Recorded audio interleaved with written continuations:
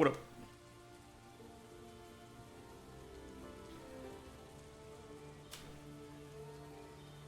Okay, we are not muted. I'll have like 2 good weeks of not muting my microphone when I start a stream. And then I'll have 1 bad week of doing it every single day that week.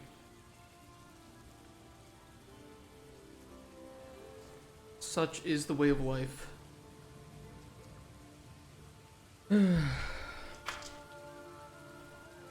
Expiry date 7/2024.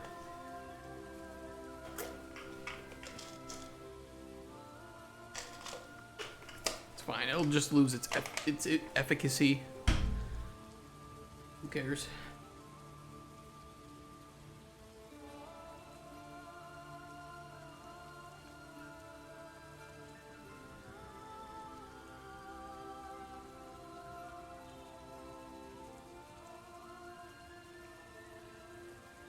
Come on.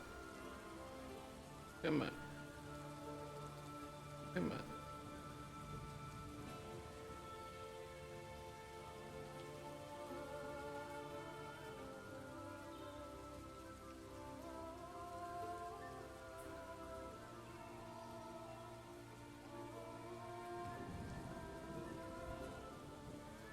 What are we doing today? We are doing Thief 3A, 3B. Those both should be relatively easy.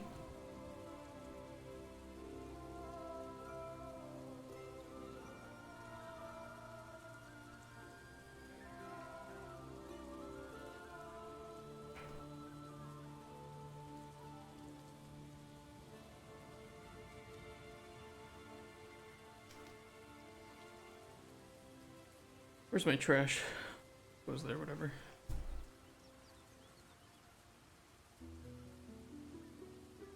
Three and 3A and 3B should be relatively easy. I think we could even start on 4 and 5.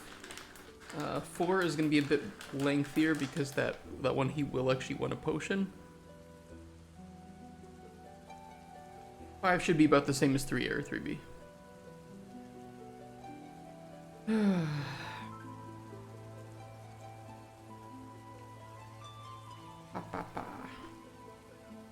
Curse you, Bale! Pretty good.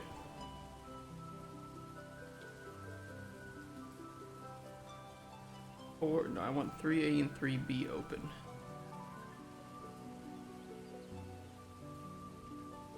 How you doing, Lazy Fangs?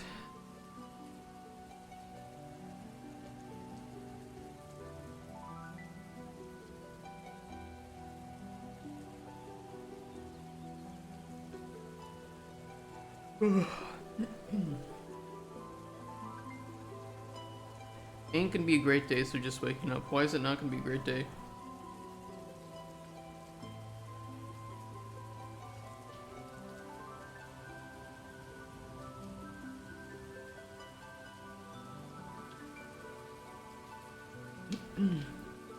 Raspberry, yummy.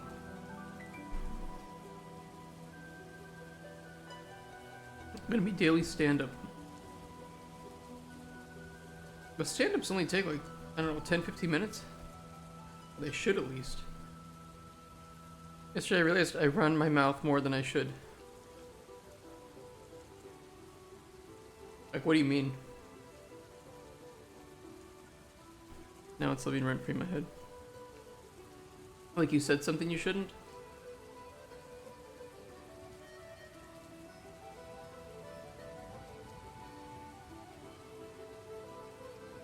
That's me shouldn't, okay. Man, been there, done that. How's it going, mate? Hey, kid. I'm waking up. We're getting started. We're getting into the swing of things. How's it going for you? How's your Thursday? 3A, let's see.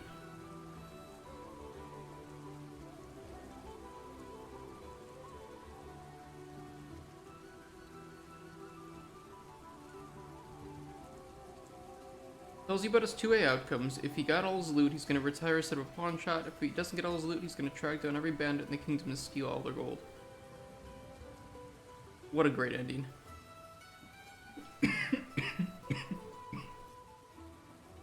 Only an hour into your Thursday. I've barely been awake today. Takes me a couple hours to really get in the swing of things. We'll delete that. Clear this. Tells you about his 2A outcomes. Terrible and bad, he dies. We have that set up, right?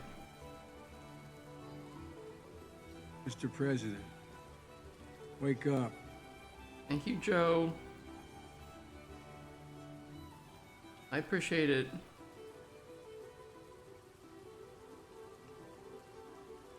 Same to you, mate.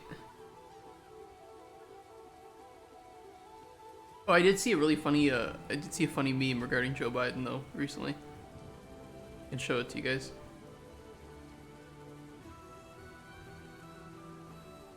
I'm not logged into my Twitter account in here, hold on. I'll send it to my own Discord profile. Likes. Okay, not the big booba ladies. Nope, I want this one. Okay.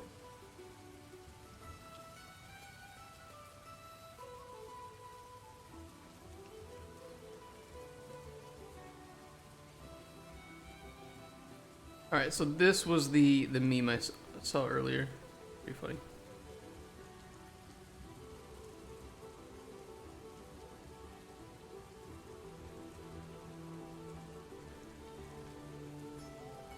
That's what you call them. That we've ever had. They can't stand it. So let's get that straight. And they like me more than just about any of them. And that's based on every single bit of information. As far as Russia and Ukraine, if we had a real I love that so much. I love shit like this. It's so great. Okay, Thief 2A outcomes, terrible and bad, he dies. Good, he... Base and good, he can secure all his loot. But he brings you back some goodies. Damn, you really have to get good at it if you want 2A. I don't like that.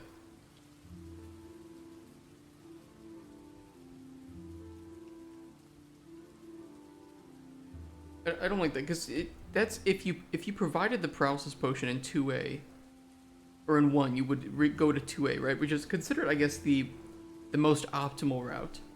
I don't like that you would have to go above and beyond to get him to succeed in this. I don't mind going above, but getting exceptional.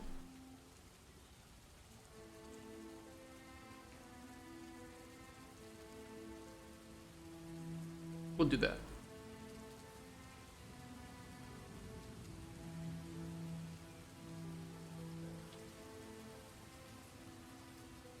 I like that better.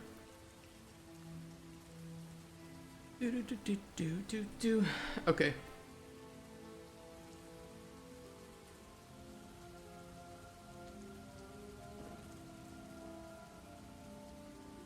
I mean, we could make potion. Hold on. What can I do here?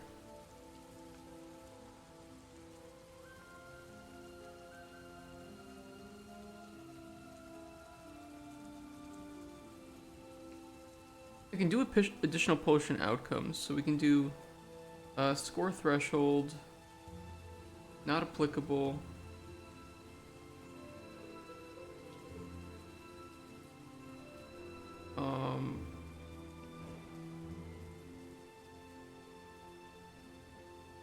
Base. Choice update. We need to initialize the choice of thief secured all his loot. False. I mean, it actually, by default, it will be false. So we just need to do this to good. Initialize the choice of thief secured all his loot.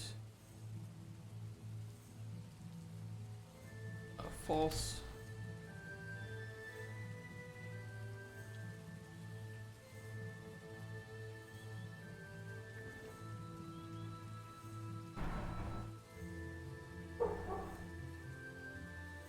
Exceptional.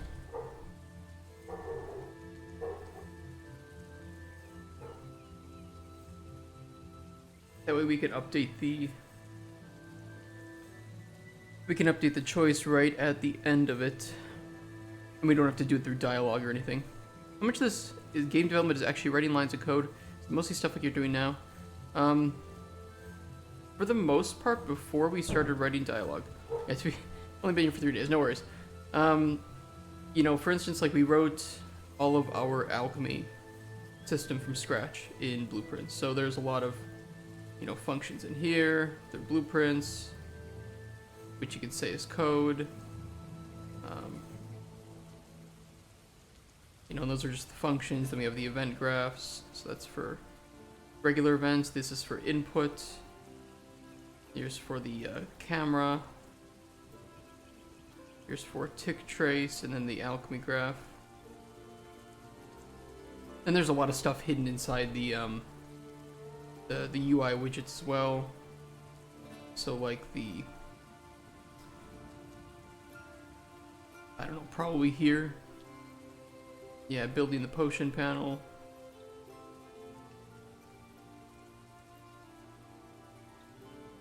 So, you know, we had to make this system from scratch. We did that. We made a lot of our, like, sound system from scratch and how we handle sound. Those aren't too impressive, honestly. Those are just a few volumes like this. Actually, I think most of the sound is handled through our blueprint here. This one. Ambient time of day. We have a few things here to handle the change in how things should sound depending on the time of day and what biome you're in. We have ingredients. Those were kind of annoying, but they work. There's a lot of data in the game. Collectible ingredients. Nothing too special here.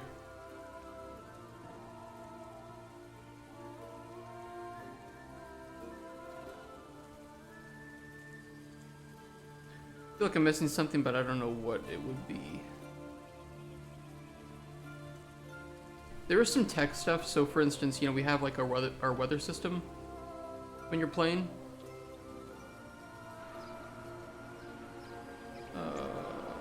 What is my weather? I think it's...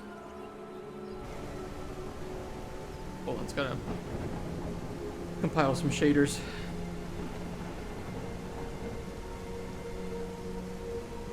Just 100 of them. So you really don't need much programming knowledge in Java. I would say you still need programming knowledge, but you don't need traditional programming knowledge.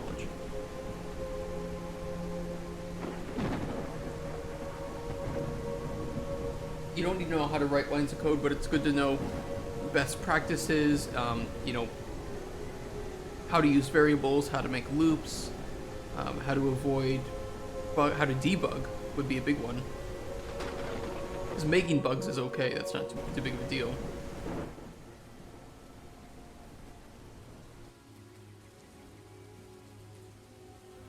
Still compiling some shaders.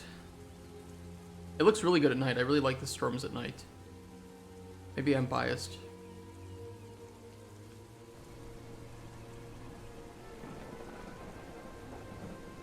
Force it to be nighttime.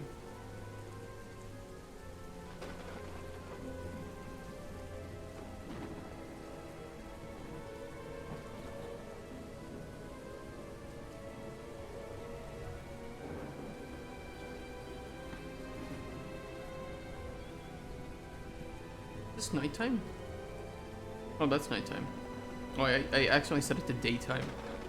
Is this game first person, or is that just your dev view? I'm thinking of trying to make it so that you can play in first person or third person, but there might be some cases where we force a perspective. So, for instance, doing alchemy, you might be forced to be in first person for that.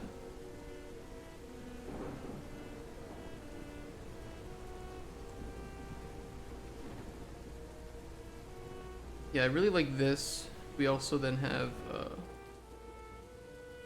we have snow. There will be changes in season, changes in weather, and those will affect the ingredients that are available. and maybe also affect the way that some ingredients are harvested. So some ingredients may only be harvestable while it's raining, for instance. You'll have to, I won't say maximize your efficiency when it comes to these seasons, but you will have to be aware that if it's winter, for instance, there may be some ingredients that just won't be available at that time. And you'll have to find alternate ways to make the potions that you'll need to make.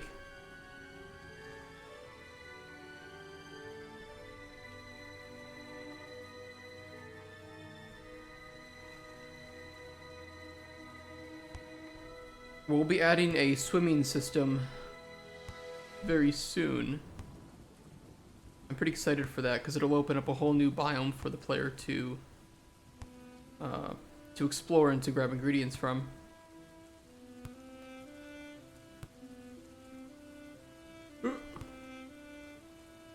The ball may or may not sexually moan if you keep it in the air for 10 hits, but you have to get it in the air a bit first. I can do it for you though.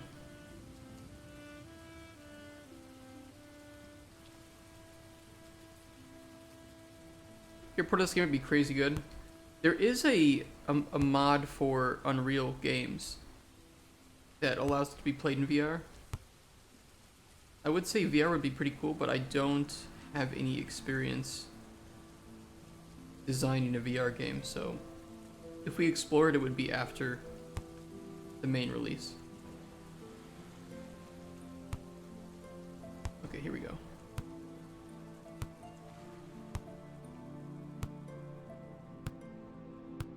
Ooh. Hold on. The rocks don't count as the ground. I love it. Perfect. 10 out of 10 game right here.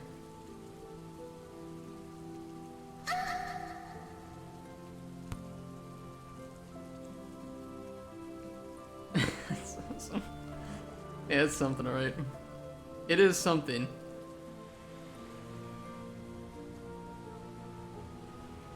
Yeah, lots of ingredients to collect. Even now, switch it back to the sun.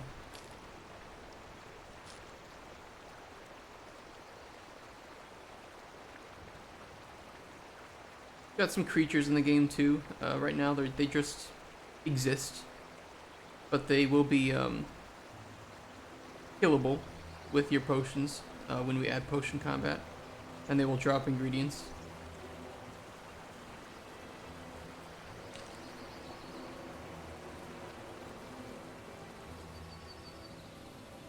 You can turn off certain things like that hut waypoint. You can adjust the nighttime brightness. It's a bit too dark for you. Set it to 0 for super spooky.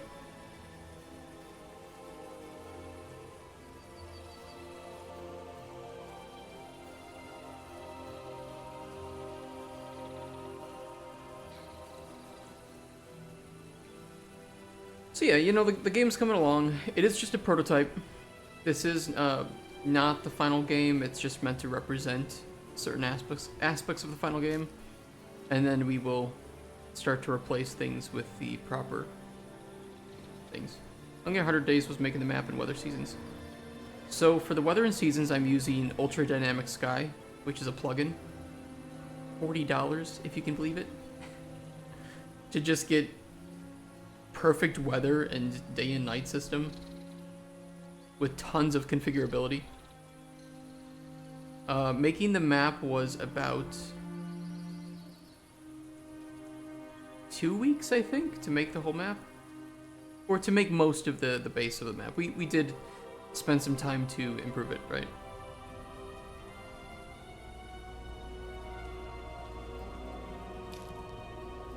My textures are a bit low here. Just because I'm in engine. It's running out of RAM. is that? Or because I need to force LOD?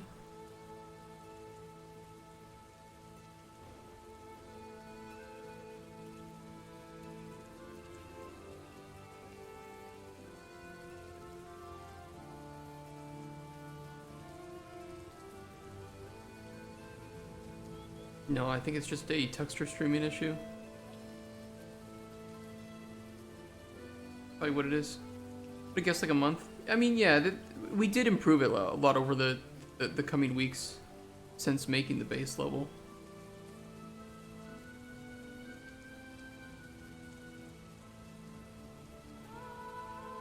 It's weird. I'm nearly sure it's just a texture streaming issue because if we play the build game, we don't have that issue. That's not the build game.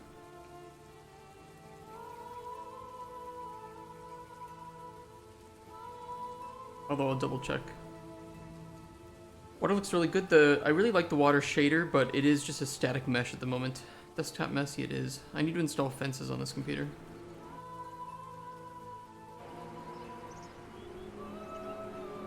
And see how much smoother it runs, even with Unreal in the background. Unfortunately, working an engine, you're not going to get a lot of great FPS.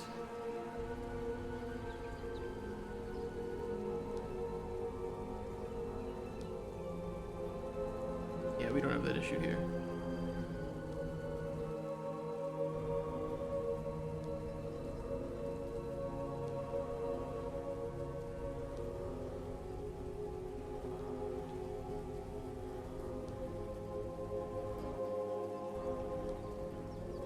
It's just a texture streaming issue, so the engine tries to conserve your resources. And sometimes you'll have that issue.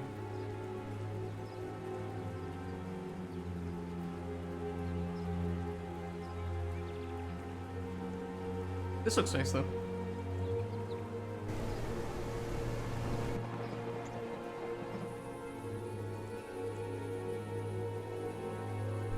Ooh, pretty lights.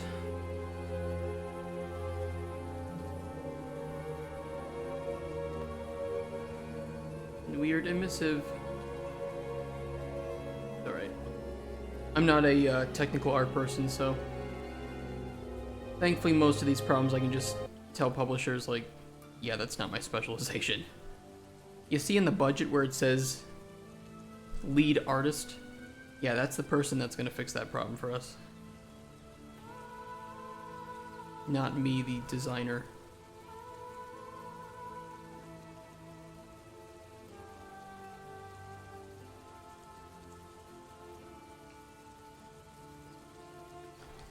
But you just need one. Yes, for the production, but for prototype, we don't. We just need the one generalist. Or sorry, for prototype, yes, we just need. We don't even need an artist for prototype. We just need a programmer. Although I did write down that we need 2 programmers for prototype. For first playable. Art is not needed for prototyping. Most of the time.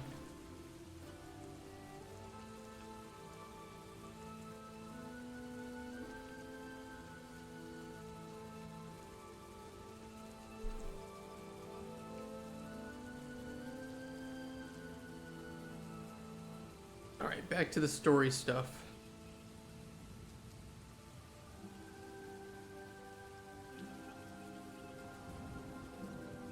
I just need this open so I can remember some of the ways that I did things.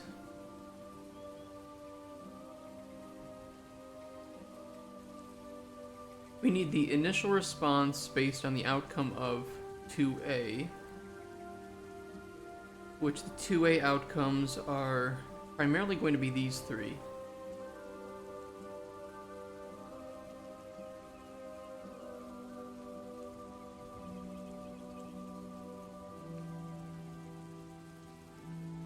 And he gives you spoon nuts here too. I don't think we had in 2B him giving you spoon nuts. I've been connecting all the dialogue, looks really cool. It looks cool. until you need to understand what goes to where, and then it's kind of not great.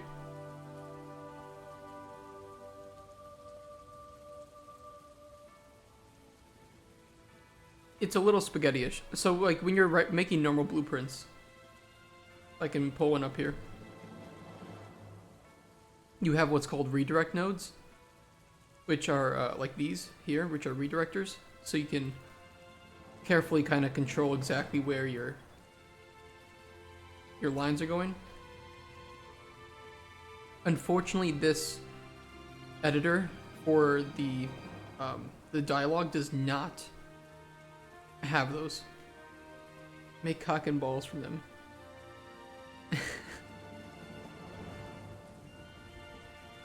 Hold on, I gotta take some phlegm medicine.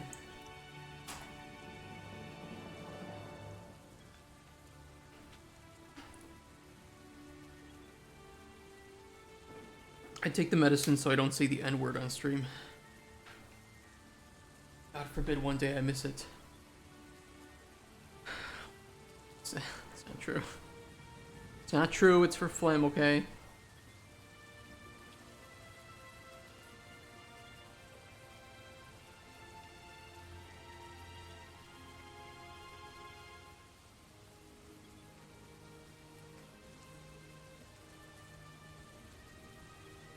Hey, human.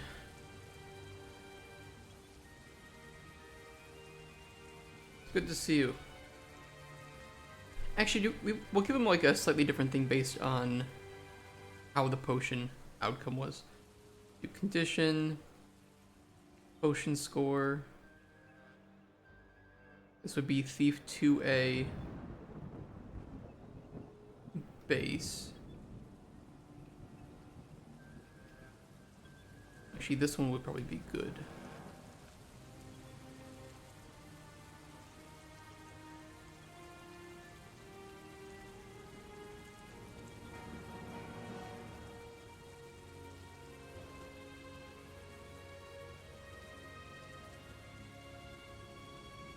That one would be base.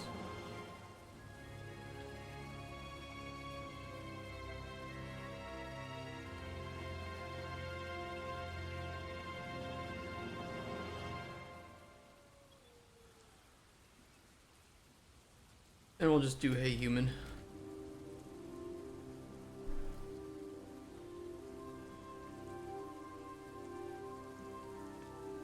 Or we'll do this, we'll do not base.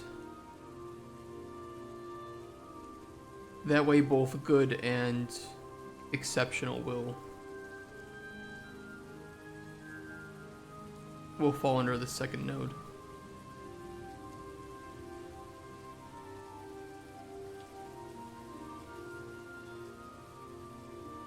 Everything okay? Spoon?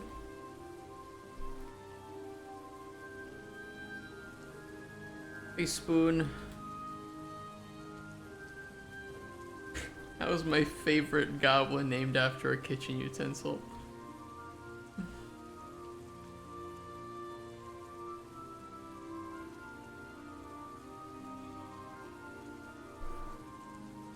Why not? Why not allow the player to say that?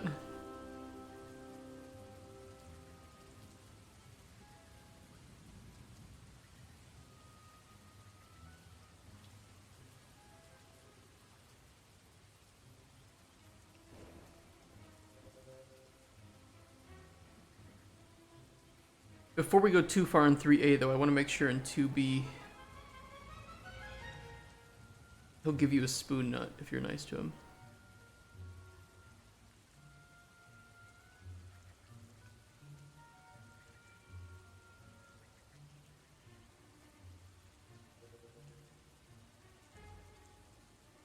Where can we put it?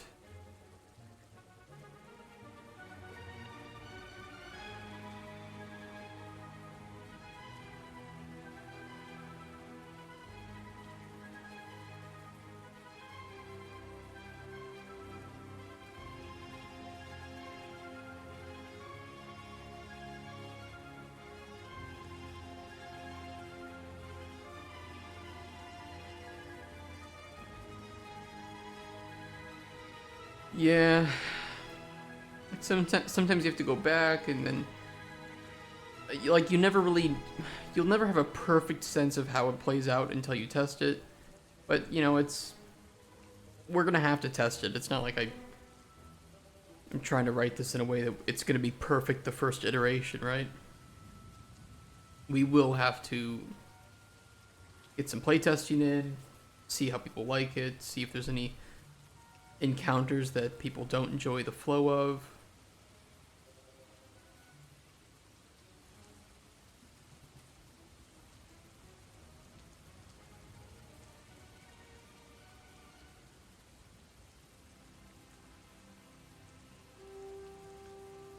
You know, I don't mind that 2B he doesn't give you the spoon nuts, actually.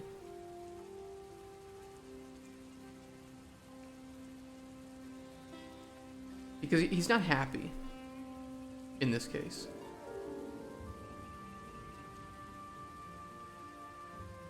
"3A though, if he's pretty happy. As long as you got good or exceptional." Crack spiderwebs.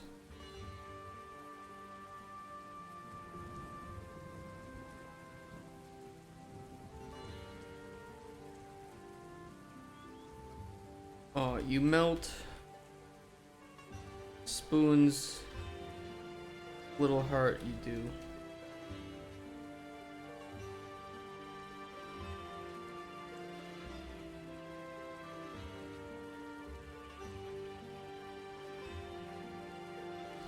You have a little heart?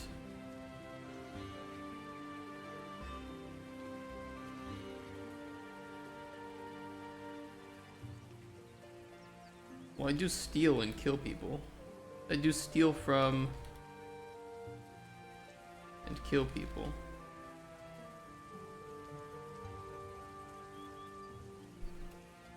I do kill people and loot their bodies.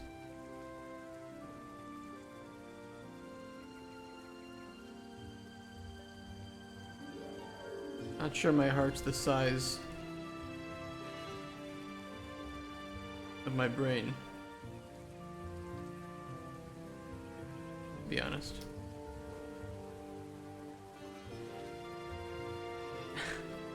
he unironically he just thinks he's the smartest fucking thing in the world.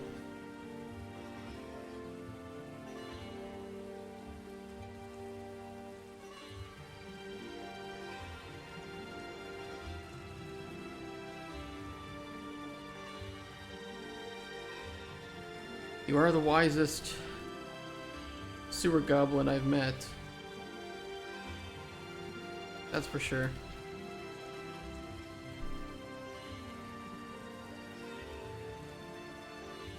Wise and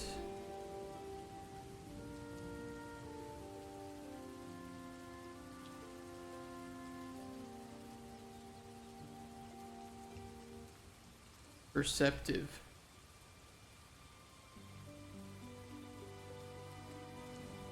Spotted some more of these on the way back from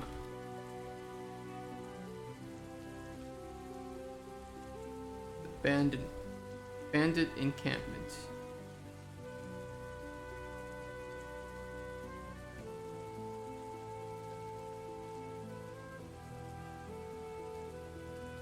Recently I found an adult text game that, while the writing is not quite on point, the lore and world building is fascinating. Modern blend of fantasy and technology, mundane every day. That's pretty cool. Come for the booba, stay for the lore.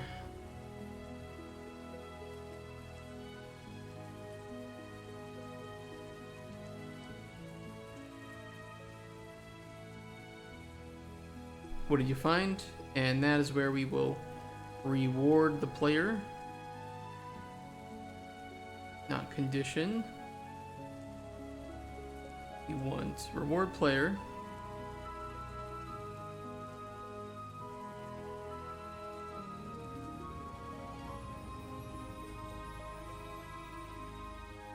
I forget the name of the spoon nuts. I'd say too, Caden the Cuber, that there's a lot of data in the backend that runs a game like this, which takes up a lot of time to make. So for instance, like all of our ingredients.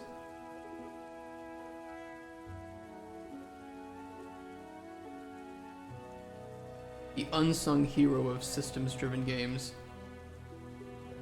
All the data.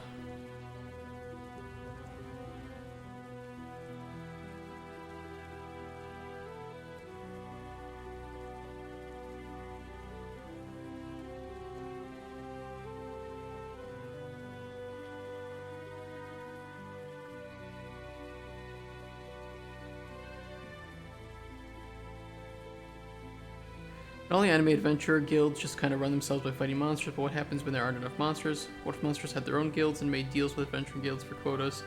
That kind of stuff. That's pretty good. Yeah, I like that. Curse you, Bale! Hey, Katagaru. How you doing?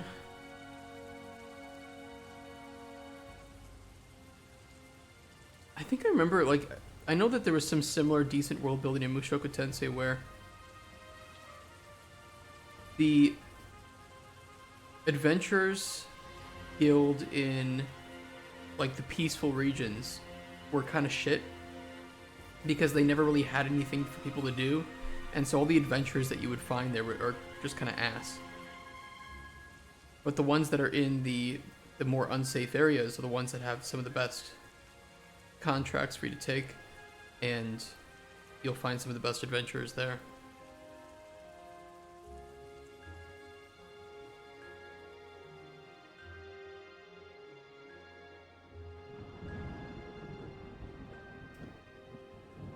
I will try to add... Okay, so hold on. I want to do something too.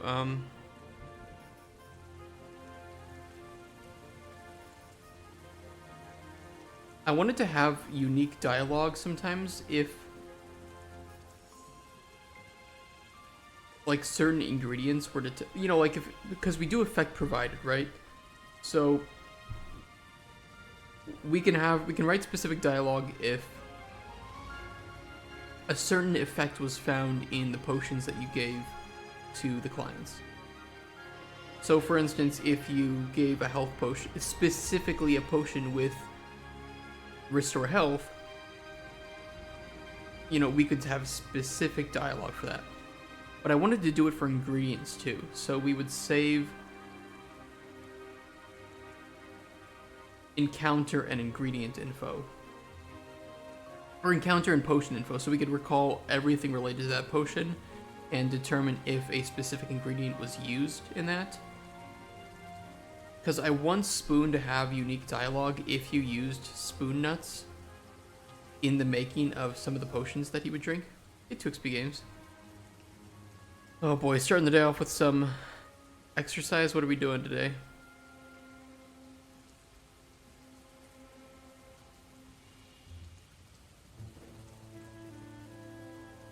Push it? Okay. Let me load up the game instance and the wall sit and push-ups. Alright, I'll do it. I'll do it. You guys gotta save your money, you know, if you want free codes to Cauldron Chronicles when it comes out. Gotta save up those channel points. You do wall sit first. 1, 3, 7, 8.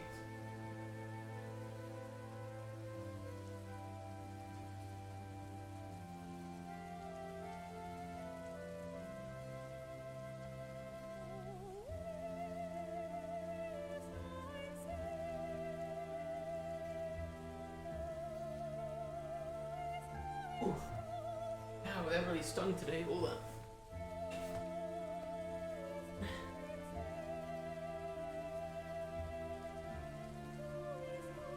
Five push-ups done. How do you feel, Lloyd? What is the timer on the workout? So it's 5 push-ups, sit-ups, or squats, and then it's 30 seconds of plank or wall sit.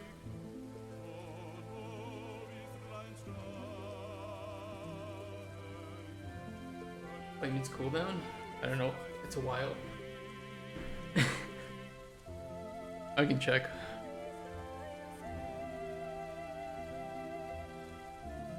Do-do-do-do. Do-do-do-do.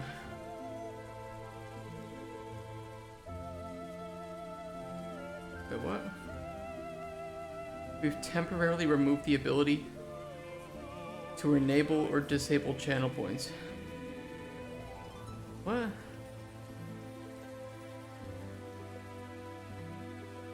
Weird.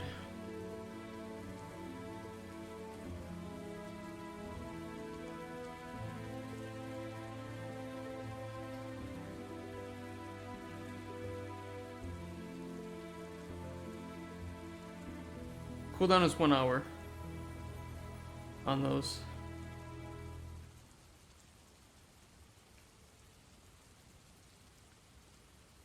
I don't know why they would remove the ability to enable or disable channel points. It's kind of weird. Alright, we have a potion score map. We need to do a potion provided map.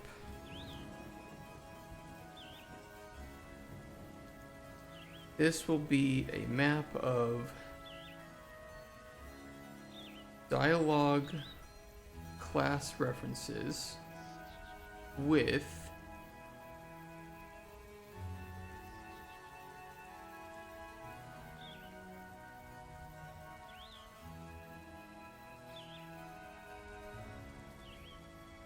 that wouldn't work because we can provide multiple potions.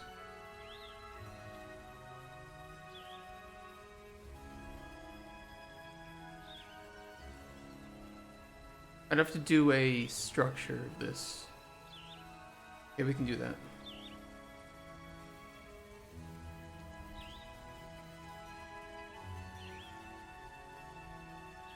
How are we today?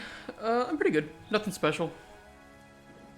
I was up trying to mod Bannerlord last night, and I got it modded, but then I ended after a big battle with a crash. I did pretty damn well that battle too. So that kind of sucked.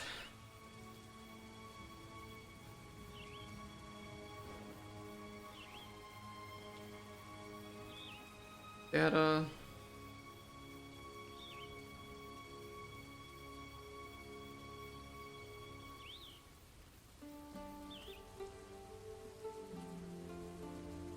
ST.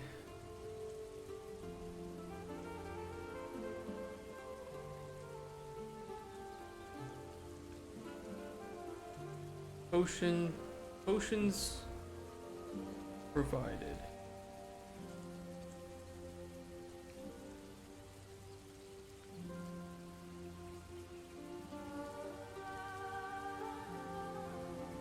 Dialogue class reference, counter, ref. They played Little Witch Noberta, quite a cool Souls-like. For your mage build that requires channeling to cast spells. Interesting.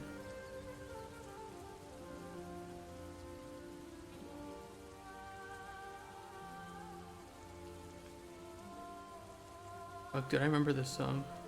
I don't think I've played Heroes of Might and Magic 4 in over 10 years, but this song, like, memories unlocked.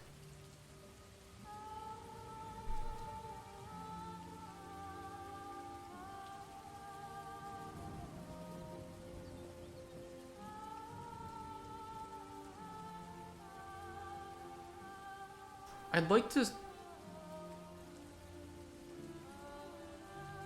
secondary potions, and then I'll just do main potion.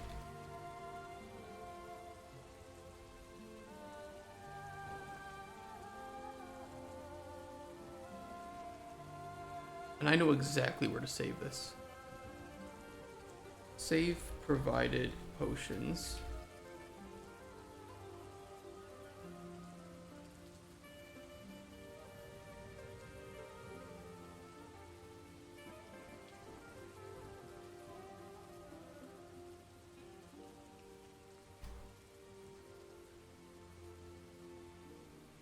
game instance.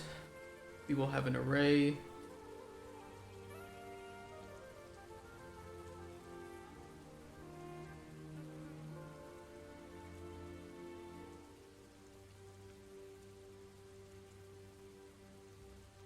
What version controller are you using? I'm using Plastic SEM.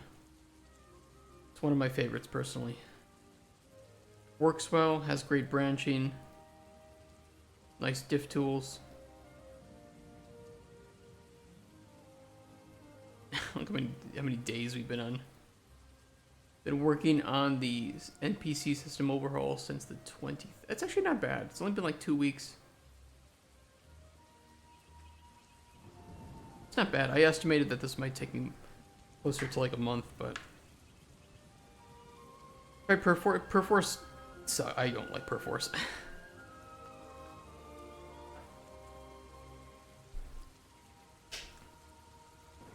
Yeah, it's Plastic SCM. Unfortunately, it's owned by Unity. But you know what? Sometimes a broken clock is right twice.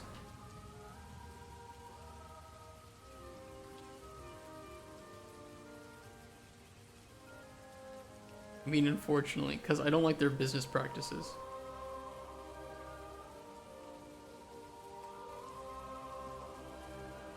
Yeah, it's nothing to do with the engine. It's just the business practices. Plastic is free for 3 users and 5 gigabytes, which is quite a bit. And if you delete an old workspace, it'll free up that space. So, depending on the size of your game, it's pretty fair. And then I've gone over the 5 gigabytes, so right now I pay $5 a month, which isn't too bad. You can have unlimited workspaces, so if you make like smaller games, and then it plugs directly into to Unreal, so it's pretty nice. Git is not great for certain things because you have a limit on file size.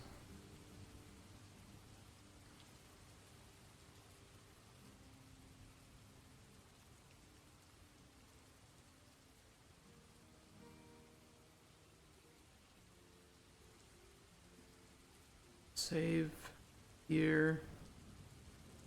Save. We will do git provided potion.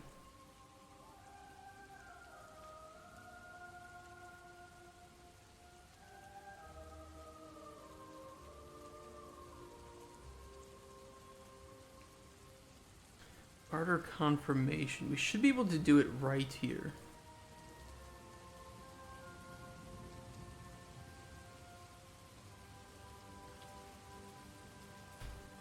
Get current encounter.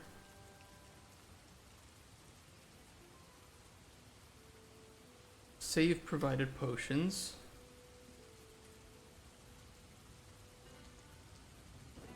Better head to bed. It's 1:45 here and I'm running on like 5.5. No worries, Caden. Take care. See you later. Sleep well. And yeah, see you Friday. Hopefully.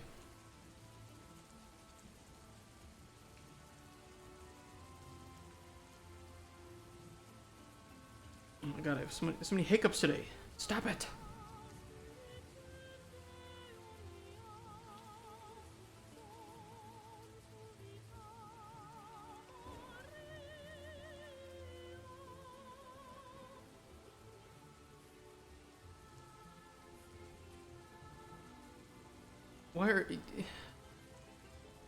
Why are you awake?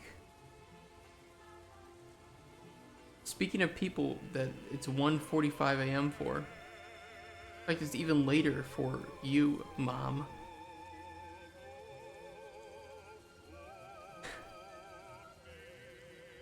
Why do people with terribly fucked up sleep schedules watch me?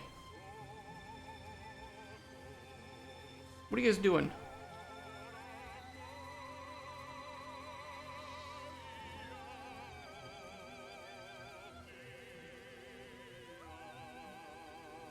Woke up briefly.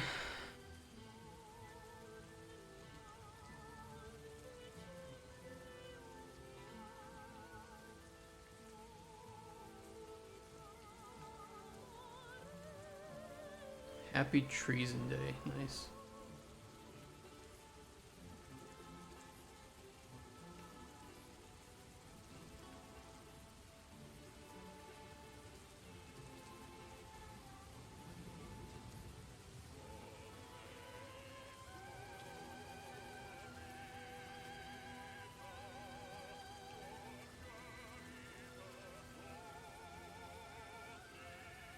I really should just push some of this to a function.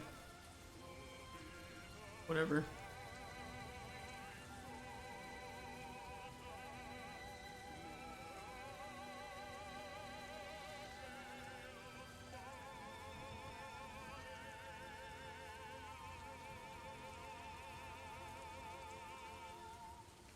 How am I? I am.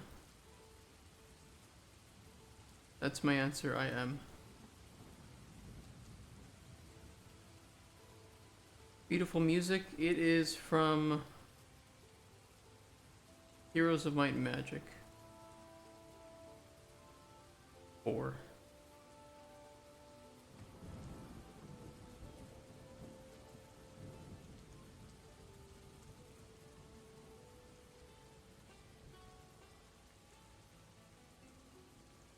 You say great game.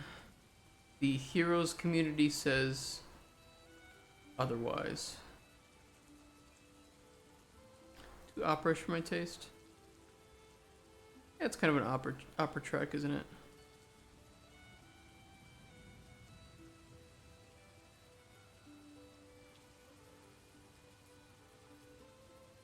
Fuck 'em.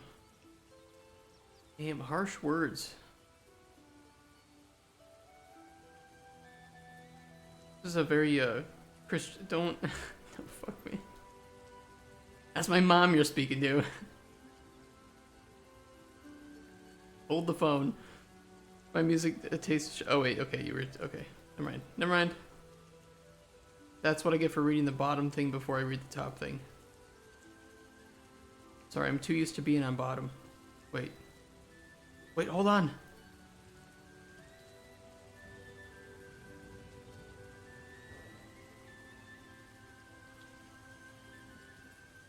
Okay, save provided potions. We should just be able to add directly new to game instance. Okay. Hey Dante, how you doing? Get game instance. What's the new grind? I'm doing more Hydra, so there's nothing really new for me. No special drops. After Mom says it's a great game, then it's true. Mom's always right. Damn it. Get potions provided. Add.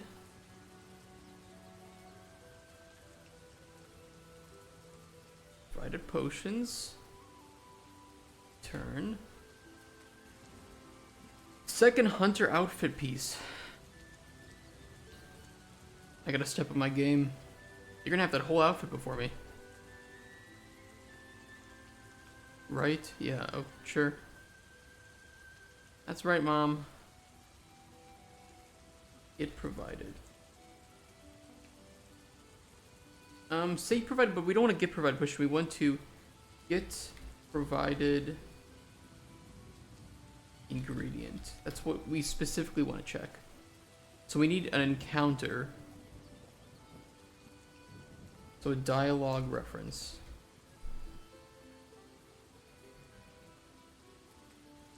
Counter, and we need a F name. Ingredient to check for.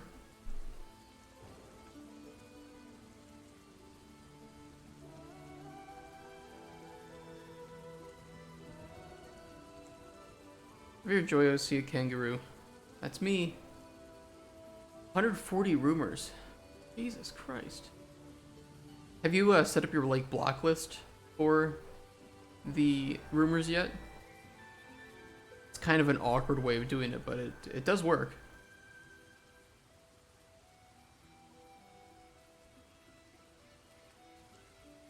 Got your perfected whistle. Shit, I need that too. I only get 5. I only think I get like 5 teleports to the Hunters Guild right now.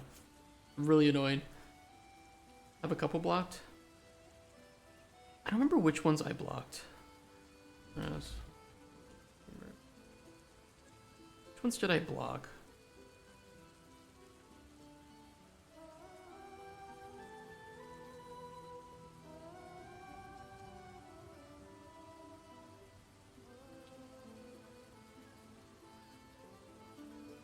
I think I blocked Dashing Kebits.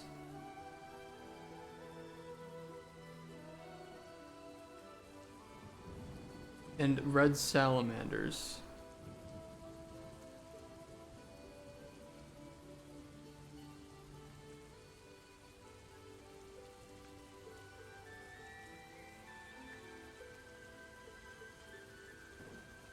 I don't remember for sure though.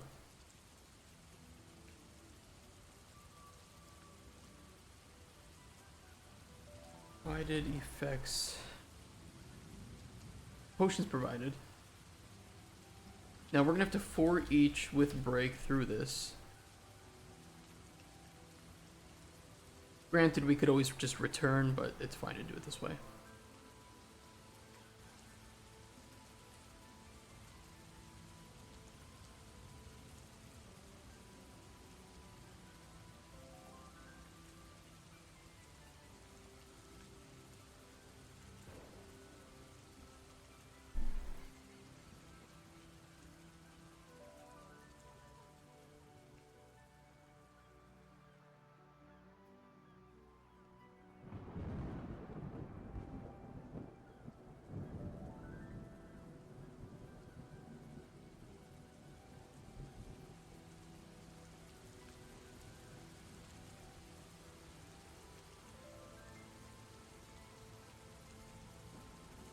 So you just celebrate our queen's birthday.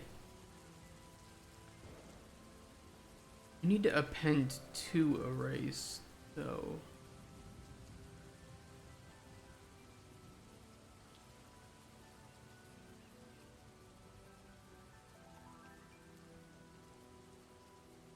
This needs to be the other way around. This needs to be like this.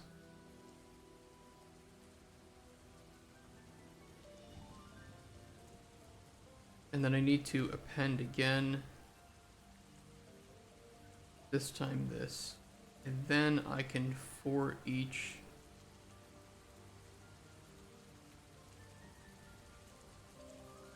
Through here.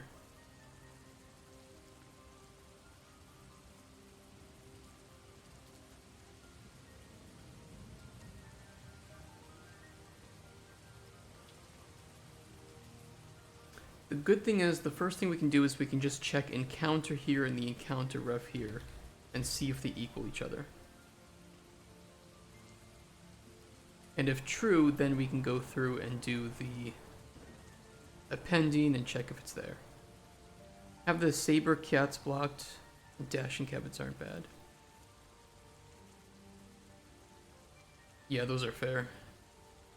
I like doing the ones that are like right there by the Hunters Guild, so the like the moths are great, the sun or the moonlight antelopes. Those are okay, and then herbivore is great too, because of course I have chance at Irby.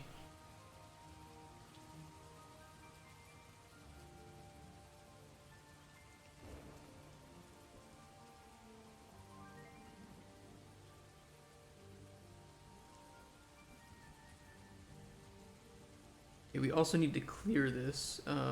Yeah. Clear.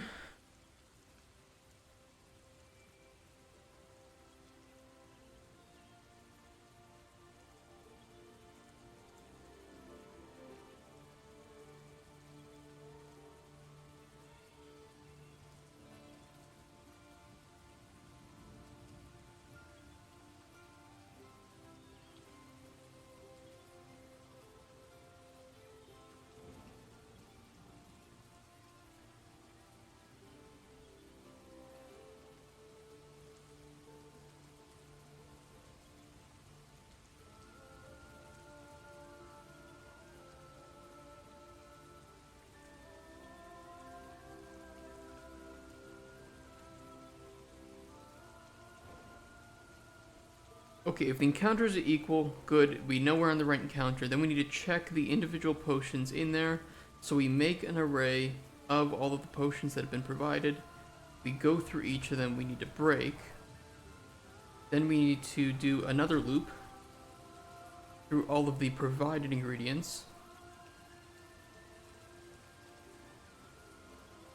Now the good thing is, once we complete this loop, regardless of how it went, we can break the original loop and exit, because we found the right encounter. We're done. Is the nut spoon still a thing? It is still a thing. And spoon will give you multiple spoon nuts, depending on how how the encounter went. They are a mainstay ingredient.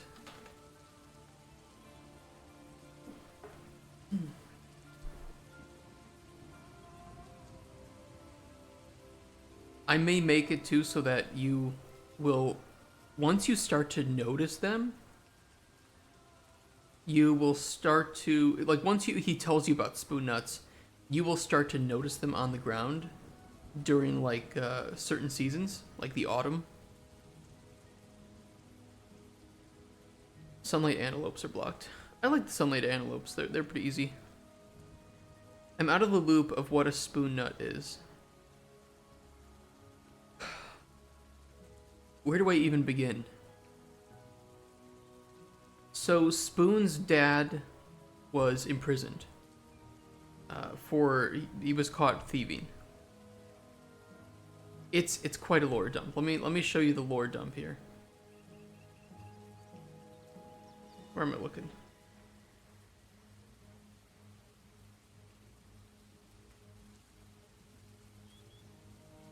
So this one here is where you get the lore dump about the spoons. And the spoon nuts.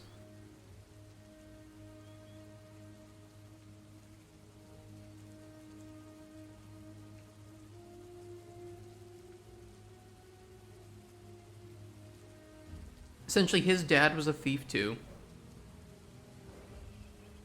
His dad went into Golemstone to collect some scraps and spoons. He loved collecting spoons. And that's how he got his name. But his dad really loved collecting spoons. And so he got caught stealing spoons, of course. And that's why he's in jail. He's also probably stealing the spoons that they give him when they feed him. So it's like, so why spoons? Bit of a long story. How long? Old man was quite obsessed with these things. I want to hear every detail. Okay, so we had this sewer shaman. What was her name again? Smell? No, sewage? Wait, I know. It was Snail. Very revered woman she was, always telling people how to live their lives. Anyway, she told my dad that his children would only be as successful in their lives as he was with thievery in his. Now, us sewer goblins aren't bad with thieving. Quite a common profession. My dad wasn't as smooth-brained as some of those other ugly assholes. They all chose to steal gold and gems. Worthless, if you ask my dad. Gold and gems are worthless? Yeah, ain't worth 2 farts. Let me continue, though. Anyways, my dad had another plan. You steal 3 pieces of gold or gems. What do you have? Depends on how much they're worth. Typical human not understanding math at all. If you have 3 things, it doesn't matter what those things are. You just have 3 of them. My dad understood this better than all the others. Passed those smarts on to me, too. Gold, gems, nonsense like that. Way too secure. You humans don't understand math very well, so you put so much effort into protecting your gold and gems. But what do you leave unprotected and ripe for the picking? I don't know. Spoons. Duh. Everyone's got them. The rich need spoons, the poor need spoons. Spoons are what make this land stay whole, even with the water spilling off the edges all the damn time. What? Stench's god of sewers lives beneath the world, scooping up water that falls down from the edges. He's the one that refills the world's water supply and causes it to rain. That makes sense. Please continue. So the thing is, if some shiny shit gem goes missing, you humans cause quite the uproar. But if a spoon goes missing, nobody makes a fart. Gems aren't needed in life. You just look at it. You can't eat it. You can't eat with it. But a spoon's essential. You can turn your hand into a spoon, but you're supposed to wipe your arse with it too. Best not to mix those two things. So what do you use instead? A spoon. It's an essential tool of life. Even you humans, dumb as you are, understand the importance of spoons by cutting off the hands of thieves sometimes. One day you'll wake up and become educated. Wipe my ass. No, you wipe your ass with your hand.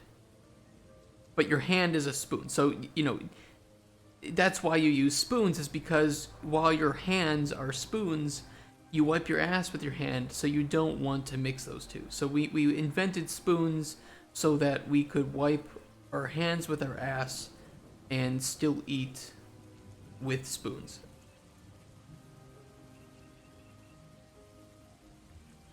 So we tell them, well, we don't cut off the hands of thieves because they're spoons, you know.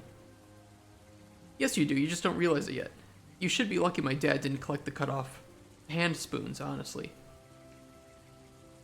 Why didn't your dad collect hands if hands are spoons? He's not a savage, you know. Collecting hands sounds like something the evil mind goblins would do, though. Mind goblins? Mind goblin these nuts, human? Gotcha.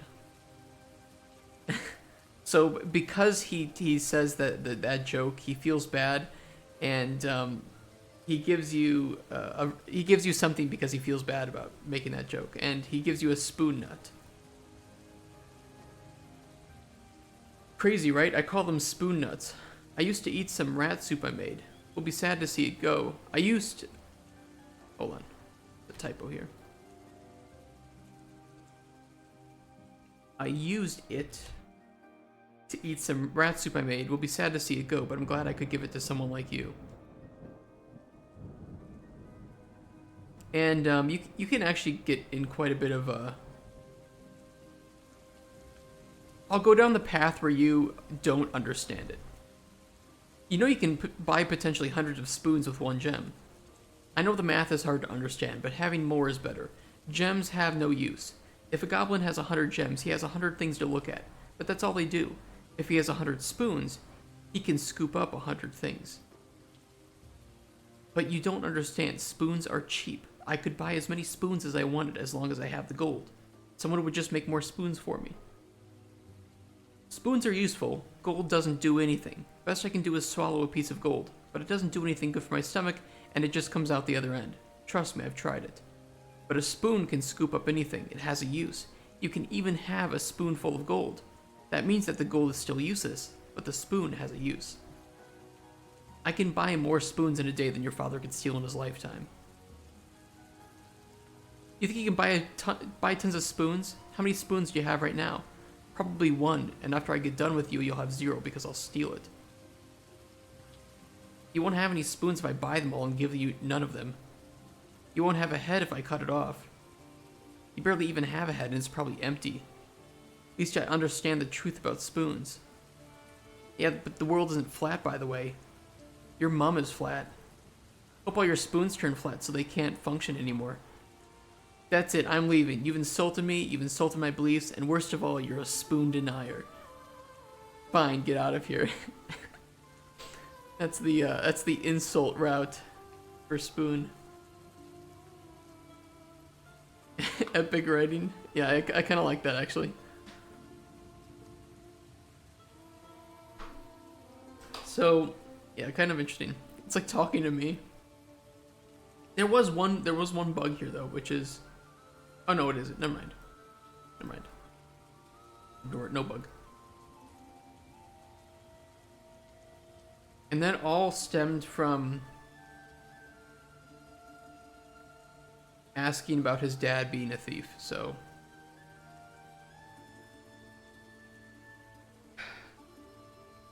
yeah, I got a little carried away on that, on the spoon lore. There's other paths too, like you can learn of like Stenchus, the god of sewers, designed us all to never be without a spoon. That's why we are all able to survive, even if we do not have a proper spoon utensil on us. And he can also give you literature, so he has a book about spoons that he'll bring next time he visits. And you will be able to read that, so it will save to your bookshelf when he brings it to you. And then you can read a book written in crayon, essentially, about spoons.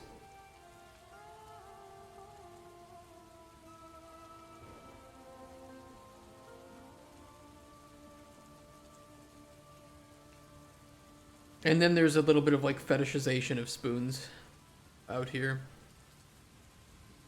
Like you ask, like what was it specifically about spoons that fascinated your dad so much? He could have collected anything. Like, oh, he would polish the metal ones for hours and hours until his reflection was visible. The size was also an important factor. Sometimes he wanted smaller spoons, sometimes larger. Each spoon size had its own purpose. He would caress the designs in his fingers, embracing the handles with both soft and firm grips. He would talk about how different shapes would make him feel different emotions when he held the spoon in his hands. He always went on about how the spoons sounded depending on what they hit. Some nights you could hear him tapping spoons together or against the ground in order to make different sounds. And sometimes he would lick the spoons carefully, no matter what substance was on them.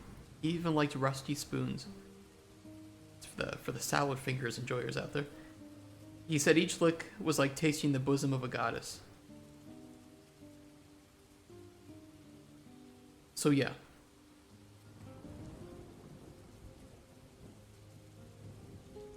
I think in one of these two, you learn that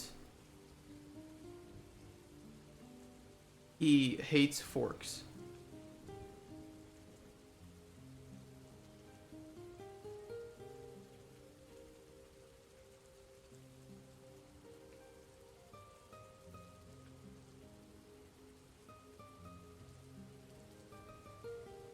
I don't remember where that is, though. Somewhere there's hatred for forks in here.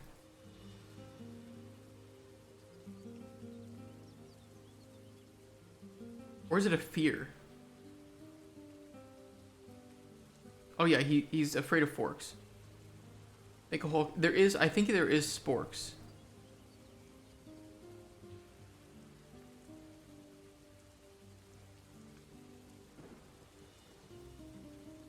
Yeah, so how do you feel about sporks? You mean those sick abominations of a utensil? Those unholy children between beloved spoons and fucking forks? What kind of idiotic individual designs such a stupid tool? I want to find that person and torture them slowly. Make them rue the day that they thought a fucking spork would solve the world's problems, when spoons already existed to do everything. You seriously want to kill the person that made sporks? I'll pull out all his teeth, make him swallow them, and watch as he shits them out and make him eat them again. Hey, Mr. Phoebo.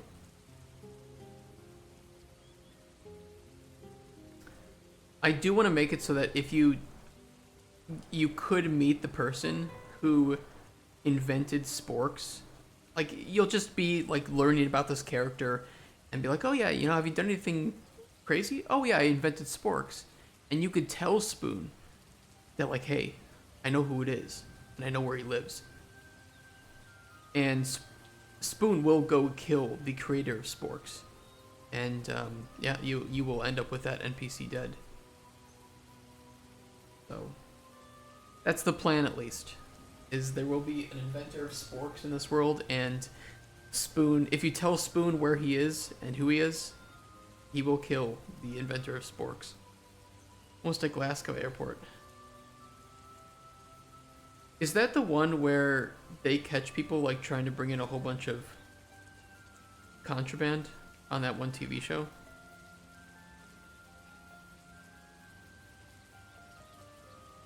You guys know that one? There's like some UK contraband TV show. Yeah, that happens. Especially, it's like cigarettes. It's like just a bunch of cigarettes. You're almost absent. Finally, I can see you work on some projects. Nice. We just got done talking about the lore of spoons. And why Spoon hates forks so much. So yeah, some good stuff. To be fair, I once smuggled a 12-inch blade from America without realizing. I like going places. I like Poland because I can have my pocket knife here. And it's not because like I don't need the knife specifically, it's just that I like having a multi-tool. And places like Japan, you can't have this, right? And it really sucks because it's like, okay, well, I often use the scissors or the nail file or the toothpick on here. It's handy. It's great. You never know when you're gonna need, like, just to cut something or do whatever.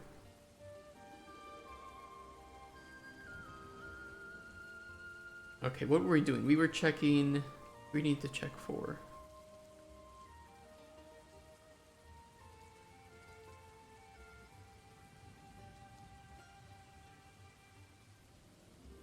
If these are equal...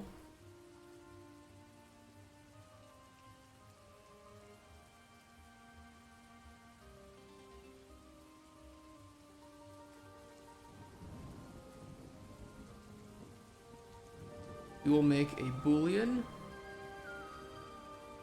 found provided be found provided or found ingredient. I like very large knives. I have like 10 knives that could send me to jail. I have like a hunting knife, but that's the biggest one that I own that isn't like a kitchen knife, right? I could buy a machete.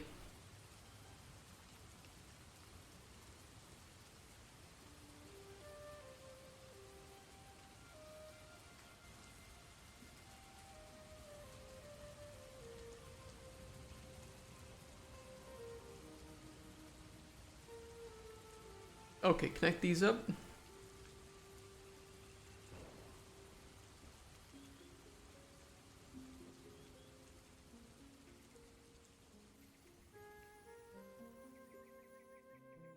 When I'm done writing Spoon's lore, I will make a new build for you guys. And if you want to run through, you should be able to, without a big problem, play through all of Spoon multiple times. I'll add like a restart button too into the main menu.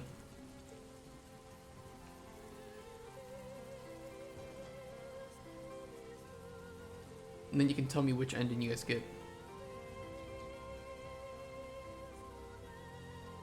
We don't.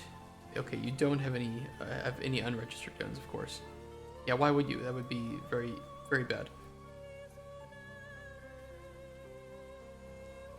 If I get back to the States, I will be buying a hunting rifle and a 357 snub nose for concealed carry. Because I love the way I love revolvers, and I think if I'm gonna have something for protection, I just want something small, reliable, and powerful.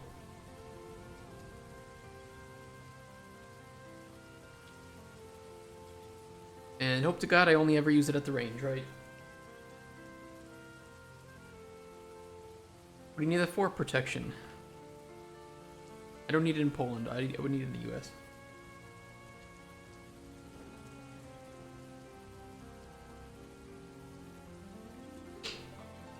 Ideally, it never comes out except at the range, and worst case, I just have to point it at somebody to tell them to back the fuck off. You're like going to a PvP zone. I mean, it's a deterrent, right? You point it at somebody, you tell them to back the fuck off if they're coming at you with like a knife or something.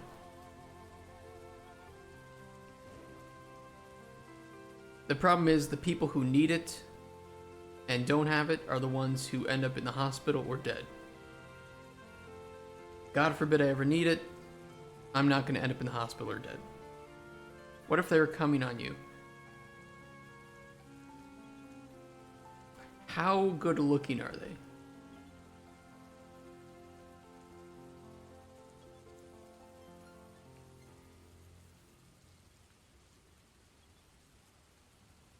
You know, we always talk about like this, you know, like white privilege, male privilege. Nobody ever talks about hotness privilege. That's the real privilege. Like all the other stuff is fake, it's bullshit. Hotness privilege is real. You can get away with a ton of stuff in life if you were hot. Better to have it, not need it, than need it. Yeah, it really is. Like, and you know, you can use it to save other people's life too. There are a lot of cases where people with concealed weapons have saved the lives of many others. So it's pretty great. First cancel the day coming. Yeah, it is my first cancel. Let's work towards number 2. Legally trained marksman with a license to have a 556 firearm. Oh, so just like I think modern AR-15s fire 556 NATOs, right? Egg. Skybound Explorer, thank you for the follow. It's called Pretty Privilege. Dude, hot people can get away with a lot of stuff.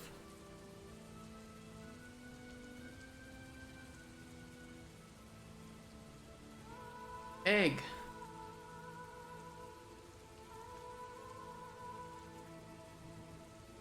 Yo, what's up? Minecraft 15th anniversary celebration badge. How the fuck did you get that? That's cool. I want a diamond pickaxe. About all the bullshit the Supreme Court is doing. I heard some stuff. But I mean, it's the Supreme Court, so I don't know what we can do about them.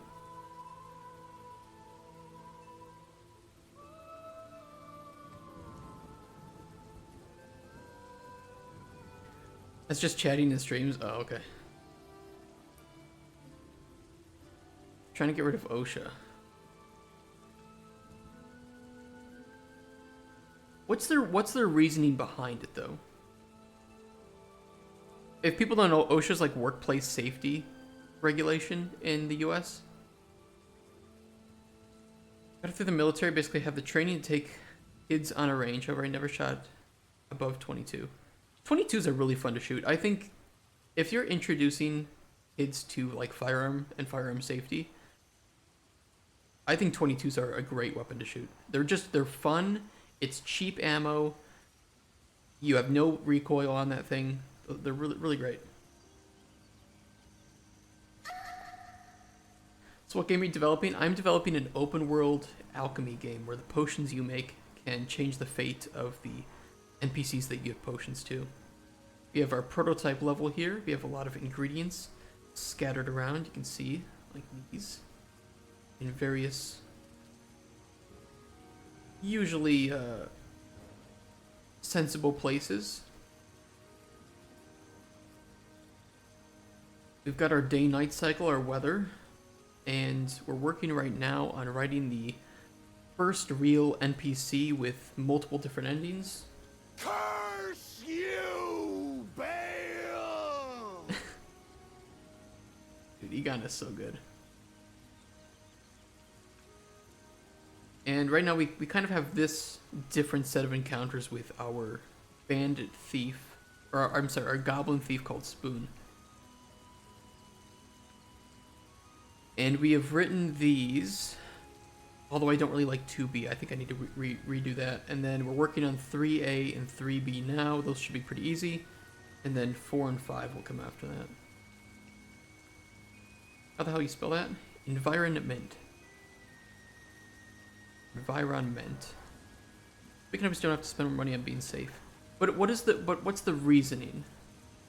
Like, are they saying that the government, that the federal government doesn't have the right to determine that?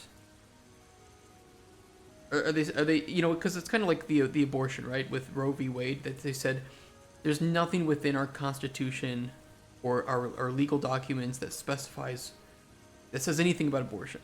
So people thought that they banned abortion, or that they, you know, got rid of it, but it wasn't that. It was that they said it's up to states to determine it, right? Because we are a federalist nation, we provide states with the goal of the U.S. was so that states and smaller communities had the right to set their own laws, and the federal government didn't have the right to come in and say what each state should and shouldn't do, for the most part.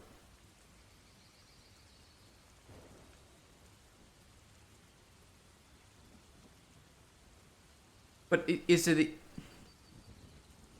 Supreme Court trying to do it? Like, has there been a ruling on it yet? Has there been an opinion on it yet? Or is it just that it's gone to the Supreme Court? Like, I don't know what the current state of it is. This is my first time hearing of this.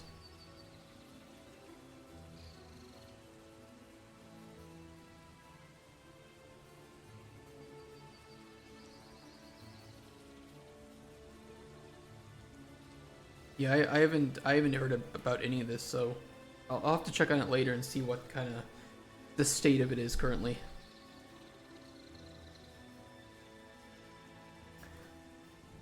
Okay, if we found the ingredient, we need to just return that boolean, actually.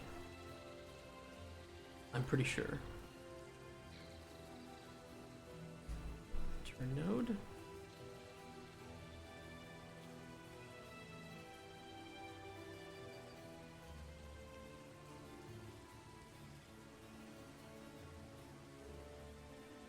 You did not just get the baby chin. Or are you serious?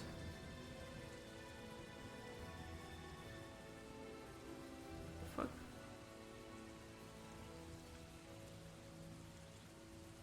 B found ingredient is now blueprint writable.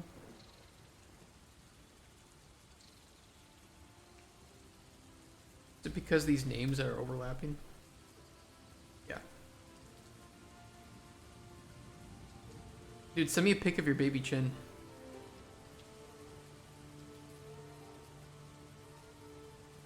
Dude, that's so lucky.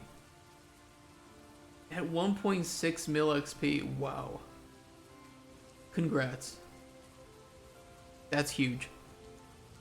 Now you have to right click and change the appearance until you get the golden chinchamba.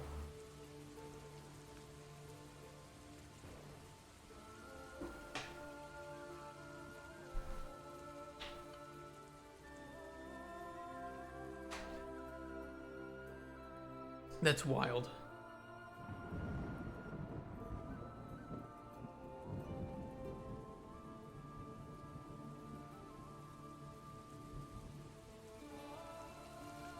I don't understand this fucking airport. I've not been here since I had hair on my balls.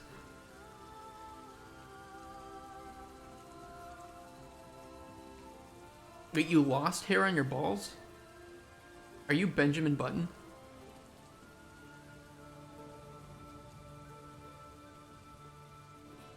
I think this looks like it works. I'm just gonna pretend that it works. Chesovianka tastes like water with tastes like water. Yeah, but I just use the bottle for refilling. Because it's not a bad bottle. A lot of the bottles for water here have like that really thin cap that sucks ass, or the plastic is really thin. And I hate both of those. How do you know what sperm? Yeah, that's a good question.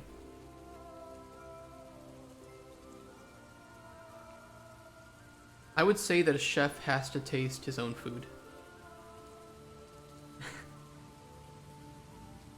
A good chef always tastes his own food before it goes out.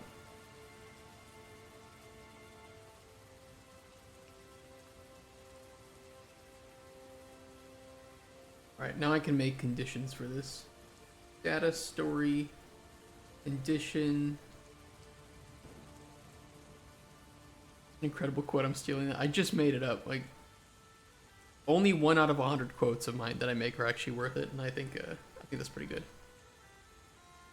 There's one too that I heard from I heard when I was pretty young, from an adult who was pointing out, he was married, had a kid, no problems with their marriage, and he was pointing out this really hot woman that he saw on the street.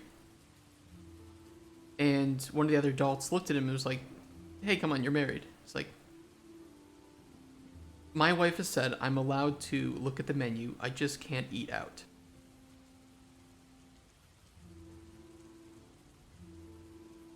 And that one I think will forever stick with me. Wife, yeah. Narrative condition. Provided ingredient.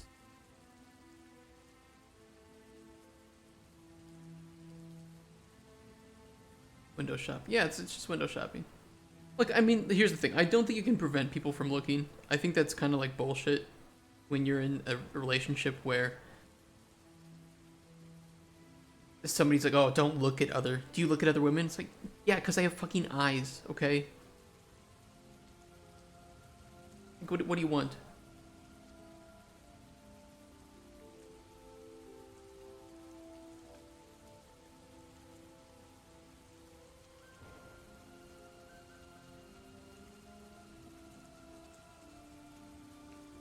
Watch the trailer, don't buy the game. Could you say, like, having sex before marriage is pre-ordering?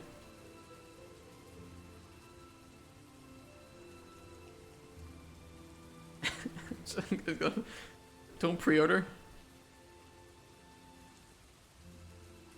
It's 3-day early access. I like to play the demo. Jesus Christ. Okay, check condition. We need an input variable of an encounter. We need a dialogue. Class reference.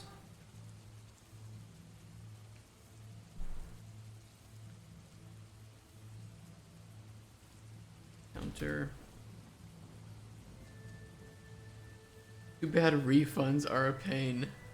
Patches can ruin the price. I'd say patches would be plastic surgery. A refund is a divorce.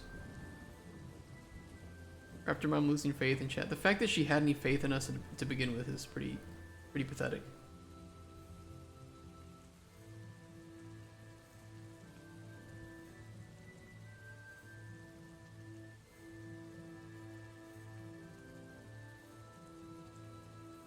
Check provided. Wait, start in-app purchase? Start an in-app purchase.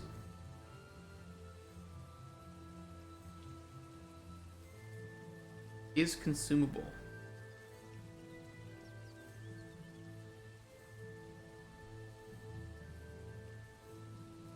I'm lurking too. Shit. We're having some locker room talk here with all the women in my life. Wonderful. It provided ingredients. Counter ingredients check. Microtransactions confirmed, line CEO, right? The fact that it's built into Unreal to have in-app purchases is pretty wild, though.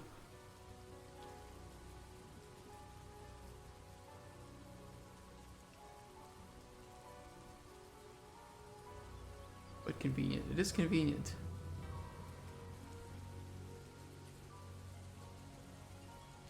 I don't know if Unity has that. Unity should have that.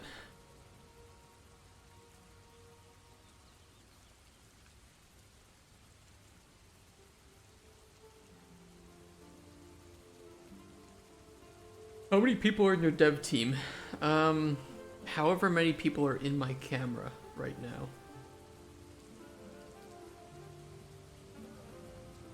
I hope it's just one. I hope it's just one. You guys see any ghosts? Not local. Node color. Also, but then everywhere is written we. It's a little complicated. So I'm the only full-time worker. I sometimes have a couple of friends help out with various things, but they aren't officially working. Or like, hey, I had some extra time. Here's something I did.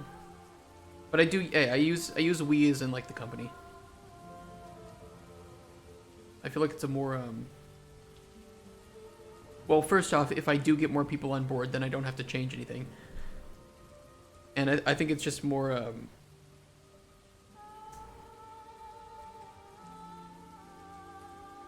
I don't want to imply that I'm a solo dev, because I'm not a solo dev, but I'm mostly developing this solo, if that makes sense.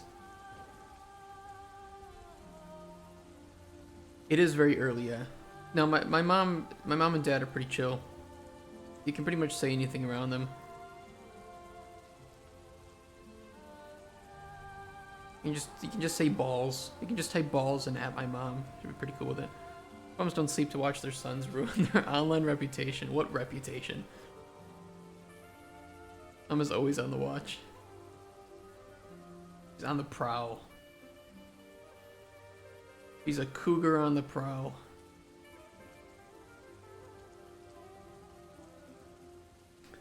If my mom saw any of the shit I do say online, she would disown me. My mom and dad say just as bad things as I do.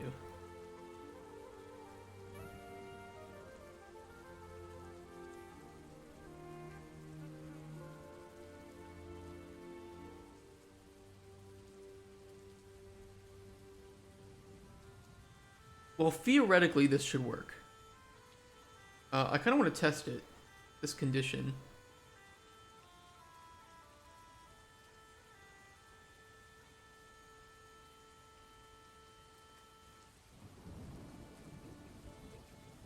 Let's do this. Let's put a dialogue line with a condition.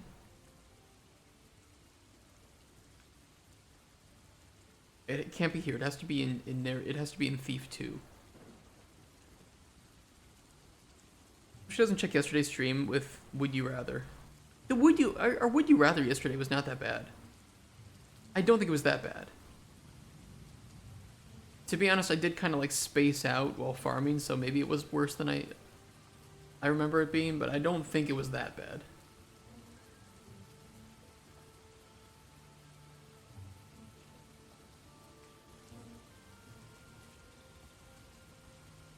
Provided ingredient.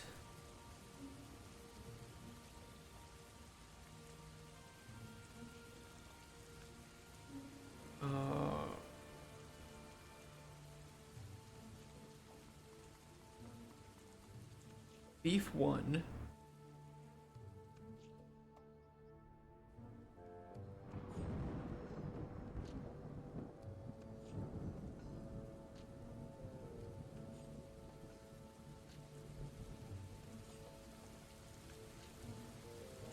And condition.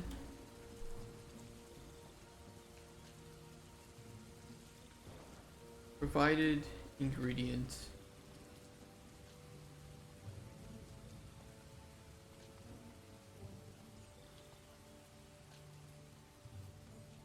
Counter. Ingredient check.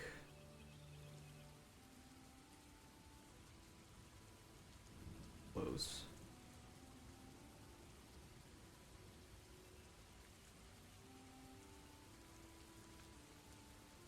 IG spoon nut N. Do you make any art part of the games or buy most of the assets? I'm using purchased assets for the prototype, and then when we go from prototype to vertical slice, when we have funding, we will be replacing all of those with in-house assets that more closely resemble a consistent, more unique style. This might need to be chill or I'd never have a relationship with them. Plus, we all have a warped sense of humor, we do. Yeah.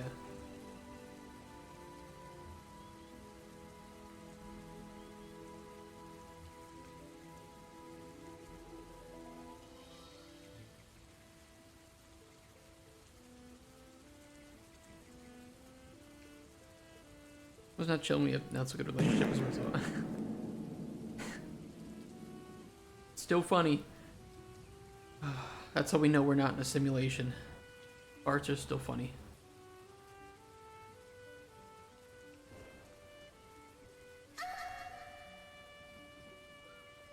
Does the image still show up behind me when you guys play the mode?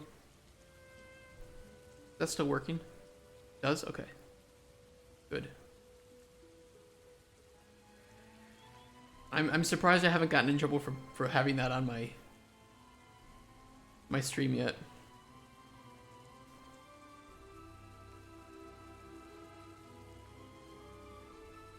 I'll just call Twitch racist if they ban me for it. So what, you don't want Blackman on stream? Is that what it is? They're getting known when you get community strikes in your account. And I think that would, honestly, I think that would help me get more views, right? If I end up on LSF. This mode would be perfect when drinking cheese with Bianca. You can time it perfectly then.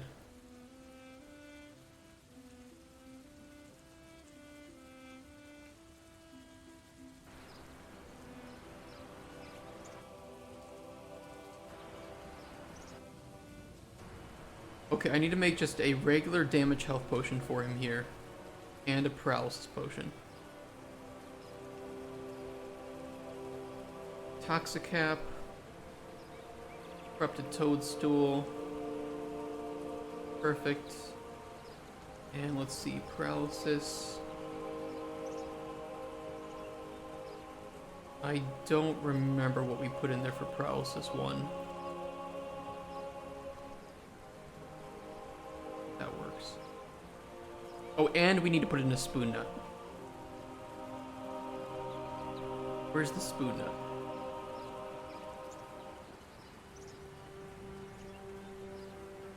Here it is.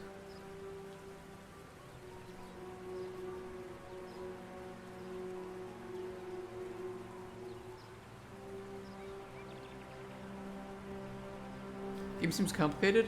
I can explain the potion making system. Give me 1 second.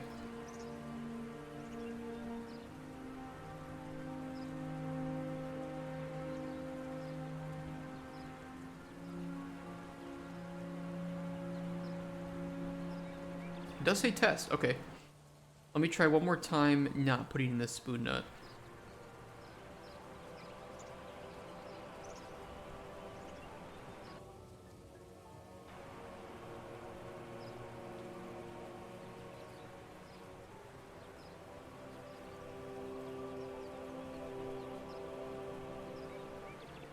Have you ever played Elder Scrolls?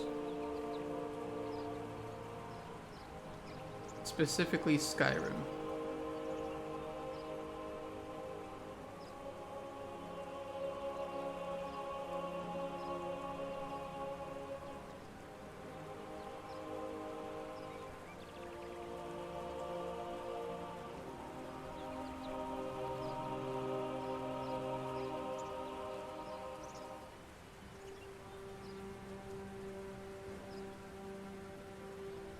I think it works.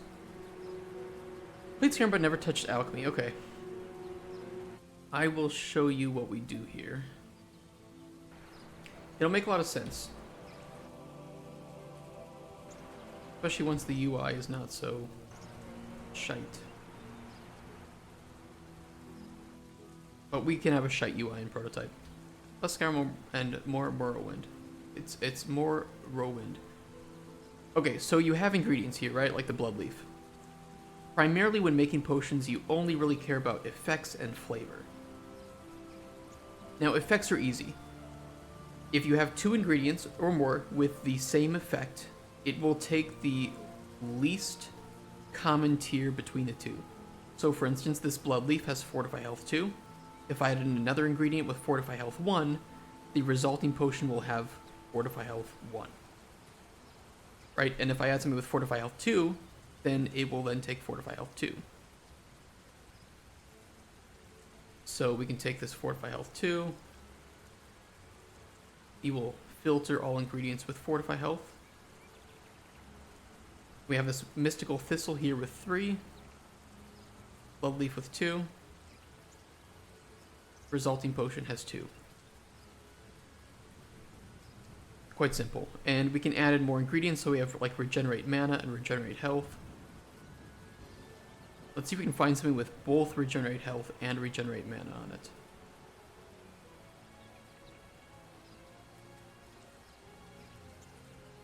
It's health.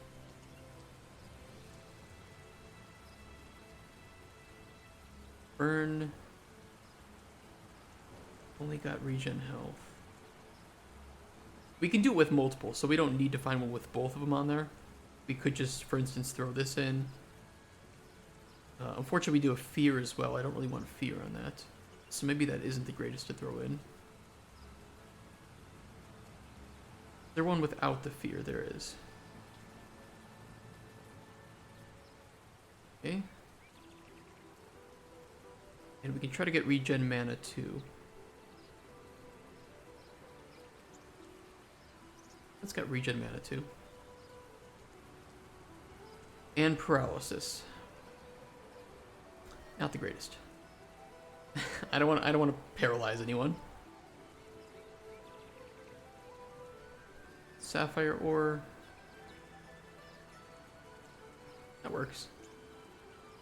Yeah, you have to be careful with negative effects. Like some cases it won't matter, but some individuals may not want any negative effects on there, and that will adjust the way that we score the potion behind the scenes to determine how well the potion succeeded in fulfilling the request of the NPC.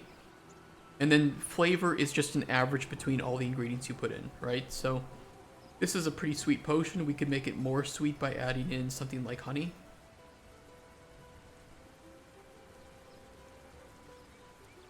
Honey is, of course, quite sweet. Unfortunately, though, that would result in slow being added. But because this also has regen mana too, and the only other thing with regen mana that we were trying to put in there was sapphire ore, and that's also providing a slow 2 effect, we can remove this, and it won't affect anything except removing the slow 2 effect. It's a little hard to see on stream maybe, but there are little icons, and if you hover over each of these, it'll show you which ingredients and which tiers are being put in there. Be like, okay, you know, I don't need that. Good quality of life. Yeah, I think that is just really useful for immediately seeing what's in there and what's providing that effect, and then hover over it, and then you can see the individual tiers on the icons over here. So now we have a really sweet potion with Fortify Health 2, Regen Health 1, Regen Mana 2. Now, in addition to that, we have ingredient processing. So right now this is just represented by boxes, but in the future it will be represented by actually tiny little mini games to quickly achieve the end result. So if we want to cook the Elder Mist, we can see that the base Elder Mist has Regen Mana 2, Resist Poison 1, Luck 1, Paralysis 1. If we cook it, we end up with Resist Poison 2, Luck 2, Paralysis 3. So it does get rid of that Resist Poison, or it gets rid of the Regen Mana. It boosts up the Resist Poison and the Luck, but it also boosts up the Paralysis quite a bit. And we go from flavor of 0.421 to 0.35, 0.2, 0.35. So by processing ingredients, we can further manipulate the effects of that ingredient, potentially giving us the exact combination of what we're looking for. Yeah, this is all implemented, it's all working. We can just add new ingredients and it will fill it up. We have the pages working with the ingredient shelf, so we could theoretically have an infinite number of ingredients. And we have the filtering working too, so. Our potion, for me, the first iteration of the potion is complete. It really needs a lot of work still. I'm not really happy with the way we handle flavor, for instance. And right now, ingredient effects are all known, and I'd like it for you to have to discover those effects when you find a new ingredient. But for now, for prototyping, I think this is okay.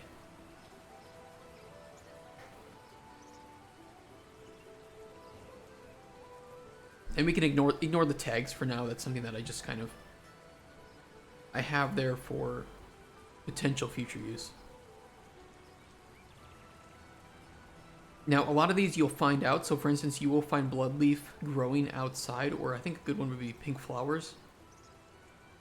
And we can see here that we have biomes, light, and seasons that these grow in. So when we place this ingredient into the world, we will be, we'll do our best to make sure that we place it within the biomes that we set it to be found in the light conditions that are roughly equivalent to the light that you'll find it in, and it will only grow in these in spring and summer, for instance. So during autumn and winter, you won't be able to collect pink flowers. You will either have to rely on your stock of ingredients that you have from those seasons, or you'll have to grow them yourself in a small little greenhouse that you'll be able to unlock and have on the side of your hut. So if this was really useful because you were making a lot of like Fortify Health potions with it, because it's a very common flower to find out here, you would have to rely on something else. Pink flowers here. There's some over here. And right now these will grow back after 48 in-game hours. And we can adjust that per ingredient.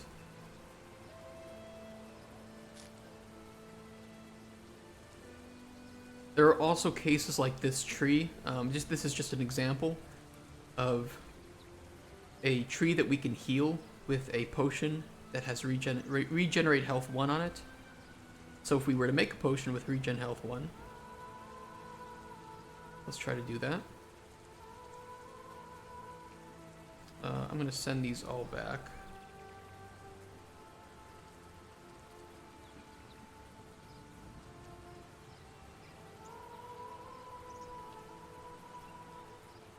Perfect.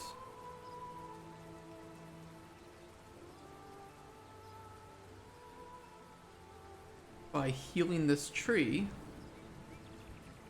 can see here's the shaders compile. Give it a second.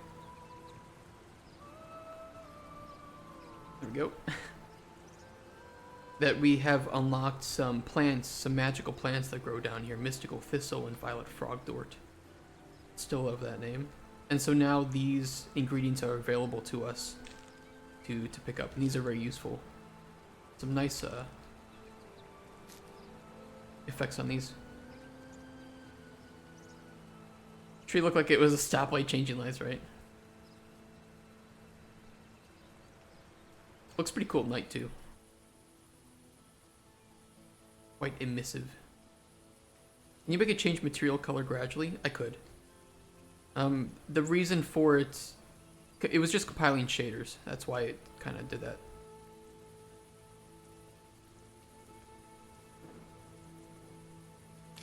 Because I think I recently downloaded a new GPU driver, and so it has to recompile all the shaders again when you do that.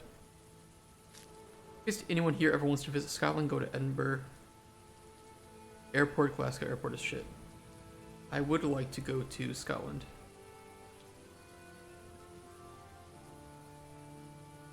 But yeah, these are some examples of ways that we want the player to be able to manipulate the environment utilizing their potions. So you have to make the potions, you use the potions to affect the environment, and the environment kind of responds to it. You might have cases like over here, there will be some vines covering an entrance into an abandoned mine, and you'll need to make a potion that can get rid of those vines. Of course, for now, we just have it so that you can just throw one of these balls at it. And then you can get down into the abandoned mine here. Is there already alcohol potion or not yet? Not yet.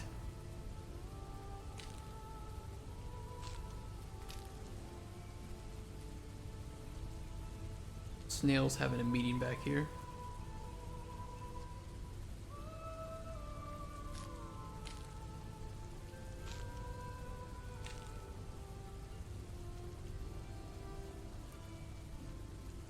So yeah, we have a lot to go, but I think what we have right now is a pretty decent base to work with.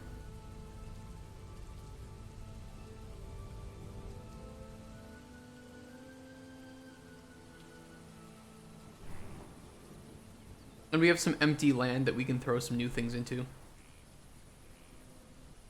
And still some textures that are not loading because my shader cache is probably too low. That's just an in-engine problem that won't appear in the build game.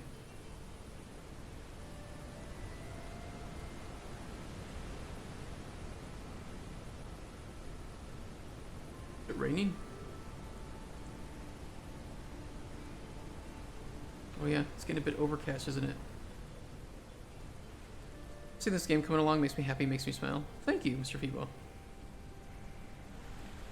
I remember when we just started with an interaction system.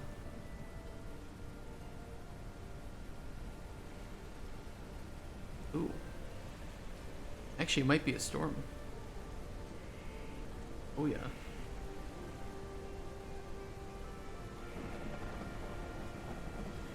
Wah-wah-wee-wah. Uh-oh. That's not the greatest.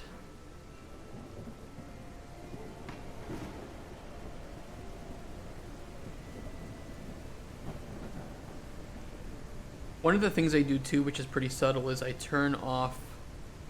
I don't allow music to play in game if there is something that is... If there's weather that is pretty significant like this, with a lot of like ambient noise. I really want to capture that immersion and just allow the player to live in the moment of the storm. Oh, wait, sorry. You make any art part of the games or buy most of the assets? I answered that the first time, but I can say it again. I bought all of these assets. All of these are purchased. But in the final game, they will all be replaced. This is just meant to show publishers and say, here's what our game is going to generally look like and feel like. And then here's concept art for what the final game is going to end up looking like, roughly. Orange salamander's blocked right now. Yeah, that one's an annoying one. I blocked that one too.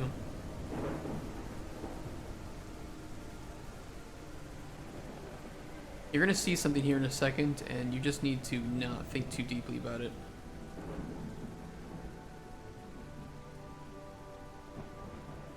Ignore that.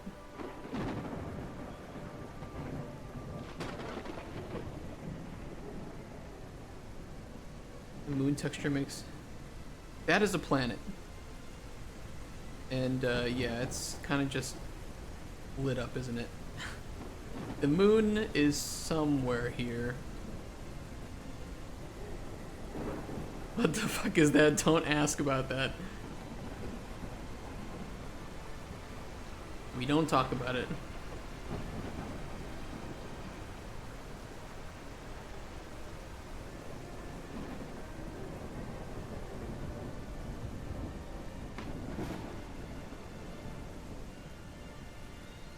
I don't know where the moon is. Let me make it clear weather.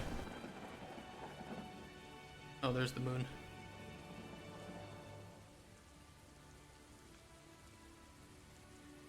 And you can hear the ambient sounds of the forest slowly coming back in. I think over like 20 seconds I said it.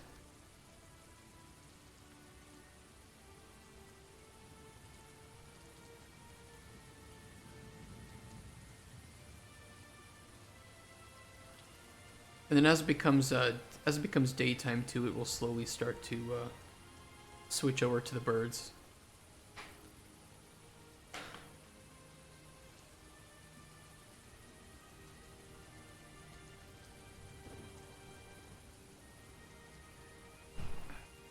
Before I make a new build though with Spoon in it, I'll have to make sure that the tutorial is working again, because I don't think it is working right now.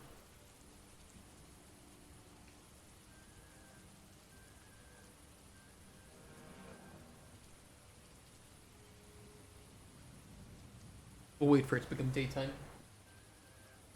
One of the cool things we can do too is we can actually set moon phases, and so there will be a quite important system in the game called corruption that spreads every new moon when the sky is the darkest at night.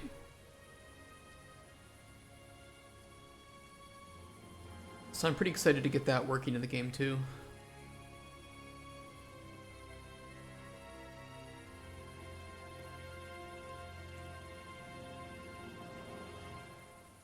So yeah, seasons, weather, moon phases. I think the moon affects certain crazy characters due to the lunatic theology. It's because I'm a D&D fanboy and I roll dice to see the orientation.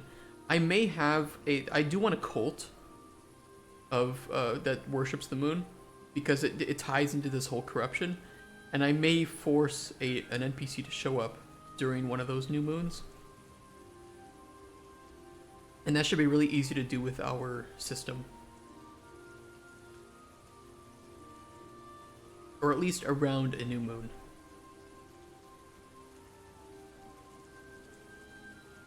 And you'll slowly start to hear the sounds of the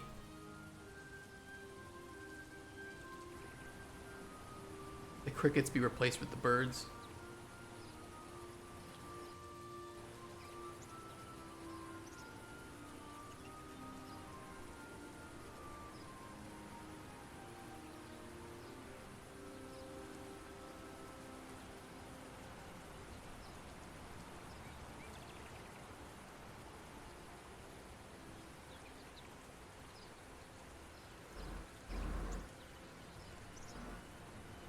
So yeah, I think the ambient sound system works pretty well, especially for prototyping.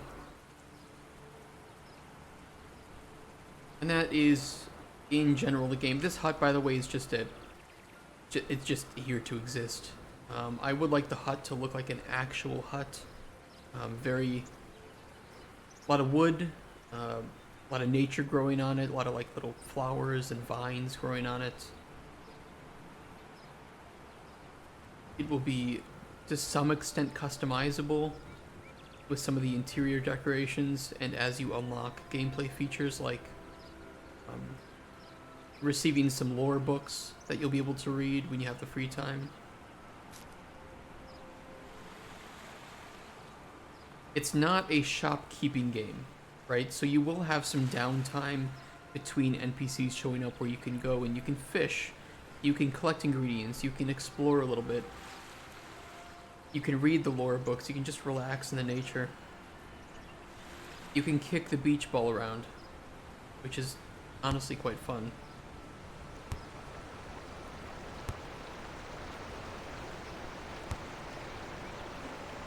That was a good kick.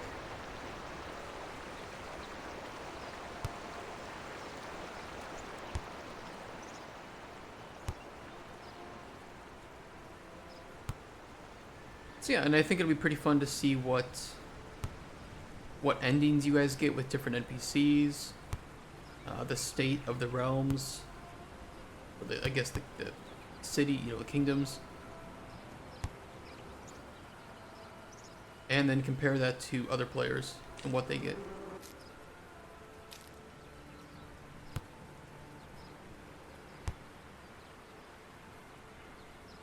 So we'll see. Alright, back to lore. Good thing is this seems to be working, this provide an ingredient. So if we want to write unique dialogue now for if a specific ingredient was used to make a potion, we can. And I would like to do that.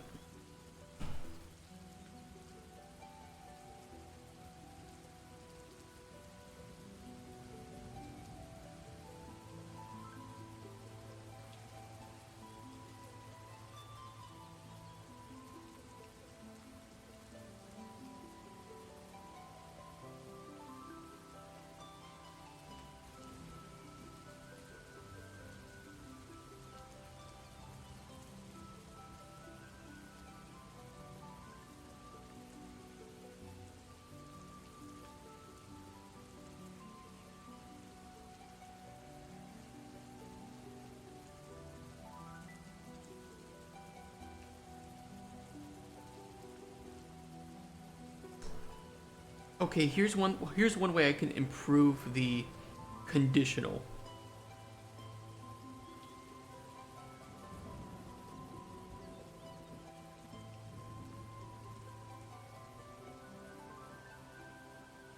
I want to test if the ingredient was provided on the main potion or one of the secondary potions. It's really hard to do, though. It's an imperfect system.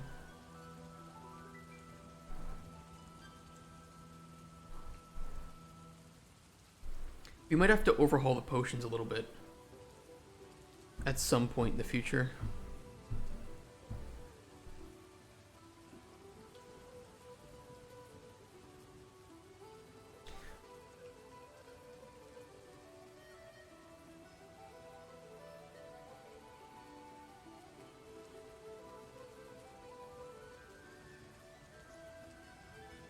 I'll make two conditions. One, provided ingredient, main potion.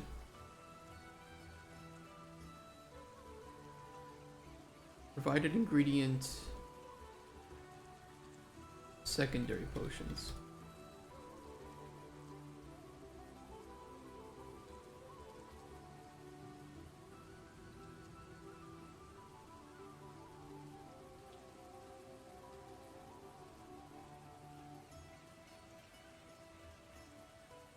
Affect my reactions to players with the results. I think more games need to embrace the idea of player failure as a mechanic and not give into what I think has been a long time trend of making the player not feel bad or regret their decisions. There's almost this this instinctual need for game designers to, if player feels bad, don't make thing that makes player feel bad. And so we just see this trend of games becoming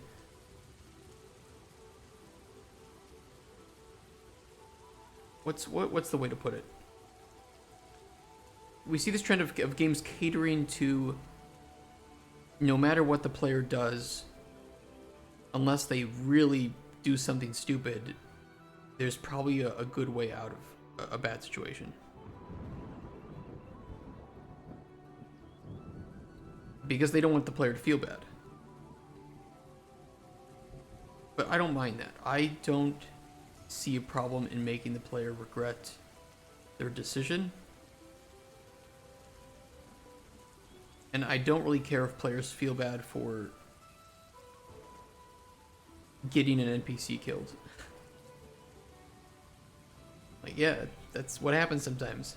The participation award culture. There's some of that. Like, I think some RPGs still are very good with failing the player. But there is a lot of, especially when it comes to like romance in games, where I don't know, it's like romanceable characters in games are written so painfully unrealistic, where they are just horny for your character at all times. Even if you're just like doing really bad things. And I really hate it. I miss the days where you could hit on a character in a game and that character would turn you down because they're not interested in you. And you saw that a lot with old school RPG games, where maybe a character just wasn't into men or women, or yeah, gamers don't handle rejection, or the characters was not interested in romance at all. You know, that's one of the things I guess I enjoyed about, like, yeah, Cyberpunk 2077 had some straight, it had, I think, what was her name, was only a lesbian, right? Especially with the weird character creation combos. Yeah, there was, yeah, that's true, that's fair. Samara in Mass Effect, you could hit on her and she would just turn you down. She's like, no, I'm not interested in that. Maybe in my younger years, but nope, not anymore. We had a dick and boobs get romance. No one? Really? I didn't know that.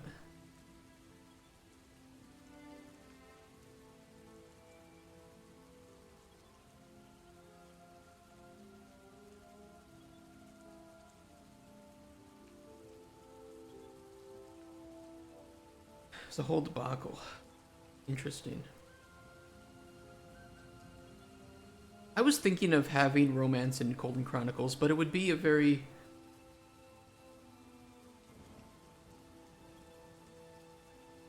I think it would be kind of one of those relationships you don't often see in games, where, you know, you're kind of smitten for this like adventure, but you know, it's just like you lead totally different lives. You know, whenever you visit, it's nice to see them, and you flirt a bit, but it can never go past that. It's just because,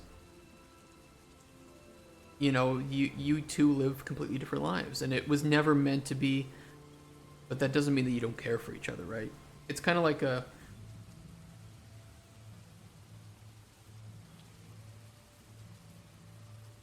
I don't know. I didn't know if there's a word for it.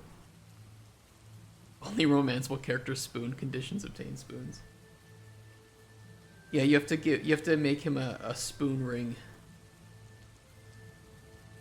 I don't know if players would like that though if I did a romance like that.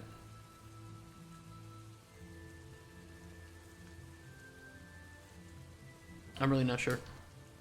It would be a very unorthodox RPG game relationship.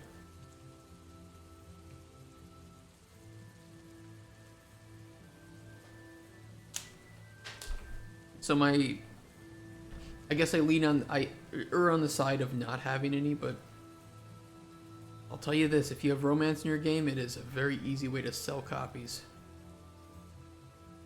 That doesn't mean that I'm going to do it. I'm just saying these are the facts. I don't think my game needs it.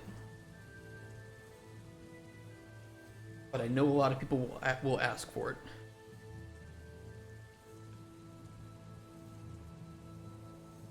Romance the Tree Granny. I'd like for there to be love in my game. Let's put it that way, but not romance. Maybe that's a good way to put it. And to really explore the separation of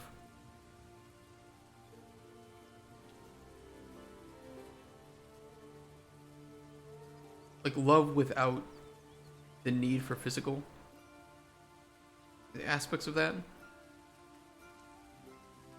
Romeo and Juliet NPCs. He just comes in asking for poison. My father doesn't understand. So I'll make him understand. We could do some fun stuff like that, like pay homage to fairy tales where potions were used. So I think like wasn't Sleeping Beauty put to sleep with like some potion or something? Give them psychedelics. You just give them water. They just become hydrated.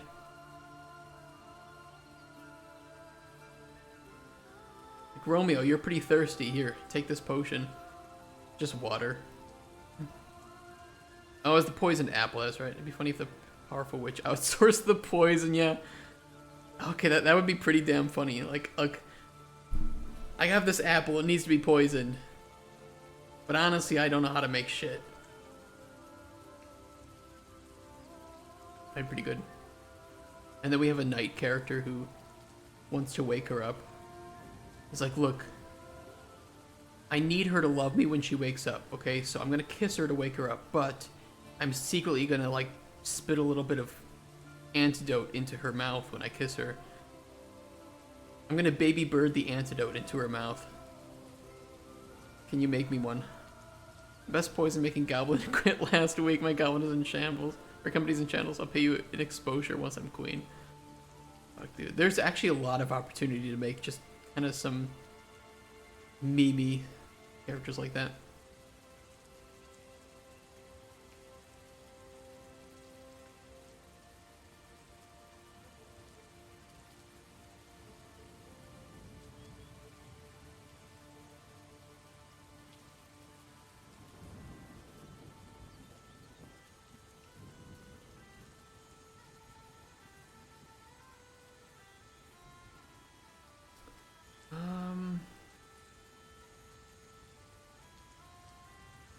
I need a Boolean input.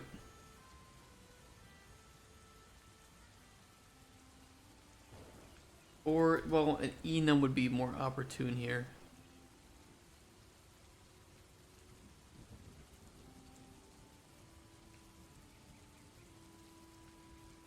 Yeah, let me do it that way.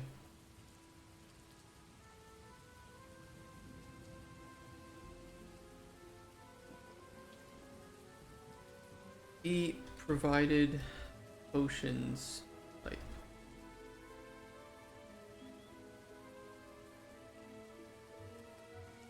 Check type.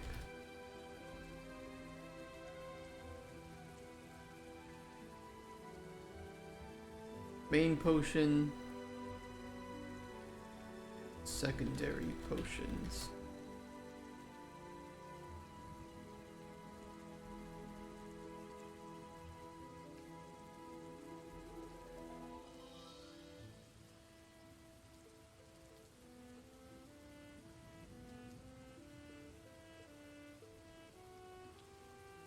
potion type to check.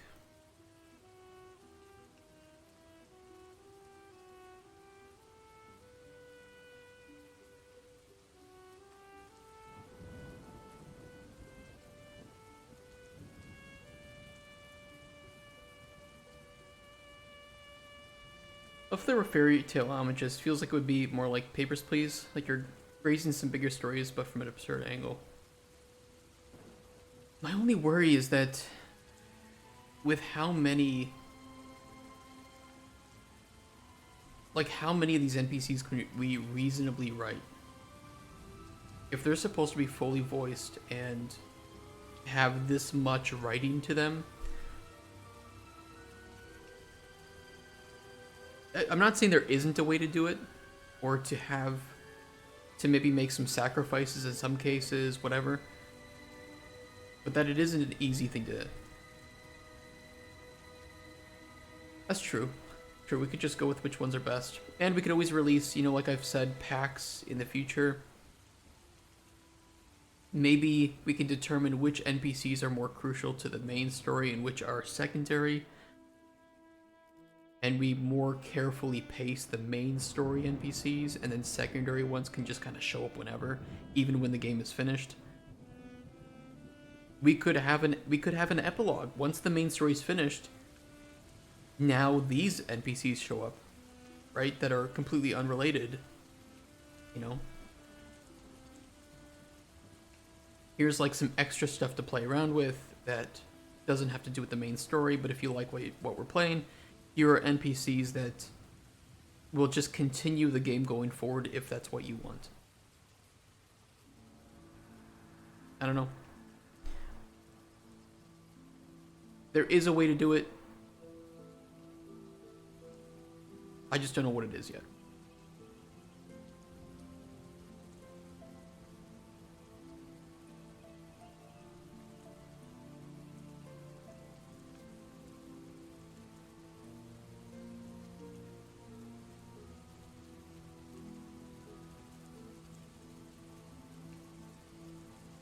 Okay, I gotta fit this in here.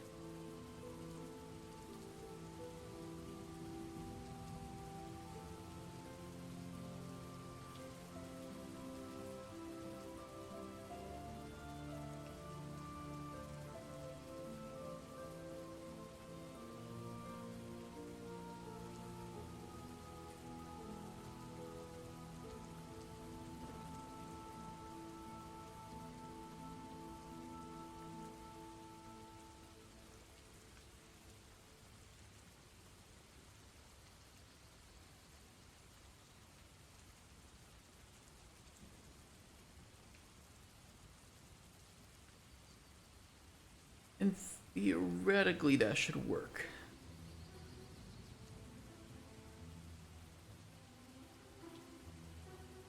Probably going back to sleep after Mom loves you.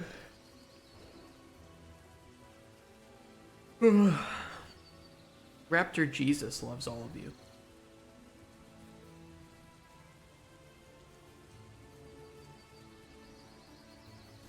We never finished Ryuden. Mom. I still want to finish that.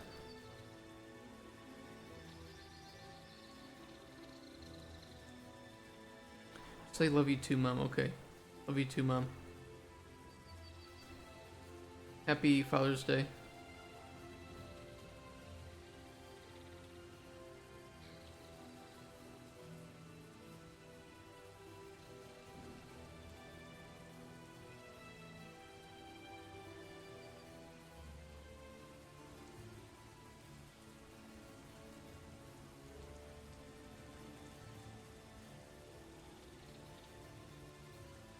That should work.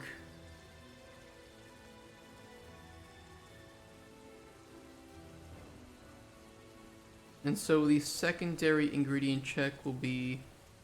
Couldn't we just outsource this? Could we just do get provided ingredient and then just... Yeah, we could.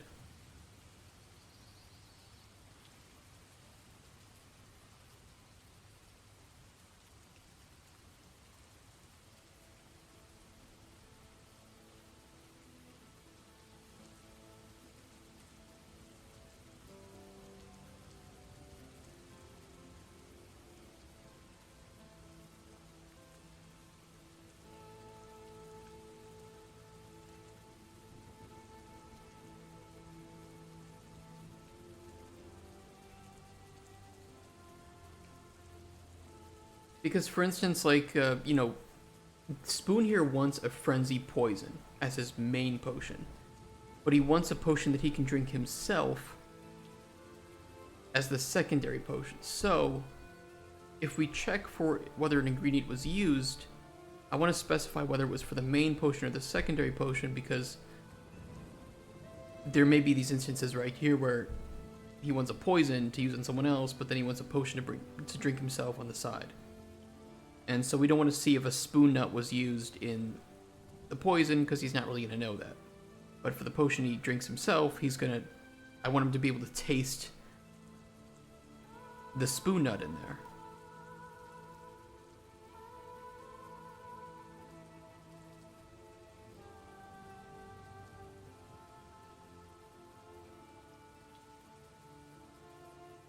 You know, that's important to me. Little things like that where we cater the story even just a little bit to your choices. And actually, you know, going back to like that whole romance thing, I have to say that's one of the things I loved about Starfield compared to, I know Starfield, right? Compared to Baldur's Gate 3 was that while it wasn't perfect, I enjoyed the fact that you could do things that were morally objectionable or your companions, and they would leave permanently because of that. Whereas with Baldur's Gate 3, there wasn't ever any moral conundrum that really pissed off your companions. They were just okay with you blindly murdering and doing evil things because I guess the writers just didn't care about that. Took one sip of alcohol and I feel like shit. Rough weekend ahead for feet. Oh man. It is how it be sometimes.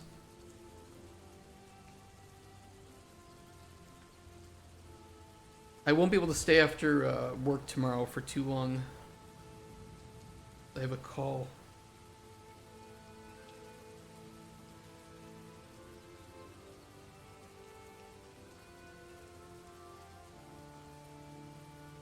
Today we can do whatever the fuck we want, though.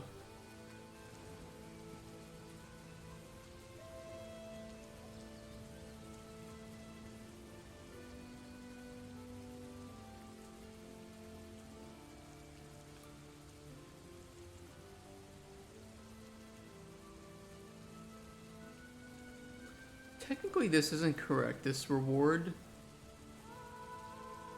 it's not calculating correctly.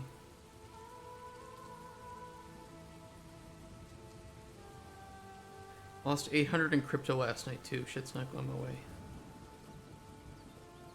Man, I lose $800 a month just by not having a job. Okay, it's not that much money, but it ain't great.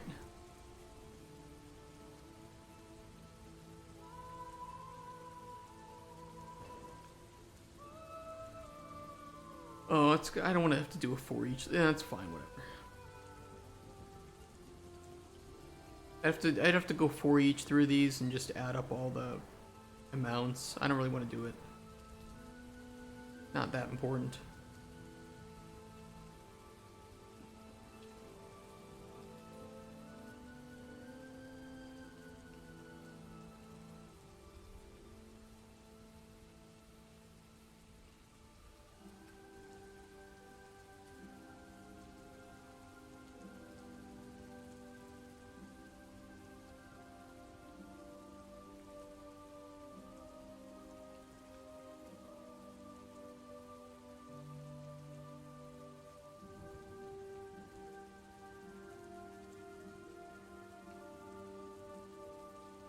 Crypto Dad's coming back from his holiday soon, so we'll make it back. It's coming up, baby.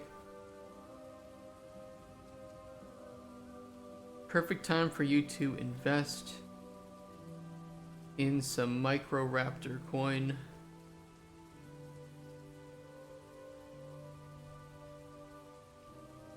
Condition, save choice.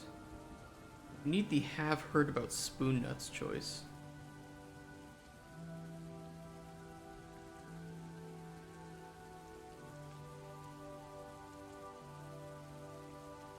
Received spoon nut.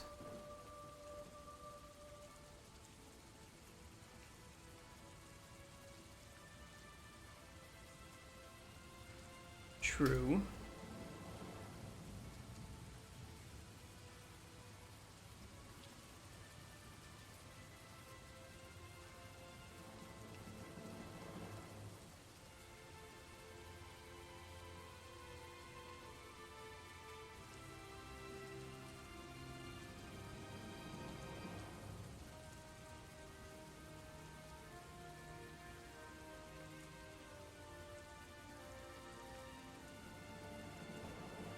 Wise and perceptive.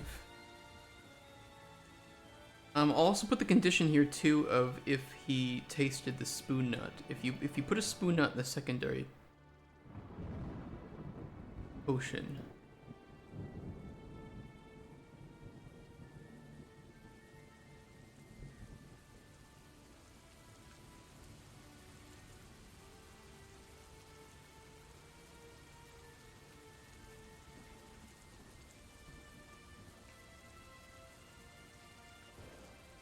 Provided ingredient in Thief 2A.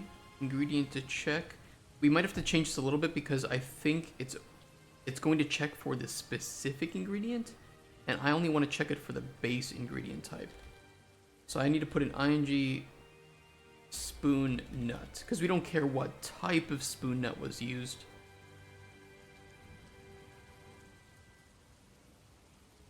We only care that it was one of the spoon nut types.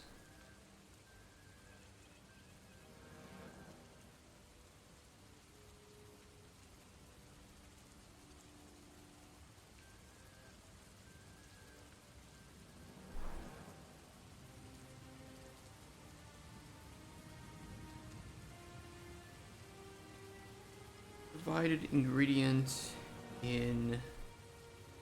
Hold on.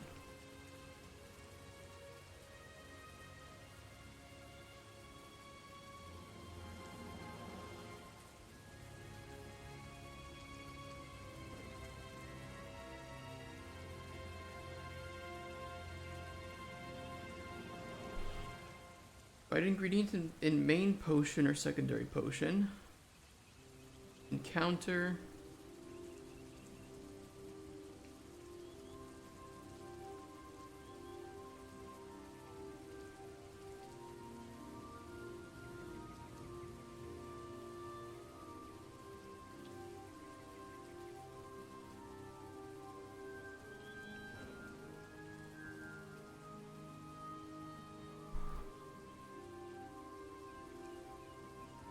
Condition provided ingredient in secondary potions.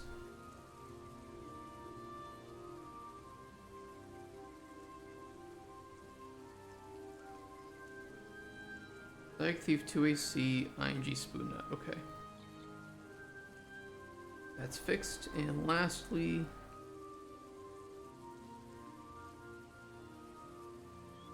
a function. Hey Lazarla 980, how you doing? Welcome to the stream.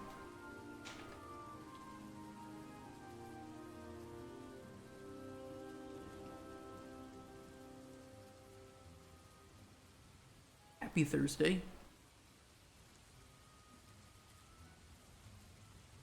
Doing good, just hanging out. It's the best way to spend the day, isn't it? Just chilling.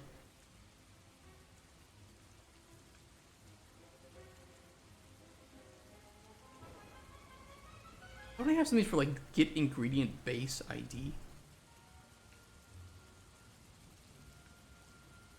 Pulling an all-nighter, cause why not? How old are you to be pulling an all-nighter? I remember as a kid I used to do it no problem. Now as an adult, I can get maybe two... I mean, 19's an adult, right? But we have 10 years apart, right? I'm 29, so for me nowadays, it's like... I'm just gonna go to bed. Whatever. I don't know what it is, but you get older and it's like, nah. And it happened in Chief. I just sleep until mid-afternoon, though. I used to wait when I was like grinding back, working on Darkest Dungeon. I think I woke up at around 7 p.m. 6 or 7 p.m. Drop and give me 5. What, push-ups? Yeah, I was like waking up at like 6 or 7 p.m. and then I went to bed at like 9 a.m. or something, or 10 a.m. That was nice. I kind of missed that. It was nice just having the whole night to yourself. School starts at 6 p.m., so usually it's fine. Oh, shit. Okay, let's do 5 push-ups.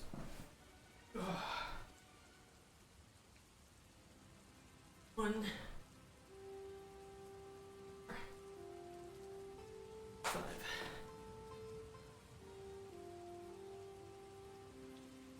School at 6 p.m. the dream? I don't know about that.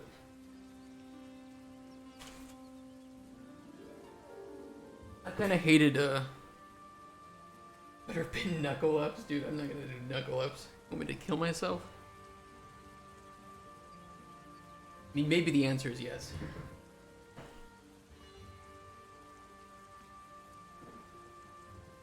What was I doing? Oh yeah, we have to get the base ID for these ingredients. That should be pretty easy.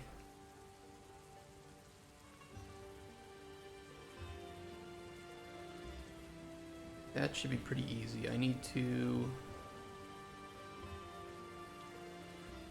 2 string.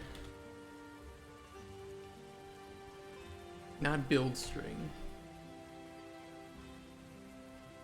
2 string.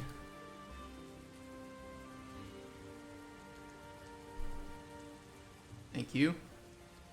We need to split from end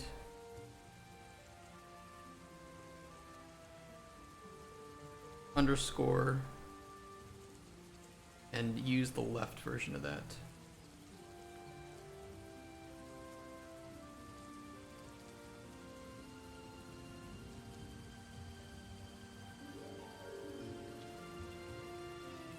I can indulge my night owl tendencies and not suffer for it, count me in. I did the night owl stuff when I was starting in the industry, and it was nice, but I also think it had a big impact on my social life and my mental health. I mean, don't get me wrong, it was great working at night, but doing that for a few years was not... I kind of regret it a little bit. I asserted dominance on 14-year-olds. Excuse me? To do with my military stuff, and instead of doing push-ups, I did those clap knuckle-ups. I died after it. Broke the SQN record for push-ups while doing that though. Really show those kids. I did 68, counted 69 nice in a row. Didn't move for a week. Jesus. Careful typing, I asserted dominance on 14-year-olds. Working at night has its perks, but the world revolves around the day. Yeah, that's pretty much it. It's like, I guess it worked, you know, because I was living at home with my parents at that time. So it... like, it wasn't that bad. But now that I'm on my own, I have to run my own errands. I have to go to the store to buy my stuff. Nah. Can't do it anymore.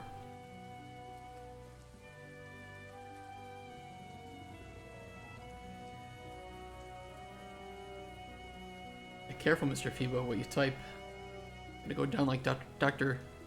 Disrespect here. Yeah, working in the day, I'm not a fan of waking up when the sun's down. I am very much like a middle of the day person. Start of the morning, I don't mind waking up, but I'm not really that attentive. And end of the day, I have no energy. Middle of the day is perfect time to get down and dirty.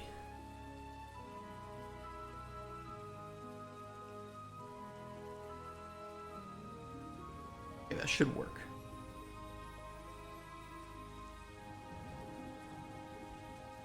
Wake up at 10 a.m. Earlier I'm just fucking depressed. I wake up at 7:30 these days. But I take my time, you know, like... I live 5-minute walk away from my office. So 7:30, I take an hour and a half to get here.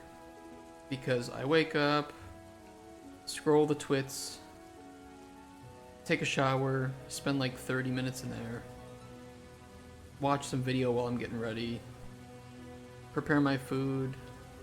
You know, I can take my time, no rush. I'm getting hypnotherapy to help me maintain a sleep schedule. You have to let me know if that works. I'm very skeptical. Hey human, it's good to see you. Why is this work out my in bed for sure?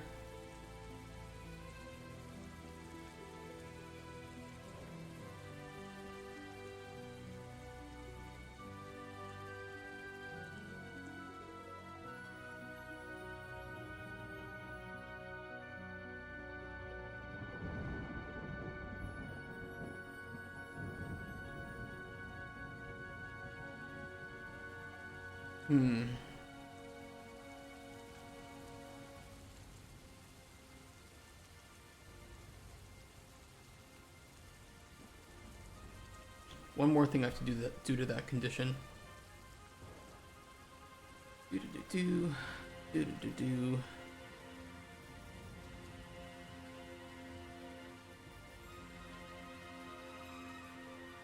Select.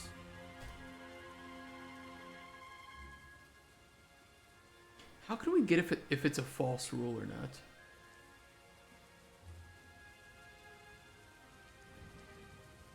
There should be a not boolean somewhere. Yeah, here we go.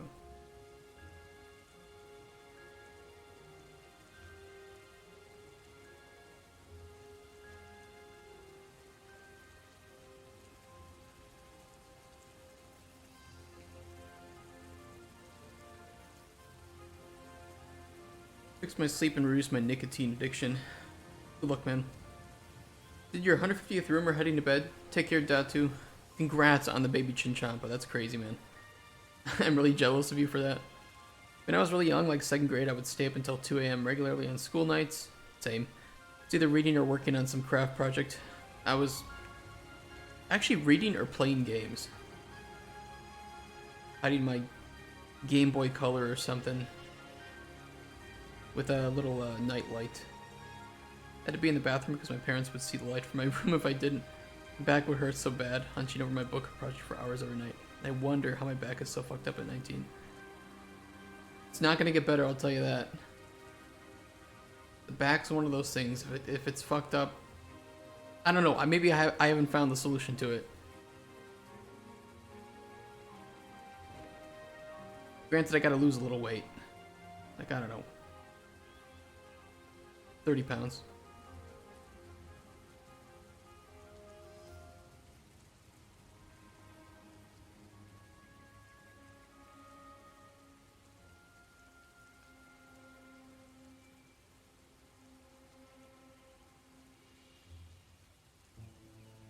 On the floor next to it.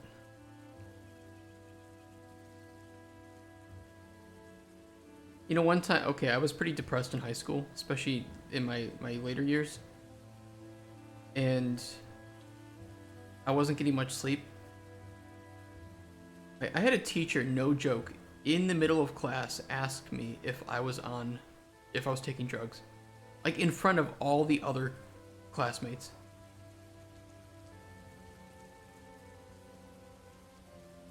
I will never forget that moment. That was so fucking inappropriate.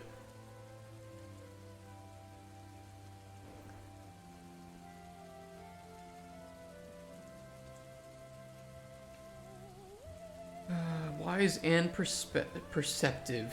This is if you receive the spoon nut. We need one more dialogue line. If condition receives spoon nut is false.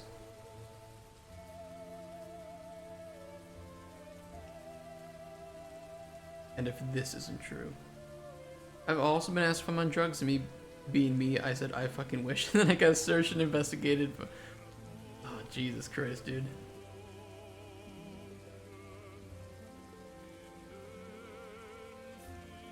Yeah, I'm surprised that wasn't the first. That, I don't know, it's if you feel like a kid is I don't know, depressed, or you know something is wrong, they're not acting normal, the first thing you should do is send them down to the medical room. Okay, not berate them, not send them to the principal's office or something, and certainly not ask in front of the class if that kid is doing drugs. Wasn't in school long enough and then to ask that. I dropped out of high school my senior year. Did you also drop out, Lazarla? Can we be dropout buddies?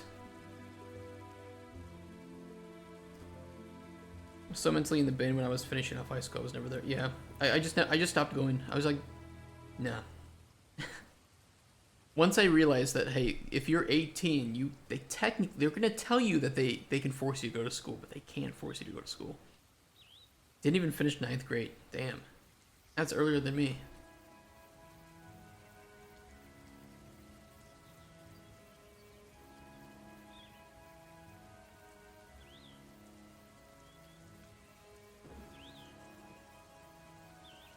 Got your GED instead. Okay, well you beat me there. 0 qualifications, but still got into uni. Pretty lucky. I was really depressed after dropping out because I felt like my dream was impossible, right? Because there was no way for me to learn game dev at that time outside of like being taught. There was nowhere near as many resources online as there are now, and game engines were way more difficult to use. They had a very high learning curve. So I felt like, okay, well, I dropped out of high school. Now I can't get into university, take a game development course. And I certainly don't have the money for that. So I guess I'm fucked.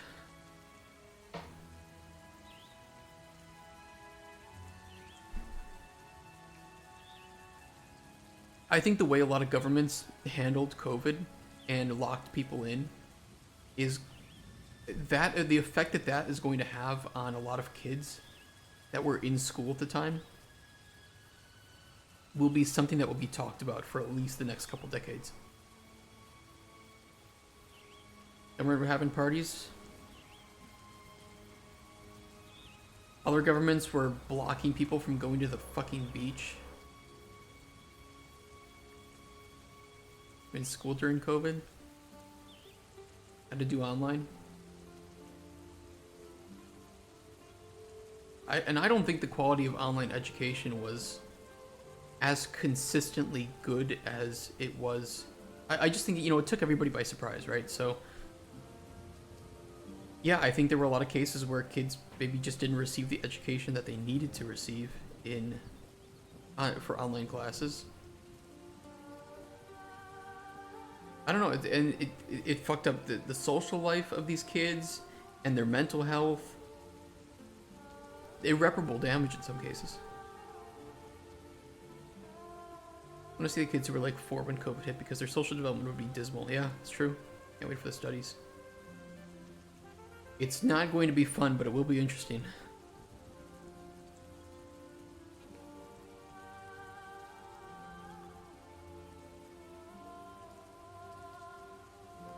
Tasted something rather odd in the potion you gave me.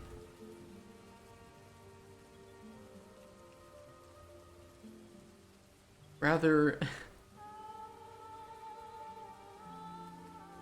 amazing in the potion you gave me. You by chance put a spoon nut in there?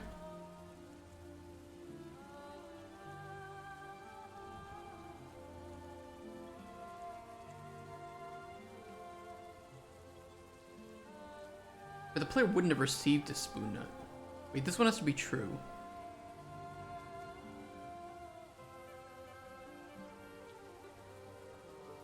Never got anything done. I'm pretty sure I spiraled into not completing any assignments for a few months. Jesus.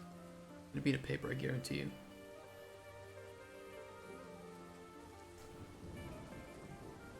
Yeah, the whole COVID shit. Wild.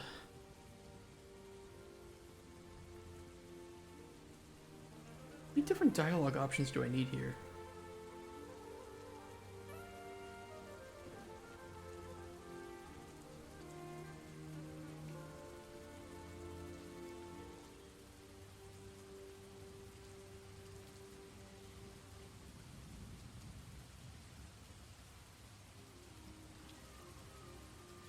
Condition, provided ingredient, beef two-way, ingredient to check, ing, spoon, nut, secondary potion.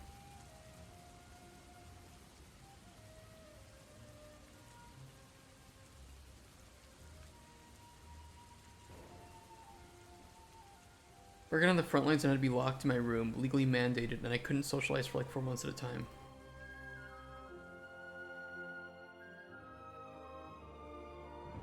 I lost some friends over my opinions on the COVID stuff. Unfortunately. I don't think my opinions were that radical either.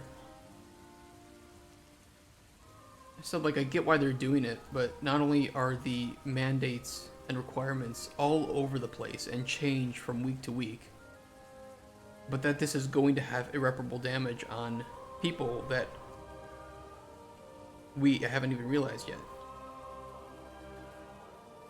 And here in Poland, a lot of the people who weren't wearing masks were the old people who it was meant to protect. Like these, I mean, and I get it, like these were old people here in Poland who have lived through the communists here, right? I don't blame them for just not giving a fuck. I'm not mad at them. I'm more mad at not only like the WHO, who clearly was paid for by China, but I'm mad at China for all the bullshit they pulled during COVID, especially with buying masks from around the world and then selling them at an exorbitant price. The clear lack, the clear violation of human rights that occurred with locking people inside their homes and arresting them and shit. Many people died because of it too, except people telling me it was fake. What makes his dad and a few things due to his beliefs. Yeah, it was, there were, okay, I think some countries had really reasonable responses, some didn't, but this whole, like, it was just all over the place. It was all over the place. Under masks at all times, we could only take them off when we ate or got in bed. The hospital workers were the real heroes of this. I mean, I saw the rashes that people in hospitals got from wearing those all day. Wild.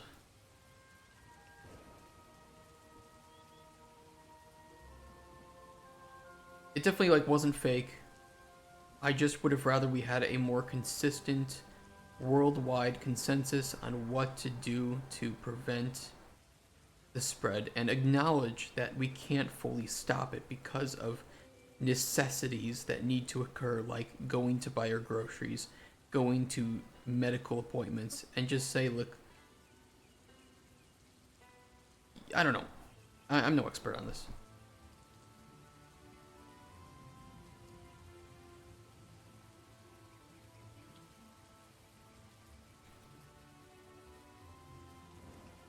Okay, if you've heard about spoon nuts, true. Then he's gonna have a response if you provided the spoon nut or not.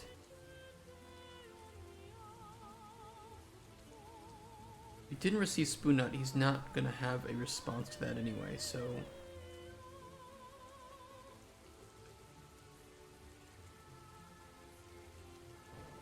we don't need to check it here. Remember, we didn't need to wear masks anymore. Still honestly not comfortable without it now.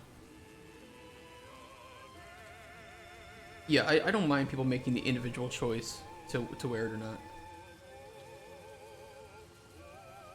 It clearly works for a lot of Asian countries where it's just more socially ingrained that if you're sick to wear a mask. Although sometimes it is kind of part of the culture over there and people just wear it no matter what. I'm not a huge fan of that, but again, individuals, you get to do what you want with your life. A CPR procedure for the NHS was to put a towel on someone's face as their exhales are considered an aerosol-generated procedure, so it felt really horrible to me. For CPR? Ah, yes. When somebody can't breathe naturally, you want to inhibit their ability to breathe. Makes sense to me. We're meant to do rescue breaths. I'm pretty sure I'd rather have COVID and save somebody's life, if you ask me. Especially if I am meant to, if that's my job, is to save them.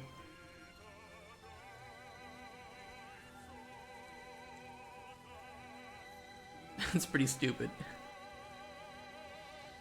Although I know that now we do know that CPR isn't... aren't you only supposed to do chest compressions now for CPR? You aren't actually supposed to do breaths? I mean, that's kind of a separate thing, though, to be honest. I had a big debate about this, and I said I'm okay having COVID if I saved a life. Yeah. Like, I'm healthy. I can survive COVID. I would much rather know that I have prevented somebody from dying and cough for a couple weeks. You're meant to do breaths, 30 chest tube breaths. Really? I could swear that the current medical consensus is now that only chest compressions are supposed to be done. Are you supposed to do breaths in CPR?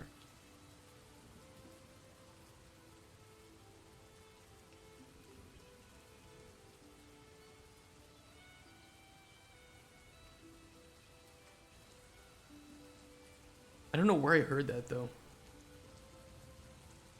Definitely says for like drowning, where the original cause, where lack of oxygen was the original cause of cardiac arrest in the first place. That makes sense. I don't know where I heard that then. For certified lay providers.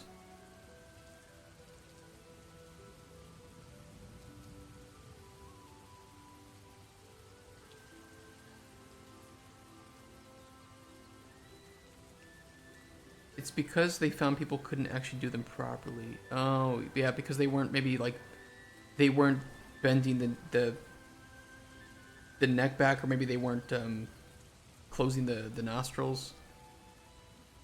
Create a non-rebreathe face mask on me at all times, though.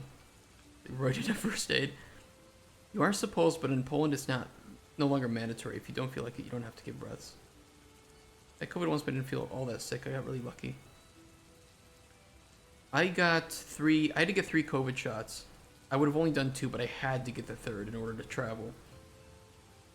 And I was drunk for 2 of them, and I got drunk after the other one. I don't know why. Show up at a hospital just buzzed on beer. Let's fucking go, let's do it. They were putting too much tongue inside.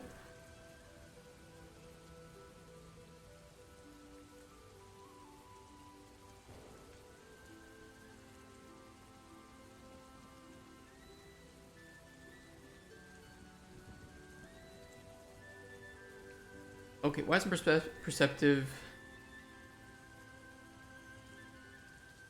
That's for sure. This is... Sorry. Or we can lead into the actual news about how the potion did into a...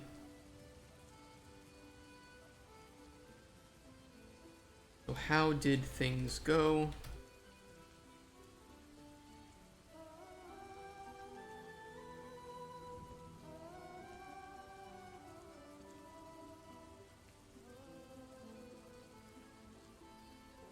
How's it going, Spoon? Going very well. Poison and potion are very effective.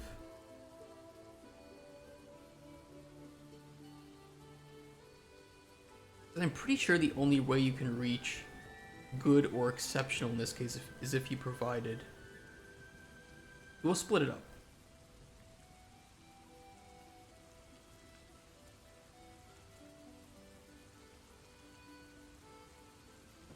What comes first? GDD or prototype? Prototype.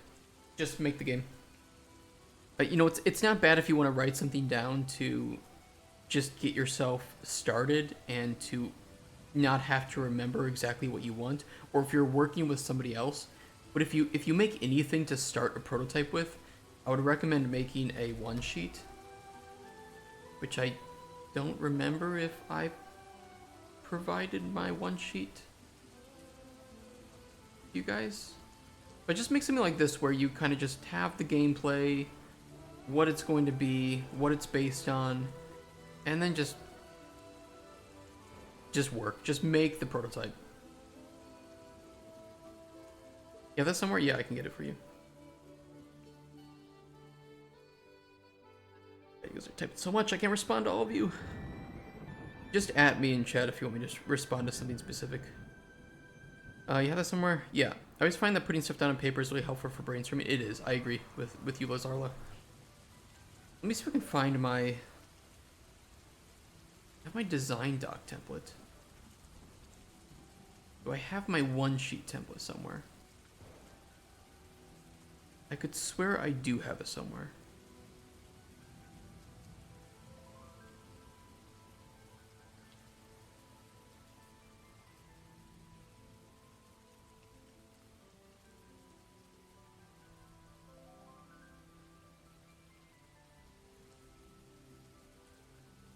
It's the design doc template.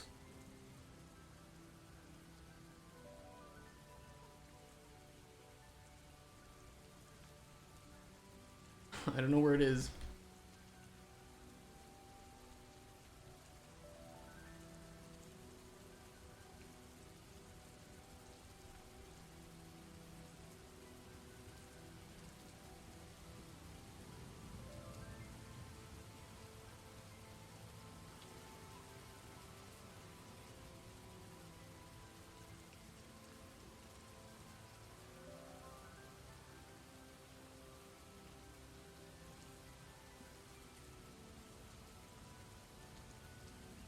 Maybe I only have it at home.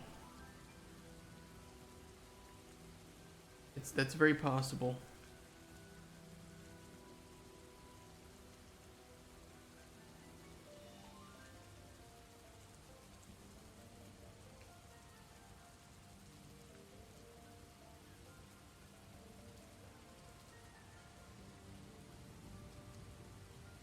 Granted, I could just give you this Word file and you can just replace the things in it, I suppose. And that might actually work.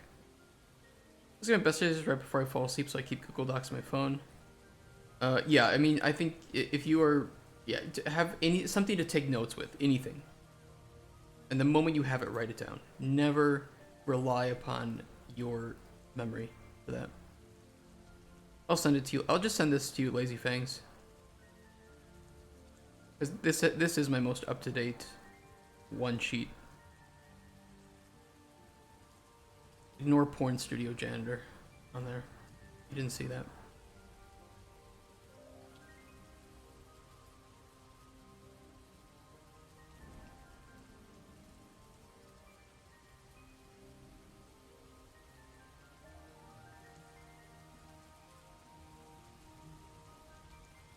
You have to provide a frenzy. I guess we could just check if the player has provided carry weight or stamina.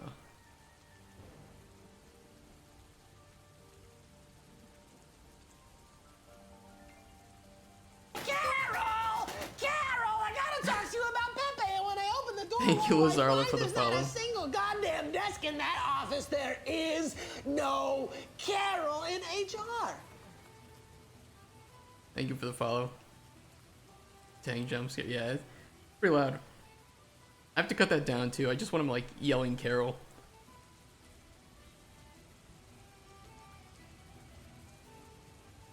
We'll do this.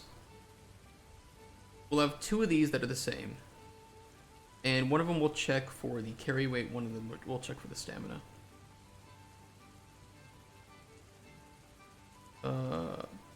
Do we not have a condition for provided effect?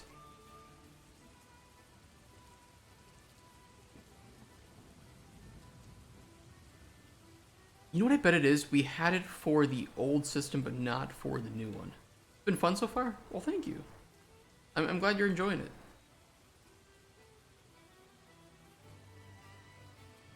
Let's make a condition for this then. Narrative condition, NC, provided effect.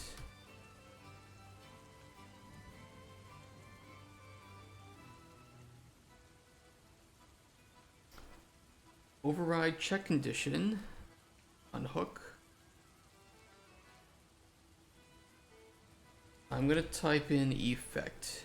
Does it pop up somewhere? Get provided effect. We need an encounter ID and an effect ID to check.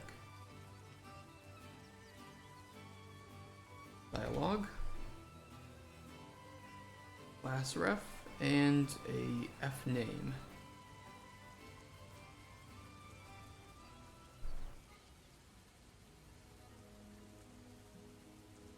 Effect to check.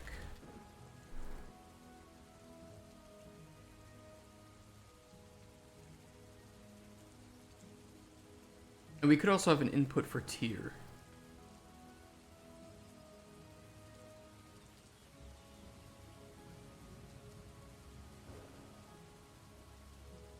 We'll do a Boolean and a B check tier.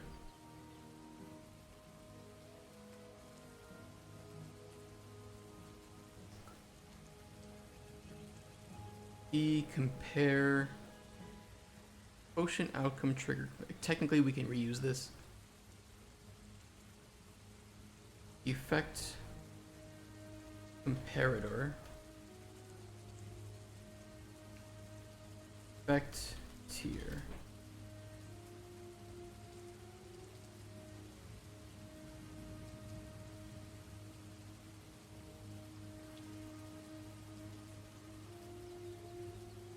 If check tier is true, we'll keep going. If not, we will return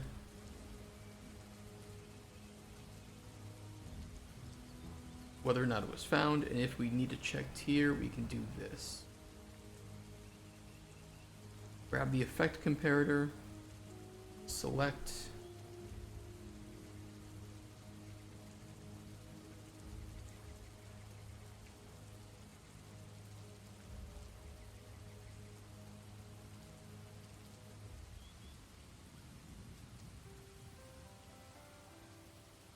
technically we could turn this into like a macro or something that just takes two integers in and an effect comparator and returns the result. That could be pretty smart. Do I have a macro library?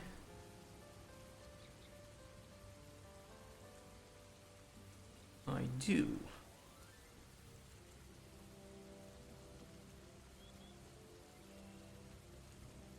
Compare integers.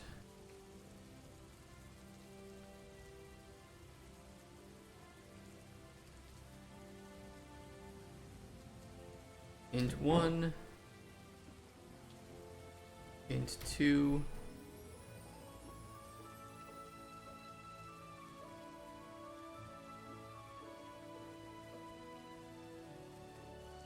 this will be the comparator. Regarding the GDDR prototype question, I have something to ask as well. Sure. I don't have that much game dev experience, mostly just a good grasp of the needed coding concepts. I would like to make my first real game in RPG Maker. Good choice. Because I already have it, and it seems relatively beginner friendly. Which option would you suggest? Like, working in RPG Maker or something else? Is that what you're asking?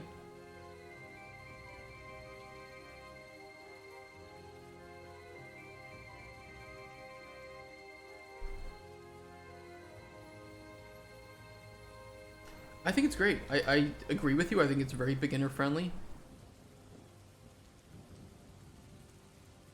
I completely agree.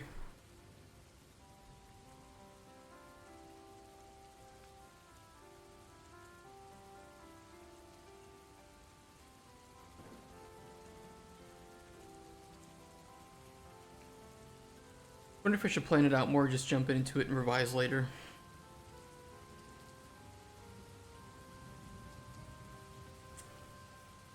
You have your game idea, right? I would say that you could start with just seeing what the... First check what the engine is capable of. See if there's any way that you can do it. Have it do the things that you don't... that you want it to do, but it doesn't allow you to do by default. And if that's the case, right? Because it might just do everything you want it to do.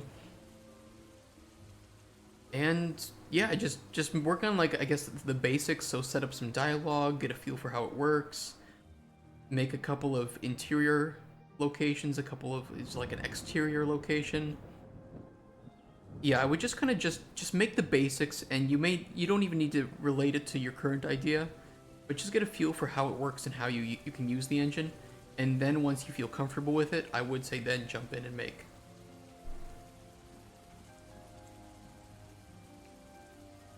Make the entire thing. And break it into parts too. You know, you don't want to jump in and get overwhelmed. So, you know, usually what we do is we create a first playable, which is just like the bare bones of everything that the game's going to have. And then we make what's called a vertical slice, which is what you would generally consider a demo. This is everything the game's going to have, but only a tiny part of it. So everything that you have, maybe your starting town, like I would say a good example for a vertical slice, if you think of a game similar to what RPG Maker is going to output, would be like Pokemon. You have Pallet Town, you have the route between them, and then you have the first town with the gym. I forget the name of it. Boulder Town or something. We think of like Pokemon Gold or something. That would be a great vertical slice, because you have everything that the game is going to throw at you, but just a small slice of it. One page says early access. Hey, Coach Carter. Yeah, it does say early access, doesn't it? That's still up for debate. That hasn't been finalized yet.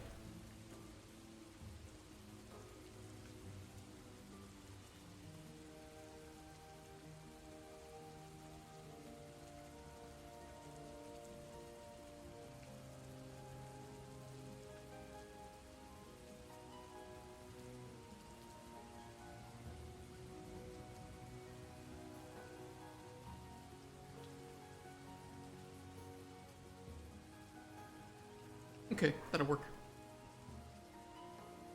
And we will put in a couple of keywords here.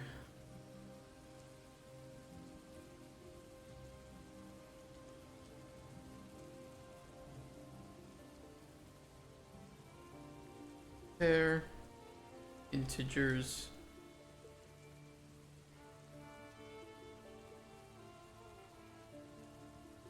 You see that AI game making engine? I only saw that you sent it to me, but I don't have much faith in stuff like that. AI is very bad at designing.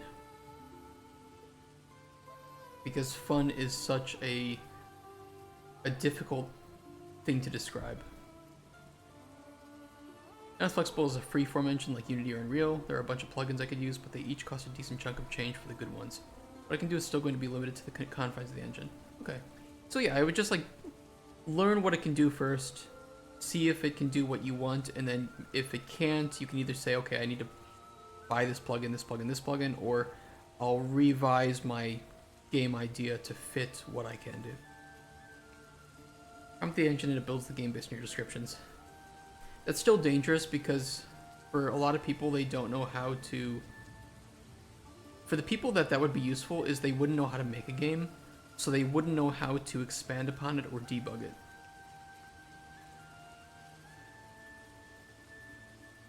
But for people who know how to code, you know, and can spot bad code or are good at debugging, there are some elements of AI coding that can be helpful, but I haven't really seen any practical use of AI coding that has ever resulted in a stable product with good code architecture.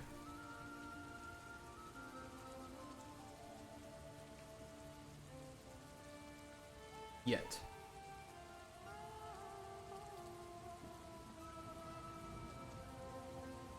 Compare integers.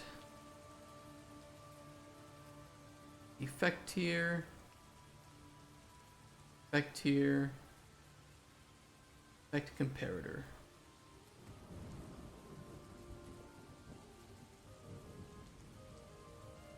Some AI snippets helped me in math. There's still a problem with AI that I really hate in that it doesn't tell you confidence. It doesn't ever provide you with confidence level. And even if it did, I don't feel like it would be very reliable. AI will just straight up lie to you with complete confidence. Which is really scary.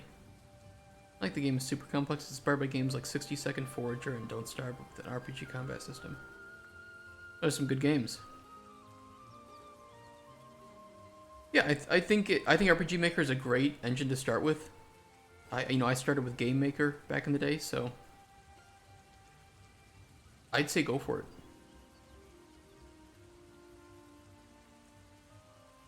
And if you ever just want to like brainstorm, you can hop into chat here and just, hey, what do you guys think about this or that? We're pretty much all making our own games, so we're not going to steal your ideas because we don't have any time ourselves.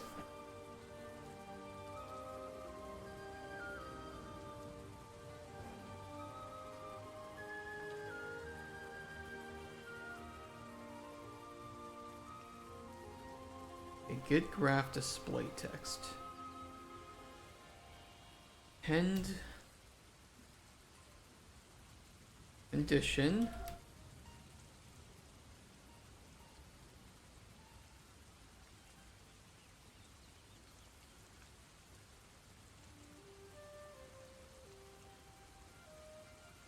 Check for effect.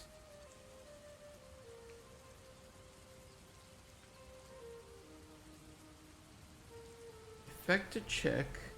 I'm gonna actually get the string for this. Get string.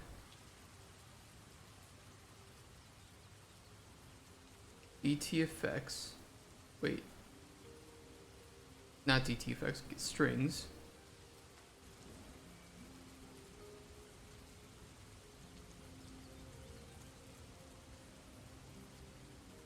Work across GDD, could I send that to you on Discord? Yes, you could. Not like the game is super okay, I already read that. Sorry.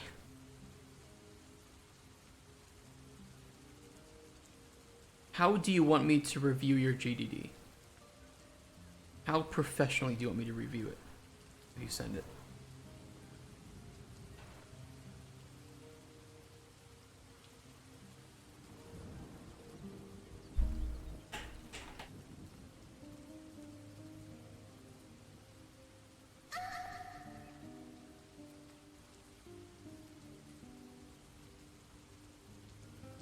Select.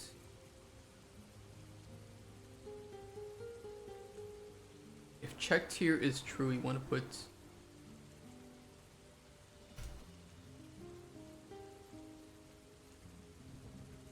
tier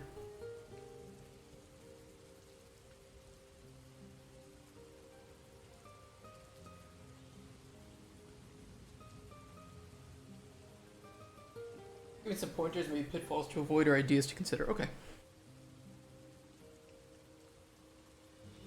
I don't want to go into it and be like, well, you know, in a professional GDD, you would have this in this section because publishers would want to know this and this.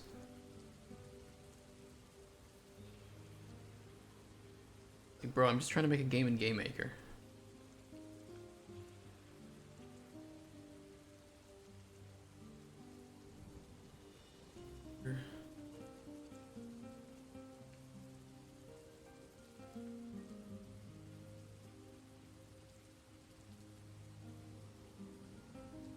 Counter.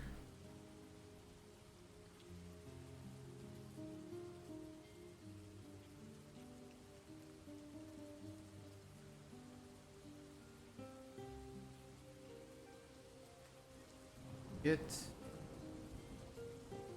display name.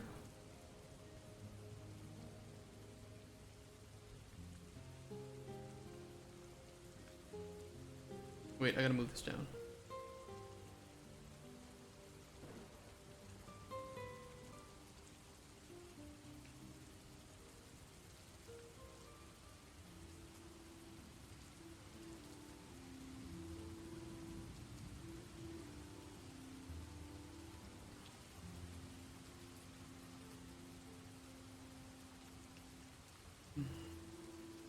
Just make sure when you send it in Discord to send it to Maester Silvio, not Riley the Raptor, which is our bot.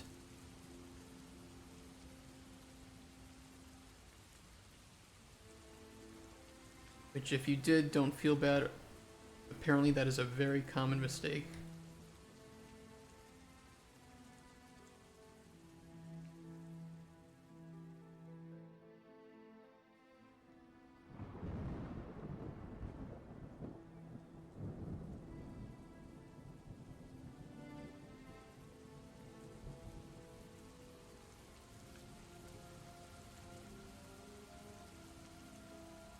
And here.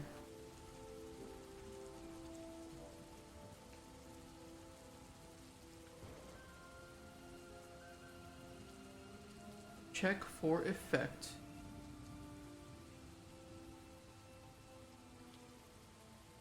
Blank.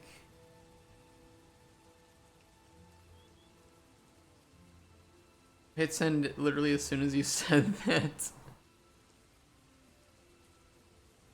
Oh man, yeah, it happens.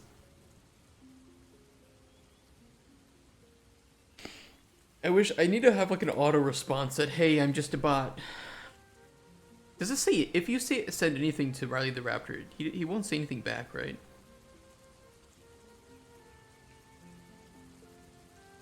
Yeah, he doesn't say anything back. Hold on. I think I can fix that. Red bot cogs. Need like an auto respond.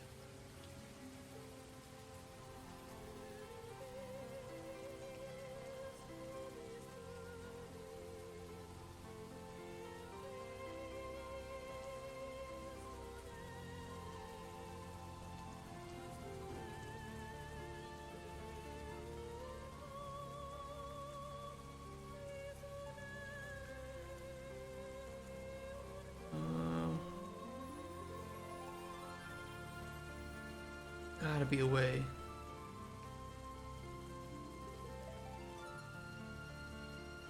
Maybe as part of like some mod tools or something.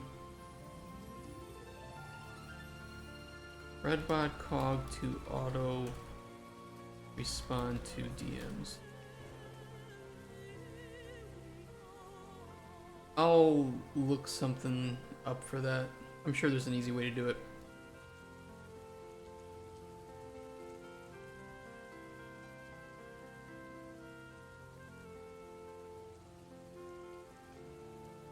Check.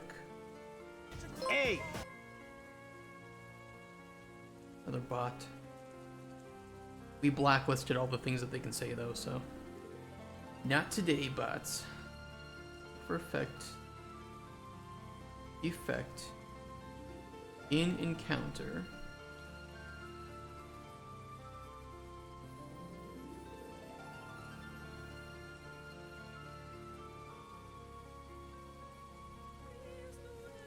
No, I need to have something before it.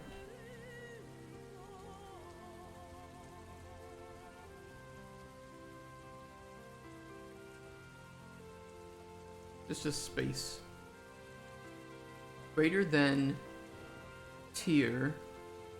Effect tier.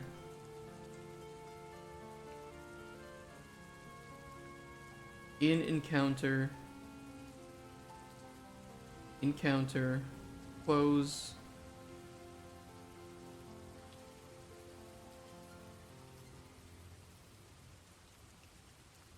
Not.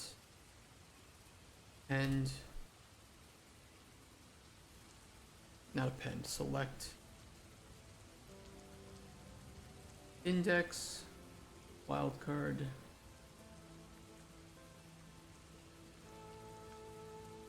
False rule.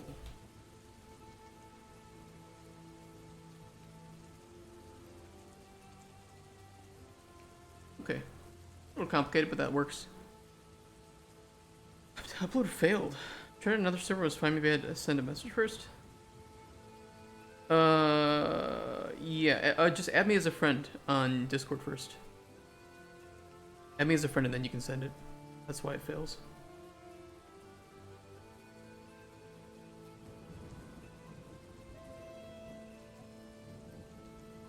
Just to prevent some spam, you know.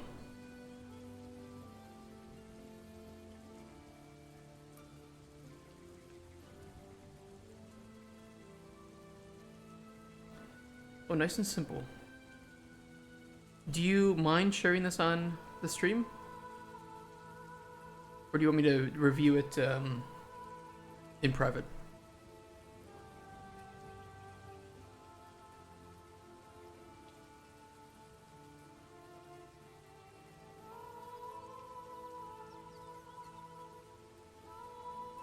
This is a free consultation.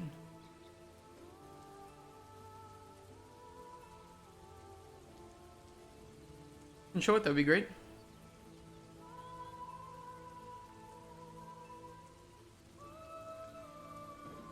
Okay, what's basic interactive design? RPG Maker game where you survive by foraging and battling beasts with your animal companions. Okay.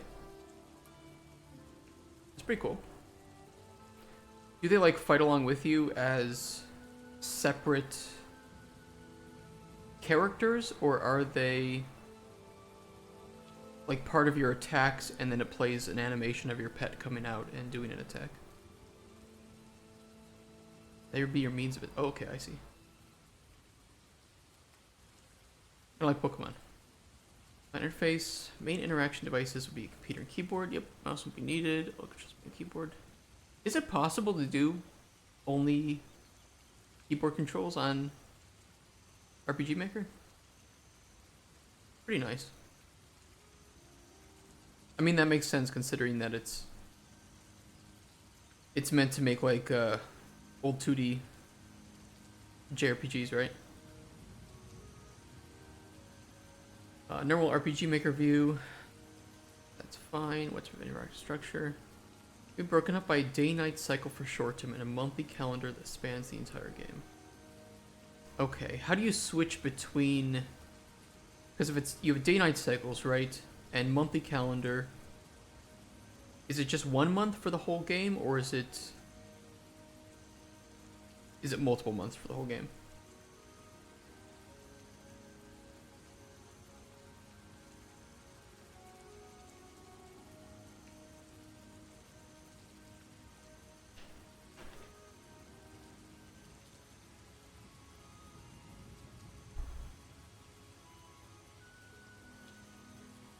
I can wait for that response.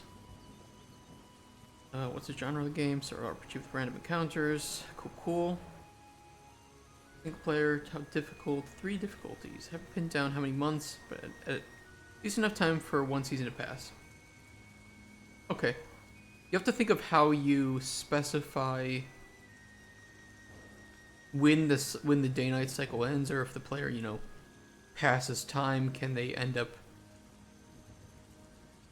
with the game ending before that? So, you know, maybe I'm misunderstanding it. 3 difficulties.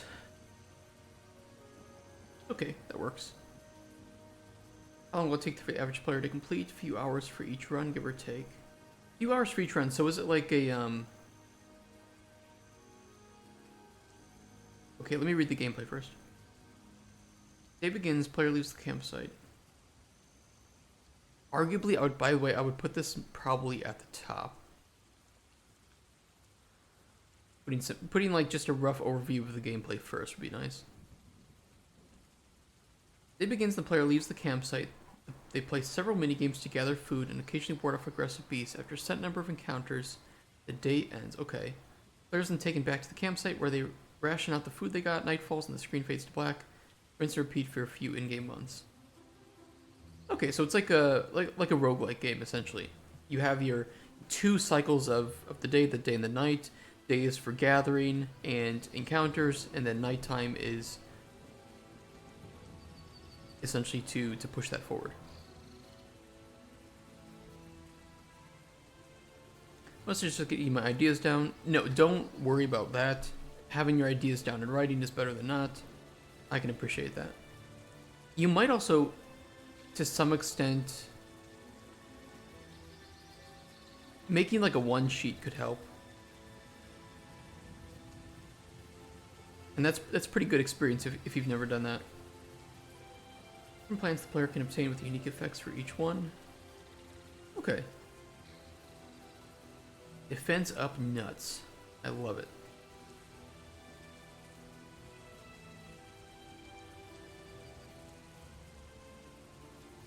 I'd be curious to see how RPG Maker handles this kind of game cycle. I don't know anything really about it. I just know you can make traditional JRPGs with it, but I don't know if you can do something with this kind of cycle and rinse, repeat, random encounter kind of stuff. Ideas to balance food for sustenance versus food for battle. I would probably have to remove the red berries for that. I would think about that or worry about that once you have the base structure of the gameplay loop down. So your loop is, I suppose you start off just alone or just with like a starter animal in this case. You know, your gameplay loop is going to be the day cycle, night, and repeat, right? So your day cycle is going to be encounter, reward, repeat, until a set number of encounters take you out of that, leading to nighttime, which restarts the cycle.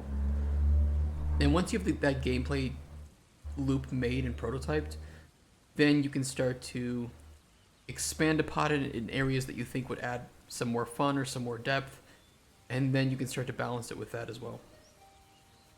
Like gameplay loop first, start with your core pillars. So what are the most important aspects to this game? Probably the encounter variety would be one. So like encounters would be one of your pillars. The animals, the beasts that you can have would be probably your other pillar. When would the minigames come into development?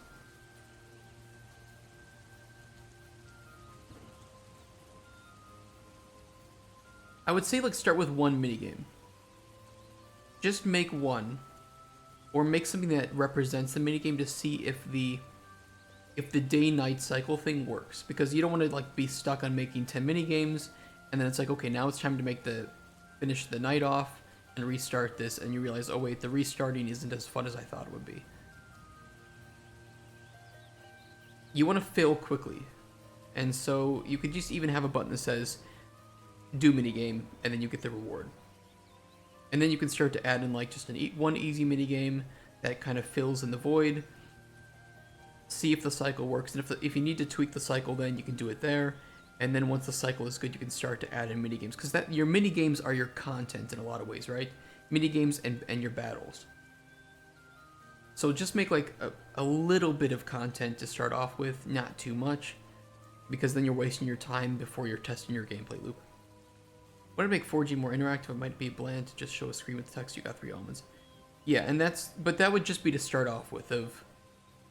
Let me get the bare bones of the loop made, and then replace this you got 3 almonds with a mini game to collect. Music is from Heroes? Yeah, it is. Hey Andy, how you doing? It's a big relaxing Heroes music playlist.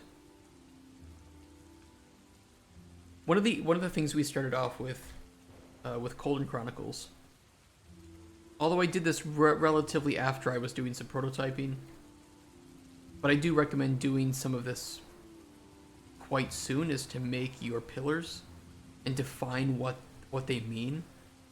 Why are they important, and how do they accomplish what you want them to accomplish? So for ours, it's alchemy, storytelling, and our open world. And then we have the gameplay loop even before that, which helps us to define what our game actually is, action to action to action. I want to make a game now too. Making a game is fun. It is fun. It's a lot of work, but it's fun.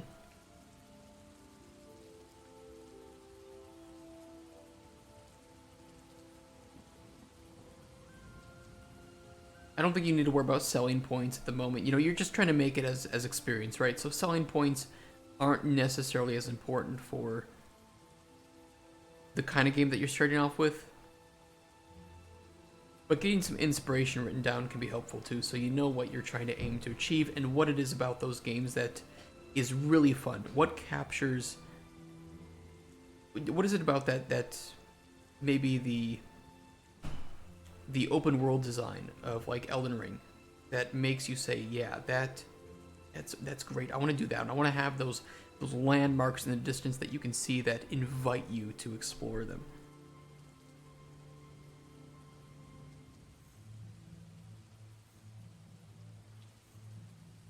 But I think this is a good place to start. I would say make your gameplay loop and your pillars, they don't have to be too in-depth, just what is the most important aspect of your game, and then focus on those and make your game have one loop completable. And then start to say, okay, this is feeling good or it's not feeling good, and where can I improve it or iterate upon it.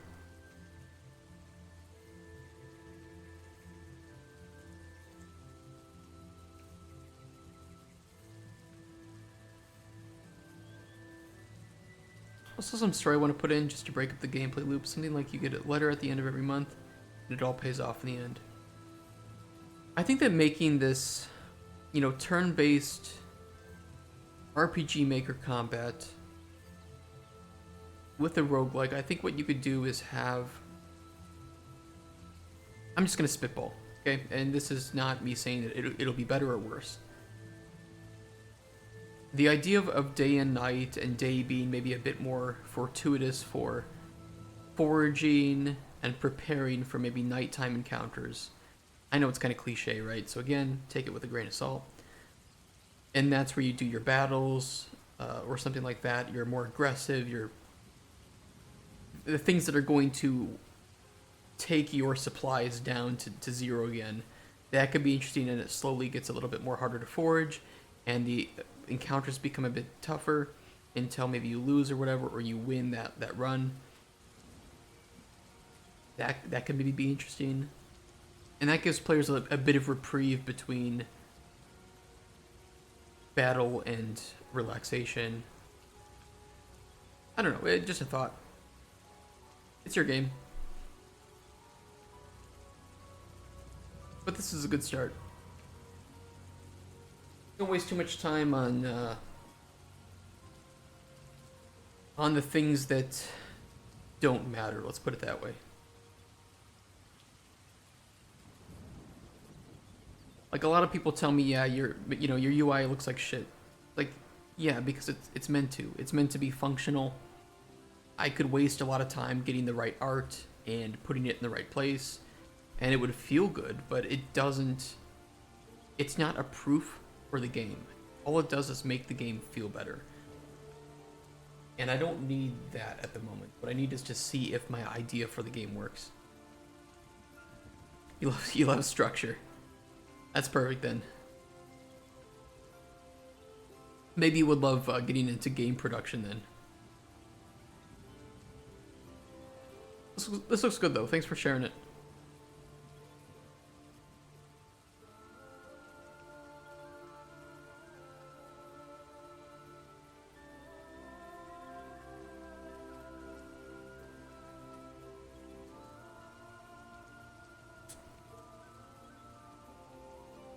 Okay, we can do...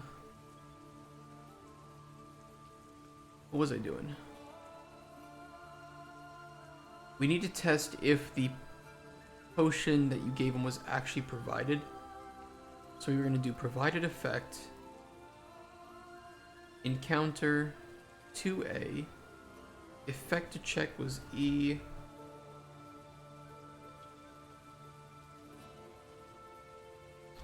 fortify, carry weight.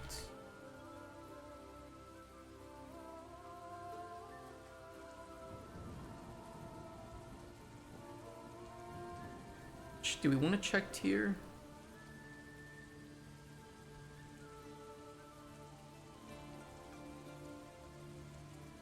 No, we just want to see if it exists.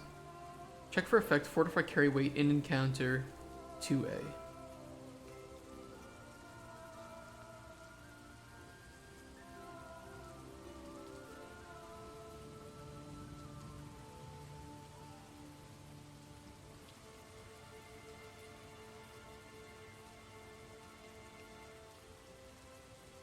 copy paste.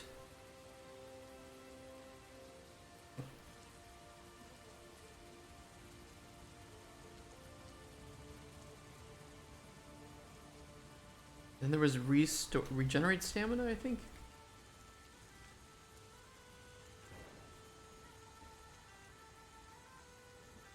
Yeah. And these will be the same result, or if you didn't provide those and somehow got a potion higher than base.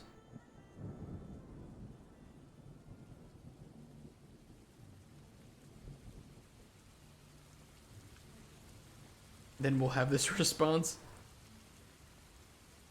Separating the forging battling to Dynet would also prevent the game from becoming too smooth, if that makes sense. If the roguelike games I played, there's usually spots of relief and spot of danger. Yeah, that's what I was thinking too.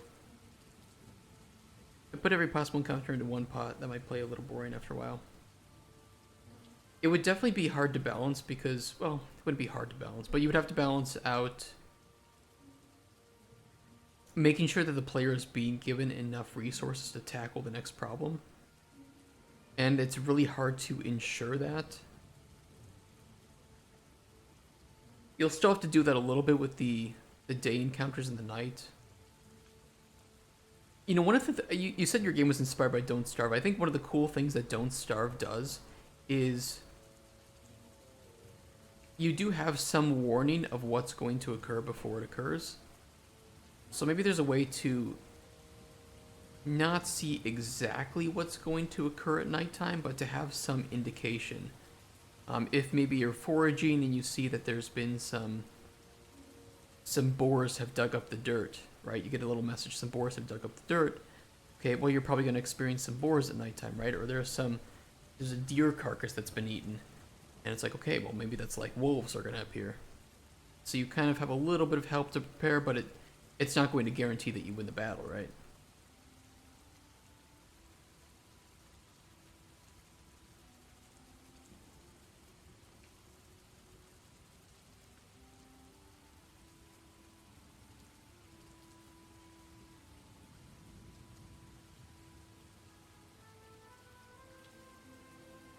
Went quite well. Poison was very effective. Scripture is my favorite roguelike. Maybe I could take a cue from their map mechanic. That's a good one to take inspiration from for sure.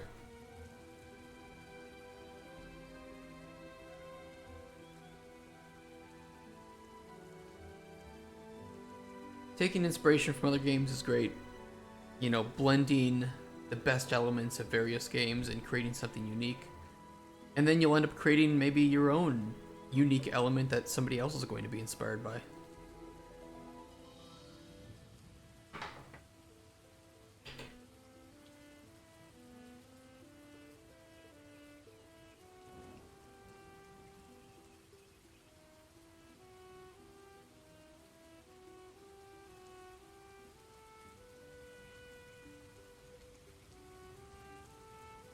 Very glad to hear that.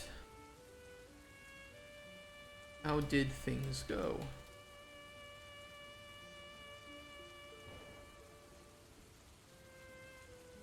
With getting your loot back.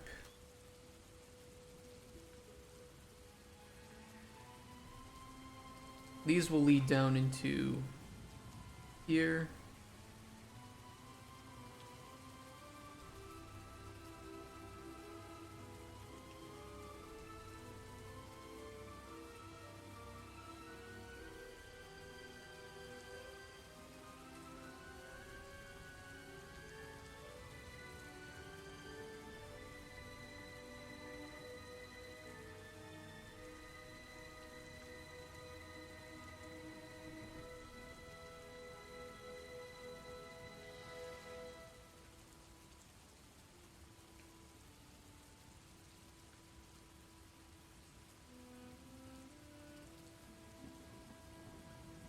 I sliced up one and he went... Because you provided a frenzy potion to him.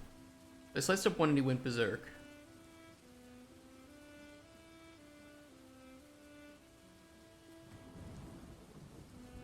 Well, everyone was freaking out.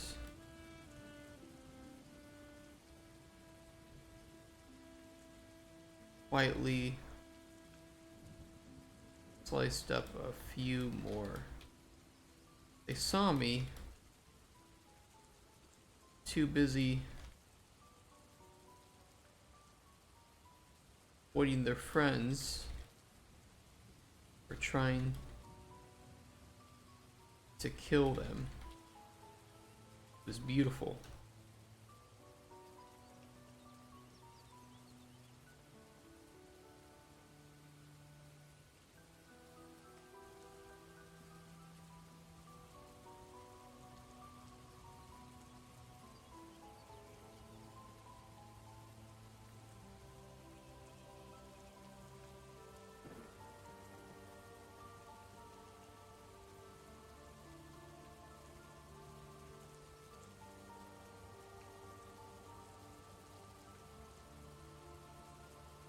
But I still want that to lead into the spoon nut. So maybe don't go back here yet.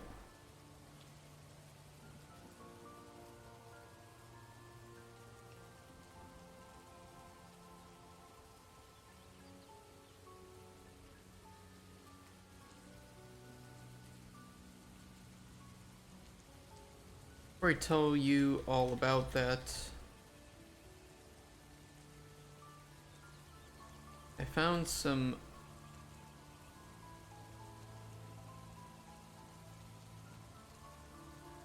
something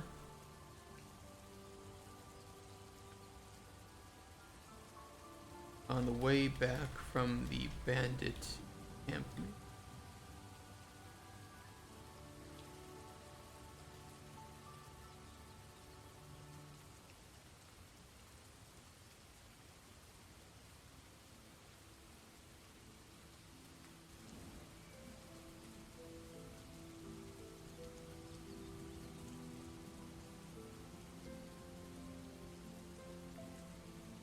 Yeah. And then that will lead into how do things go? We'll do this, we'll pull out here.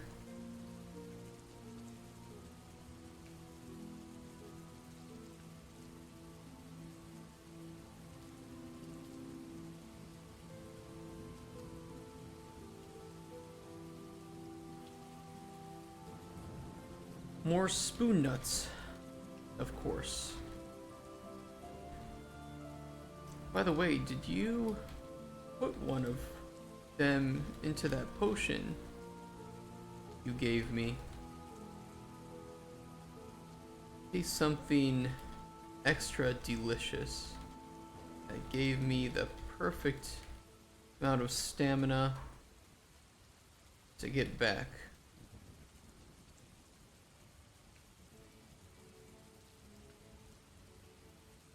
Gave me the most divine boost of stamina.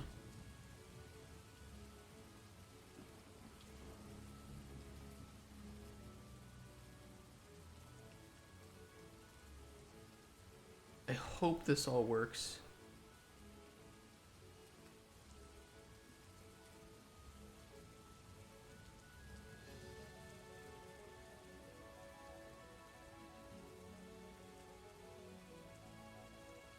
I thought you might like the taste of it in there.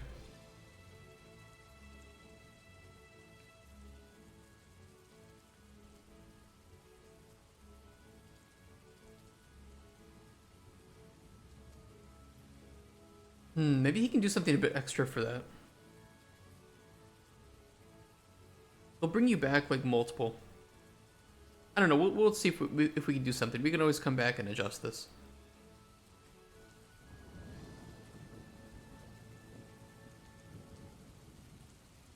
Thanks for giving me more of them.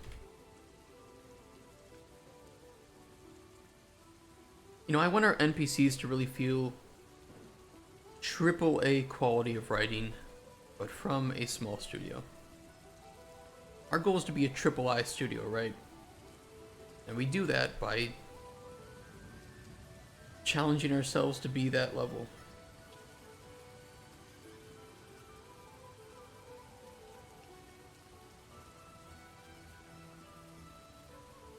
I shall cherish these.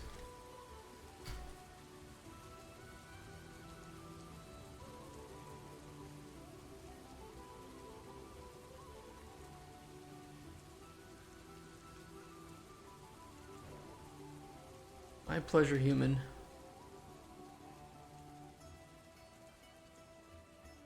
Always do such a fantastic job with making potions for me.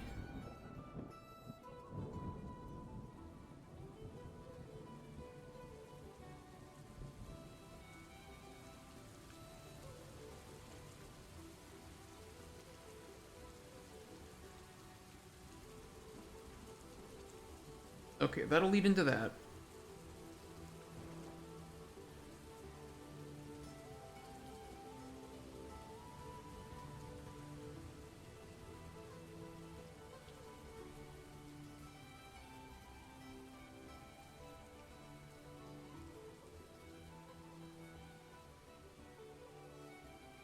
This needs to have, though, the condition of have received spoon nut.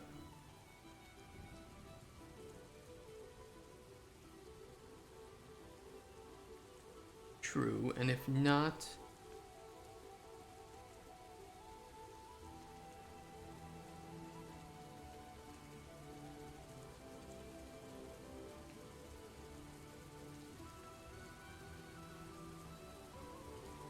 I think it'll work like this. If we set this to false...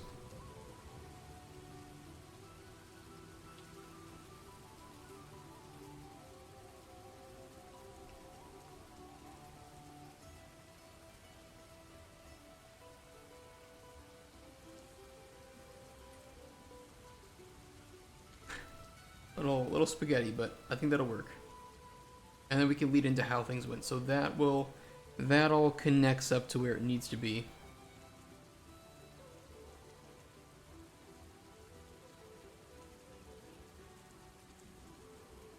This is a different result altogether. Where he's going to mention that he didn't secure all of his loot.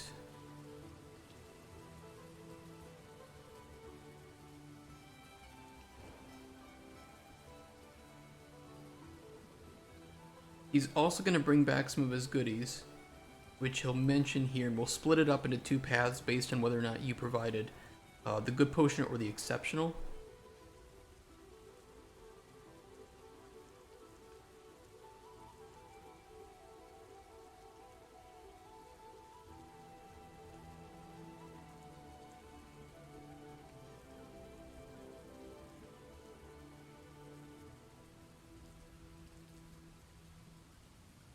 So you managed to get your loot back.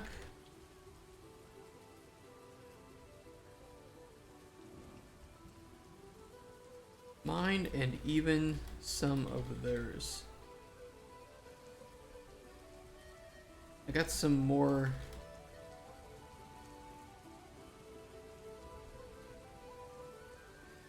plants and shit that were down there. I don't need them. I thought you might.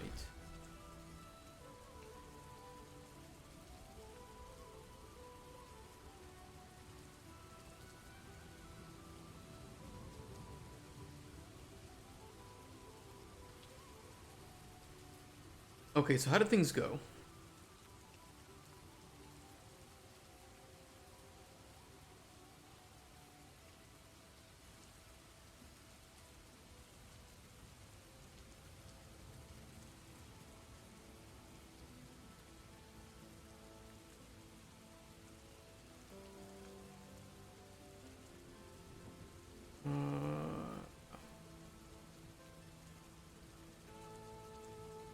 Actually, this needs to lead into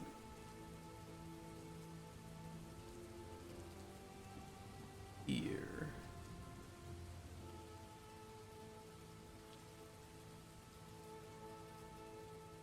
Wait, hold on. He's already told you how it went.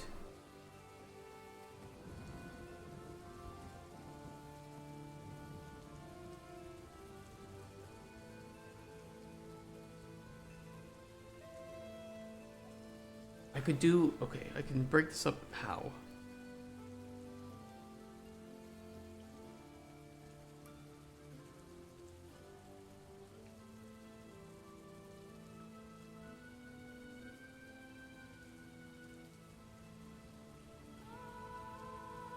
We'll save a choice. We'll save a value here. Heard how things went. Thief 3A. True.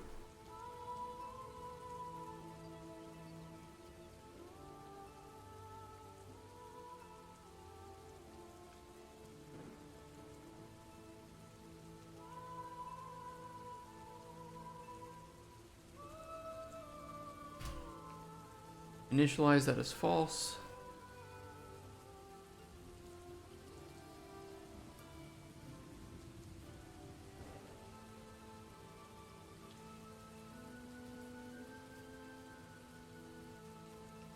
We'll do a condition here. Save choice. Heard how things went. False. And event. Save choice. Heard how things went. True.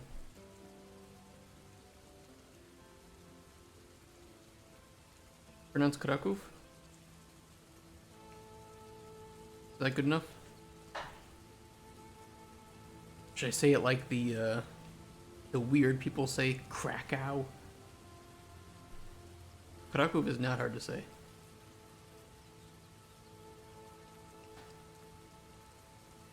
I also say Łódź, Gdańsk, Cauldron. Just discussing with friends how native speakers say it. What's really... This is not a slight on Polish people. I appreciate how exceptional the English knowledge is here. But I don't think Polish people, when they're speaking to foreigners in English, need to say Krakow or Zloty. And both of those, it shouldn't frustrate me. I'm not Polish. It's not my language that they're fucking up. But I hear it all the time. Krakow and Zloty. I'm like, I know I can't speak Polish well, but please, for your own sanity and for mine, please say Kraków, Złoty. I also hear Zlotys. Like they put the S there.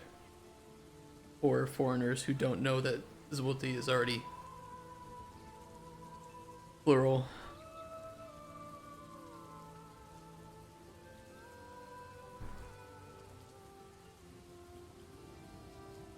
It's funny.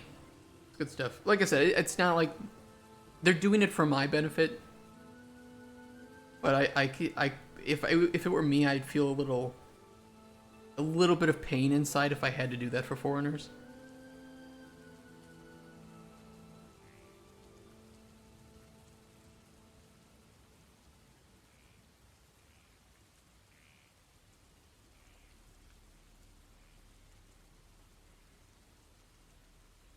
We'll do a condition here of save choice true. That way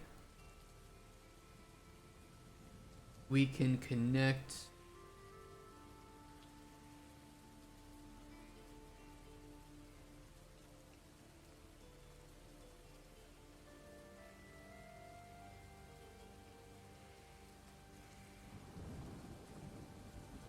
here.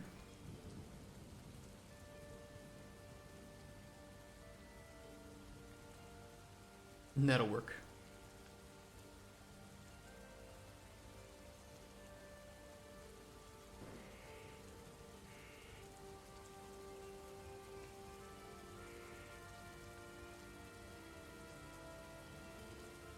And you just pass the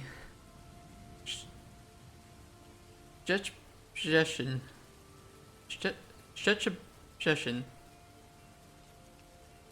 Is that a real city? Szczecin?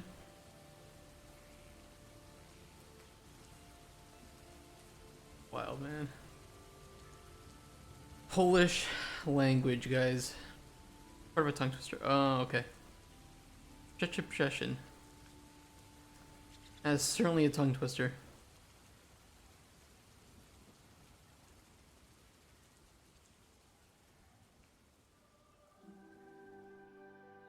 Do we even need to jump into there? Do we just go from here down to...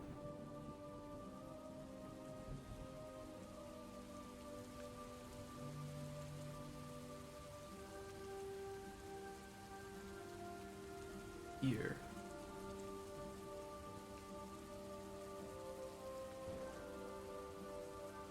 Okay, I think that works. Little wild.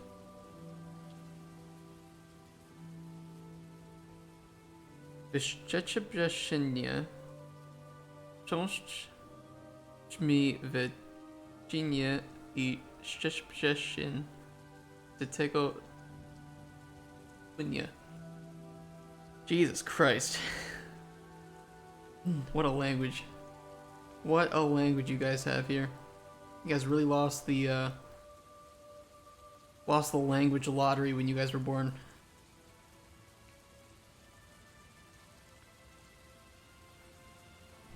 Valiant try. Real lover are shit and shit. It's true.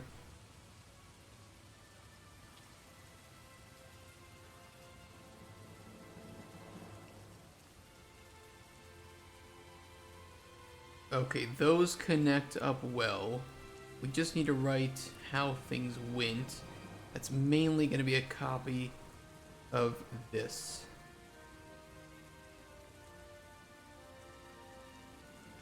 Right side the vowel range we can pronounce make us pretty well. I also think that Polish is just very structured, right? The way that you see things is the way you read them. As we all know with English, that ain't the way it works. For our wonderful language. What's the word origin on that? Oh, for some reason it comes from this language? Well, then you have to pronounce it in this way. Why?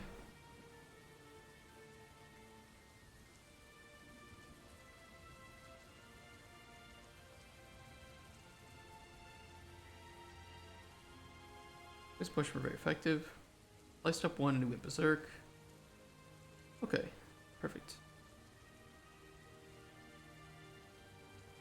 Mine and even some of theirs, I got some more plants and shit that were down there. I don't need them, but I thought you might. And we'll just do 2 here with a condition. Potion score. Encounter 2A. Good.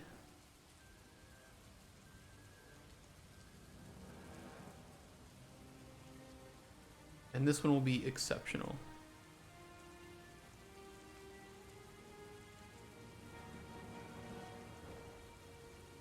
They're gonna say the same thing, but they lead into separate. They give different rewards, so they have to be different nodes.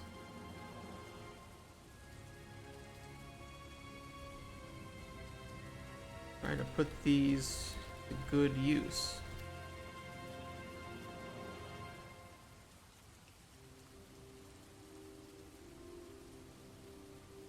Okay, so now we put event, reward player.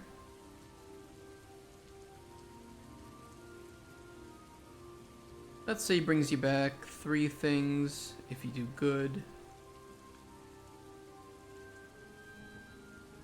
What do we want those things to be?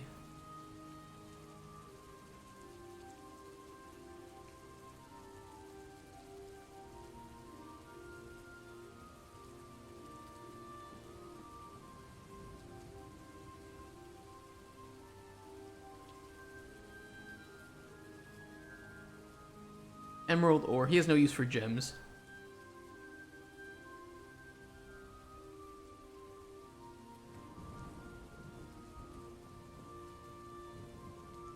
Let's do seashell. Good one.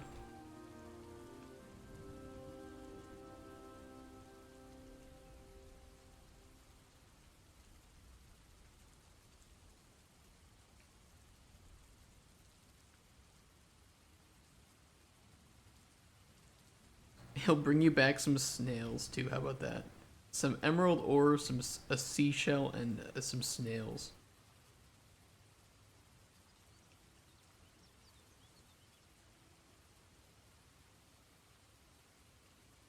It's beautiful. I love it.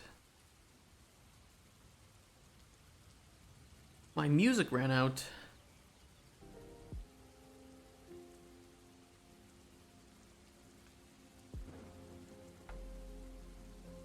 Doing some research and I found a pretty cool idea on Reddit. Let's hear it. What's the idea?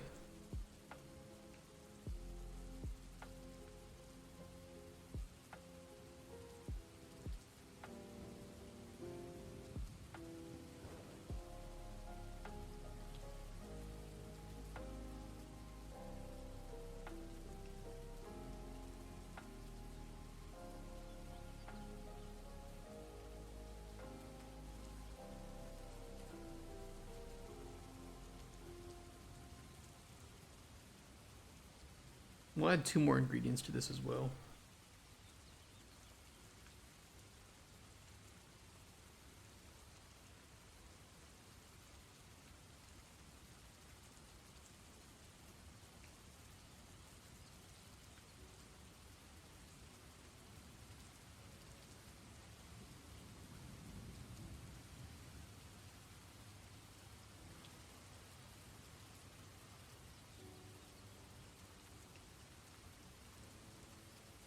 Okay, that looks good.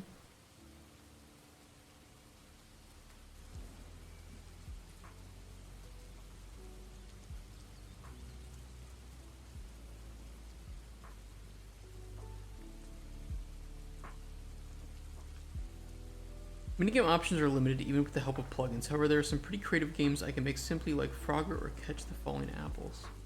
Okay, that'll work. You could also, I don't know how possible this would be, but you could make overworld stuff would be perfect too. You could also do combat encounters with like enemies that don't really fight back necessarily. Like maybe there's like a living tree that, you know, if you defeat it, it drops like some nuts and some berries and shit. Like more like you have, okay, let's say it this way. You have a combat encounter, 5 bushes, 2 of them have berries, and you only have 1 round. So you're not going to get all of them, but you might get some of them. You know, it's something like that, right? Like utilize maybe combat to do creative resource obtaining. Like these bushes aren't going to do anything back to you, but you can then use a combat encounter logic to do foraging. Just kind of funny.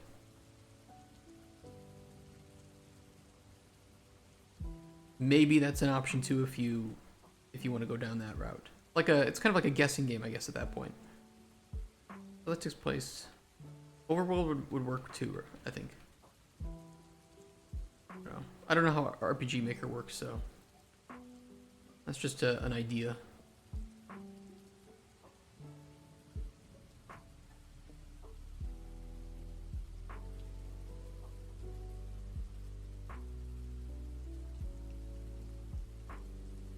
Only reasonable I help you, considering how much you've helped Spoon. Okay, and that will lead us into like what is Spoon gonna do next? Like what's gonna happen next for Spoon? And in this case, he does get all of his loot, so he's gonna retire and set up a pawn shop.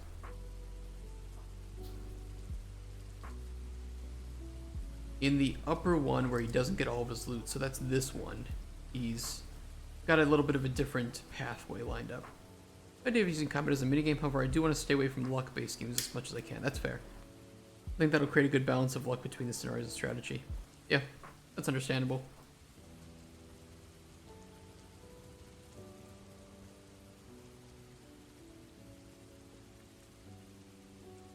Diag being short for dialogue, yes. That way if I search I mean, I can always search by specific class, but then I can just search for Diag. I don't know, I like using my prefixes like that. A skilled Pokemon player can strategize their way out of a bad luck. You could still use combat, so for instance, you could, instead of it being luck-based, maybe the different types of attacks can produce different berries. Like maybe it's a bush that responds to different elements to provide you with different berry types. So maybe that's an option? Guys, you gotta think about this as a business venture. All right, the three of us combining our ingredients, making like one gigantic, delicious green pie. Some little kid's sucking it down and he's paying us for the pleasure. Thank you to XP Games for the raid. Welcome back.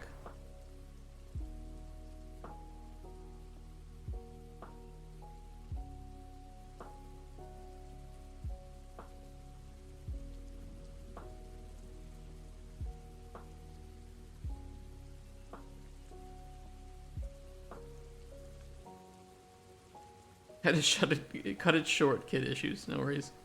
Damn teenagers. Oh, your kids are teens?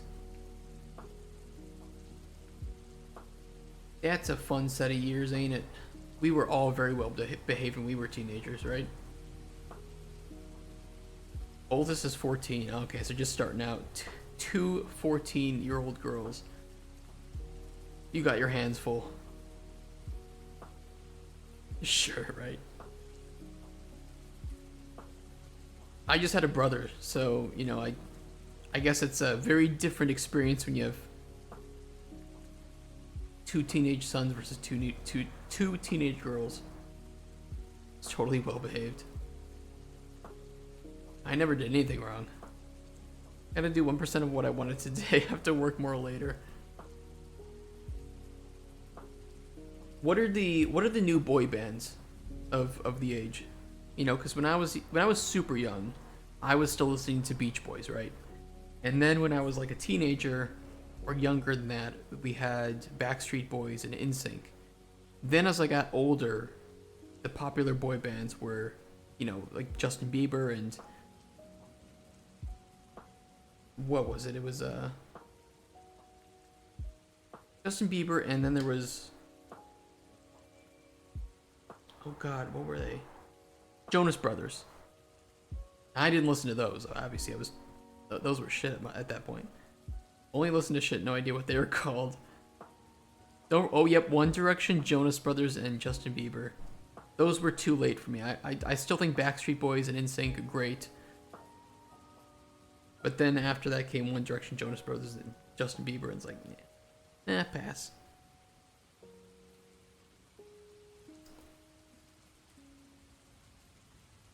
Okay, let's go back here. Hey, human, everything okay, Spoon?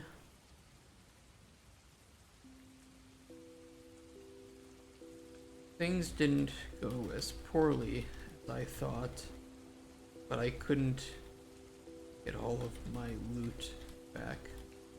Had to stuff what I could, my pockets, and escape.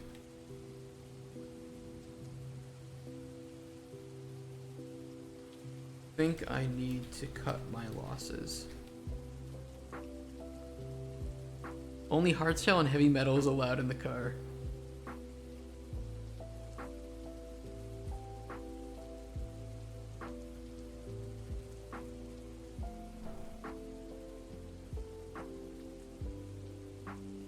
But Dad,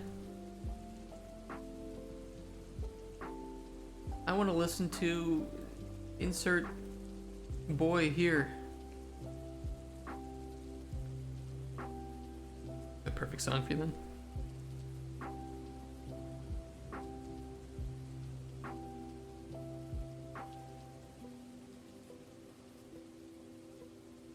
It's her shitty pop song name. Yeah, I can't listen to a lot of modern music.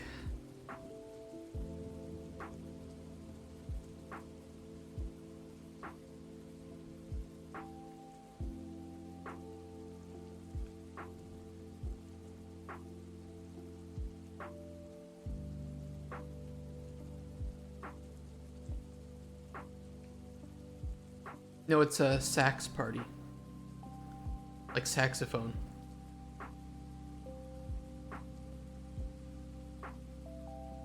Yeah, it's Ninja Sax Party. Nice sax music is cool. It is cool. They were playing some in the grocery market yesterday. Supermarket, grocery store. Grocery market, fuck off.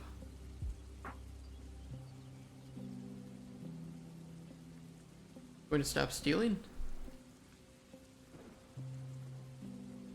No, nothing like that.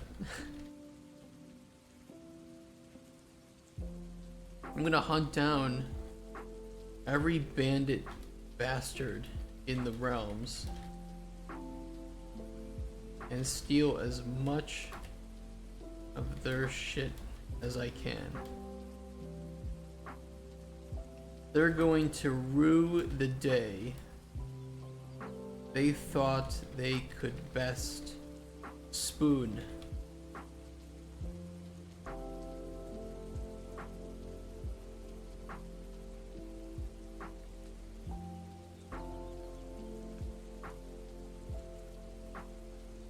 Gotta run, take care. Good luck. Good luck. What can I enter here? Oh, that's weird. Push-ups? Okay, I'm gonna go to the bathroom too and then do some push-ups. And we'll write this. Okay, just give me 1 second. I'll be right back. Do. I'm listening to the music while I'm gone.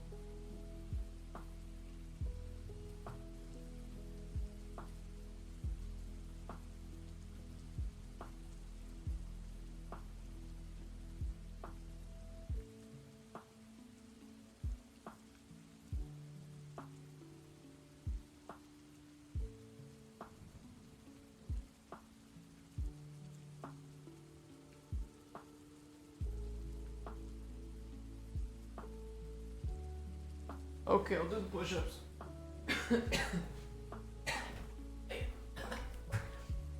One, two, four.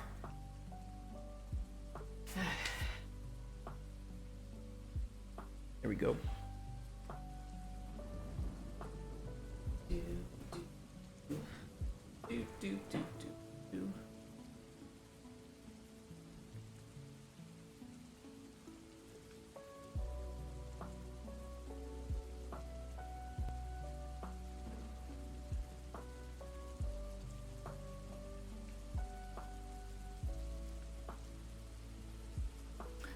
Alright, you're gonna stop stealing. No, nothing like it. I'm gonna hunt down every bandit bastard in the realms and steal as much of their shit as I can. I'm gonna rue the day they thought they could best spoon.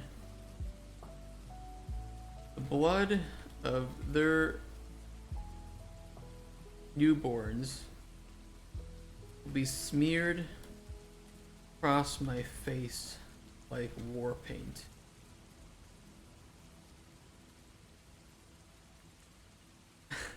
He's serious. He is serious.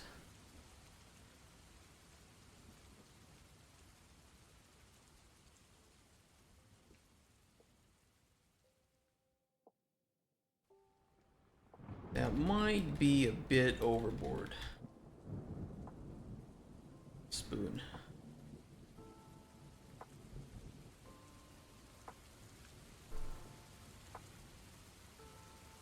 I like it. Eye for an eye.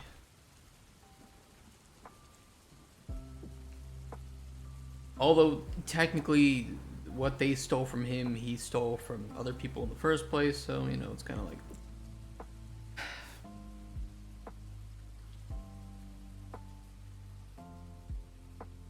You knew the terms and conditions when you helped Spoon, okay?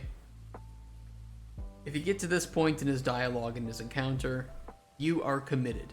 You have had multiple opportunities to deny him in two-way. You could have said no to him here.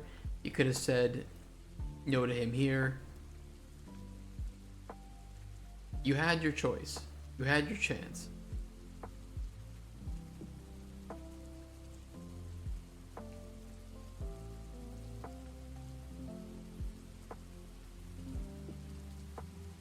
Might be, but the goblins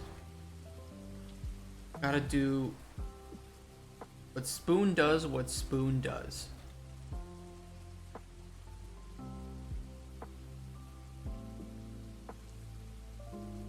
Best of luck to you, human.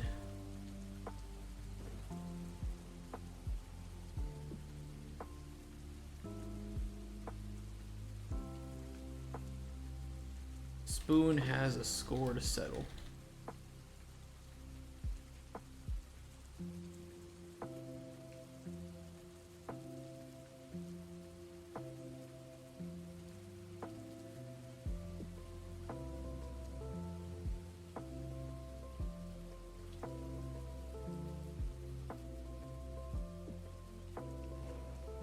There are 2 spaces here? Oh yeah, there were. I saw like 2 spaces here. It was kind of triggering me. I like it, eye for an eye.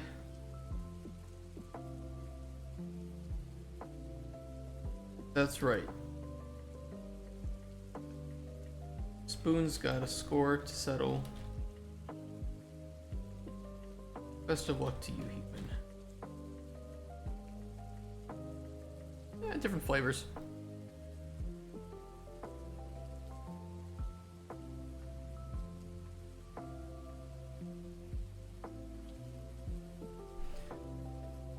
Continue, and in this event we need to save a choice, end dialogue, end encounter actually.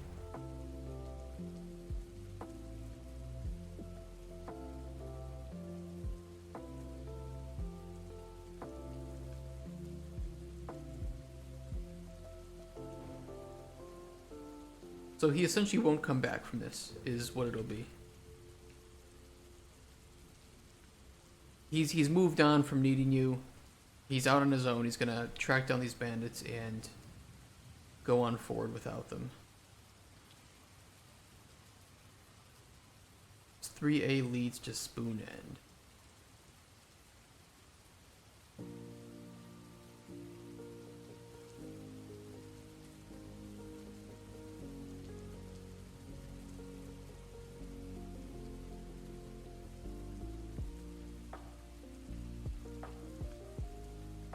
Alright, and this leads into his retiring and setting up the pawn shop. Now, he doesn't...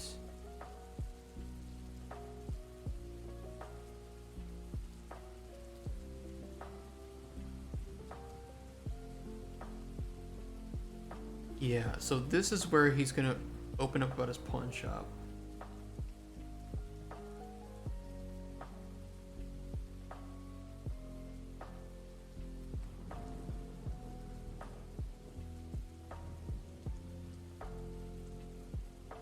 Let me see how I wrote the lore for this, though.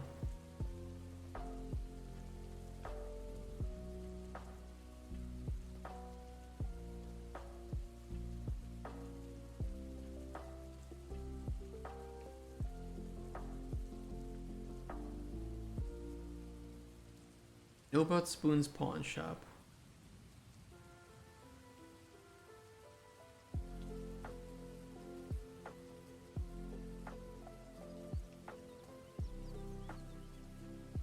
I swear you can, yeah, you convince him to allow anyone into his shop, so...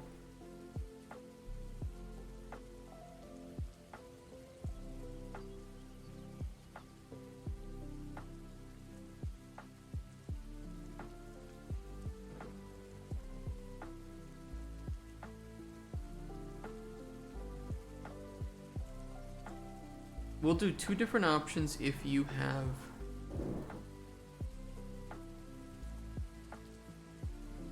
Or maybe 3. No, we'll do 2. So we'll do one if you don't know about his pawn shop. So we like, you know, so now that you've gotten all your stuff back, what's the plan? And this would be so now that you've gotten all your stuff back.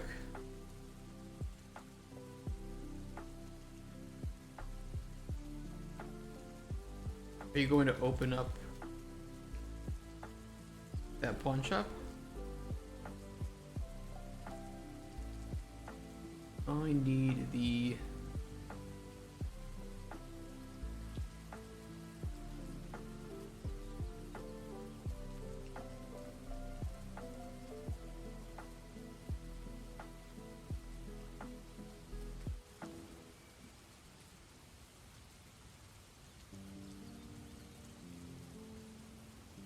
Oh, where is it, actually?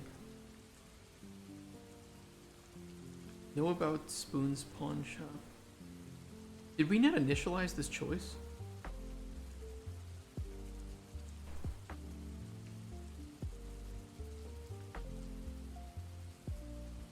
Oh, sun outside my window. Do you want to stay down for a bit longer?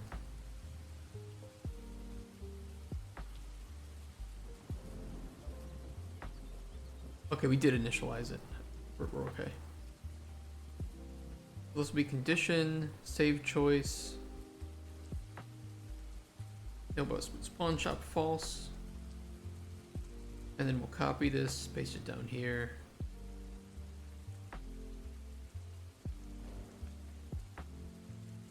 There will be some payoff for doing dialogue here because this is where he's going to talk about his pawn shop more. And if you know that he wants to have the Ratmen guards, he's going to allow other people in. You know, he's going to be able to respond to that, to those previous... Essentially, if you went down this tree with speaking to him, he's going to have some different responses based on that.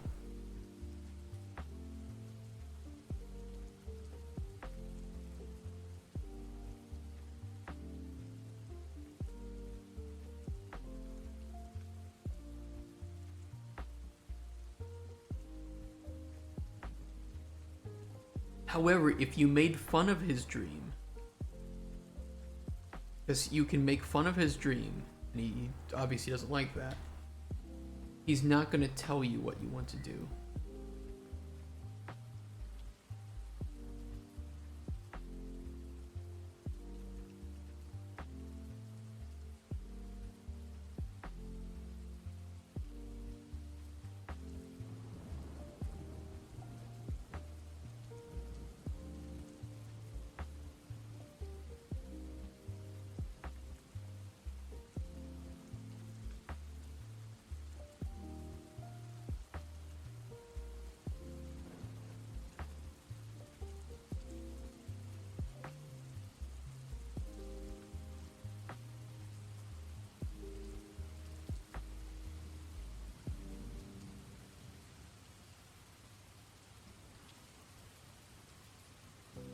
I'll just be like, yeah, well, you know, we'll see.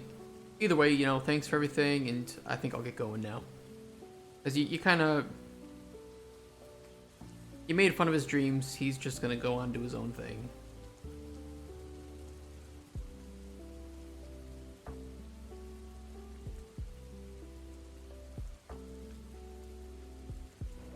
And he's not going to come back to tell you about his pawn shop. Which I think we set up properly, but let me double check.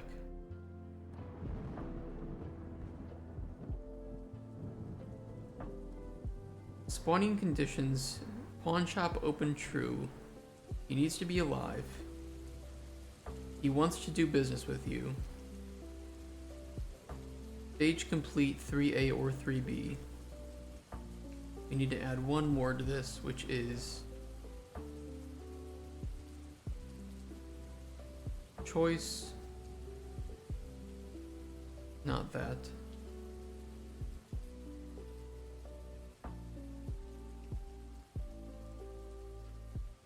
Spoon wants to talk about his dreams. True.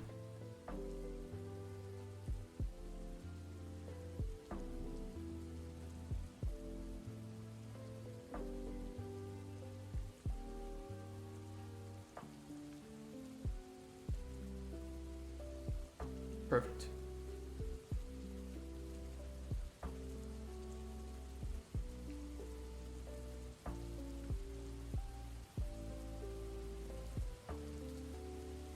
It's a lot to organize, but I think this kind of like hyper reactivity to the small things that you say is very realistic. And I think having a character like this where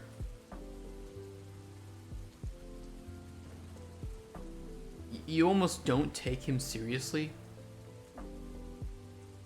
I think it's a good way to kind of not give a punch in the gut to the player, but give him a good slap that, hey, you know, sometimes saying the small things, it can have that effect. It can have a bad effect on that person, and it may push them one way or another, and their life may change simply by saying the right or wrong thing at the right or wrong time.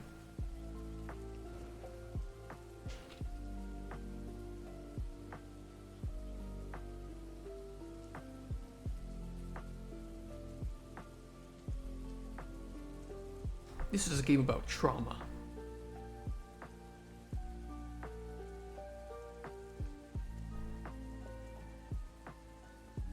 It's not a game about trauma. I mean, I think we can actually reach into some of the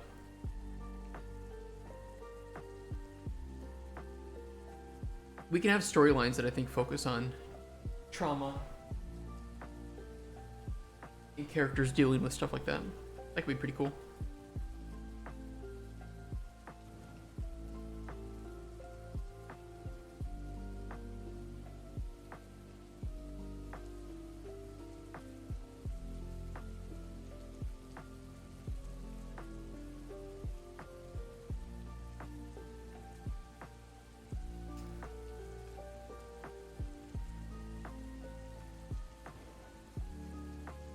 Base potion. Base potion result. Show bubble.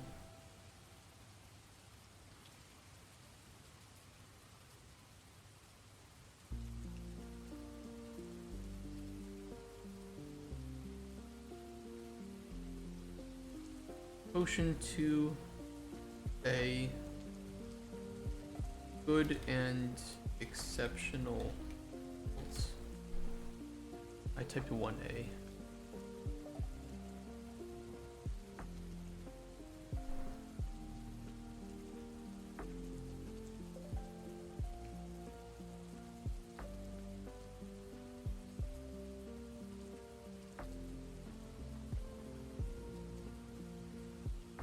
We'll see.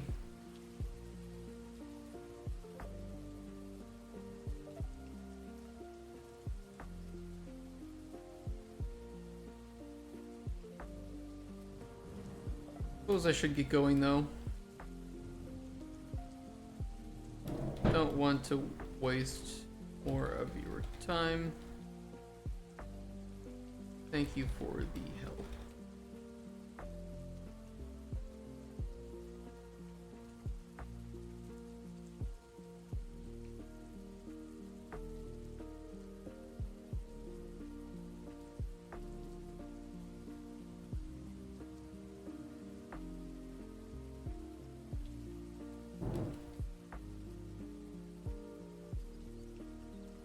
Here.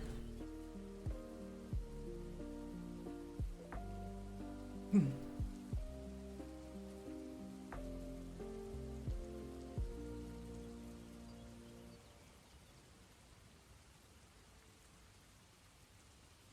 want to save the choice, not a condition, but an event. Save the choice that he doesn't want to do business anymore.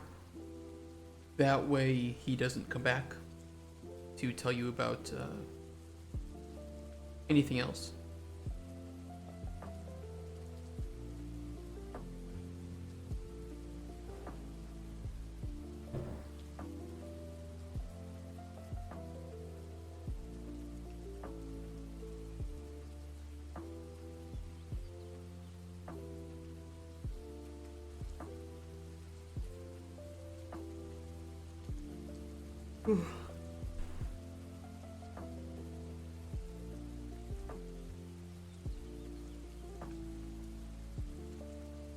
Thief wants to do business. False.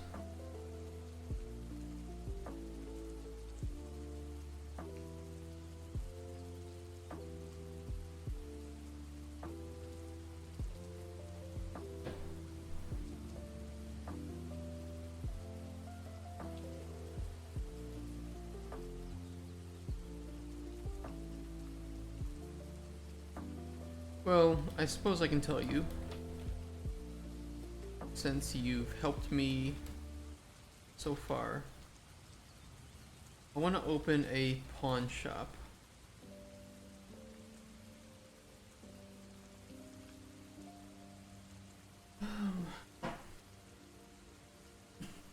We could jump into the lore loop for his dreams here.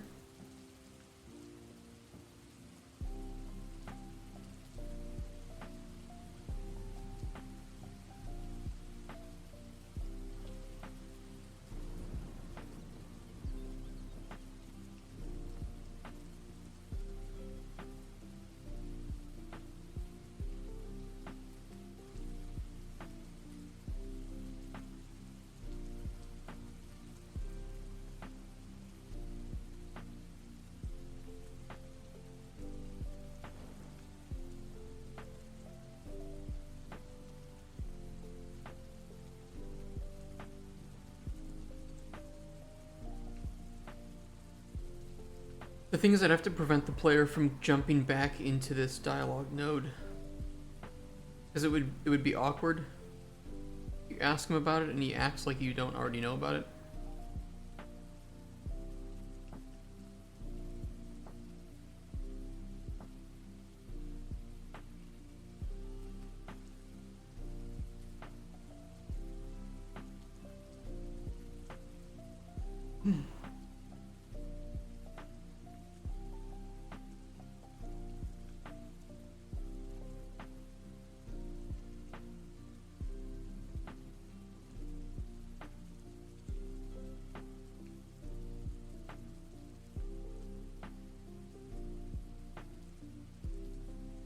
Yeah, we'll do that. We'll take this event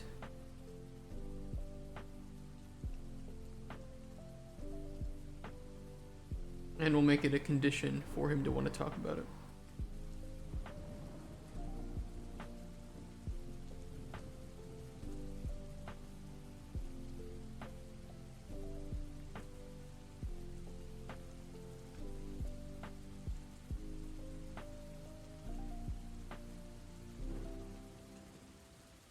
That way, in 3A, we can save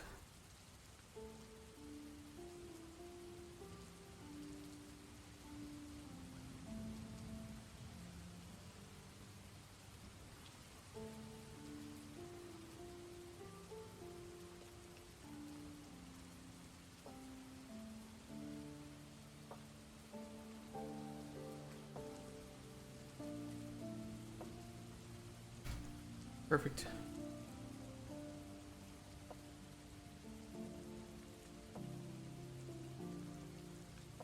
Feels like rain, but it's raining today. Weird.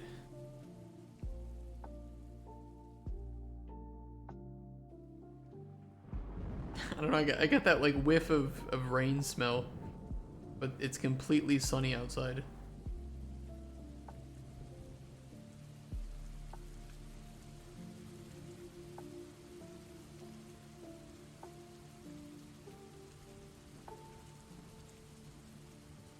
Shit, I really want to jump into here for him to talk more about the pawn shop, because I feel like it's really good lore, but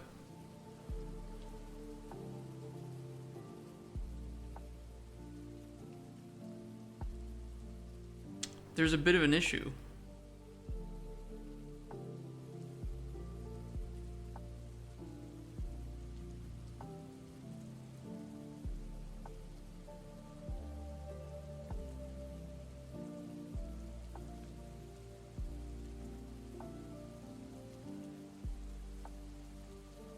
How do we safely get back to 3A from the lore loop from here?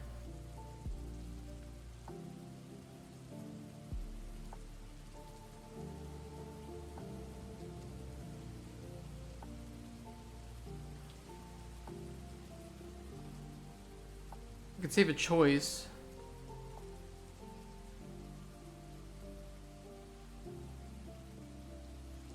Let's try it. We'll try it. We'll do it. Gotta go big dick, right? Talking about spoons, dreams, 3A.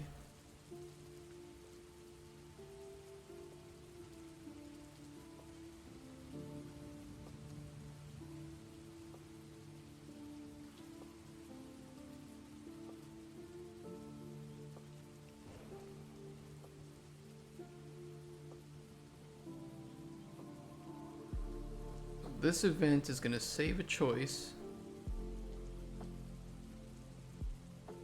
Talking about spoons, dreams, 3A, true. We're then going to jump into the lore loop. Hey Xeno TV, how you doing? How's your Thursday? Good to see you.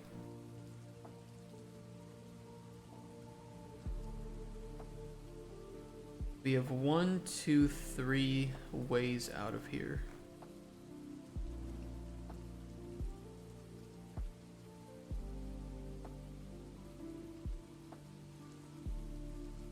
This is C++, this is blueprints for Unreal.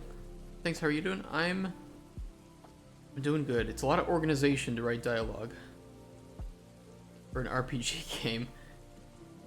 It's like a lot of like, has the player talked about this before with the NPC? If they have, should we say something different? I don't know anything about coding, to be honest. That's okay. I think blueprints are good if you don't know anything about coding. They're a good starting point.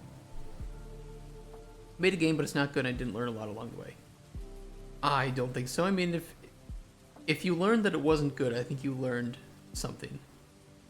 Learning one thing is better than learning nothing, right? Prints are beautiful. They're beautiful if you could organize them well. If you don't, they'll end up looking like spaghetti.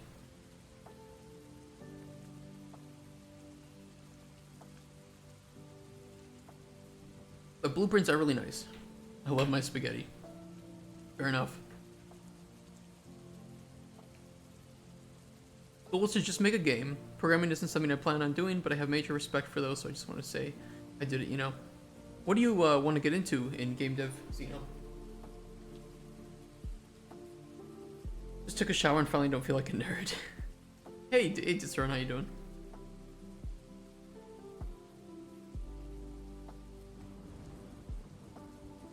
Don't forget, if you are a follower of the channel, you do have our hi emote you can use to say hi to people. It looks like he may commit suicide. Suicide is badass. No. Thank you, Xeno TV, for the follow. Is our wonderful emotes made by Crossroads of Fate.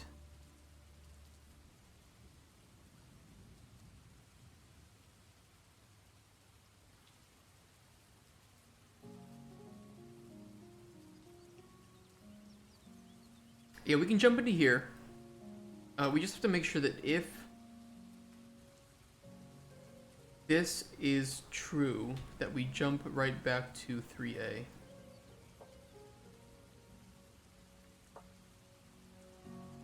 Honestly, not sure. It's just fascinating to me, and it was just a passion project to make one, but I don't see myself doing it in the future. Love the process, though. That's fair. You can do it as a hobby. I'm a boomer. I don't feel emotes on Twitch. There is a lot of I mean, developing is... Ooh, it is something, isn't it?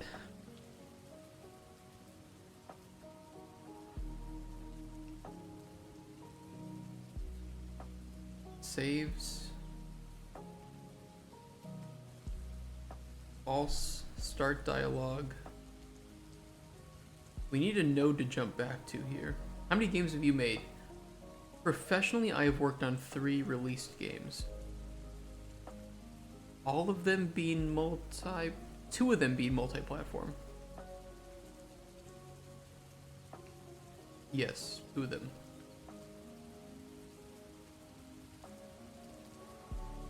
How many projects have you abandoned?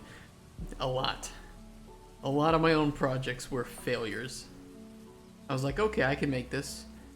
And then, like, a month later, okay, I can't make this. This was way too complex. Let me find something simpler. What do you enjoy most about it? So I'm a game designer, and I love systems. So I'm a systems designer by trade, and I just love working with data. And from the like development standpoint, that's what I love the most.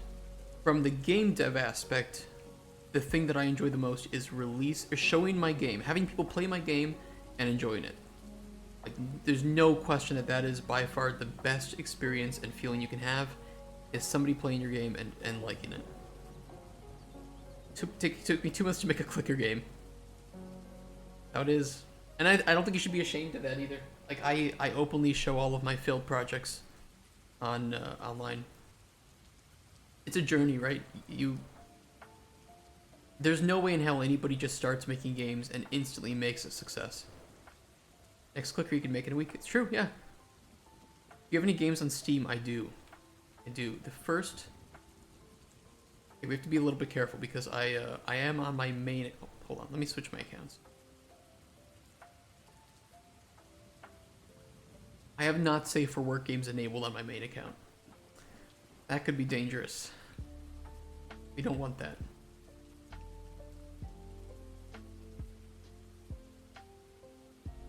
Can't have people seeing that I play Necopara. I'm still working on mine, but every time I do updates or something, I just go 5 steps forward, 100 back. Still just passion. I had to fail enough times to end up just making a coin dozer game. Like one of the ones where you just drop coins on and to push them off an edge and then they fall and you get points. That was the first game that I ended up making that was actually playable.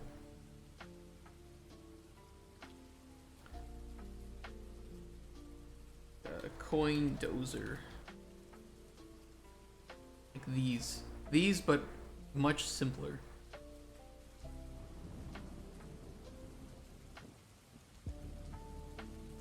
Because I really like these games, arcade games. I'm addicted to them.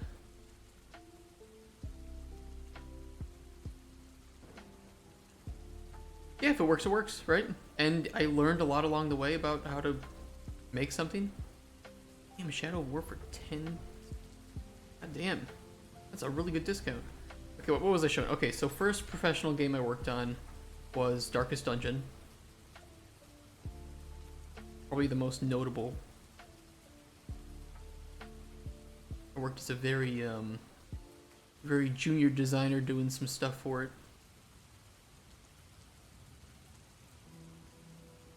The artwork is, yeah, Chris, who's the main artist,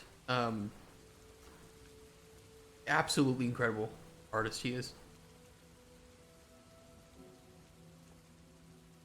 Yeah, it's a really good game. I was very privileged and lucky to end up working on it. Wonderful team, super experienced and super nice. The game I worked on after that, and this is going to be a bit of a jump, both for reviews and for type of game, was called Train Life. I can explain.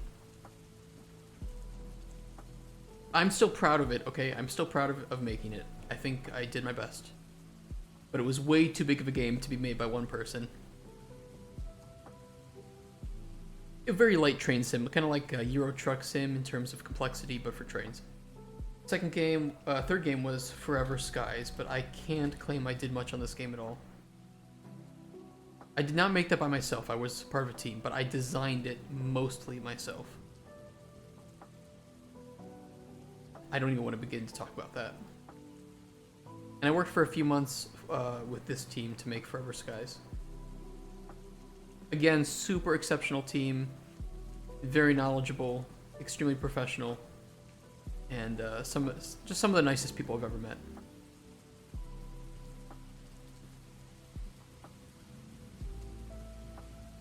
I can definitely say more about Train Life. I will have some horror stories about that.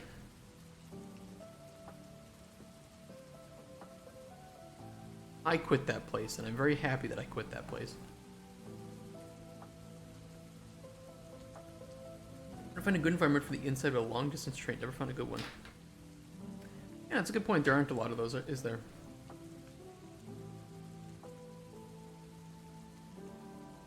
And now I'm working on my own game.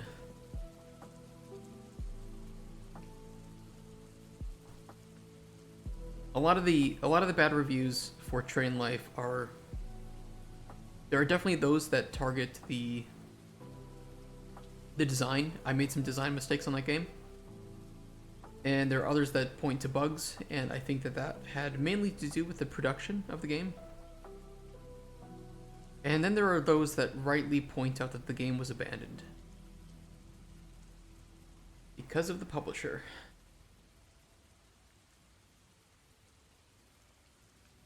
Babe, I'm back behind hand, a small panic attack later. Uh-oh. Making Train Story for someone else? Yeah, we were making it for a publisher. And there were definitely disagreements. One of my vape coils was a bullet. What? A building project. Understandably, if a game doesn't make enough money for a publisher, they don't have any financial incentive to keep working on it. That's just business 101, right? We all understand that. It still sucks. I still think it's right. I think players have a right to write a bad review about anything that they feel. Okay? That's their right. Do I wish that they had written the reviews primarily about the games as a whole? Sure. But I think that they are very much within their right, and I think I agree with them that it sucks that game was abandoned. My worries with the game's negative reviews would be the ones that have to do with design, because that's what I was responsible for. And I think that for the most part, I think we succeeded in our goals for the game we were trying to make, but that the game had a lot of production issues, which created a lot of bugs, and we had to cut a lot of content. And a lot of the systems that we had designed weren't implemented wholly because of it.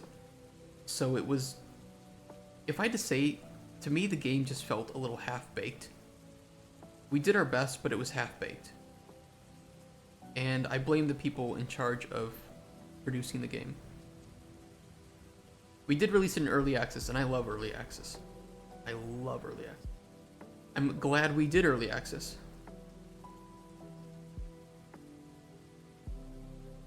I wish I was half-baked. True.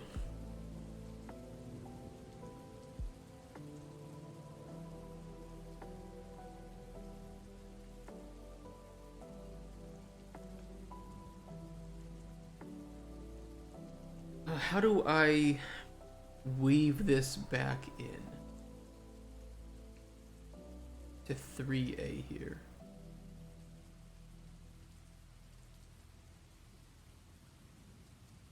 Respect the way you look at it, though. I'm still a bit bitter about it. I'm not happy with how it turned out. Well, again, it's like a bittersweet kind of thing, right? Like, the fact that we released that game is a miracle. The fact that it runs is a miracle. I have no problem with the people I worked with the teammates I had. I had a problem with management. I had a problem with the production that we warned them that there would be these issues, that we could foresee these red flags, and nothing was done about it, in my opinion. I want to be careful about that because it kind of legally protects me, but, you know, it's also, it is my side of things, right?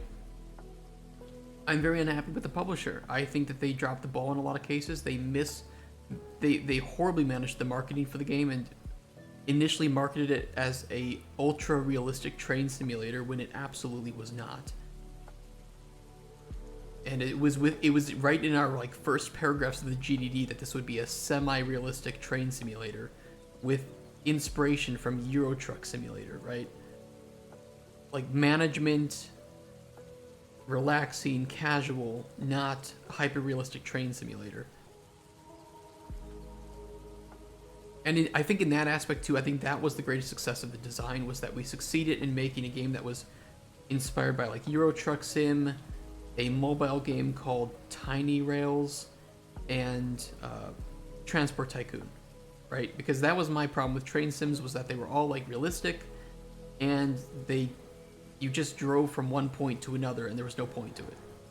Have you seen that Void Train game? I have seen that game. Can't wait to get on early access. Key for the game and break it repeatedly. I think it just makes you better. Yeah, you learn from it. And I learned a lot of ways not to make a game. I learned a lot of the ways that I don't want to work with a team. Like, you know, there were communication issues in that team especially that I think were very disastrous. And I learned a lot from that. I learned that I don't want to work for people who don't know anything about games. Because a lot of people I worked with on that, who were above me in management positions, didn't play games, and they didn't really care about them, so that was how it was. Are you programming? I am writing dialogue for my NPCs.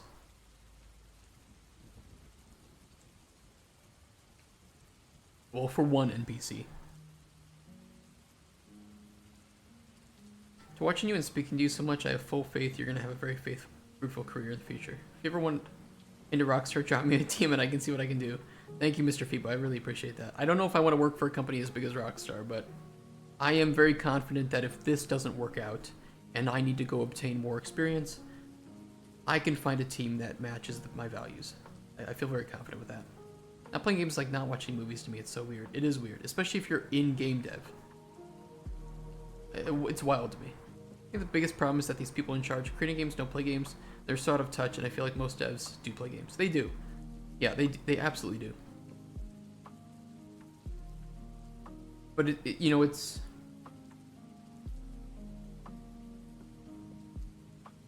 I just don't understand how they think that they can make decisions. And my boss would put people in charge of entire departments, multiple departments in some cases, and that's a whole nother thing. And this guy openly said he was laughing that he makes too much money to play games anymore. That is a quote that I heard, that 3 people corroborated, that they told me that they were flabbergasted that he said this and meant it seriously, that he makes too much money to play games anymore. I don't want to work for somebody like that, bro. How long have you been programming for? I've been professionally working on games for about 10 years, and I've been making games before that as a kid, but, you know, they were game maker failures, right?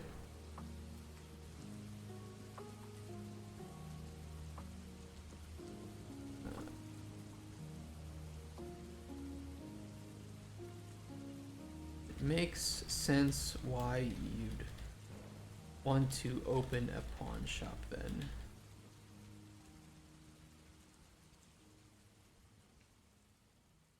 Okay, and this is going to lead back to 3A, where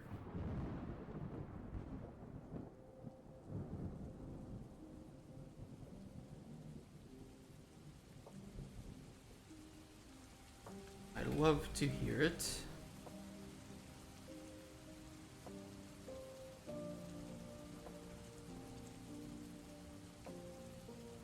Events, begin dialogue, lore loop thief.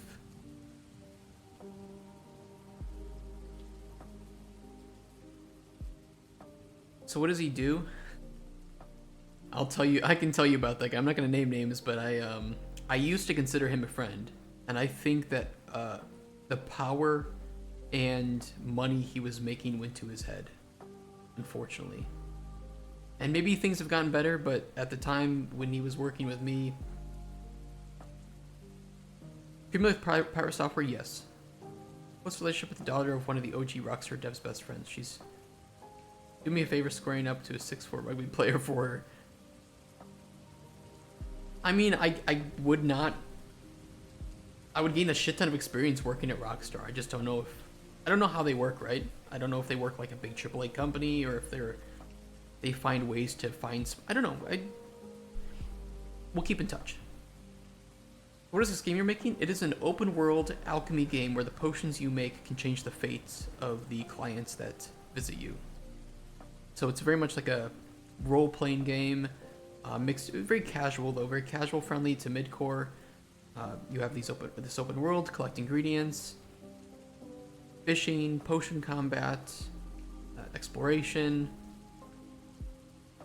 This is just our prototype level, so this is a representation of some of the,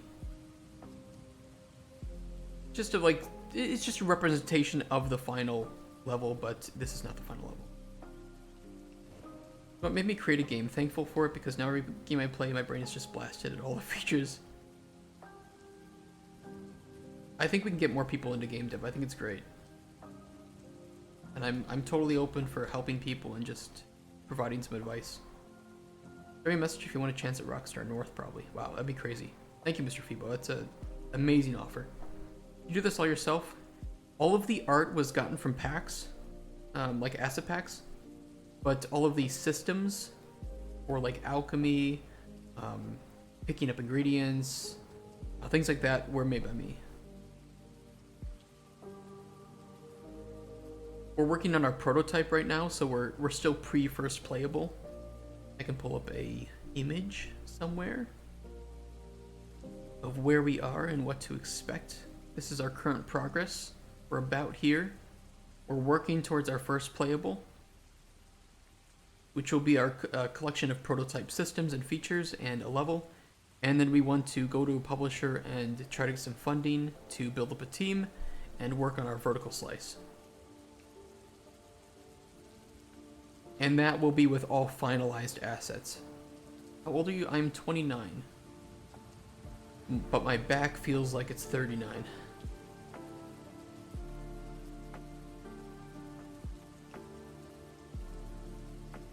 Decent times, right?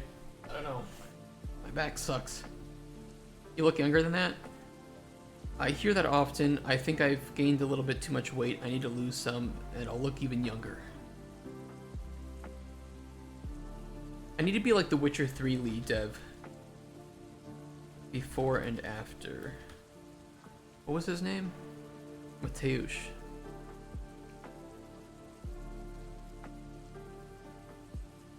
Was it him? There's an image of the lead designer for The Witcher before and after he worked on the game, and it's like, it doesn't look good.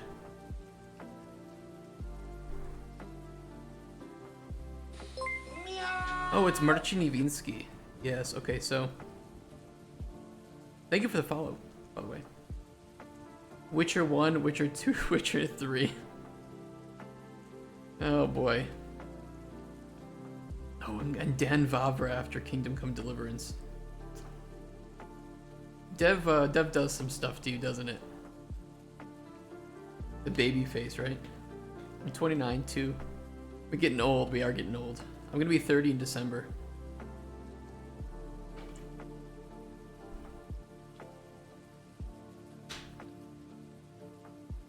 All right, this needs to jump us to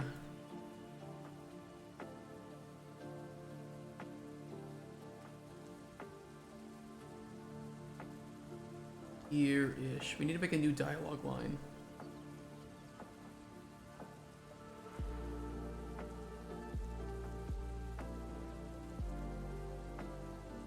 Gonna jump us here.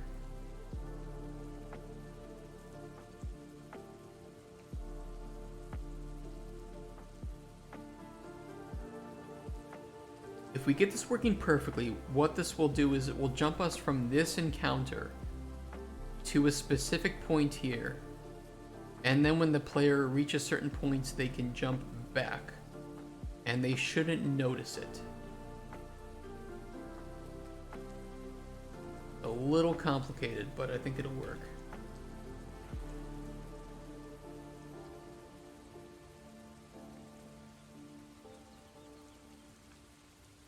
Me being 21 year old. Yeah, we are.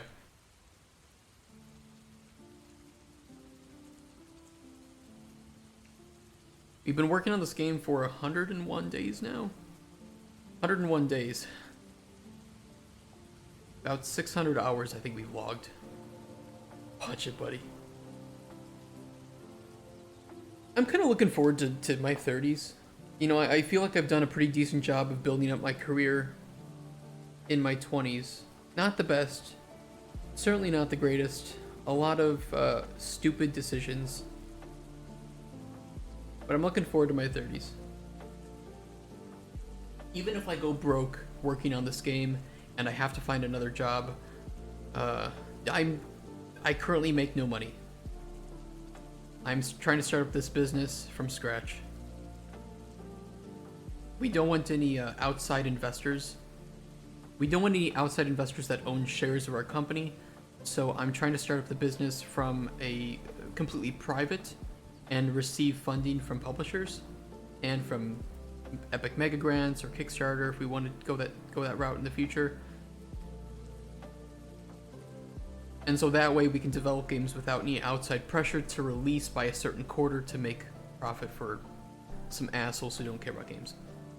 You have a wonderful resume for games of at your age. Thank you. That really means a lot. And I think this is my backup. If I go broke working on this game, number one, I own it all. So if I ever want to return to it in the future, no problem. And number two, I have all of the days of development saved onto YouTube so I can use that for my resume. Basically paying for my game with money I've saved up over time. It's tough. It's tough, but it's worth it.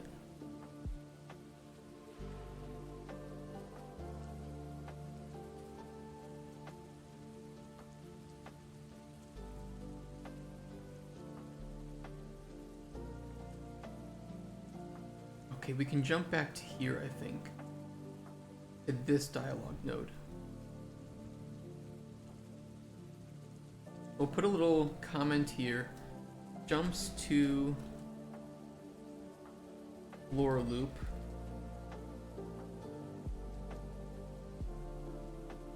Return back from lore loop. We just need to make the wording sound natural from jumping between both. For real, I thought, though the games you showed me aren't just like some scrub games or literally full-on games, you opened up this game, looked pretty good. So the way I got into the industry, if people are curious, I didn't start working on Darkest Dungeon just randomly. I had made a mod called Pitch Black Dungeon. Please go quickly so I get away from the weird anime hentai mods that people make for this game. I made a big overhaul mod for the game called Pitch Black Dungeon, and it was one of the first mods for the game. And it's also, I think right now it is the oldest still maintained mod for the game. Somewhere there is a change log. It's pretty wild, you can see.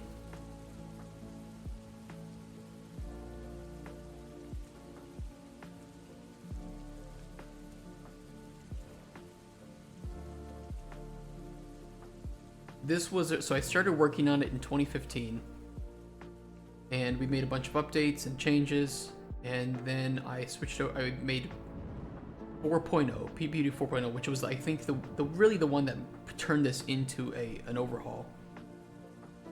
And that was still from 2015, and I continued 44 pages of changelog all the way until whenever this update was. That was a big update, I remember this.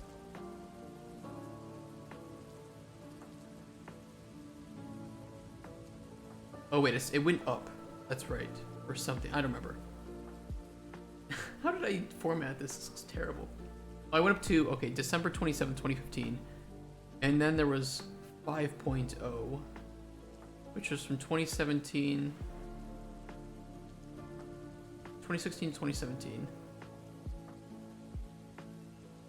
And then 6.0.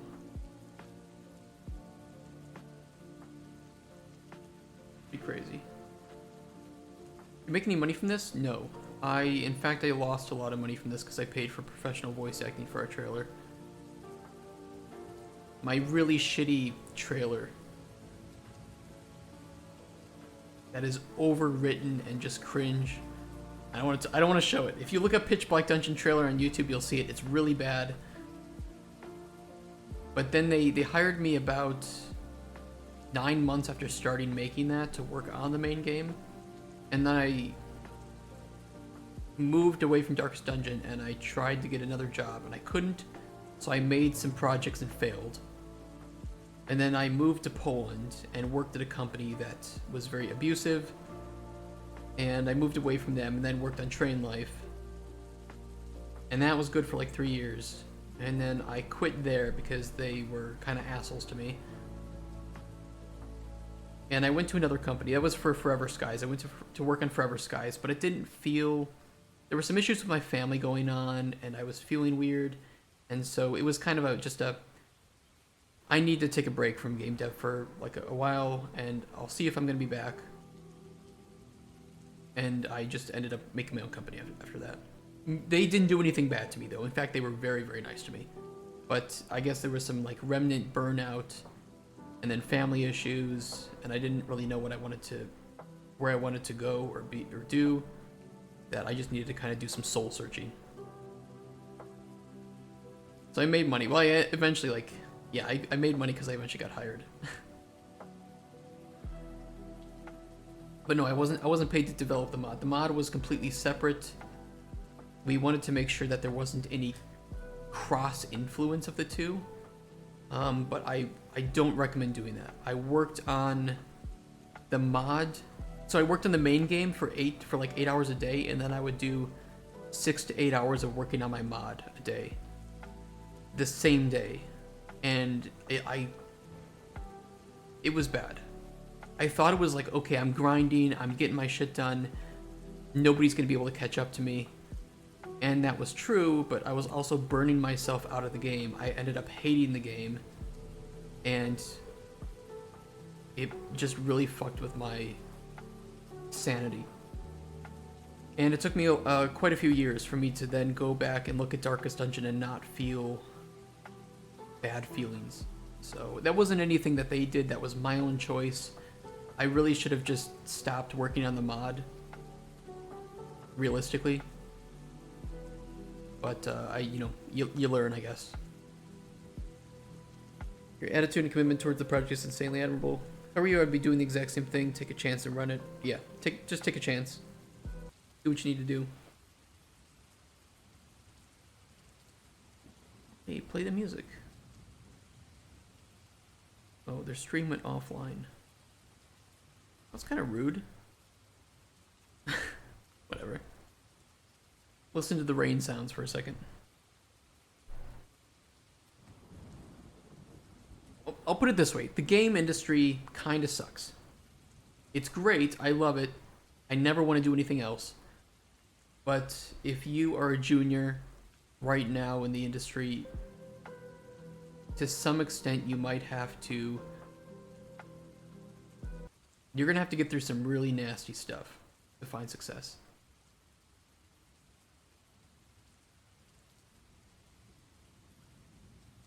And you might get lucky and not have to deal with that, but in a lot of cases, juniors don't get treated well. And you have to compete with thousands of people sometimes for the same job. if you're lucky enough to get in, you feel as if anything you do might get you thrown out. You know?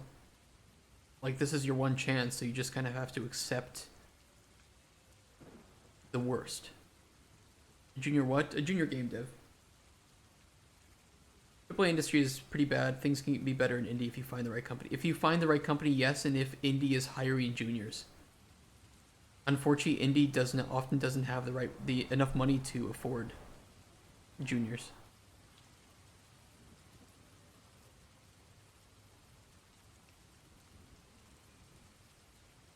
Let me find some new music. That include junior game programmers. Any juniors. I'm not saying that it's going to happen, just that it is very common.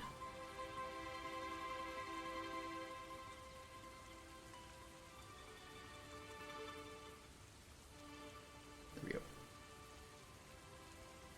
I was lucky enough to work as a junior for Red Hook Studios, and they treated me well.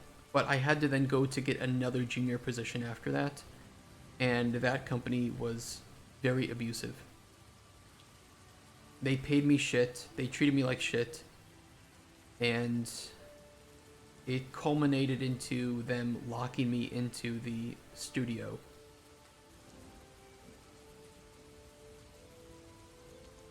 When I was trying to leave, when I was trying to quit. Does the game industry have software testers? Yes, it does. QA testing is a very common junior job for game dev, but I will say this. QA is probably the least respected, lowest paying work you will do in the industry. And I hate that. They physically locked you inside of the studio so you're imprisoned. Yes, for about 10 minutes until somebody threatened to sue them if they didn't let me out of the building. Shout out to that guy. Yeah, that's when you wipe all their drives. I was trying to quit. Okay, so it's a long story, but I had to take some days off sick around Christmas. I was fully updated with my work. I got a really bad sinus infection and was like bleeding like crazy out my nose. I had no energy. I just wanted to sleep. And I told them that I wasn't going to come into work because I was sick. They told me I had to get a doctor's note to prove that I was sick if I wanted days off. I told them, fuck that, I'm going back to sleep. After that, they had posted my job online, and when I asked them about it, they said, oh, that doesn't mean anything, we might just be hiring another junior.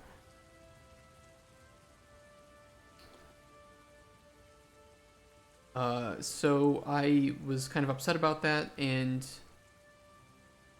they wanted to talk to me later that day in private about my work performance. I was like, okay. So I went to the room and I was like, okay, can I get my lead in here? Because they said that I wasn't doing a good job, I wasn't getting my work done.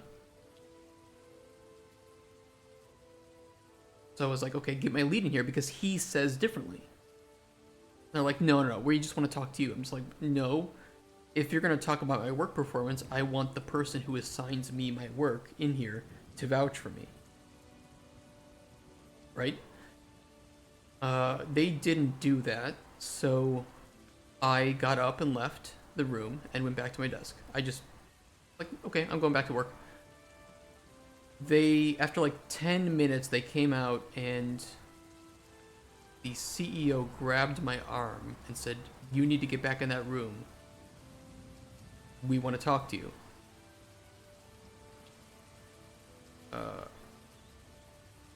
Sorry, it's still a little painful to talk about, but okay, I went back in there. They were in there, they had a paper on the table and said, you need to sign this, you're fired. Or they didn't say that, they said, you need to sign this paper. I said, I quit, and they said, no, you're fired. I'm like, whatever, I'm leaving. And I go down the door, and they had locked the door in. And they yell at me as I'm going down the stairs, we locked the door and called the cops. I'm like, for what? So I'm just standing there waiting by the door. I'm like, okay. the cops are just gonna let me out because I didn't do anything wrong. Like, I'm just wait. I'm just like, okay, come on, where is he? They had made that up, but I didn't know. But apparently, one of the people from upstairs, one of the other workers, had said, "You need to let him out right now, or I'm suing you." And so, again, I didn't know that this was said, but for some reason, like 5 minutes later, one of the owners came down, said nothing, handed me a piece of paper, unlocked the door, and I went home. Or I didn't go home. I went outside. All of the workers came out. All my friends that were there, and they, I was crying. I was really fucking sad. I was really scared because I didn't. If I don't have a job, I was gonna be. I have to go back to the U.S. Like I have to be deported, I guess. So they were very nice. They said they were gonna help find me a new job, and just if I needed any money to let them know because I had like no money. I heard later that right after that had happened, everybody came back in. They called them into the conference room. This was in Poland. They called them back into the conference room, and they had a meeting about what happened. And they had said that they thought I was on drugs, and they locked the door for my own safety.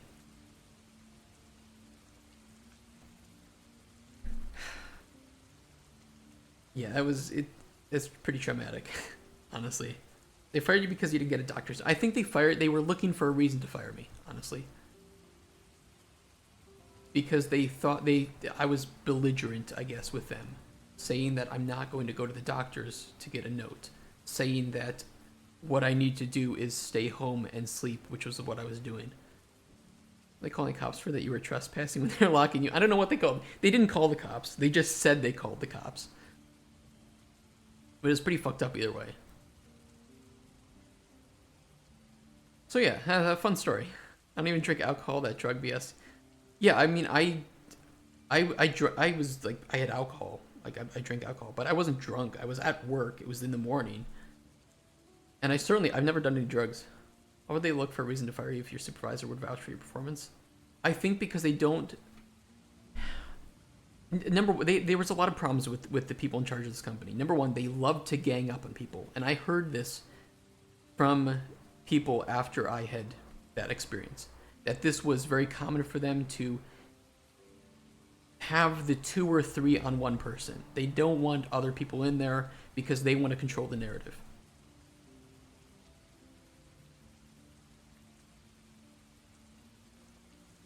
And I don't know, I can't really explain it. It was really fucked up. They often didn't pay people. This wasn't the first case of them being abusive. Unfortunately, when I started working there, people told me that I should find a different place to work. Like, guys, I don't have a choice.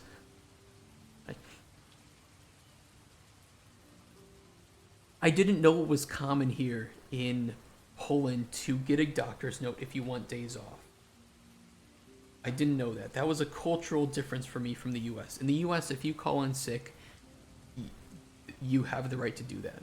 And in Poland, it's common that you need a doctor's note to specify that you have a day off. However, my contract, and I again didn't know this at the time, didn't require that. It was umowa o zlecenia or something. It's the shittiest type of contract you can get in Poland, but you aren't required to do things based on certain Polish laws, like get a doctor's note.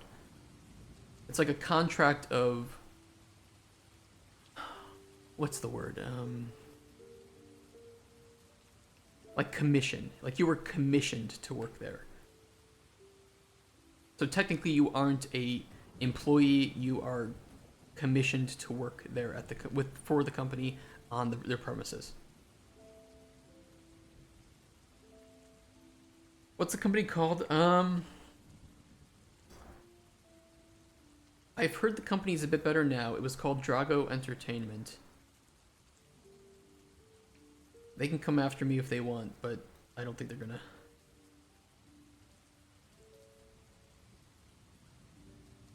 Yeah, I mean, here's the thing too. I lived 5 minutes walk away. I'll show you what it looked like. Okay, so here's a road. here's a road, here was a road, and here's a road. The company was here, building about here. My house was here, my apartment. So for me to walk, it was like literally 5 minutes is too much. It was literally like 2 minutes walk. I told them if they wanted to verify that I was sick, to literally just send somebody over.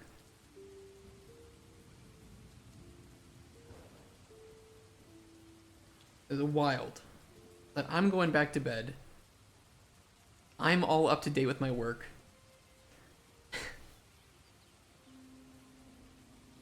They weren't happy with me earlier too because I had complained that I was very mad at them because they hadn't paid me on time, and I had the equivalent of about $5 in my bank account for the weekend. I had no food. So I was upset. I got mad at them because they didn't pay me, and I said, if you don't pay me, I'm not coming into work.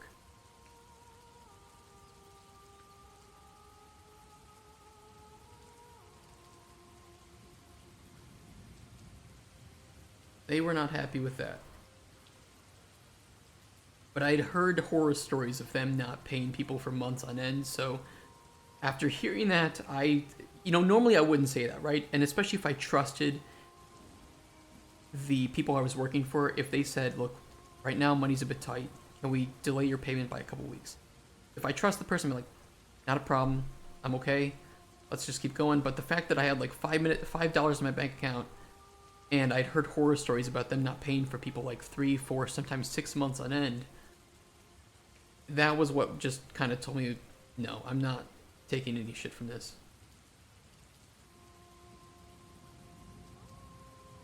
It is crazy, and yeah, it's just wild.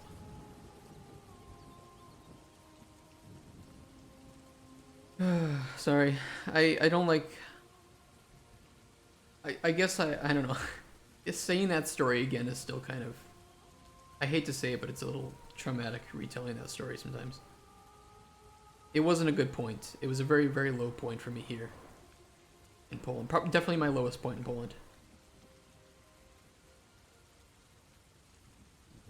But we recovered. We're okay now. Do you work or try living off of that current project? I work on this full-time on Cauldron Chronicles, and I don't make any money from it. All the money we make on this channel goes towards its development, because I know that if we can make a good first playable, I can build up a team, we can do it properly, we can do it healthily, be very transparent and trusting of our employees, treat our customers right. So I'm going all in. Should have waited for the police and then pressed charges on the CO for false imprisonment. I should have pressed charges. The only reason I didn't want to press charges is I didn't have enough money to. I had to find a job or I wouldn't be allowed to stay in Poland. And I just couldn't add that to my plate, You get paid for the total time you were there then? I did end up getting paid. I told them, I think they originally said they weren't going to pay me. I said, no, you are going to pay me for the time that I worked there, for the full month. Or I think I threatened, I don't know if I ever told my fiance. No, I think I told her this. I said, because both of her parents are lawyers, I said, both of my fiance's parents are lawyers. You are going to pay me for the rest of this month. And that was it. Having the CEO arrested. It was, I don't know, I just didn't want to deal with it. It was already too traumatic to deal with. And by the time that it was done, I had found a new job and I just wanted to I don't know.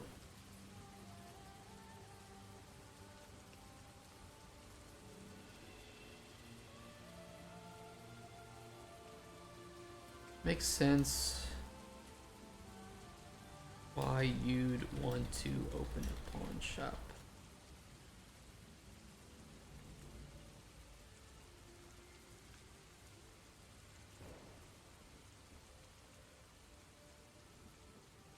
We need the condition. Hold on. We need to add a condition here.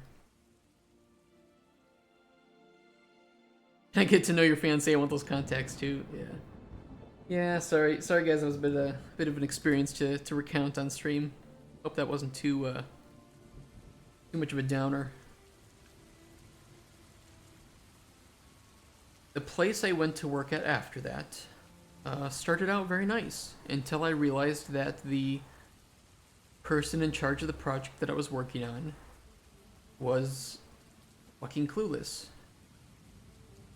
And the person he said was a better designer than me had no design experience and wrote bullet points and called them design. Good stuff. Good stuff.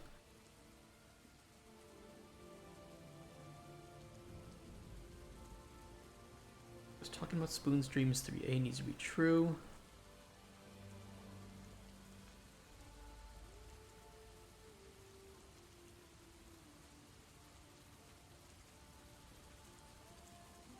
And this needs to be false as well.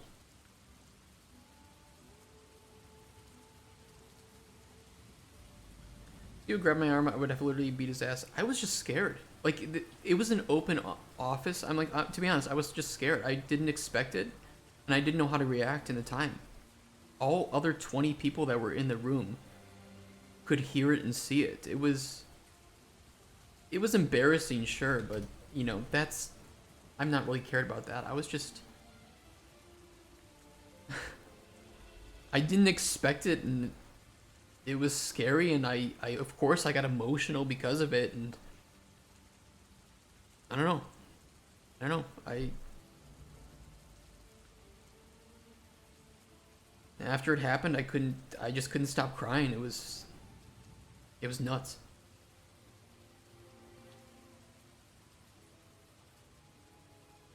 Yeah, it definitely triggered them.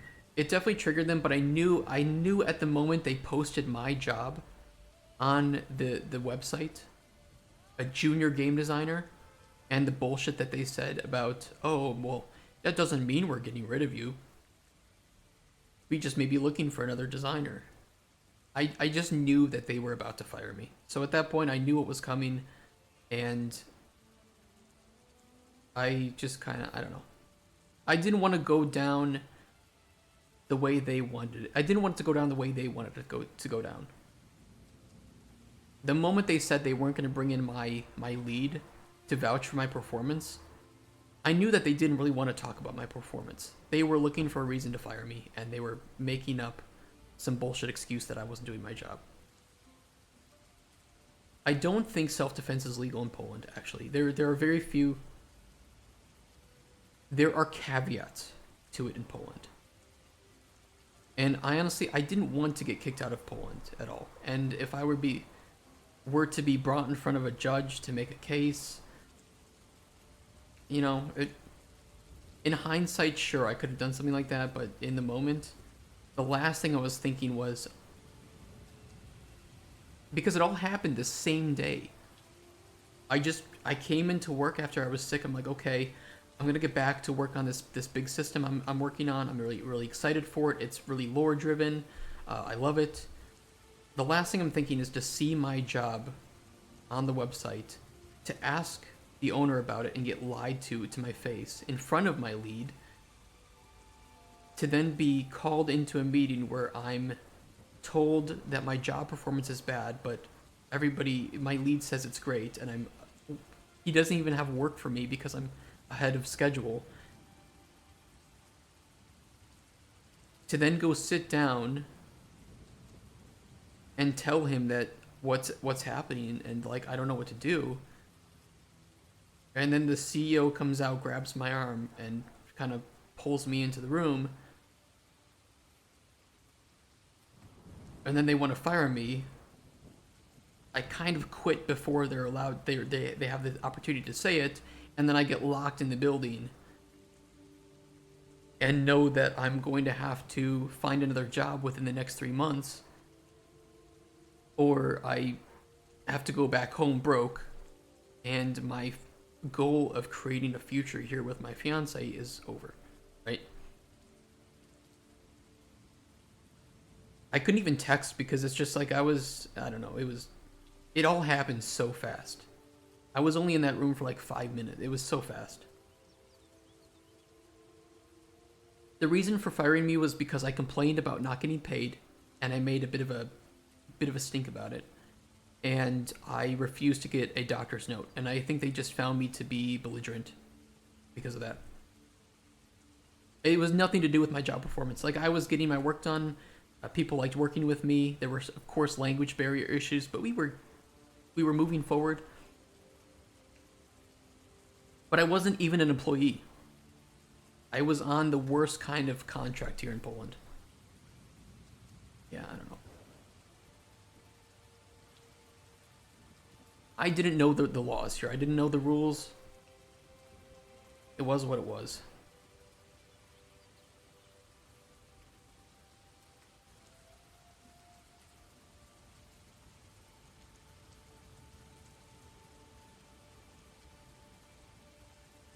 Okay, false true. Let's see. Let's put these same conditions on here. Pasta. And pasta.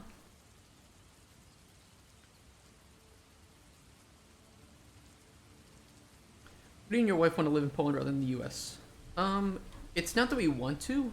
I don't think she actually doesn't mind moving to the US, but we need money to do that, and we kind of need to make sure that she can start working.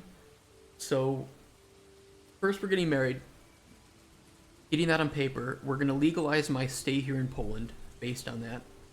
And then we're going to keep working up and trying to find, one of us needs to find work in the US so that when we move there, we actually have an income. And it's probably going to have to be me. So, you know, if we want to go down that route still, we just need to work up to it.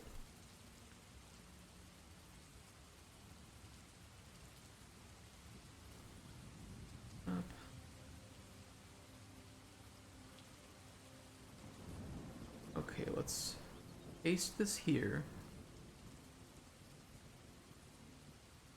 And new player response.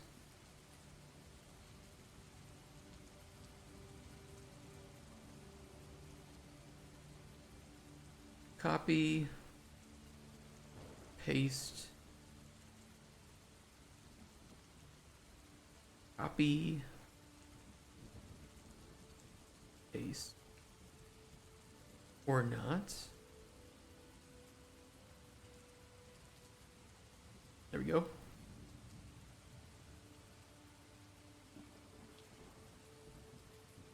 In a situation, we work remote job based in the US, but live in Poland with lower cost of living. That's ideal. Usually, though, unfortunately, you will be paid, especially for game dev, because of remote work being pretty common now, you will be paid an equivalent amount for the place that you're living.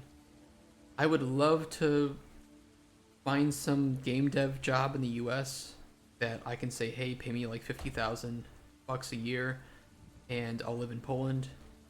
And I will live like a goddamn king here in Poland. But they wouldn't pay me that much.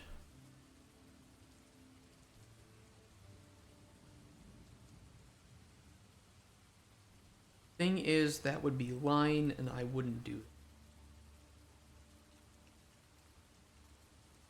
it. 50K your average salary for game dev? It depends. I would say in the US, it's probably like 60 to 70, but it depends on what you do and where you live. That would be a nationwide average if I had to guess. Probably closer to 70 considering inflation, right?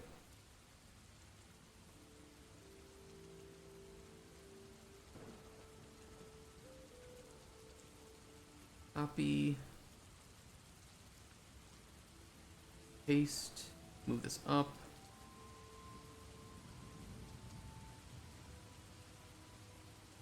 I'm not saying it's illegal. I'm just saying that it is... I don't know if I would want to lie about that.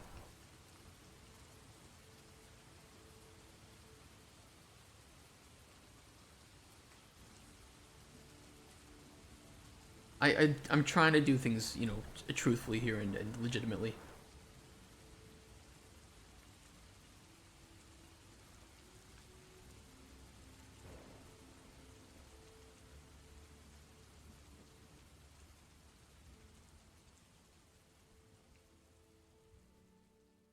Now I see why you want to open this pawn shop. should lead back pretty safely. And even with it leading back into...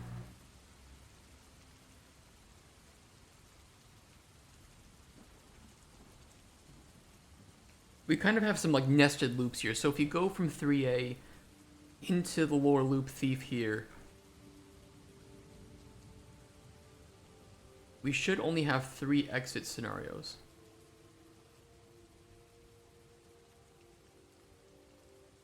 No, they pay based on address, unfortunately. Assign where's my remote work address in theory. Be there during work. I don't know. I'm happy with doing this for now, for trying to make Microraptor games get off the ground. I think we can succeed in that. Worst case scenario, we don't. I have to get a new job. I will have a pretty damn good portfolio to use as my weapon to get a job in the US. That's the hope, at least. Because even though I'm kind of like senior level designer at this point, I still have to compete with oftentimes 50 to 100 people to get a job, and you really need to stand out. I think software testers is a good career. If you like testing, sure. I know some people that love testing, and yeah, I mean, it's a good career. You can become a lead tester, a lead QA. Anything can be a good career as long as you like what you're doing, and it puts food on the table.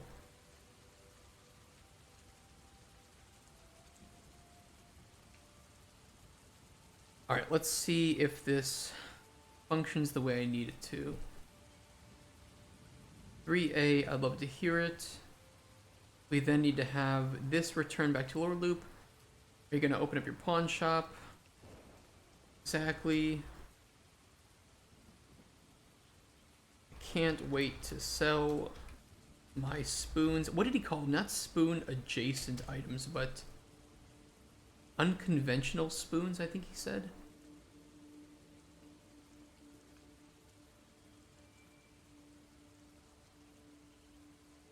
Yeah, unconventional spoons such as ladles, bowls, shovels, and shells.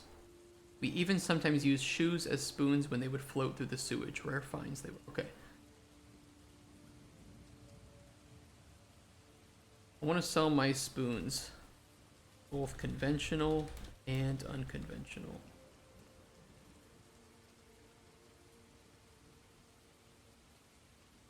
Are game programmers in demand? Game programmers are pretty damn in demand, yeah. Most places still need programmers. Again, you will, depending on your level of programming, you will be competing with a lot of people. So you really want your resume to stand out. And, you know, making games, making mods, those are all exceptional ways to show that you are a bit above the rest. And it just depends where you're going to apply for. So if you're applying for a AAA company, your resume is gonna look a bit different. If you're applying for an indie company, it's gonna look a bit different. Doing game jams is extremely helpful as well. You think software testers will be taken out by AI? Not always, because a lot of the ways that people break games is something that nobody can anticipate. For instance, I can show you an example.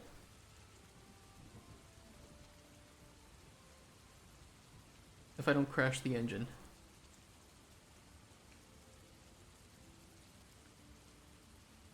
Okay, we do crash the engine. Hold on, let me restart it. Of course.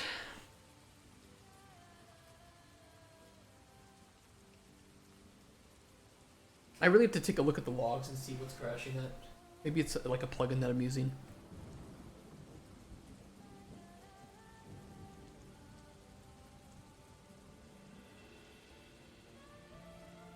I don't want these horror stories to put people off from getting into game dev. It's not common.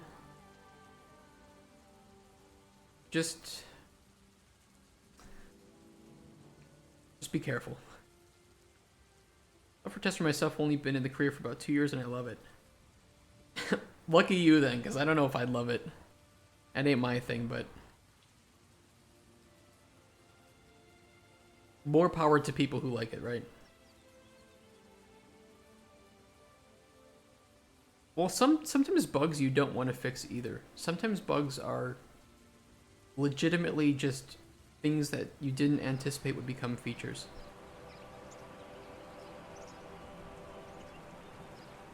Okay, so when you're making a potion, here's a good example. You have this one little dialogue that opens up, right? You throw your ingredients in, you brew the potion, this UI opens up. This is the only way to open the UI. The only way is to press this button here.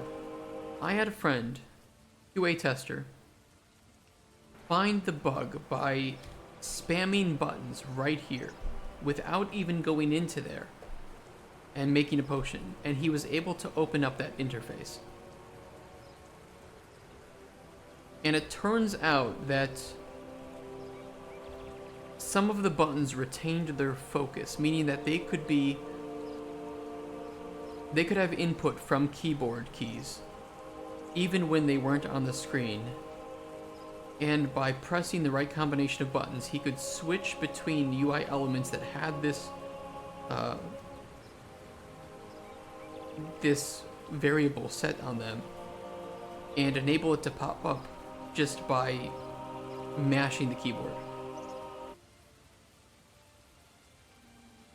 And it's those kinds of buttons that are bugs that I don't think anybody could ever anticipate. Same called Gunzy Online that the bugs actually made a playstyle which made people love the game more. Yeah, and Skyrim giants still send you to the moon if you get smacked by them. Goat Simulator is pretty much an entire game made from bugs that, as long as they don't crash the game, they allow them.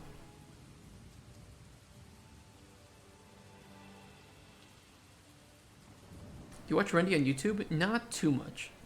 He's no SRS bug abuser, he's level 3 fire cape, yeah. I can appreciate Randy because he breaks the game, but he doesn't abuse it in a way that negatively affects other people's game. I'm not really a fan of other OSRS creators, like Oda Block. Guy's an asshole if you ask me.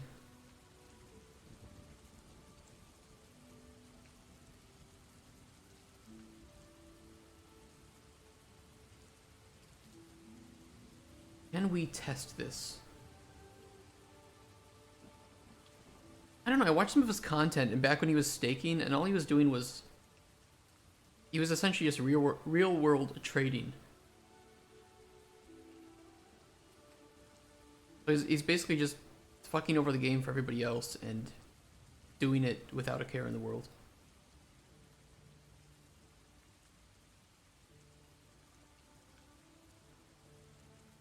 I'm pretty sure that's the right person. Yes, that is. Yep, he was real world trading. He was very, very openly breaking the rules and staking and thwarting the rules for it. And then defending it online.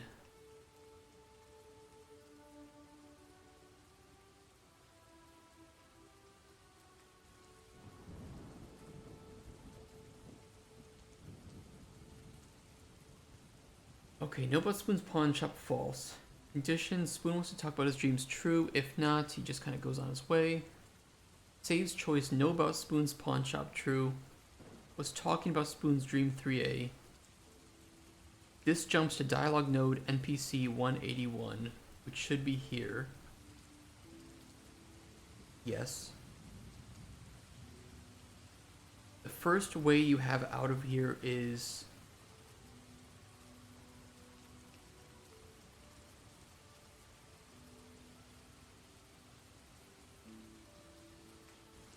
here. So if you weren't talking to him about his dreams, you just have that one option available. If you were, you have the other option available, which will say it makes sense why you'd want to open a pawn shop then. Jumps back to here. Exactly, can we just tell me Spoons, both conventional and unconventional. And this resets that choice. Starts dialogue node NPC 26. Perfect. second option. Same setup. Looks good.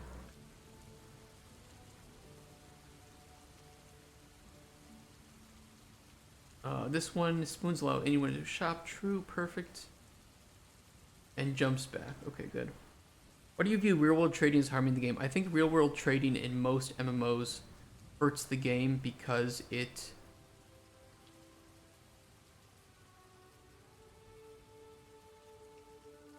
essentially being able to purchase power and gain things that you didn't earn. And it encourages people to bot and to gold farm, which hurts the economy of the game, which impacts all players, but can impact new players the worst. And so people with a lot of money can essentially just continue this line of fucking over the economy of a game to where the progress and rewards for doing things aren't seen as great because you could just buy the gold in order to purchase the items that you want or the achievements that you want. Like if real world trading ideally didn't exist in old school RuneScape, you wouldn't have botting. Or it wouldn't be as bad because people would just be botting for their own accounts and not because they can do anything to sell to other players. And so most of the botting would be gone. And the same is with WoW, the same is with Final Fantasy, these, New World, these all have bots, they all have the same problem, which is real world trading. You know, game testers do their job. Can they play the game from start to finish, or they actually just repeat playing the game, same function, part of the game over and over?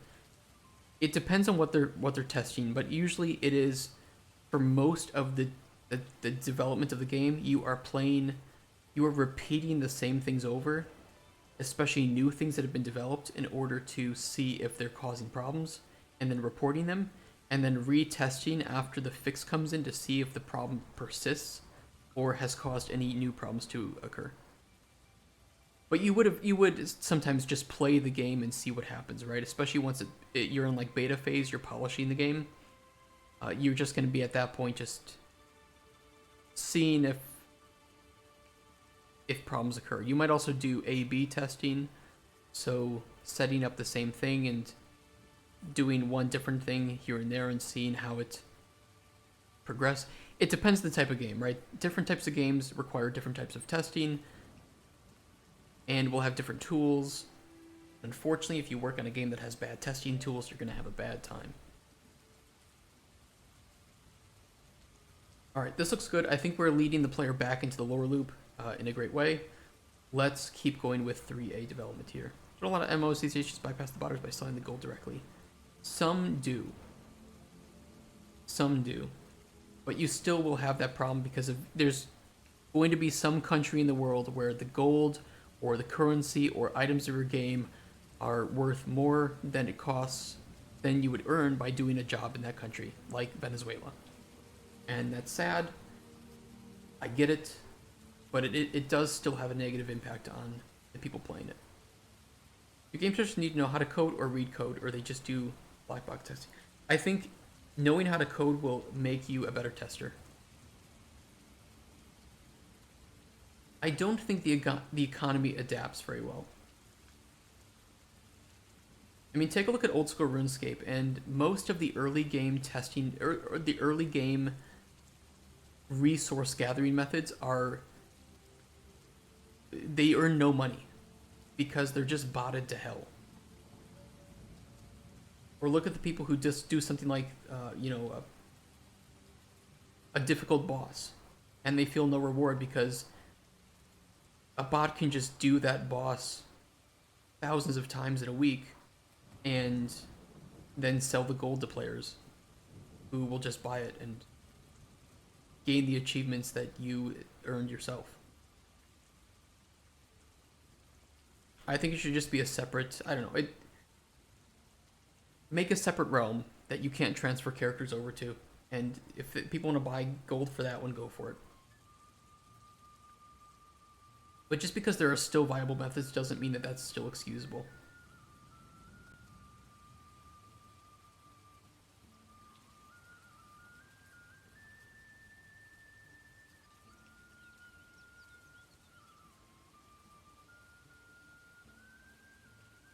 You're gonna set up your pawn shop.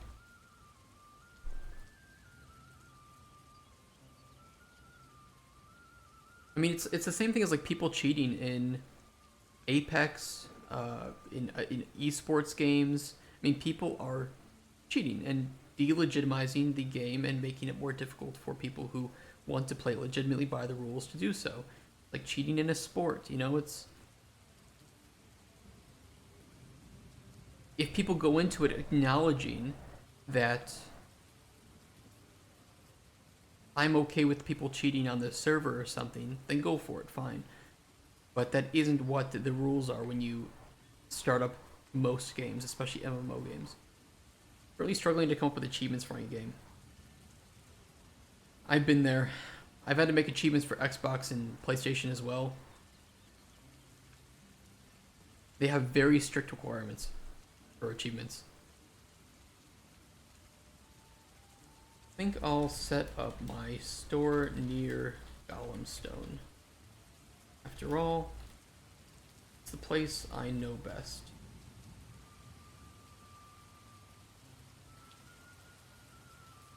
OSRS is, you know, the bonds are done by old school. It's done by Jagex, right? So this is a legitimate way to buy gold for your account if you want to do so. But there's a difference between that and people selling gold for like 50 cents for a mil. And they do it by body, by negatively affecting the economy of certain resources in order to sell gold to people who have done nothing and given no money to the developers. I guess partially because I couldn't care less for achievements in general, so I'm not like in tune to it. It depends what your game wants to be, but a lot of people just want either, if it's like story driven, you could have progress for certain story beats or for completion, and then you can have ones for unique ways of combating different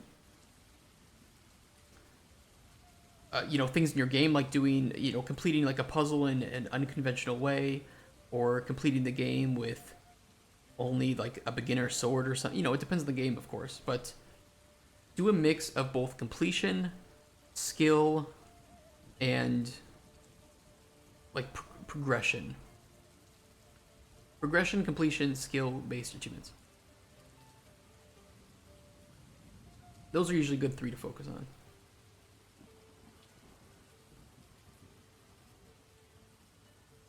Easter eggs too, yeah. Easter eggs are great. That's a good one. I like that.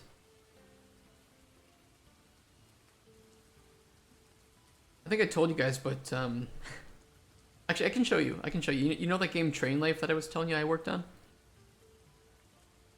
I want to show you something about the achievements. And the fact that they allowed this in the game. Wild. Massive load. I thought for sure that would get me in trouble. And nobody said a thing about it.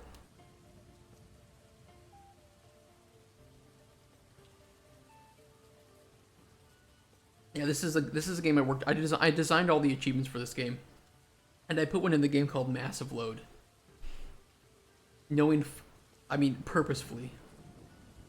No one said a damn thing about it.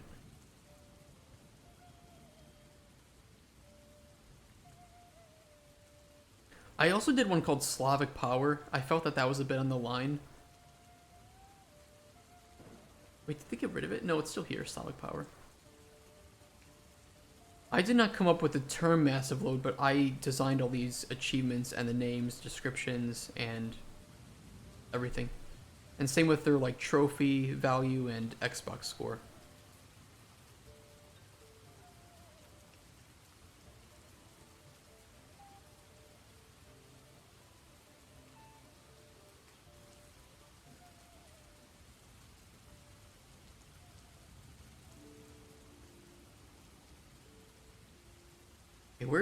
Where have you learned about Golemstone? Where's that? Ask Thief about Golemstone.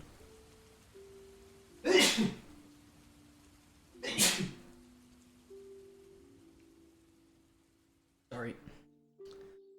This game is going to be free to play. Cauldron Chronicles will not be free to play, but it will be ethically premium. So I can show you our Twitter where we go over some of the things we won't have.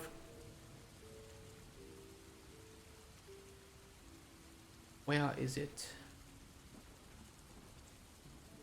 We will not have NFTs or blockchain. We won't have microtransactions, no paid or premium currency, no loot boxes, no cash shops. And adding on top of that, we will never have DRM beyond Steam's default, no day one DLC, no pay for convenience DLC, and our games will have built-in cheat codes and difficulty customization. So when you buy our game, you get our game. Simple as that. That's what every game company should have. They should, but they don't. I mean, I can understand free-to-play games need to monetize somehow. I'm okay with that. I do think that there is a ethical way to do it. What's wrong with that? Only dirty minds could say a thing about it. But everybody's got kind of a dirty mind, right? Astarovia, thank you. Read the fucking manual.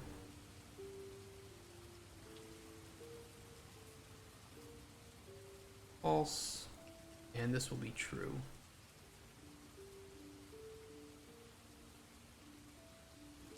My mind is definitely dirtier than others. That's for sure. May or may not, and you Polish people will like that.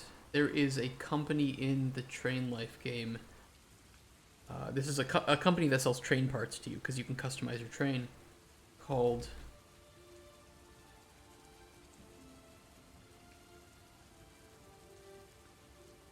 I think it's like this actually.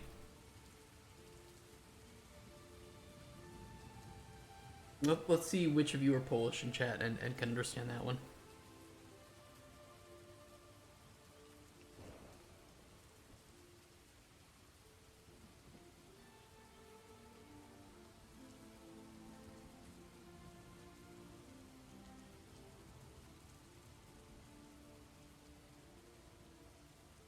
You like that one? It is English, but Polish people reading it, I think, is pretty funny. It is, Chipka is Polish for vagina, or pussy. I think it's specifically pussy. This company breeding trains.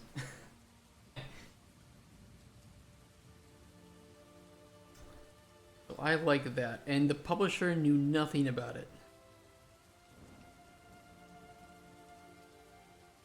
And my team knew about it. They said nothing. Was the publisher Polish? No, they were not. Try something, Dev. Welcome to the chat. How you doing? The publisher was French. So they did not understand the joke, but all the people in my company did. Doing great, thanks. Nice. Is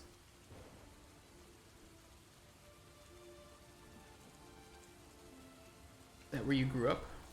I'll do Gollum Stone. Is that where you grew up?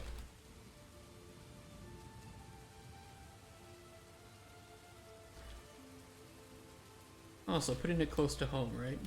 Putting it close to home.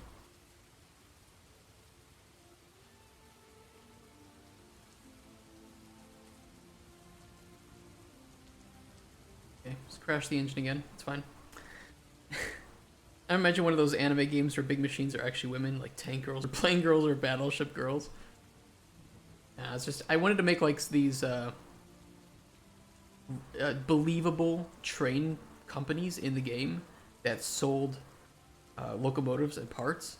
So I made up a few different ones, and there was the English one was Chipka, and then there was also, oh god, I don't remember. Might be on the screenshots. Sure it is, right?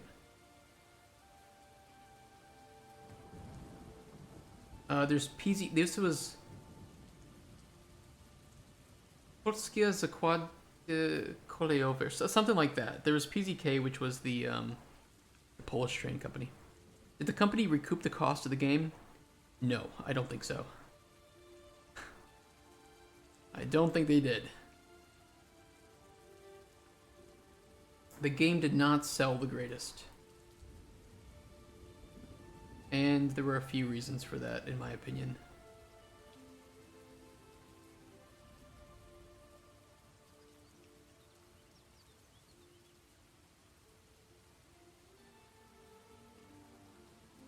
let me write this in again. Golem Stone.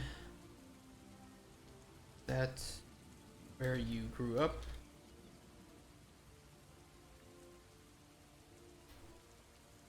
So. Bullshit. Thank you for the follow, Tristan Bean Dev. Bullshit. Derivative. That I love. I absolutely love. Thank you for the follow. Welcome to the stream. No offense, but the game looks like something a solo indie dev made. I think it looks a bit better than that, personally.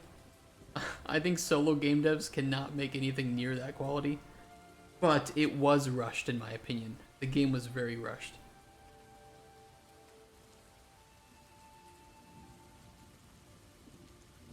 I mean, I think visually this game is actually better than it ended up being from, like I said, we had to complete some things ahead of time, cut some things.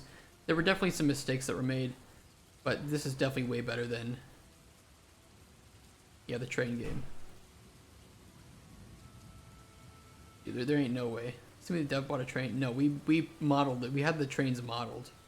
We didn't buy the asset packs for trains. We had to model these based off of existing locomotives, but then make them a little bit different enough to not get us in trouble with copyright.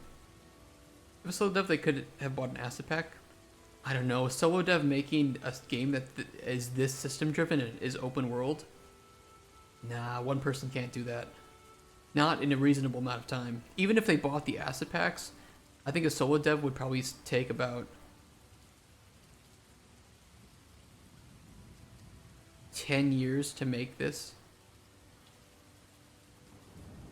At least.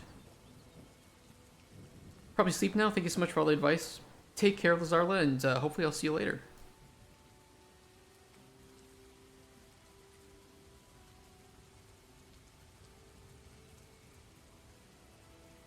Would you ever join Blizzard? No. No. There's no way I would join. There's nothing Blizzard could offer me that would ever make me want to work there. I think the management is ass. I have heard way too many horror stories about it. I'm already against working for a AAA company for a lot of reasons. And I honestly think that the games they make are not great. They're not the same level of... It's not old Blizzard, okay? All the people that made Blizzard good, they're not there anymore.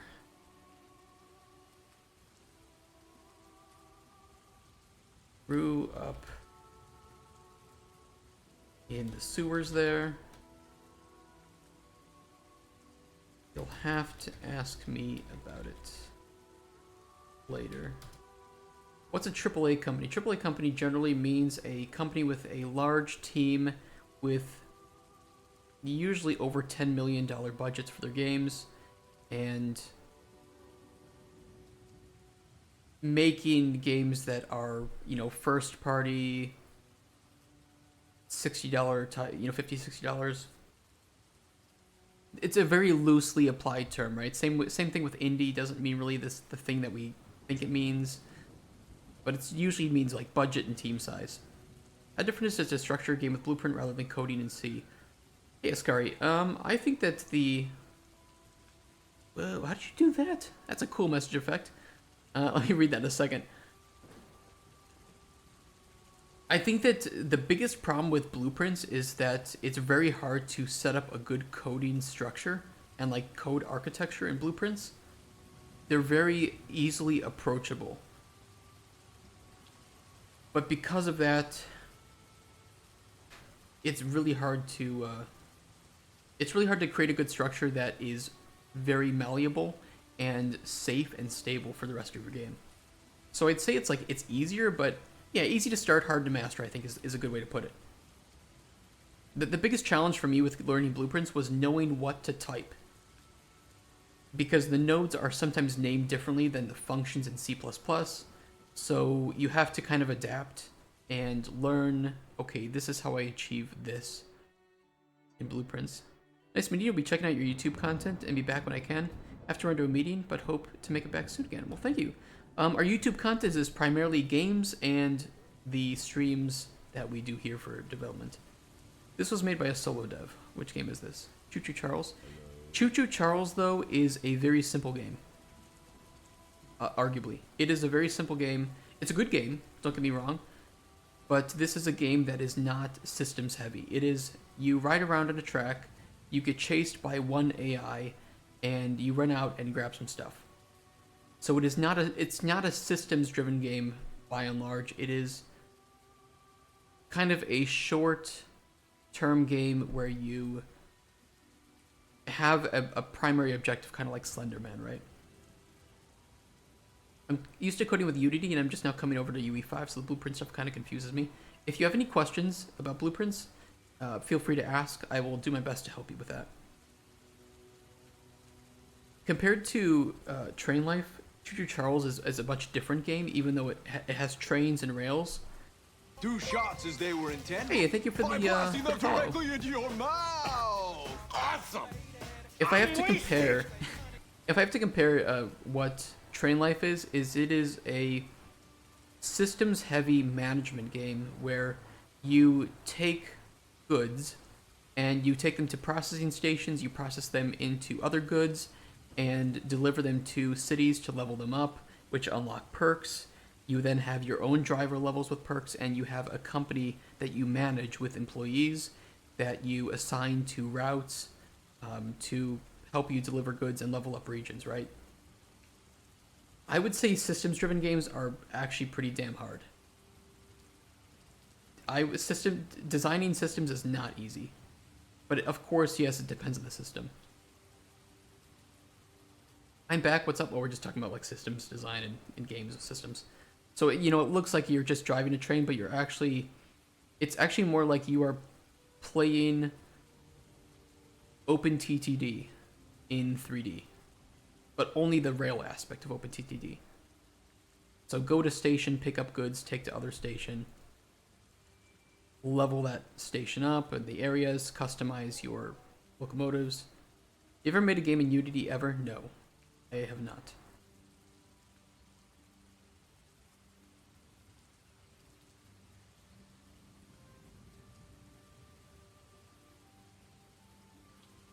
You ever play Sid Meier's Pirates? Yes, but not in a long time. Did you start on Unreal? Yes, kind of, with Unreal 3. No, I started in Game Maker. And then I tried some other smaller engines, and then I moved to Unreal 3, but I quickly moved from Unreal 3 to Unreal 4. It was like 2 months after I started Unreal 3. And then I've been on Unreal 4 ever since it launched.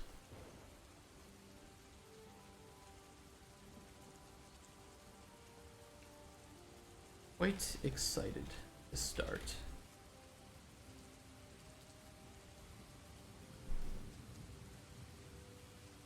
What version was it? The 3D Sid Meier's Pirates? I think so.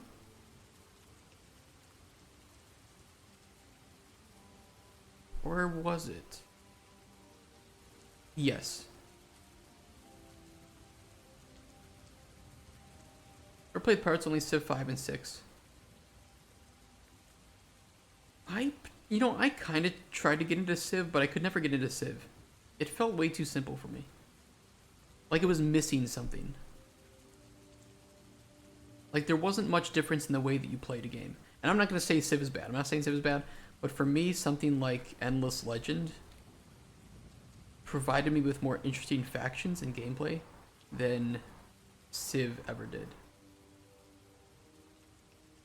I ended up liking that more, I think because of like the RPG elements. Do you think people want to be game devs because they grew up playing games? Yes. I think that a lot of people want to be game devs, especially when I was younger, because it was the coolest thing you could do. You love games, you make games. Boom, simple. And then you get into game dev and you realize, well, it is cool, but it's also very difficult.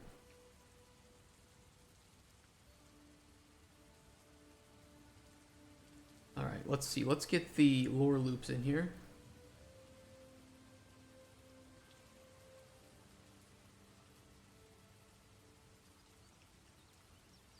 Did you enjoy the Anno games? some of them.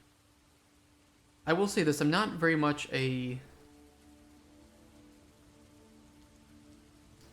well, no, that's not true. That's not true. I was going to say that I'm not really into, like, strategies or city builders, but that's not true at all. I think I was very specifically into some of them, and not all of them. Because you butt pain, sometimes severe butt pain. Yeah, game dev is... It's not what people think it is sometimes. Especially game design. I think game design people think is, oh, you just think of ideas for games. And then people make your ideas. When that is pretty far from the truth. And in fact, if you go into game design like that, you will kind of end up making people hate you.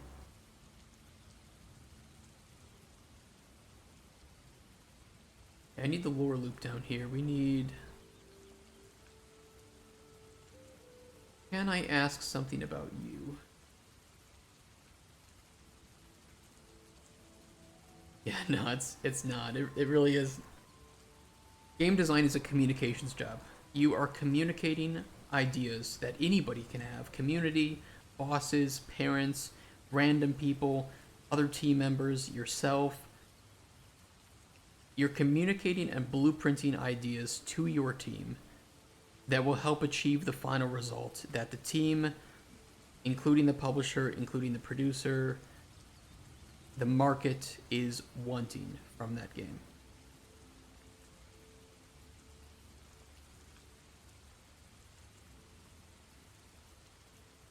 Can I ask something about you? I tell people I'm a game designer who moonlights as a programmer because programmers are expensive. I tell people I'm a game designer and they just don't... A lot of people who don't know games don't know what they are, and people who know games don't even know what they are. Carol, I gotta talk to you about Pepe. And when I open Thank you for the follow, Emo Giraffe. there's not a Greetings single from Egypt. goddamn desk in that office. There is Greetings from Poland. Carol in HR. Thank you for the follow, and welcome. How's it going? It's going great. We are having some great talks. I'm getting a bit distracted, but it's all part of the fun, right? Ever experienced pain in your body like your arms by sitting developing too long? Yes. Yes. You know, I try not to sit when I just try not to sit as much as possibly I can, and I try to get away from screens when I can. But I don't do a great job at it. How are you doing, Emo Giraffe?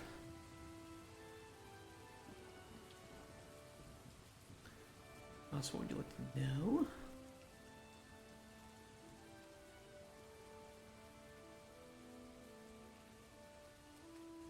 I have tennis elbow by using the computer too much.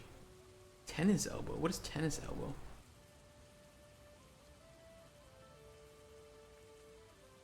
Talk to other game devs, I say I'm a game designer programmer, and when I'm talking with non-devs, I just say I'm a game designer.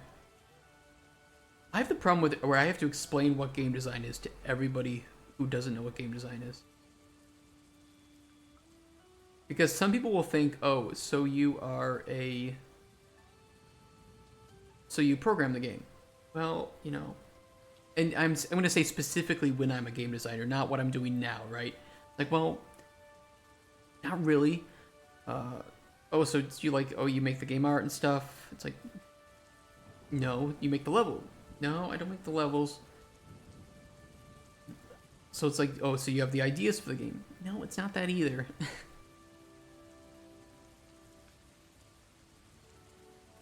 From your tendons, ligaments, and your elbows start to get inflamed and degenerate by repetitive actions. Jesus. I try not to get that. I hope I don't have that.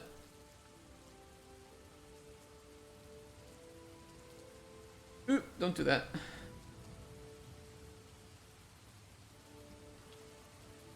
I'd like to ask a more personal... What exactly does a game designer do at work on a daily basis? That is a good question. First off, it depends on what kind of game designer you are and if you're in a AAA company or an indie company. Let's say for the sake of argument, you are in a AAA company. Your goal is to, again, communicate and blueprint ideas that anybody can have according to the game pillars, the needs of the publisher, the needs of the producer and the creative director, and the needs of the market. So you will be writing a lot of design documentation, having a lot of meetings, iterating upon those design documentations, keeping them up to date, and making sure that the team has the information that they need in order to create the systems and reach the end goal with the system. You might also be working in spreadsheets to help balance and implementing numbers into the game. If you are a systems designer, and gameplay or combat designer, you might also do this too. You would be prototyping certain things and using that in addition to a design document to facilitate the creation of the end result. Do program make level? Well, but because you are, like an indie developer or a solo developer, right? So you have to do those things. But if you're in a AAA company, you're much more specialized. Do game designers follow waterfall approach all the time, or can they be agile? It depends on the task. A lot of it is waterfall, where a lot of it's hard to anticipate, right? If okay, we need you to design this new system. How long will it take? Well, I don't know what the system should look like yet. You can't ask me that. I don't know what it's going to look like. I don't know what it's going to have in it. I can't just magically put a time on being creative. So it's really hard to predict a lot of game design tasks, especially the creative tasks. Because I can't tell you how much time it will take to make something that I don't know what it's going to look like yet. Sounds like a project manager. Game designers and producers, which you would think of more like project managers or product managers, have a lot of similarities in the way that they work and the way that they think. Which is why a lot of game designers usually go 3 routes, let's say. Senior designer forever, creative director, or producer.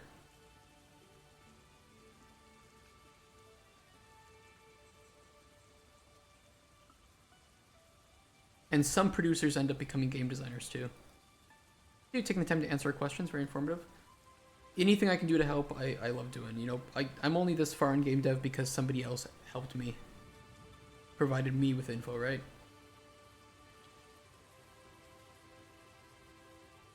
I can be your project manager, I'll make you story points and Jiras.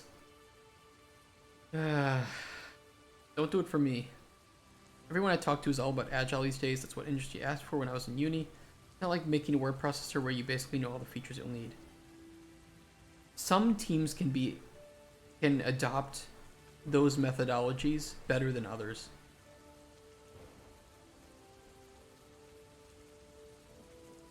I think a lot of game design, you just have to work with deadlines, and you can't put time restraint, or you can't put time estimations on some of your smaller tasks. It's just, we need the design for this in 2 weeks. Okay. It seemed pretty crazy. It's weird. The story point stuff is weird. I get why it exists, but it's weird.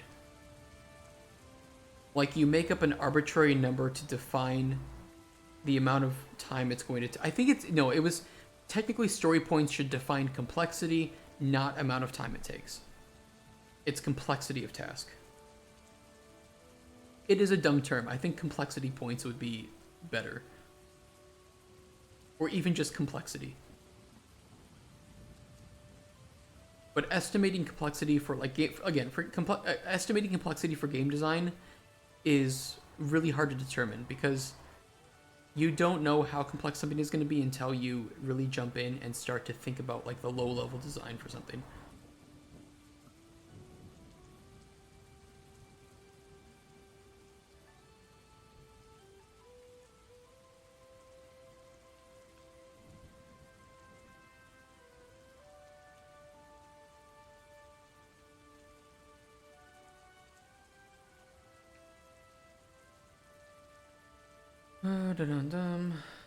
Lore, loop, entry points.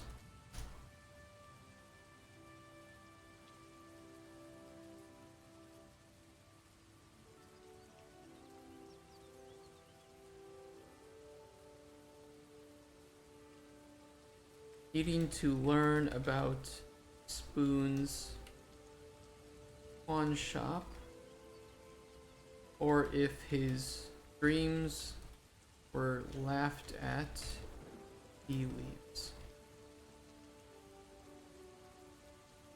You study IT in uni. I never went to college. I never finished high school either.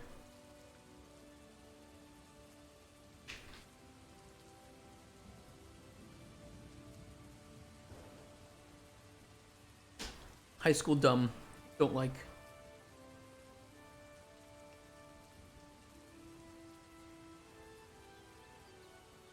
Basically self-taught, for the most part, right? Self-taught, and then helped with a lot of people who knew things. You know, back and forth, right? You can't fully teach yourself game design. Couldn't quantify his intelligence in the education system. I don't think I wanted them to quantify it. If you judge me by my grades, I would be a C or D student if we go average. I was like A's and B's in some classes, F's in others. And it was based purely on the fact of me liking the teacher and the subject you're not. If the teacher was an ass, I didn't do my work, I failed the class. They kicked me out, I won.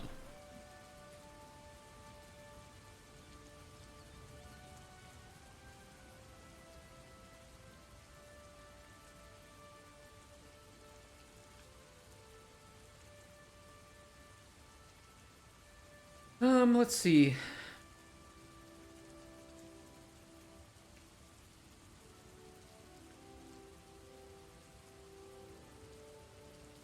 Going to end up racing that rat man again. We'll do this based on individual choices that were developed in previous dialogue.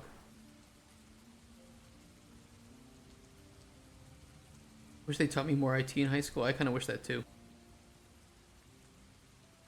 So who in the company decides what genre the game will be? What systems it will use? For example, first-person survival crafting zombie game. Usually the studio director or the creative director will be the one to have the final say on what game is going to be made. And it will be based on some initial pre-production, like a one-sheet or a GDD that was written up. You know, like a bare-bones GDD, right? Just something to explain the rough overview of the game. However, most designers, most creative directors will let the systems designer handle the specifics of how the systems should work, and may even let... It's really hard to say because some creative directors can be really dictatorial, and the game must be the way that they say it is. Some creative directors will be like, here's the rough idea. Let's see what we can do with it, right? I knew we were learning basics of Java. I did do basic programming classes, but the teacher was an ass, so I got kicked out. He was a real asshole. That's uni. That's different too. Uni has no place for basics. I kind of agree.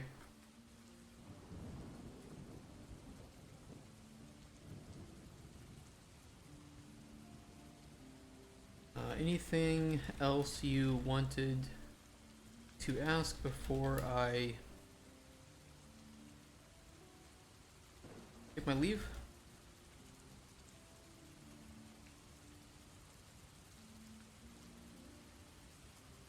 Oh, I need to set up these lore loop exits.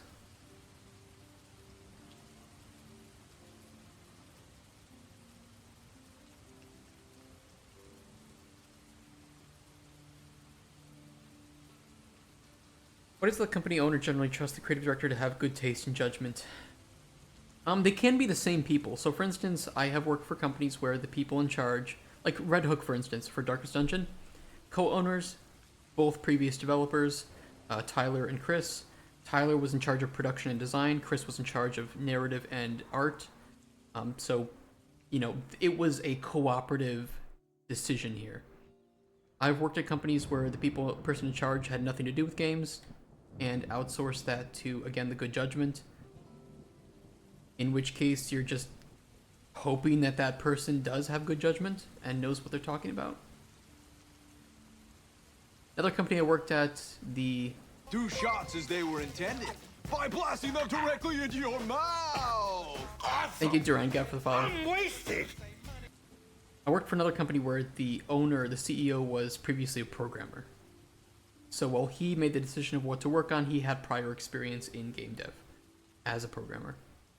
He was fantastic to work with because I am a systems designer and he's a programmer, so we kind of speak the same language. And yeah, I really like working with experienced people like that. That whole team was just fucking amazing. And I feel bad that I had to quit working for them, but it wasn't done out of any hostility. It was just my life is pushing me in a different direction, kind of thing.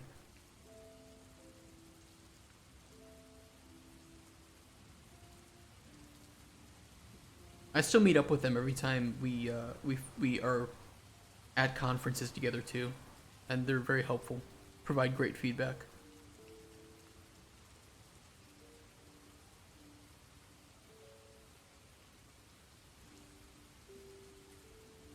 I feel like being creative director is more of a natural gift rather than something you learn. You can learn it, but it's a leadership position, right? So you have a lot of responsibility. You have a lot of you need to have a lot of knowledge. You need to know pretty much everything about game dev to a reasonable degree, so that when you talk with the lead artist, when you talk with the lead programmer, sound designers, voice actors, that you have enough knowledge to at least get what you need conveyed. And you need to be really good at absorbing that knowledge from other people who know those things. So I say you need at least 10 to 15 years of experience to become a creative director.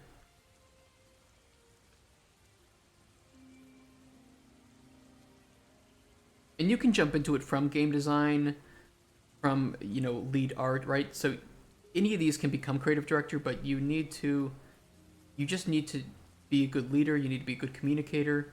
You need to be really good at compromises, at discussing things with shareholders, the community, management, publishers, team. All of these have a different language that they'll speak. And I'm not very good at speaking some of those languages, I'll be honest. I speak blunt. That is my language of choice. I'm not going to sugarcoat shit for you. And I'm certainly not going to lick your asshole and hope that you'll bend over backwards for me. You can be a game dev forever? Yeah, I do. You'll just know what makes a good game, and most people just do not. Yeah, but look, a good creative director is not going to say this is a good game. They're going to say, here's a rough idea. Now I'm going to sit down with all my leads, and we're going to refine this into a really good idea. And we need to prototype it, cut the things that aren't good, adjust the things that aren't good if they can be. So it's like you kind of just go in there with a starting point. With a one sheet, right? So I have this armadillo pinball, right? I'll read the summary. Armadillo pinball is a 2D pinball platforming experience with interconnected tables. Players control an armadillo skeleton, progressing through vibrant Day of the Dead and Wild West themed environments. Unlock new tables by completing skill shots, defeating bosses, and conquering platforming challenges. Traverse both vertically and horizontally, discovering new routes and secrets. The game combines Sonic Spinball-inspired mechanics with a captivating combination of themes, providing an enjoyable journey through a whimsical realm of spirituality and wacky creatures. This is just, here's the idea. Is this marketable? So we do market research. We do some prototyping to see if we can achieve it, or if we need to hire people who can help us achieve it. And then we see if the prototypes are actually fun or not. And that's what a creative director would start with. And we would create the pillars, create the gameplay loop, create a rough GDD, and then prototype the hell out of it. Yeah, they are ultimately responsible for the final say. You're very right about that. So they need to be like defensive, but open when they realize that something is better. And if it was an easy job, if anybody could do it, we would have every game would be great, right? Every game would be a great idea and work both on paper and in practice, and that's not true. I think I like to say that, well, I don't think there are bad ideas. There are ideas that don't work for the game that you're making. It's like a soup, right? Not every ingredient you're going to mix into a soup is going to make a good soup. But there are ingredients that you can mix into a soup with other ingredients to make a good soup.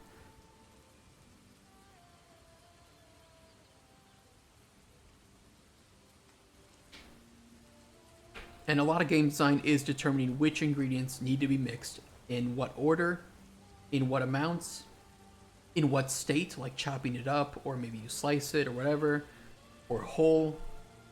And that's going to affect the texture, the taste.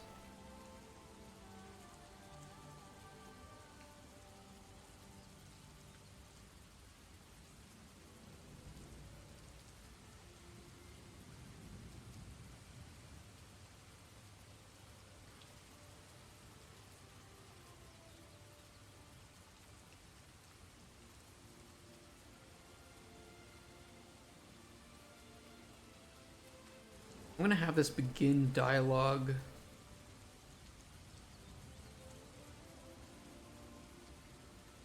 Yeah. Not a condition, we want an event. Assuming you decided to make Cauldron Chronicles, you didn't just pull that idea out of a hat. The idea seemed like the best one at the time. Yeah, I had been thinking about it for a long time. I always wanted to make an alchemy game.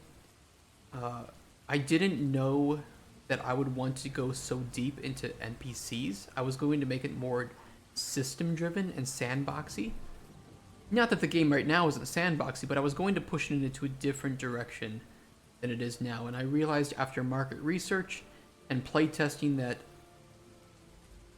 going a more RPG route actually seems like more fun for me, and a lot of games don't do that.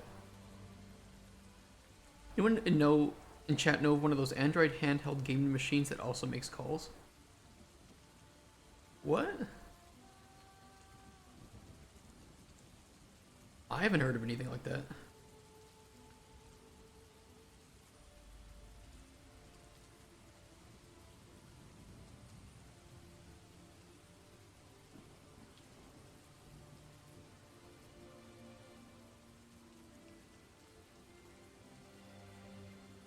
I agree that an alchemy game is a great idea, but on the other hand, I think a train simulator, although it might be successful done properly, wouldn't be my first choice. I did not choose that. I was a junior designer when Technically, I was a junior designer when I started working on Train Life. And that was what was chosen by the company. That's what I worked on. And I worked my way up to become the lead designer on that because, spoiler alert, I was the only designer on it for a long period. I don't think I deserved that position, but I had to take that position because we needed it and nobody else was there for it, so. Oh, you're just using an example, okay. Yeah, somebody made it. Well, the thing was that the company Simtract they started off making simulator software and plugins for simulator software. So it was natural for them to go into making simulations and like vehicle simulations. And that was the only choice of company that I had to work at the time. I was days away from being kicked out of the country actually. So I was like, well, what we're doing. There's a little bit of missed time there actually, but in a different game that was being worked on, but in short, that was pretty much what happened.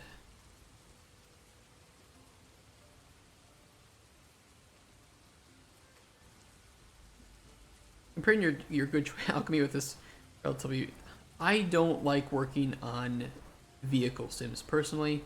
I don't mind simulator elements. In fact, I quite like simulator elements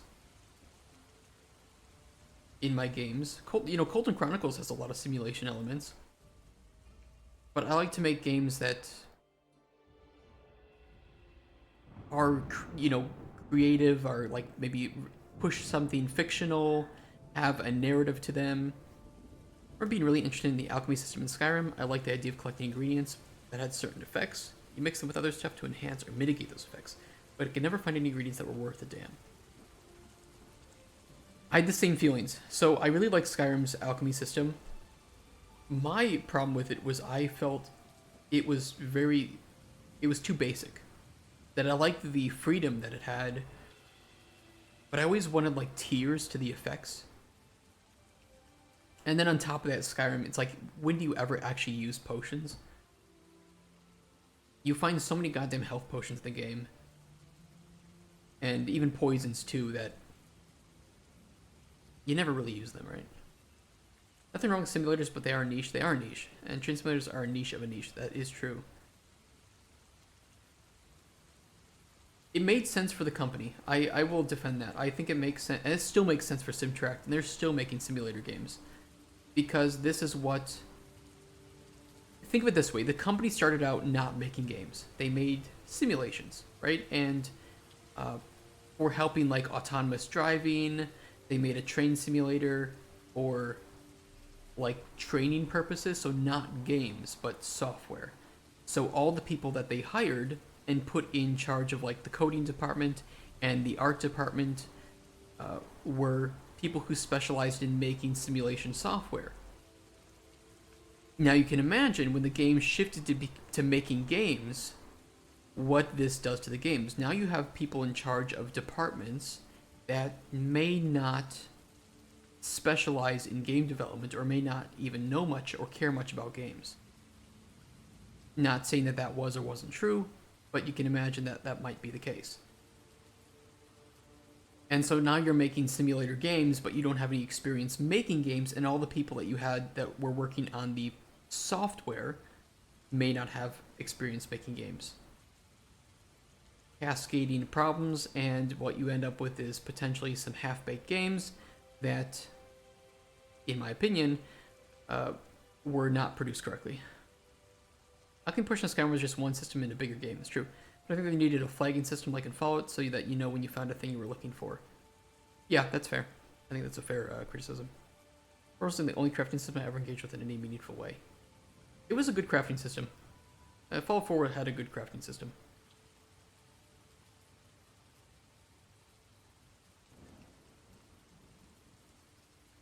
Okay, this leads back to 28. This is 28, right? So in this way we can kind of separate the rest of the dialogue. It's just jumping from here to here. So it's nothing super special.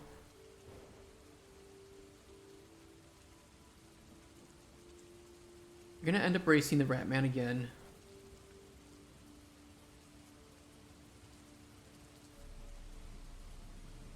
What else do we want to ask him before he leaves? Before this is the end of 3A, right? So what do we want to ask him before he does that?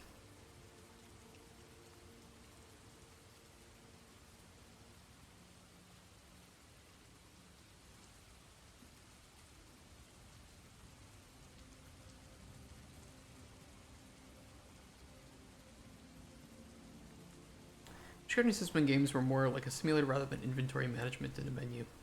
That was another thing too that I didn't like about alchemy games, is they all seem to be menu based, and none of them had you, or very few of them had you manipulating ingredients, and the ones that did were still 2D games. So I wanted to make something that was 3D, that kind of immersed you in the role a bit more, and made your job meaningful. Because I like the job simulator games like Shopkeep, or these like weed shop simulators or whatever the fuck. They're good at putting you in the role, but they aren't good at immersing you in the consequences of your role. They're not RPG games, they are simulators, and I wanted to make an RPG simulator in a way. Life sim, RPG, adventure simulator, whatever. These are my 4 tags, I guess you could say.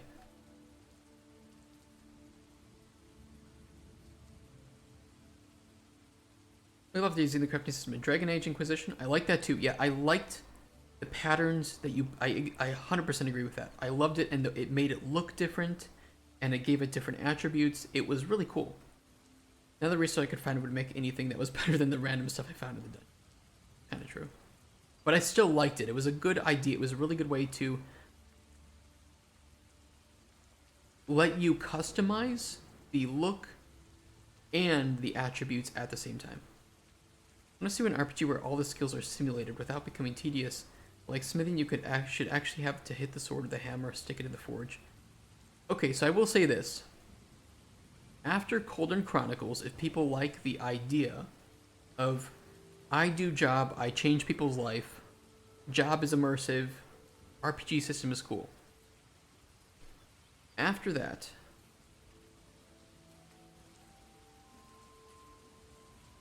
this was the running idea that I had. Same universe, some of the same characters, maybe even taking place after Cauldron Chronicles where we import your choices and we continue the story, but you are a blacksmith, a different character, and you are making swords and shields and all this other shit for people in, for like adventures in a town.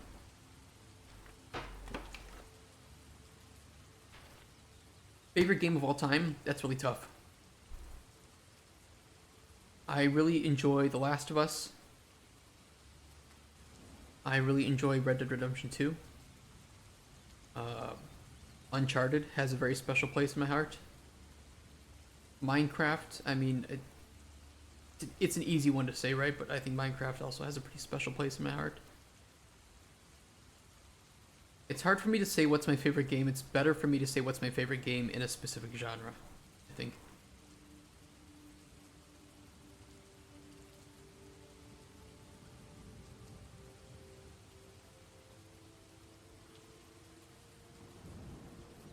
Well, I know one that we could do.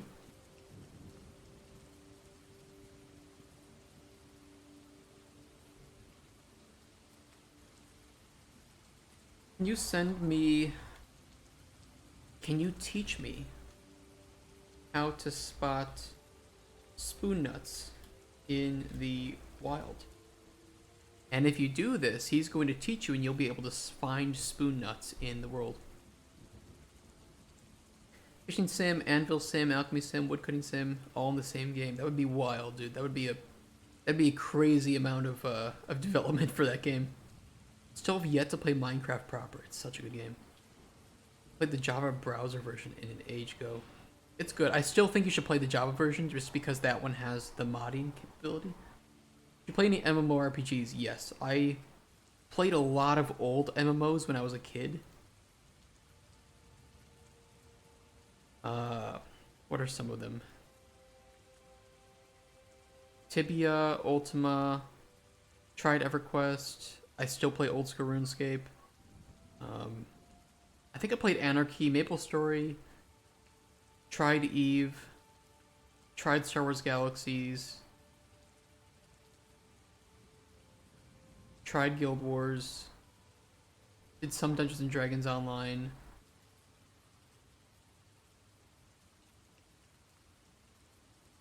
Tried Guild Wars 2. I think I already saw that. Tried Neverwinter. But now, pretty much all I play is old school RuneScape as an MMO. I only have time for one of them, and that is old school RuneScape. Okay, can you teach me how to find spoon nuts in the wild? Let's see if we can also ask him, like, hey, are you gonna go visit your dad? You going to visit your dad in jail?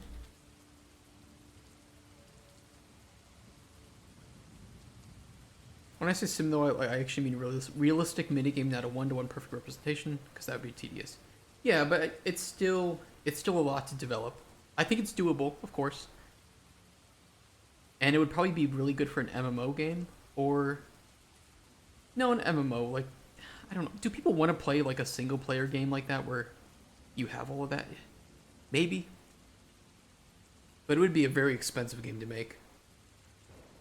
And I think people would want it to be an MMO at that point, so we would have to make one. It's the only way it would recuperate money.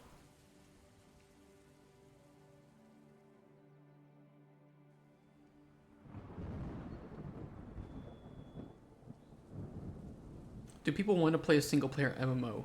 You would be surprised. Old school RuneScape does offer quite a bit of that with Iron Man capability. RDR2 basically has what I'm talking about except the cowboy version. RDR2 is so fucking good. It's such a good game. If there's any game that I could say is 11 out of 10, I would actually consider to be a quadruple A game in terms of quality. It's Red Dead Redemption 2.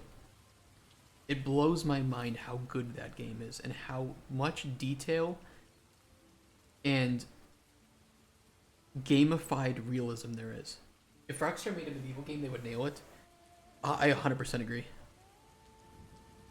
Always thought the worst thing about MMOs were the other players. If you want, you can play old school RuneScape as an Iron Man, and you can turn off seeing other players. And in almost every single case, you would not even know that there are other players. Never played RDR2, worth buying? Hell yes, it is. It is by far one of the best games I've ever played. It is on sale right now for a very cheap price. This is in Polish currency, so divided by 4 for US dollars or 5 for euros. Just know it is an action simulator game. It is narrative driven. A lot of attention to detail. It will play a bit slower than your average action game, but it has 10 times more attention to detail than most games I've ever touched. In all the best places. Iron Man means you have to start over if you die. It does not mean that. There are 3 different modes for Iron Man. So there's regular Iron Man, which just means you cannot trade other players. That's about all it means. You can't trade other players. There's hardcore Iron Man, where it means if you die, you lose the status, but you just become a regular Iron Man. And then there's Ultimate Iron Man, where you cannot trade other players, and you cannot use a bank. So if you just want to experience an MMO where you have to earn all the things that you get, play Old School RuneScape Iron Man and turn off players with the RuneLite client. RDR2 horses balls shrink when you get to the Cauldron. It is true.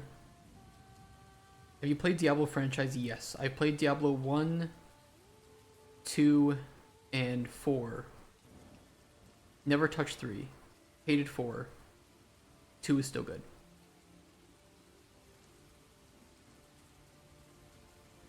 That's my hot take. That's just my personal opinion. Doesn't mean those games aren't good.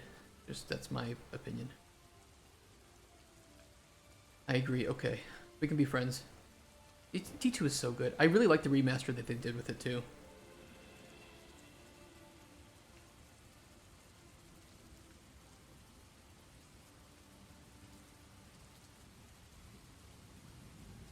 What made D2 better than D1? It was just an upgrade. It was an upgrade in every way. That's back when Blizzard was making really good games. They were peak. Started OG1 recently. I will admit I have not gone back to 1 in a long time. So it could just be bias, right?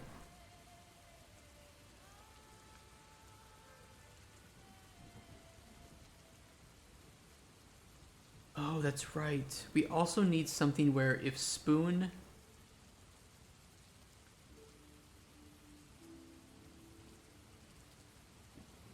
Right. But it was only if Spoon's main quest has been completed, and you then ask him about Rake. So that will actually be in encounter 4, 5, and 6.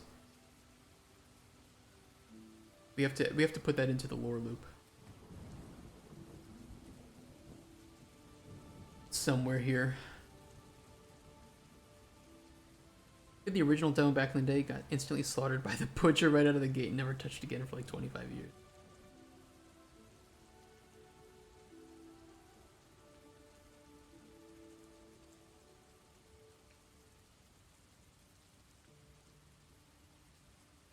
But definitely play old school Iron Man if you are just curious what the experience would be like. You can also play group Iron Man too, so you can play with a small group of up to 5 people in total. and you help each other, but you can't trade with people outside of your group. So that's really cool if you just want to like jump in with a friend, and you guys can only work to help each other, but nobody else can have any impact on you.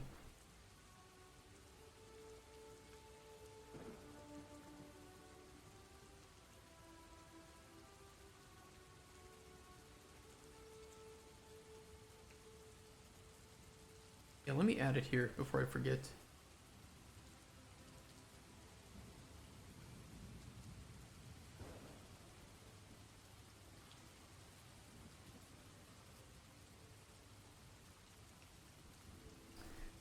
Hey, did you ever visit home and ask that goblin Shu about the rake he hid?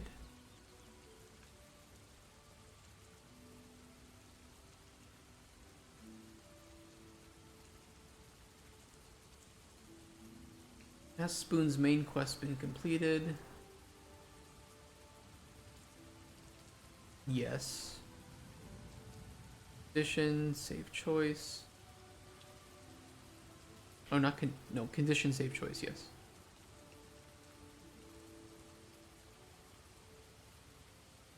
True. And convince Spoon to ask Shu about Rake. What a wild sentence.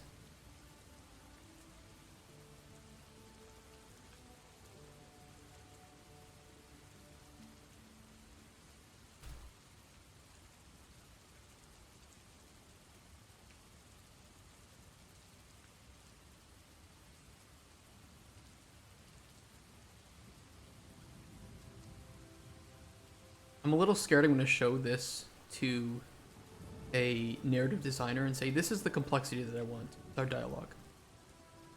And most of them will say, yeah, that's a bit too much for me. I'm out. I'm hoping that the challenge will be interesting to some of them, though. Like, yes, I've always wanted to write this complexity, but we always had to cut it down. I don't know.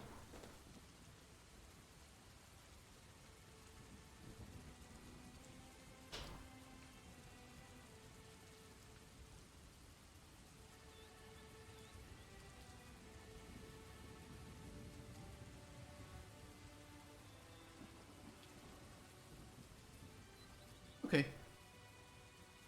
Gonna go visit your dad in jail. Can you teach me how to spot spoon nuts in the wild? Will you end up racing that rat man again? What's this game going to be called? Cauldron Chronicles is the current title. I like it. I will not be very keen to change it because I like the alliteration. I like that it doesn't include the word simulator, doesn't include the word alchemy. Your job title in your previous job was systems designer. I have gone from, technically speaking, professionally,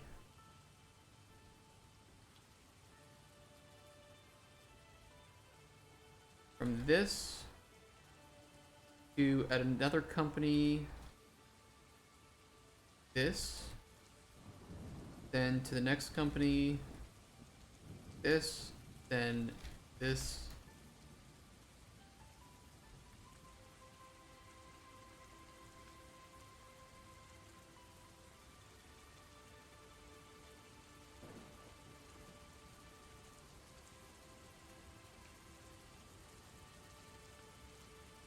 Yeah. And this company did not use like they didn't really care about senior roles. It wasn't the role title didn't matter. It was about your responsibility, which I love.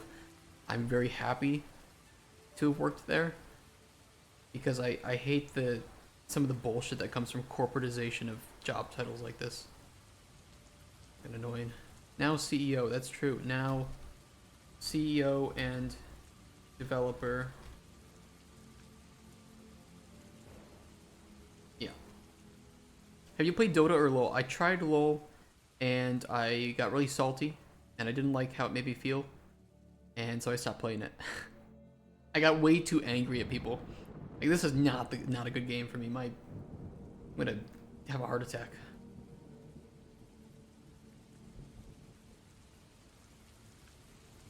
When you were a creative lead, what were your responsibilities? Pretty much oversee the development of the game, and from everything except for its artistic point of view, because we had a really good art director, and I trusted him. I'm like, look, you know what you're doing. I don't know what you're doing. Keep doing what you're doing, and I'm gonna focus on everything else.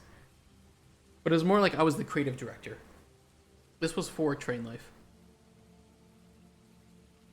This was a position I didn't want to be in, honestly, but we didn't have anyone else who could take the position. So I took it. I didn't like it, and here I am now.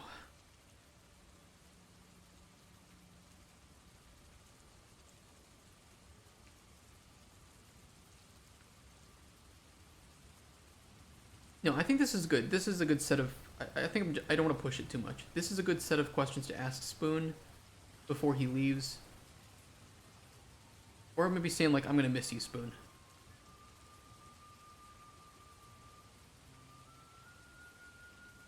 I'm going to miss you, Spoon.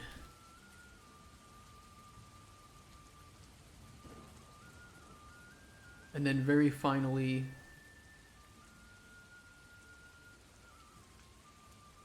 Goodbye, Spoon. Hope to see you again.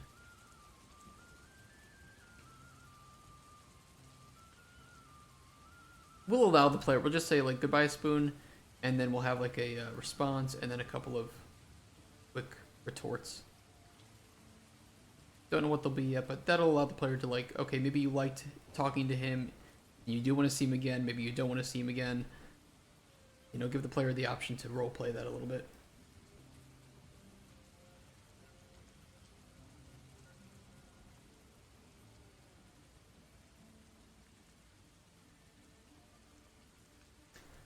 I'll say this, I didn't mind being creative lead, I just didn't like being creative lead on that project with the boss that I had. I'm going to have to be a creative director for Cauldron Chronicles, of course, but this time I can create the environment, the team environment that I think will be a lot more healthy, and I can ensure that the people running this company are actual gamers. Creative lead, if you had said, let's add gacha mechanics to the game, did you have the power to do that without interference? No. No, that would have been... I would have had to run that by the person above me, and the publisher would have obviously said no to that, so... Not that I would have added gacha mechanics, but they wouldn't have... Well, I don't know. With Nacon as publisher, with how money-grubbing their CEO was, yeah, he probably would have gone for it. If I had framed it and shown how much money you could make, I actually don't doubt that they would have done it.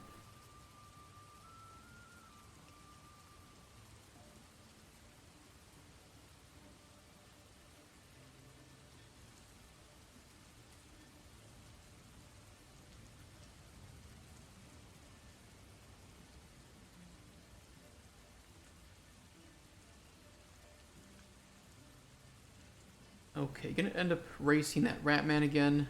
This needs the condition that we know that we've convinced him that he's going to re-race the Ratman. Convince Spoon to rematch race needs to be true.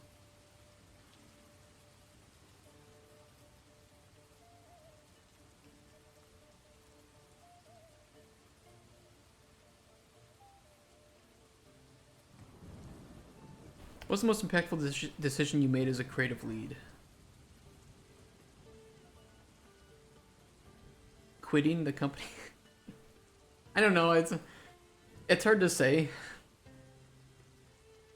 I unironically quitting the company would have been the most impactful on the company, actually. Because they didn't think that I was going to quit.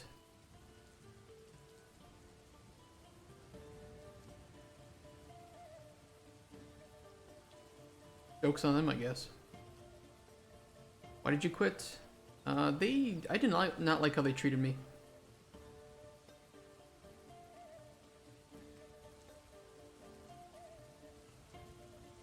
Especially near the end of the project.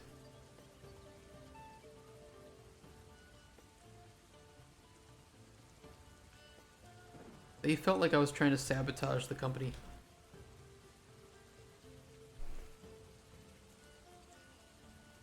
At least they didn't imprison you and withhold payment for 6 months. That is true. One time they did have to withhold payment, but it was literally because the company had no money, and that's why we chose to take on the project. And it was like we had to work. It was the only way the company would stay afloat, and I was like, yeah, it's fine. It's what it is, right? But that was back when I trusted them, and I thought that what they were doing was the right thing, and they treated me a lot better. What way did they think you sabotage? So, I had really big problems with the way that we were producing games. Again, this is all my opinion, so this is my side of the story. I felt like the way we were producing games was detrimental to the final quality of the game. It encouraged the individuals in higher up positions to lie to players because what we had wasn't in a state that was worth showing, in my opinion. And I wanted to overhaul the way that we were producing games so that we spent more time in pre-production, developing a higher quality prototype. We went into production with a much better plan, and we had people speaking to publishers who weren't going to roll over and lick their assholes just to get the next payment coming in. And they thought that I was trying to sabotage it. I complain a lot, okay? I complain about games. I have problems with, being unethical. I have problems when there are communication issues or politics being played that are negatively affecting the team. I have problems with crunch being mandated or encouraged. And so I voice my opinion on that. I don't hide it. They didn't seem to like that. They didn't seem to like that because they would rather have had a company that was high in morale, even if that meant lying to employees. In my opinion.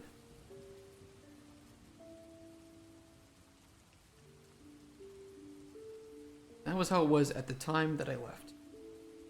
It may not be true anymore.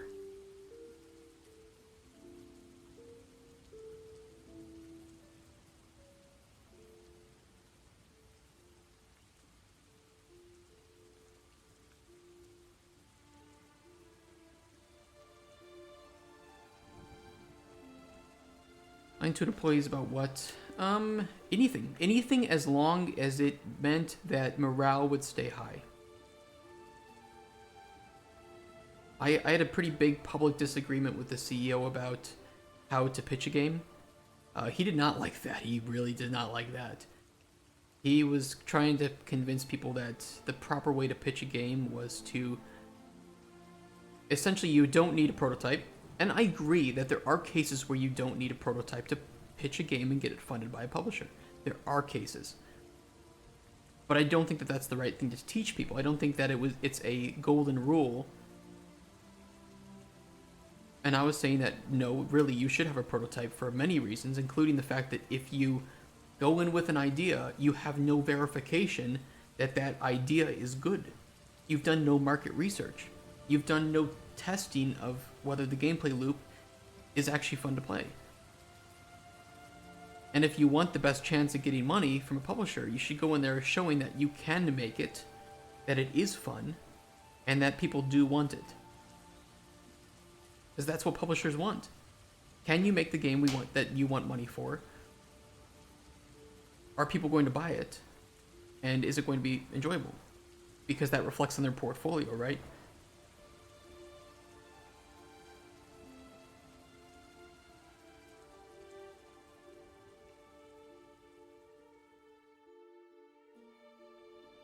think so, yeah. I'll have to think about it some more and come back to you for a potion if I decide to.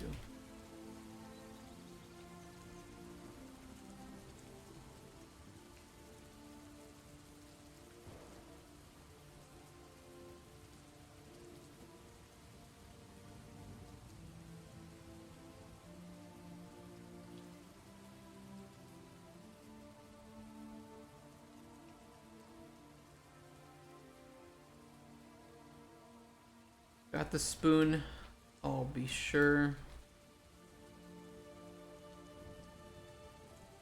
to get whatever potion you need. Sure to make whatever potion you need. No downside to making a prototype. You'll get more money from the publisher and you're going to have to make it anyway when you start development. Yeah, it's true. I think...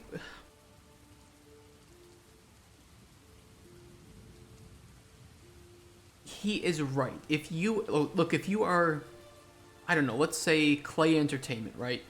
And I know Clay, you know, the people make Don't Starve, Hot Lava, Oxygen Not Included, other games, Mind Over Matter. You know, if Clay comes to you as a publisher and they say, we have this game idea, we don't have a prototype yet, but here it is, can we get some money for it? Most publishers are going to look at what Clay has made and say, yeah, sure, no problem.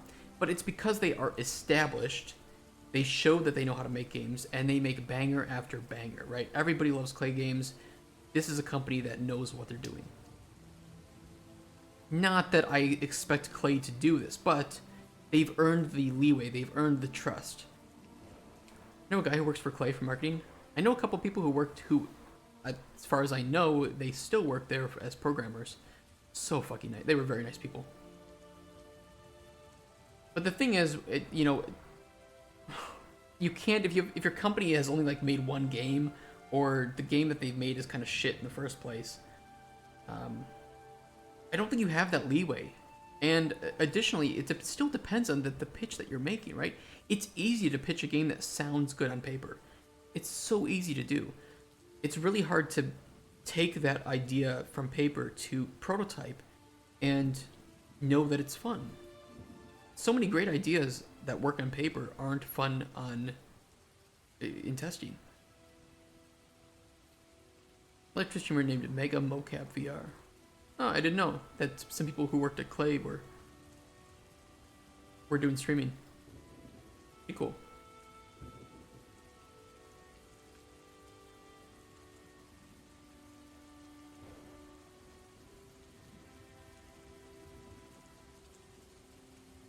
Begin dialogue, jump here.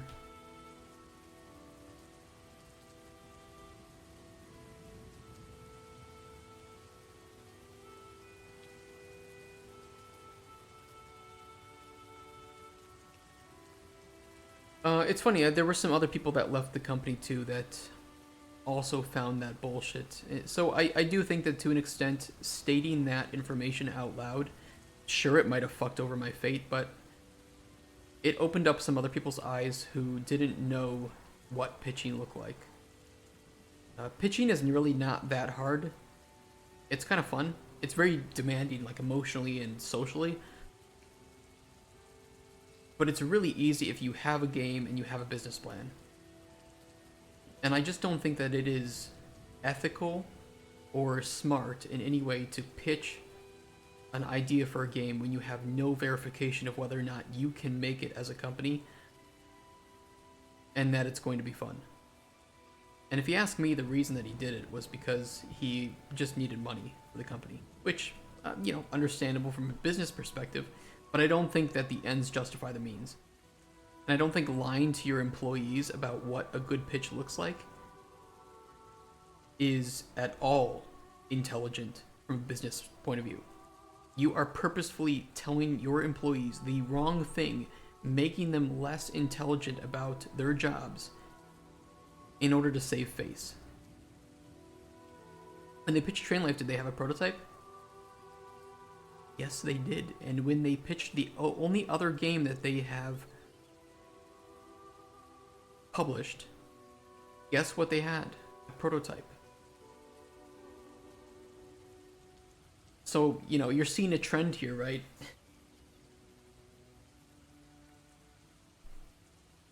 I'm not saying anything. I'm just saying there's a clear trend here.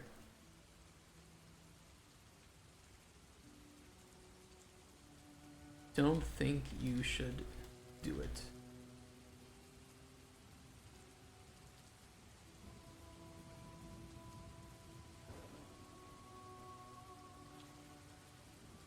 I think it was really just a cash issue, yeah. I kind of agree with that. I would agree.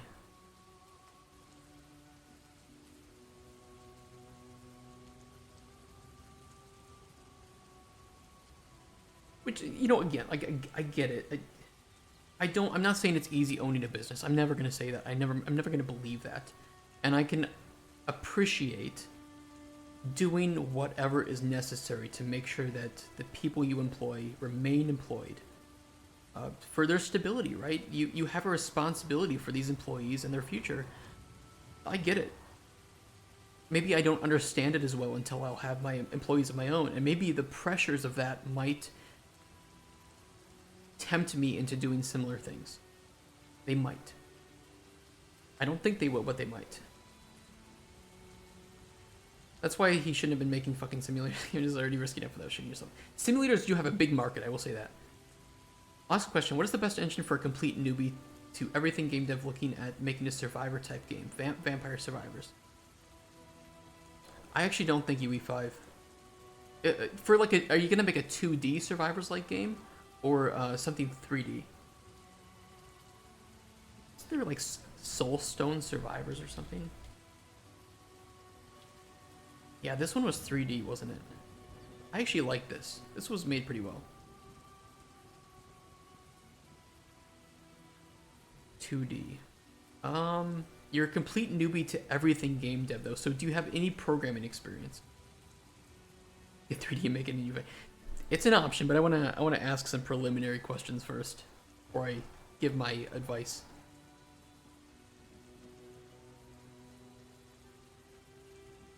You put countless hours into that. I love Soulstone Survivors. I want to make a 2D Vampire Survivor style game. Click Team Fusion is probably the easiest. That's a good recommendation. I think Game Maker could probably succeed too.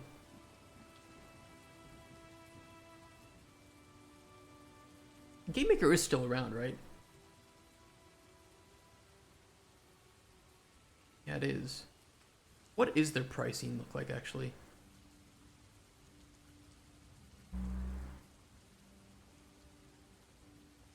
In order to release it commercially, you'd have to get professional.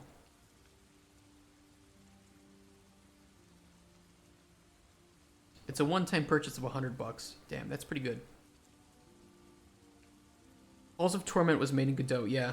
But I'm wondering, like, if Fight Mac Fight doesn't have any programming experience, it could be hard to work in Godot. Whereas Construct 3 is more like modular, right? You don't need a lot of programming experience to get into Construct 3. Correct me if I'm wrong on that. But I know Game Maker is pretty good for that. Click Team Fusion might be, but I don't know too much about it.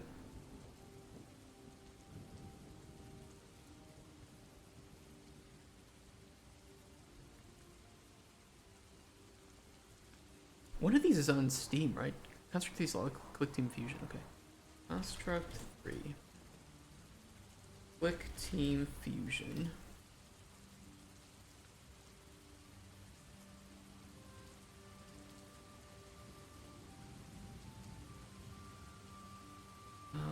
It is, you will have to add some JavaScript, it looks like, for Construct.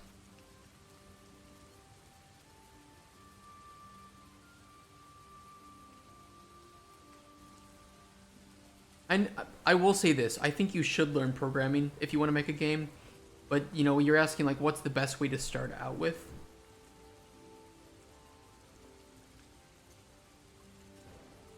Click Team Fusion is an event-based engine, so that might be a really good place to start then.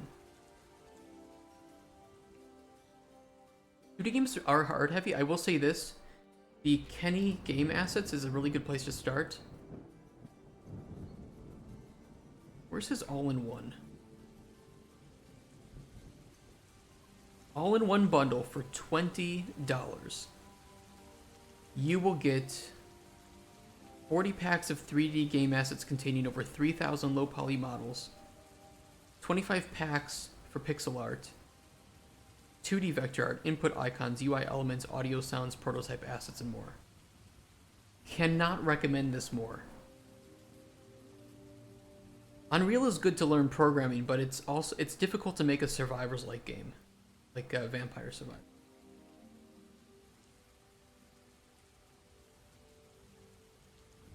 I don't think Unreal is very good at making this type of game. It can do it, but there's probably better options out there for that. Yeah, I agree with Disthrone. Stick with like Click Team or Construct. You could easily make one in UE5. You're not wrong. You could easily make a 3D Vampire Survivors-like game in UE5, but UE5 does have, I think, a pretty high learning curve for communicating with blueprints and handling them.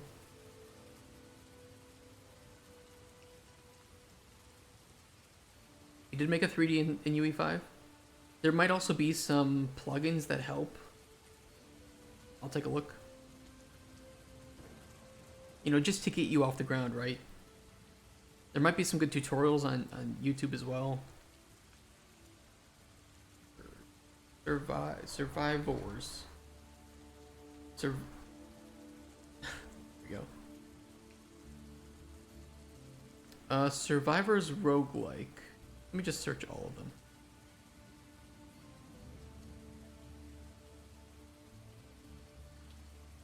Template ready for customization to create your own co-op Survivors roguelike game.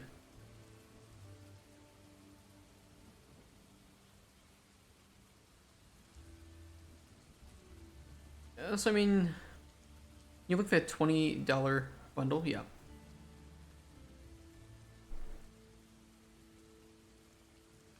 This also often goes up for free, so you'd have to check his Twitter, but he often puts this up for complete free. And once you download it, once you have it, he continues to update it often with more stuff.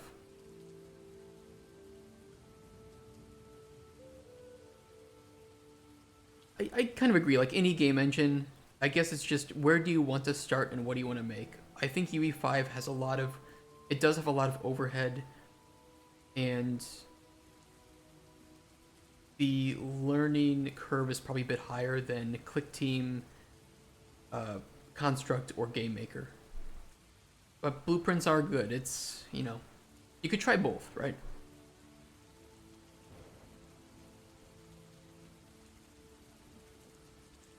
You could do a game jam. That's also a really good way if you want to learn, you know, try to learn how to do it on your own. Join like a game jam for Survivors games. There's probably one coming up pretty damn soon. Novice Summer Jam. Hey! Thank you for the follow as well. Fight Mike Fight. Doe. There's a good Doe Jam. Can I search? Can't search.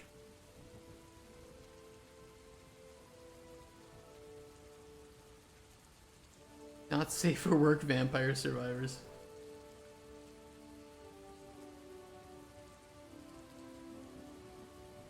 I mean, you could just check here. Actually, there's a Kenny Jam too, which is a game jam for people to make a game with the assets from that bundle.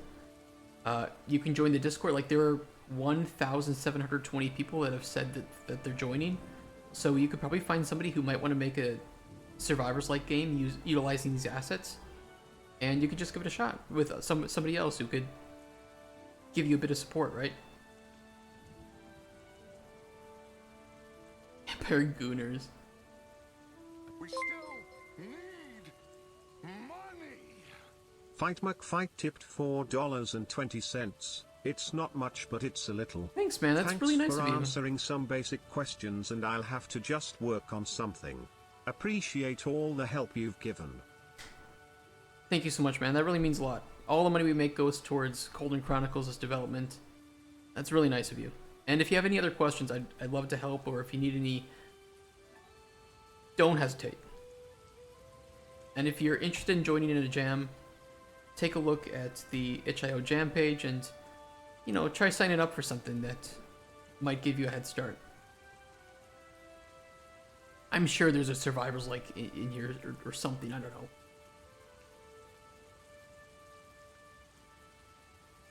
GMTK Game Jam. There's 15.6 thousand people for this one. Wowee, what is this? Trying to make a game that fits a theme in just 4 days. Oh, I didn't know Roller Dome came from that. That's pretty cool. I don't know. There's options. Man, imagine an endless horde of gooners chasing you down and you have to automatically shoot them. You could do like a Twitch streamer, like a female Twitch streamer, and she's getting chased down by simps. Is that gonna get me in trouble on Twitch? I hope so. Goonin. Gooner survivors. There's something to that. Australia goon is cheap alcohol like cask wine. Oh, I didn't know that. Pretty funny.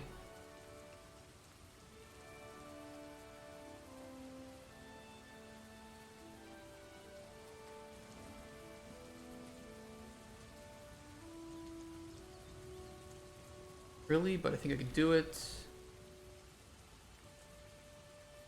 You can talk him out of it, maybe.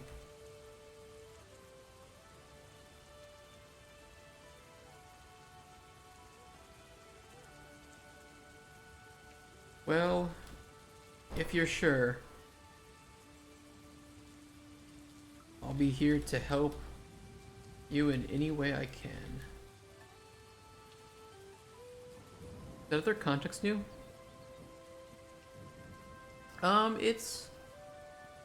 It's like this year-ish, late 2023. I guess was when goons started to really kind of come to the top. Imagine Vampire Survivors MMO where the cities are guarded by NPC guards and safe, and once you leave the city, monsters begin to storm you. That could be pretty cool. Yeah, that could be pretty awesome. I know I was, I had an initial high-level design for a Survivors-like game where you are... It's gonna be right. It is kind of an ARPG, I guess. That's kind of fair. My initial concept was you have an overworld that you explore, and you have to go from like point to point, dungeon to dungeon. And at the end of dungeons are powerful upgrades. So there was like a overworld and underworld element to it, not overworld.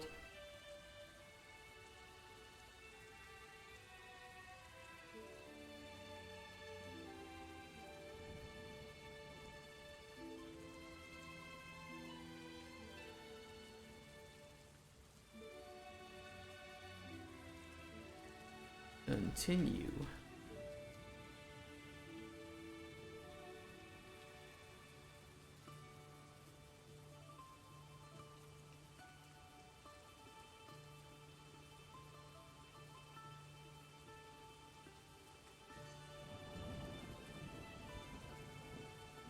Okay, and this will be where you tell him, like, yeah, you know what? I don't think you should race this guy. It just sounds too dangerous. Yeah, I think it's too dangerous, Spoon. Probably best stick with your pawn shop and give it your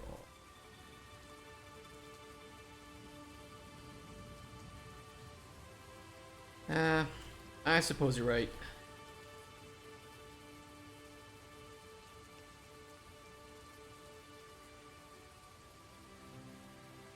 Real shame, though. Did you have an SNES back in the day? No, we were a Sega family. I was playing Toe Jam and Earl and Terminator 2.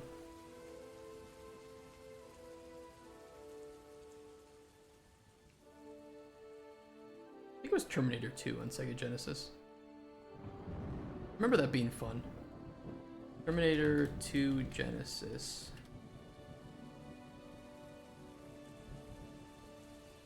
Oh yeah, I remember this. Dude, God, I still love the art of this. The contrast was really, really good.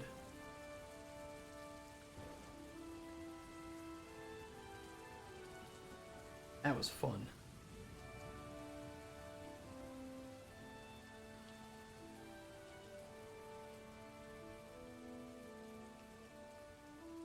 Years after we got a PlayStation, I was just thinking of the Lawnmower Man game on that system. I recently bought a PS3 again to play Little Big Planet and to play some Pain footage so we could record for it.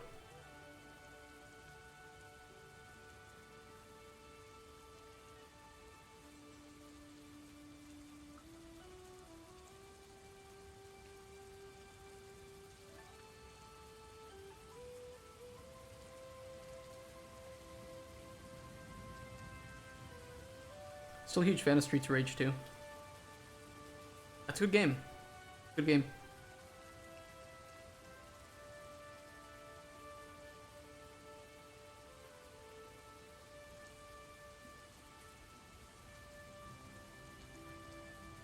I have somebody, I won't say who, it's in chat. He's telling me not to badmouth ex-employers. I will say this regarding that. I do not mind bad-mouthing ex-employers when I have had bad experiences. I think that it is not helpful to encourage better employer behavior, to not speak about the things that they've done that had a bad effect on you or others around you. If they don't like what I'm saying, they can take it up with me. And if people are put off by that, I think that they can find another stream to watch. I started this company because I had bad experiences and I wanted to create a company, an environment that was positive and that we could be very transparent about. And it is my past experiences that have shaped that. If I can't speak about that, that is censoring a part of my life that did happen, that really happened, and was not necessarily enjoyable for me, and has changed the way that I think and operate. So I don't believe in hiding that. Simple as that. Understand the desire, you know, be safe. I don't want you to get in trouble. I get the reasoning behind it, but just know I don't have bad things to say about many of my employers and people that I've worked with because they didn't ever do anything that would be worthy of saying things like that.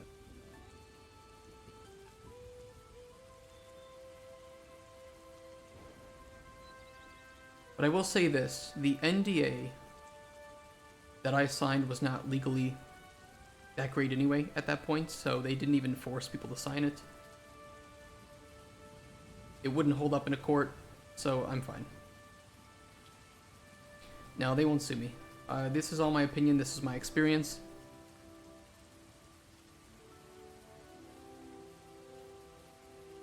I'm only stating that the experiences that I had negatively affected me. They didn't negatively affect other people. Other people were okay with the things. They weren't fine for me, and so I left.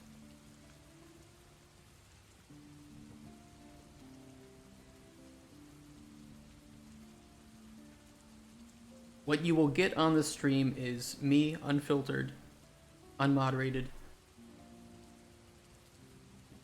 I'm tired of lying, I'm tired of hiding things. Not that I really had to lie, but yeah, I've been forced to sometimes. Or not forced to, I've been... I know that if I didn't do it, that I would lose my job, so now I don't have to really give a shit about that.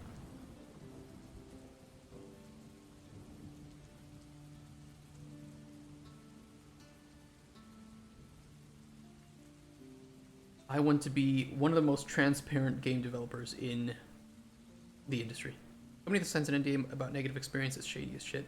Yeah, I don't think that European laws would protect that. 2 shots as they Hey, were Locake, intended. thank you for the follow. By blasting them directly into your mouth! awesome! I'm wasted. I'm wasted! I love it. Such a good scene. Whatever they had us sign, I know that multiple individuals did not sign it, took it to lawyers, and those lawyers said, do not sign this. It is not legally binding. There are a lot of things that go against European employee protection laws. So, I'm not telling people not to work there. I'm just saying what they did and what they were focused on did not mend well with my values as an individual and as a game developer. And so I want to take my life and my work in a different direction. And I agree. I also think, I don't think it's wrong to say that the way that I didn't like the way they treated me, and that was a big influence on the reason that I left that company. I did not like being laughed at and ridiculed for wanting to make our production a better experience and to reduce the bad experiences we had developing games. If that gets me in trouble, so be it.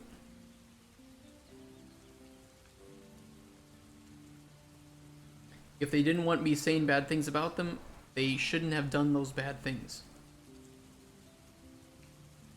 They can think about that one.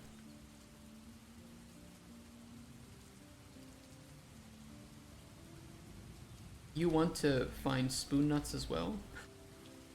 He's gonna be honored that you want to find spoon nuts in the wild as well.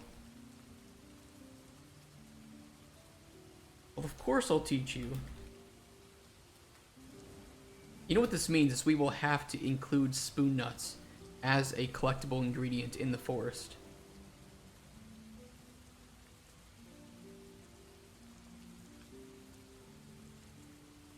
Which I'm all for. Anyone else played Halls of Torment? I loved Halls of Torment. I thought that was really fun. D's nuts. You know, you make a D's nuts joke, but actually there is a D's nuts joke in here. Right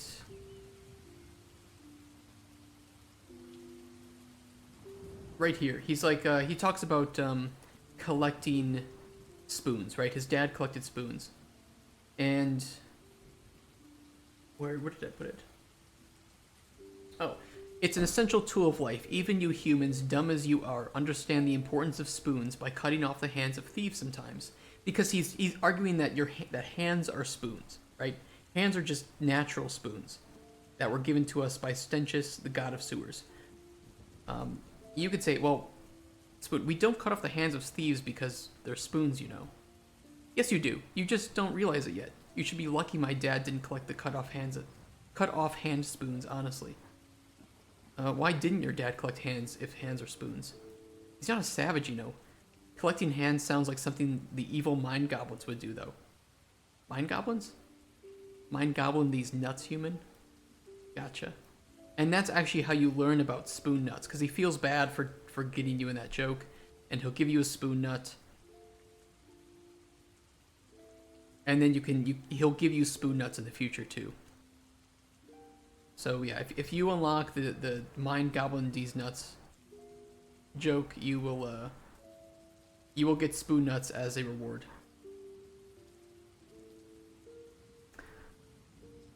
So yeah, I guess our game has a D's nuts joke in it. I'm not gonna remove it. If publisher doesn't like it, I can find a different publisher. Same thing with the beach ball that moans sexually if you keep it in the air. Fork nuts. He does say he's afraid of forks. He doesn't like forks. And he absolutely despises sporks. Sporks are an abomination. Just like this floating tree, sporks are an abomination.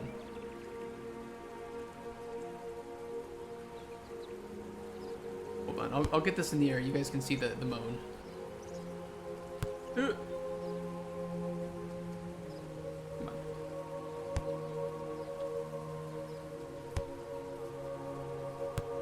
Shit.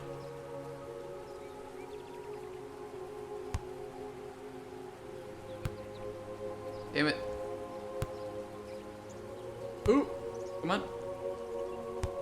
Nope. Nope.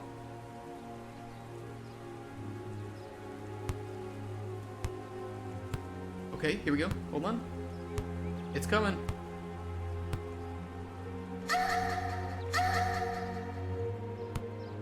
still good. That's so good. I'm never removing that from the game. That remains in forever until release. Yeah, it's good. It's good stuff. This is the power of making your own game company, okay? You can do whatever the fuck you want. And if anybody's a problem with it, well, it depends on who has a problem with it, to be honest.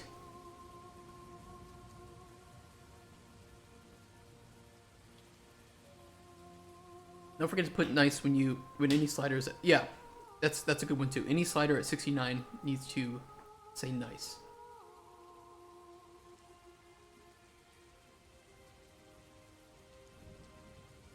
There is also, I guess there is also this too over here, this no entry.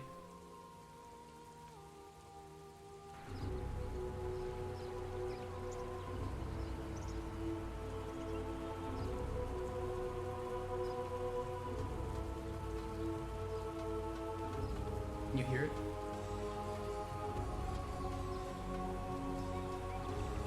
I got some Indian sitar music that plays if you get really, really close to it. Barely audible.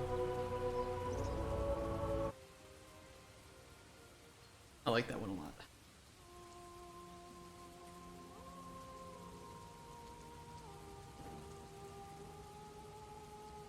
Okay, we won't put the logic here yet, but we will have to create little spoon nuts. I guess I can make them with Acid Forge, right?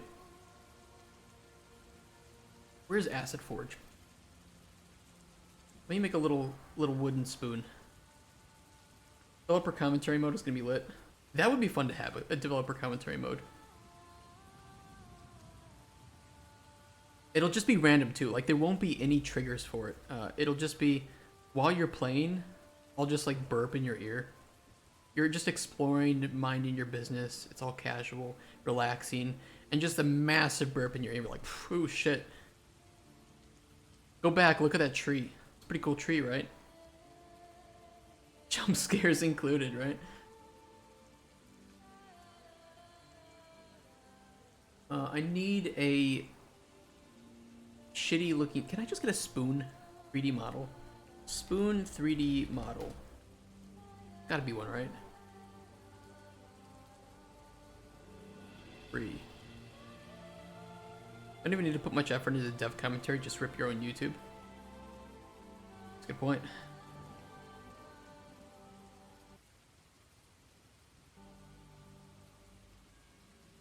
Free spoon. I need the wooden spoon would be perfect. But I can change the texture for it. Personal use license. Yeah, that's fine. It's not going to be commercial yet anyway. Thank you to this guy who commented nice twice in a row.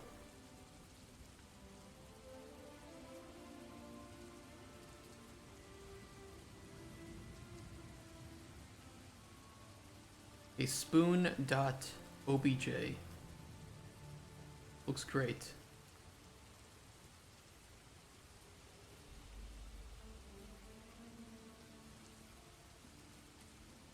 I can make my own texture for it, that's not a problem. I can just use a wood texture somewhere. Content, alchemy, art, spoon.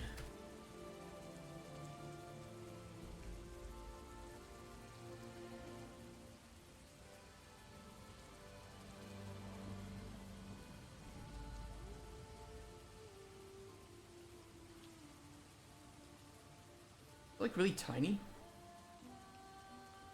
It is really tiny. That is a baby spoon. My lord.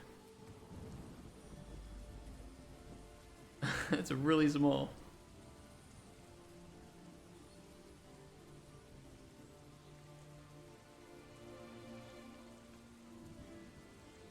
How big would a spoon nut be? Spoons, yeah, it's a little micro spoon.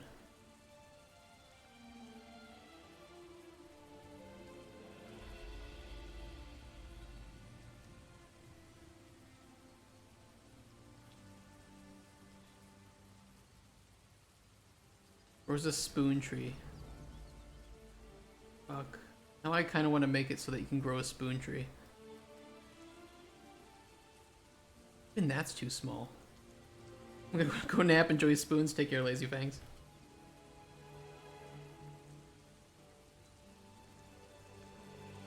It doesn't need to have collision, it just needs to be like decent size. That's not too bad. How long have you been working on this? I've been working on this for 101 days. Yesterday was our 100th day. About 600 hours we have logged making this game. And that includes everything from making the game itself to writing some of the GDD, making the pitch, all that. It grows in a soup swamp.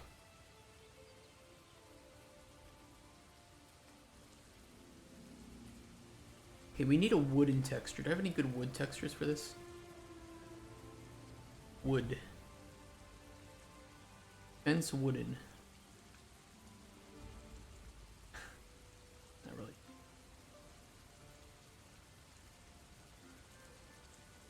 It doesn't even need to look good. I just need it to like kind of work.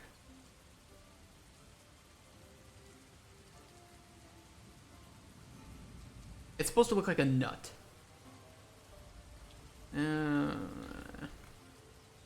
Just make it brown, to be honest.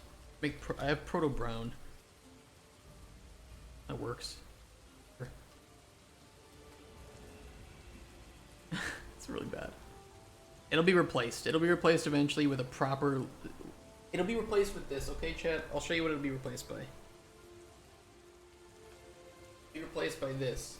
By an actual spoon nut. This was the one we have framed. A spoon-shaped nut. You guys might not see it because it might reflect.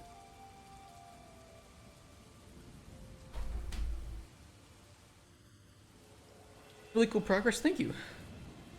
Yeah, this is kind of, I don't know, writing dialogue might be kind of boring visually, but afterwards we're going to be adding in a full fluid system for our lake, and you'll be able to swim and collect ingredients down there. That should be pretty fun. And we'll be adding a fishing minigame. There'll be potion combat, but we need to design that a bit more. And add some more enemies. And we have some creatures right now that you'll be able to kill with potions, but we need to add actual enemies. And they'll be able to drop ingredients that you can use for making potions too.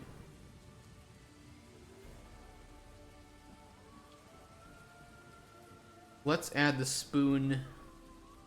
God, but I'd have to reconfigure how we show the spoons. Let me see.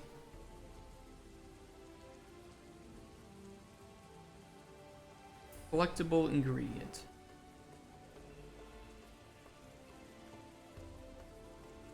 Is interactable. I have to make it so that it is invisible by default.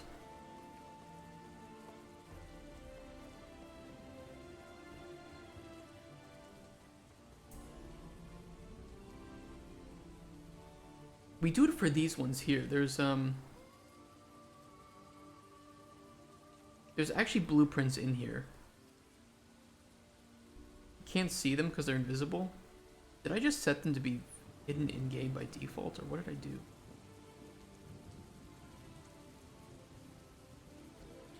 They have the child actors. Yeah, I just set them to be invisible by default. I might be able to override that then. So if I put in...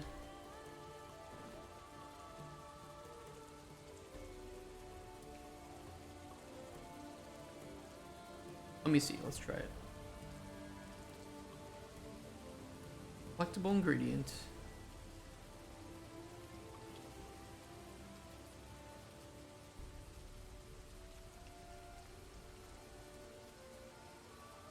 Where's visible?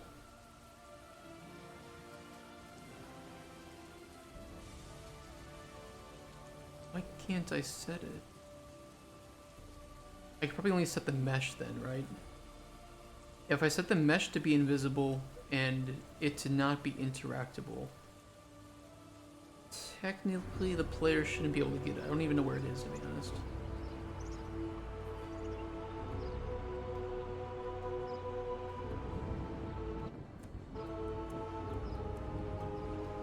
don't see it. Okay, so I think that would work.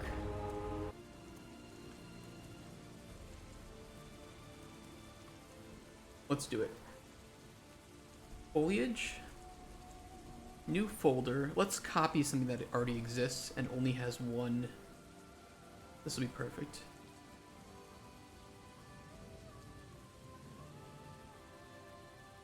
Duplicate. Spoon nut.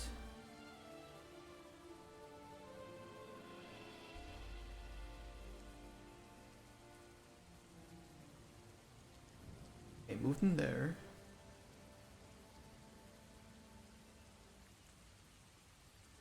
Rename this AF Spoon Nut. Collectible ingredient, spoon nut.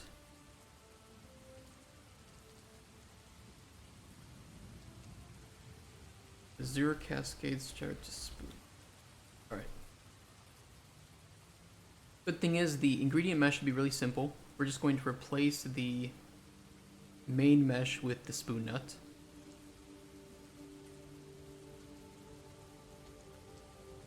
And change this to proto brown. There's a material instance, proto brown. Let's do that one instead. Scale by default will be 25, I think was good, of the mesh.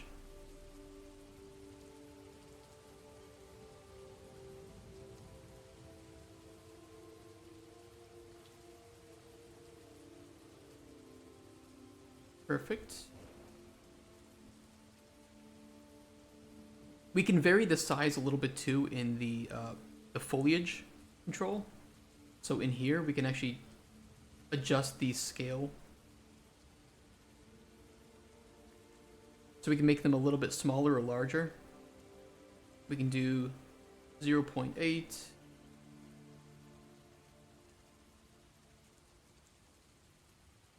To 1.2. So variance of 20% on each side.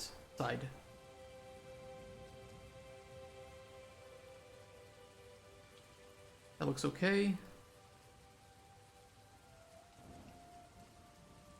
Collectible ingredient, we need to set this to be the ing spoon nut n, and that's so when the player interacts with it, they get the right ingredient to add. Harvest behavior, hide meshes, that's good. Collectible ingredient variations needs to be set to spoon nut. Is interactable default false.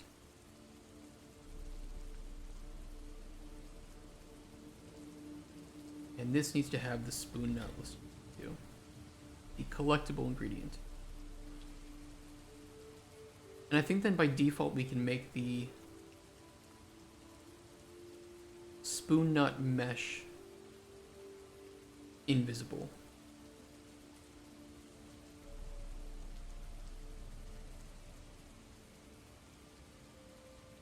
Alright, then we're gonna go over to the foliage control. Pull in the actor foliage. Type in spoon.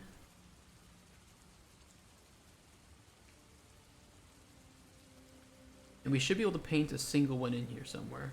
Yep, there it is. Default, it will not be collectible. And we can test this out by making a event that shows them all.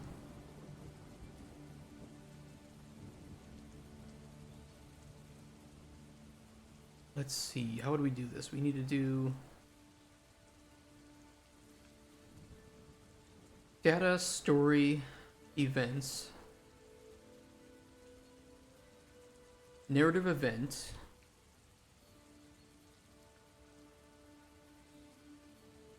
toggle ingredient visibility.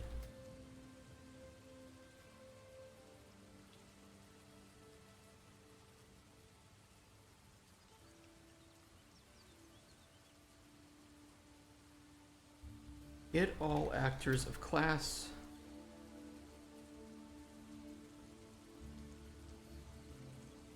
Collectible ingredient spoon nuts. For each.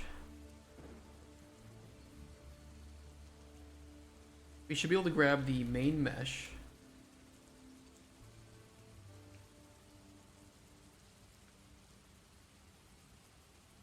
Set visibility mesh.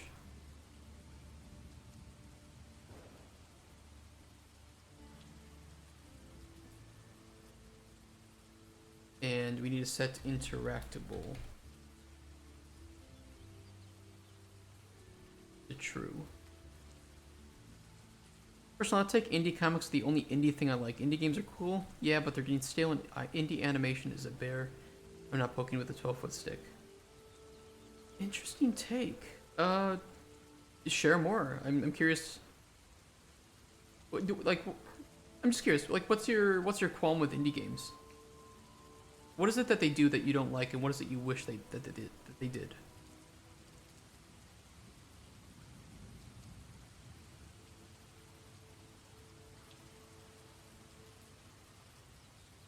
That should work.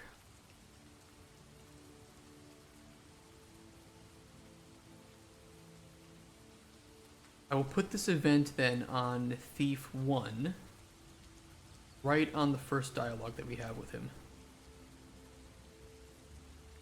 To test it.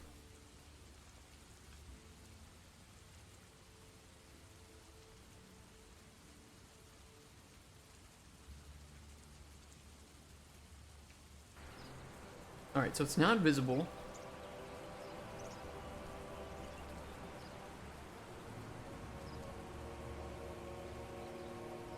It is still not visible. Wait. The mesh is not visible. Okay. Let's see. Let's see if we can fix that. Indie games used to be Rebellion, yeah, stick it to AAA. But ever since Five Nights at Freddy, every indie game is expected to be a mega smash hit cash cow franchise. Now it gets forgotten. That's fair. I mean, that's a good, I guess, topic about the state of like the industry, right? Where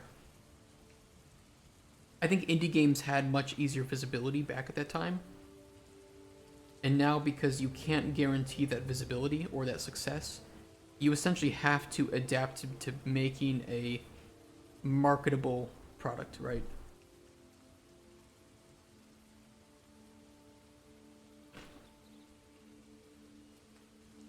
I think I know the issue here. We set the ingredient main mesh to be invisible. I should set instead the collectible ingredient mesh to be invisible, because that's the one that we update. I just crashed the engine too, so that's fun.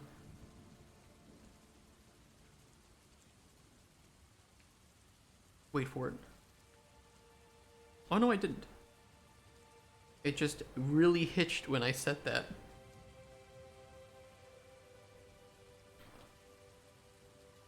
I know why. It's because I was changing the parent of like 300 ingredients in the scene. That's not the one that I want to adjust. Don't do that. Don't adjust the parent. That's bad.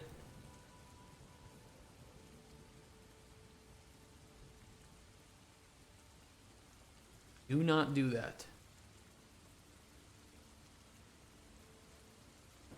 Instead, I want to change the spoon nut collectible ingredient mesh to be invisible. If you've ever used mesh anything, what is that?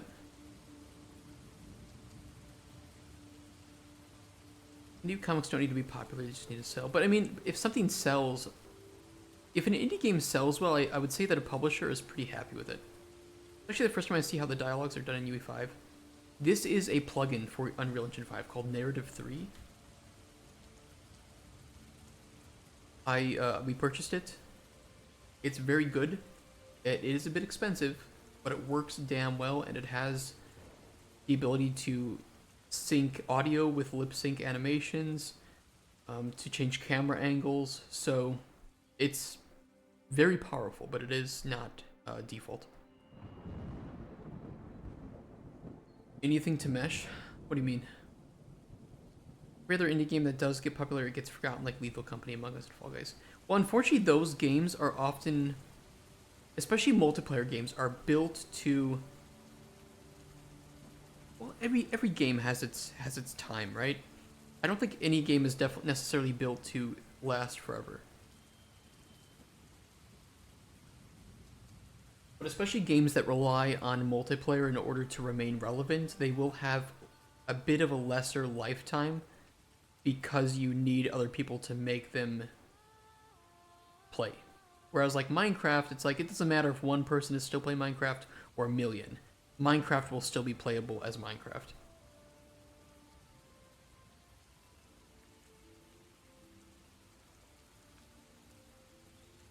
Okay, the mesh is now invisible for this. Let us try this again. Not interactable. I can't collect it. It's visible and interactable. Beautiful. Beautiful, beautiful. Let's make a variable here then as an actor class reference. Or technically it could be a reference for the BP collectible ingredient. I think that would work, right? Yes.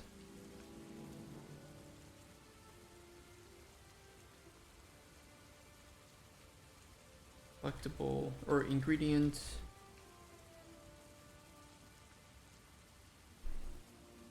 And then another variable for new visibility. Or we'll do B is visible.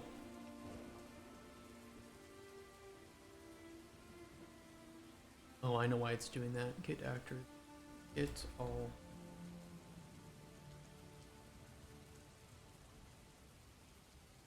Because it's an array of actor elements, we need to specify that they are BP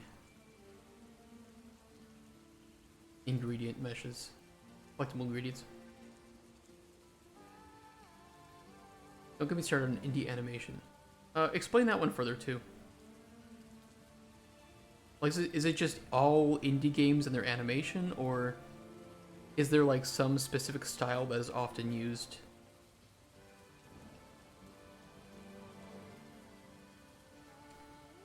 Has been TDV? TDC? What is that?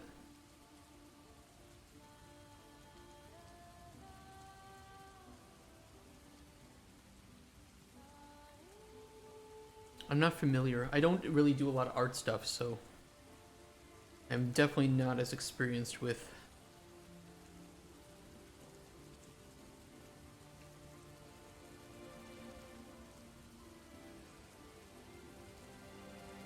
this terminology. Indie animation is indie games, but instead of games, it's animation. I've never heard of these though.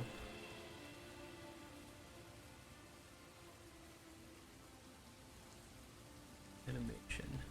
But you mean like Has Been Hotel? That can't be what you mean.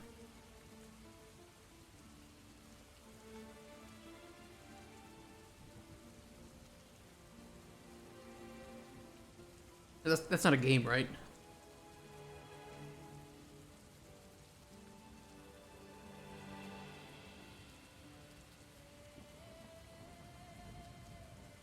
Okay, let's adjust this to say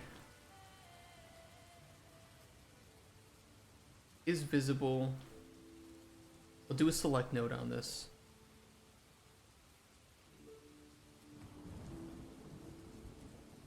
Has Been Hotel's a show, yeah.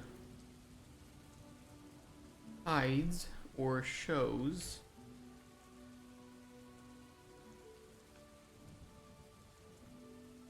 all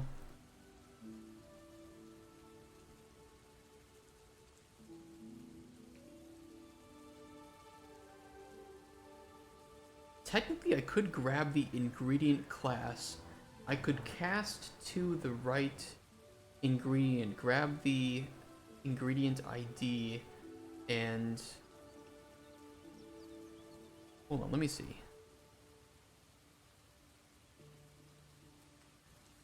I'd have to grab the mesh.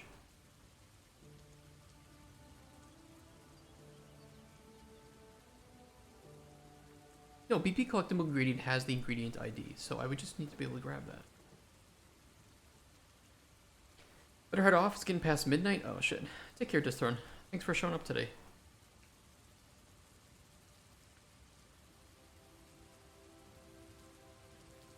Yeah, I'd have to cast to BP collectible ingredient.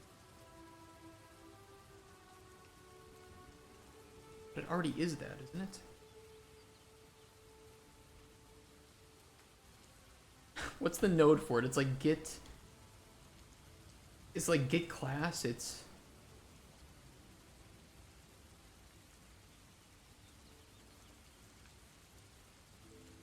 Get owner... Parent... I don't remember how you turn the class reference...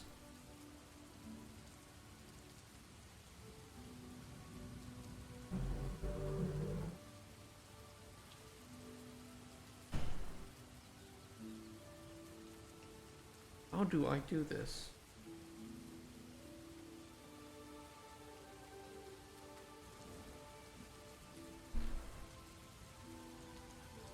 UE5 class reference to object blueprints.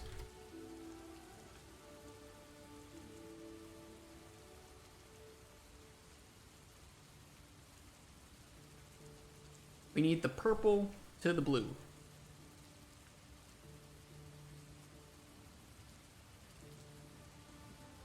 It should be casting. You should cast to...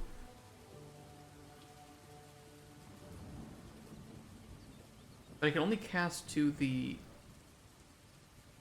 whole class. I won't be able to get the owner class, right?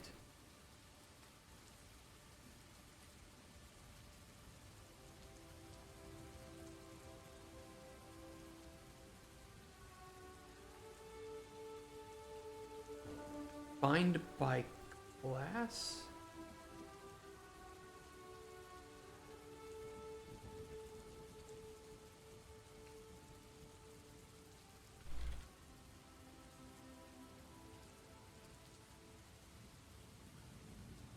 I mean, that might work.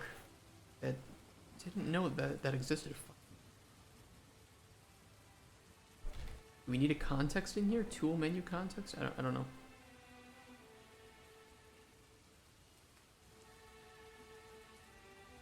Interesting, okay. I don't work too much with class references in blueprints, so... Guess there's a first time for everything, right?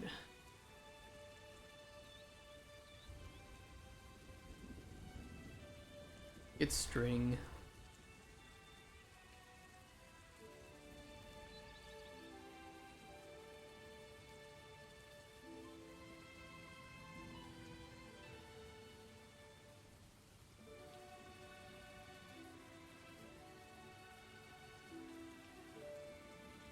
Let's see if this works. Do I have to make one? Hides all error, no string. Probably because I don't have it in there, do I? Spoon, nut. Still can't grab.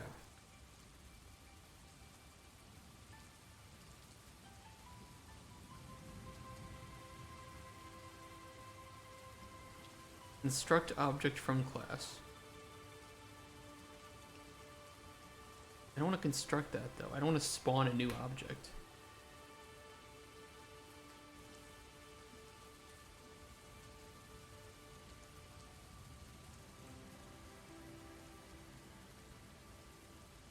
I don't know how to do this.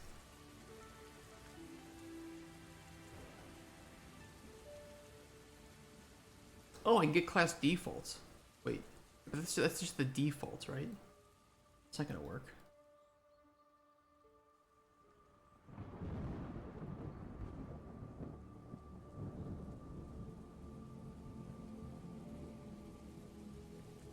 No, that doesn't work.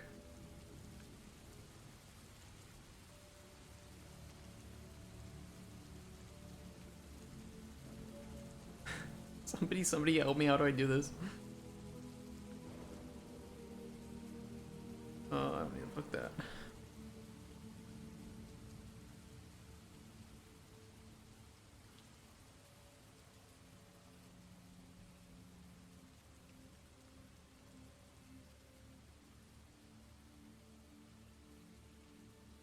I can get class from an object. How do I do that?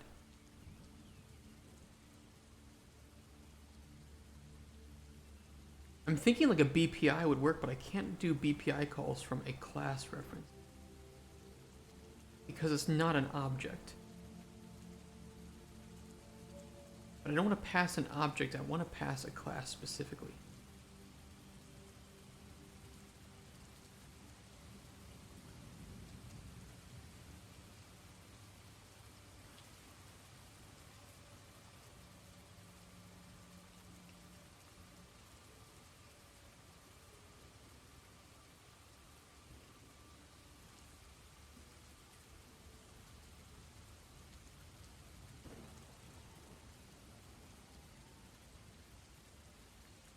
Technically, the default's, well, it's not the default, right? It's the...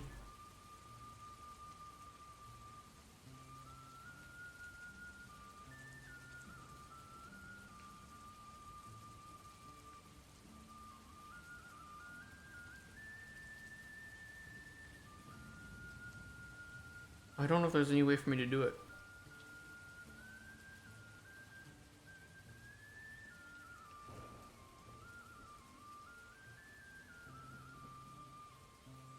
Cutsburter, are you here? Are you lurking?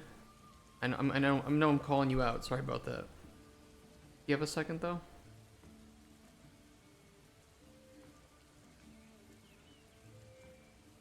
Might be AFK. You gotta do this alone.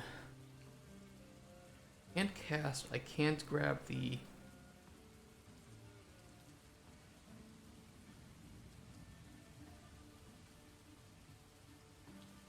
actor of class.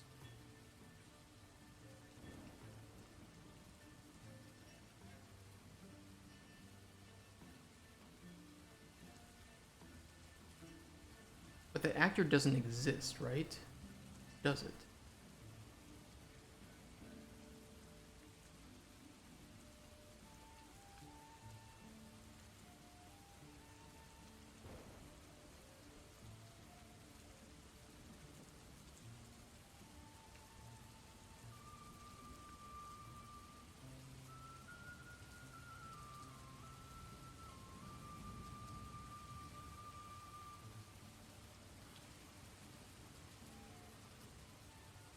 We can't pass it a specific object because the object doesn't exist yet, because it's not... There's nothing, you know, that tests for like an object created in the game. But I should be able to grab class reference and obtain some information from here, unless it's really only meant to do stuff at runtime.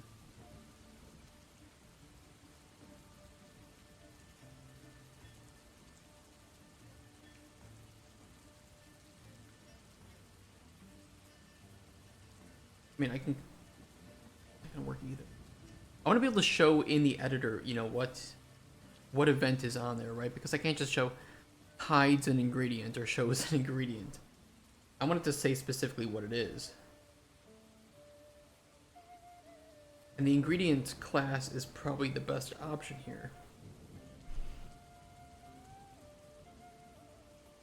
Changing this object obviously to an object type is not going to give me the result that I want.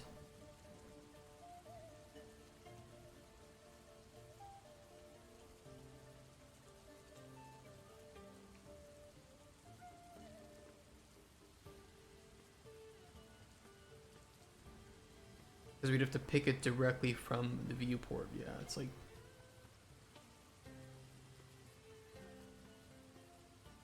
That doesn't do what we want it to do.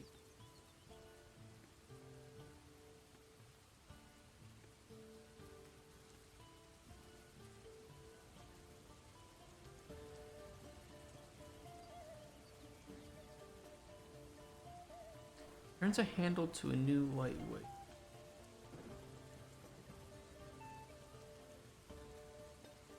I don't know what the fuck that is.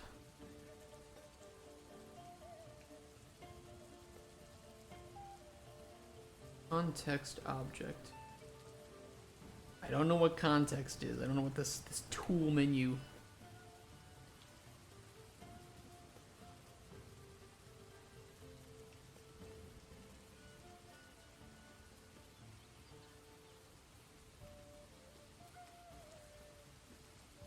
I mean, maybe it is. I will risk it. We will see.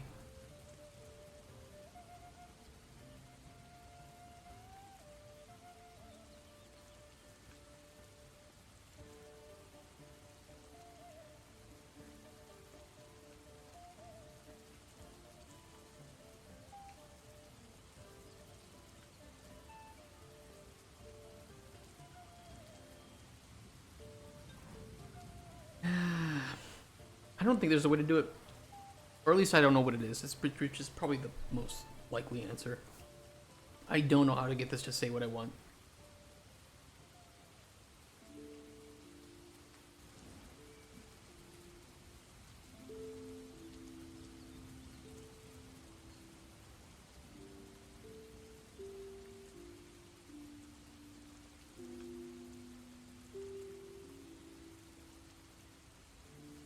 Ingredient. There's nothing that I can think of doing. Yeah, unless I cast.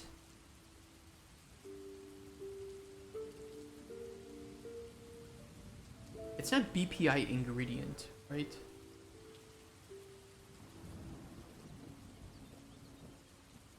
What's the blueprint interface that's on here? BPI collectible ingredient. Maybe I can cast it to that.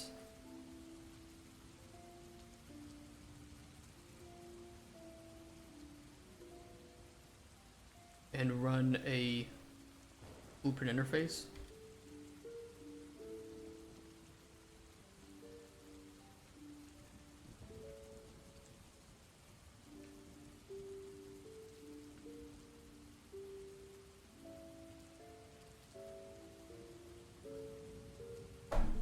I mean, there's just, yeah.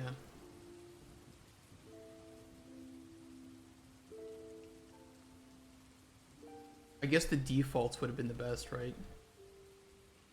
But because the defaults for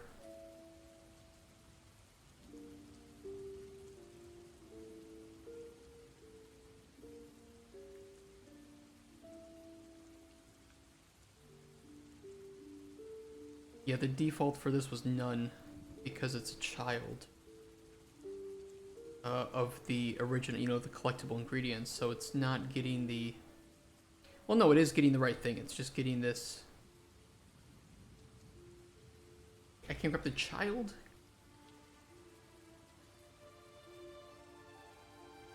I can test if it's a child, but I can't...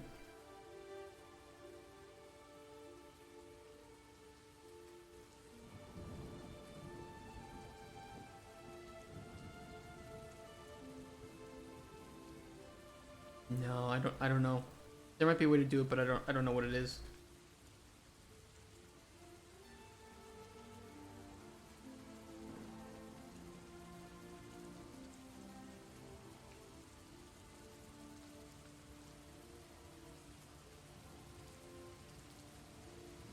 As class implement interface.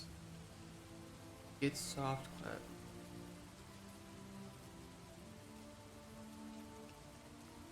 What's at the bottom here for this? Class, cast a class. That has to get the object. We don't want the object.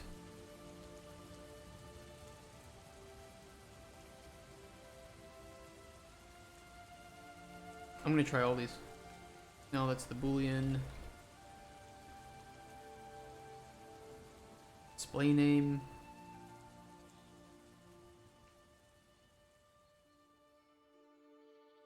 That's the thing, like I can test if it has the interface, but I can't call the interface then.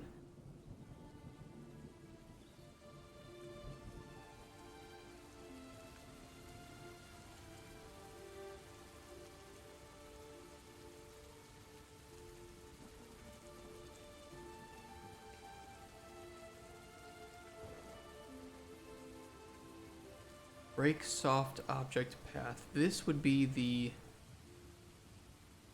path in files, right? Or not? I don't know what that is. Returns the full path to the specified class as a soft class path. They could be used as a soft object path.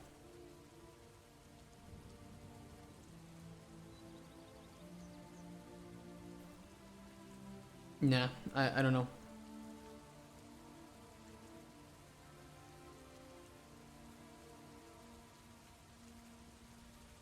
We'll do hides or shows an ingredient. Check data. That's about all I can do right now. Not ideal, but maybe there's a way to do it. I'll have to check with some friends later. Okay.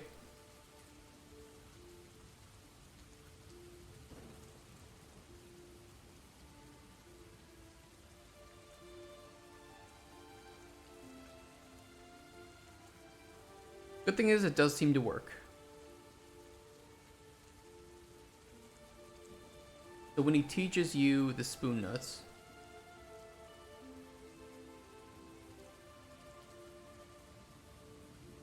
we can do an event, toggle ingredient visibility, spoon nut. We know it works, so, you know. At least it works.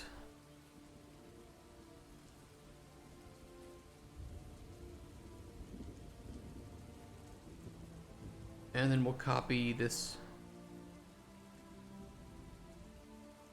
begin dialogue and paste it here. There we go. For a long time ago, buying a tool for designing 8-bit styles of backgrounds if you want a link. Sure, you can share it. Don't mind.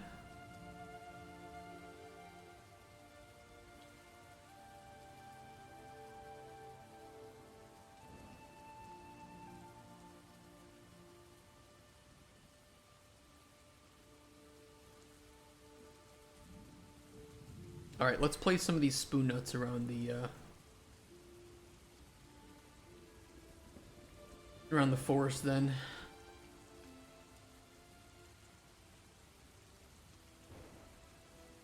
Only thing is they'd be pretty hard to see, wouldn't they?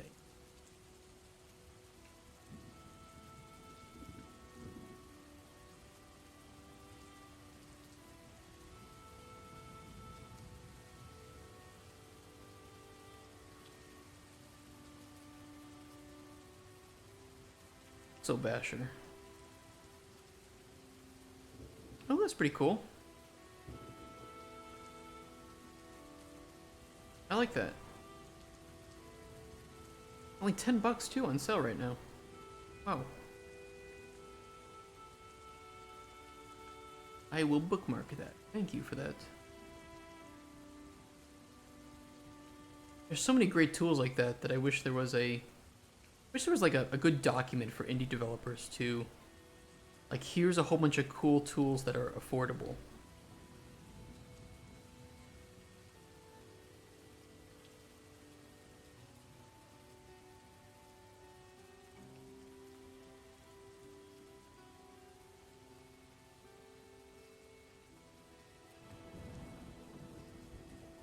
Use that for background of any Survivor game I make. Good idea. It seems pretty cool and fast. Very versatile.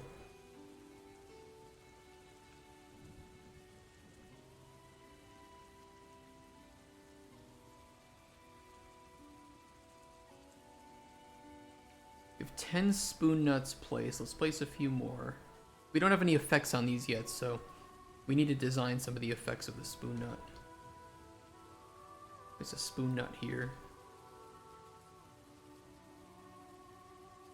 Allows for exporting to Photoshop and other tools. Oh, that's a really good tool.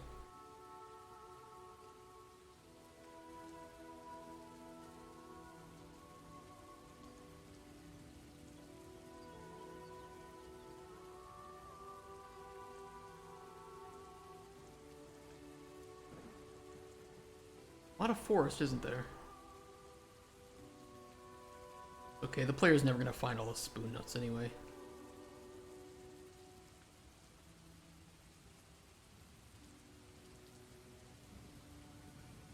That's out of bounds.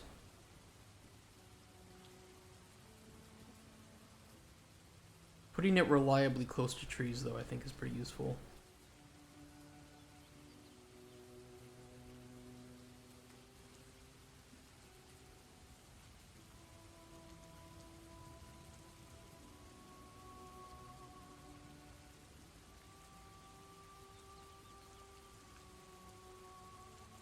$24, and we'll do one over here.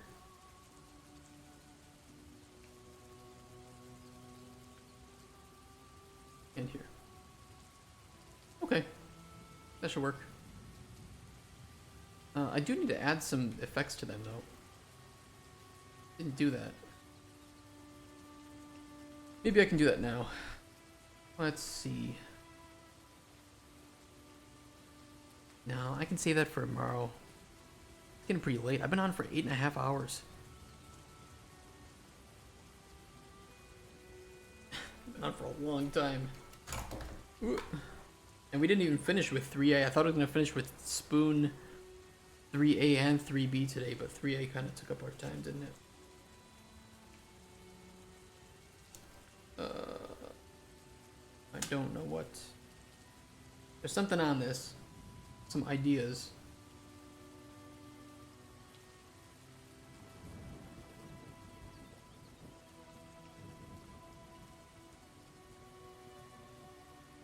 I don't remember if I wanted to do these or not.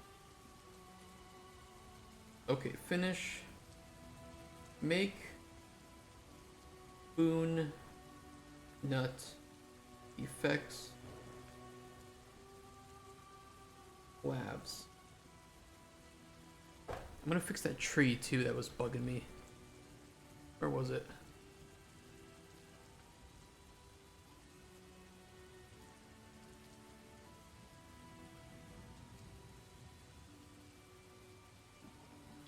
There we go. No more floating tree.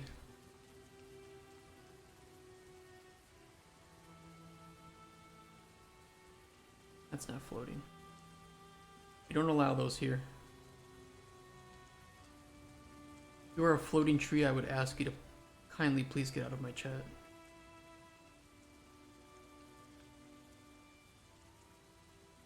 We discriminate very hard against floating trees.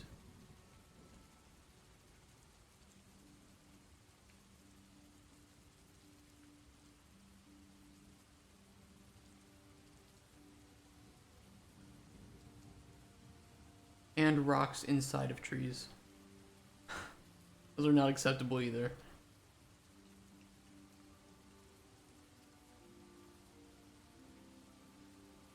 There's rocks in all these trees. What's going on? Is there a rock in this tree? There's rocks in all these trees. Why are there rocks here?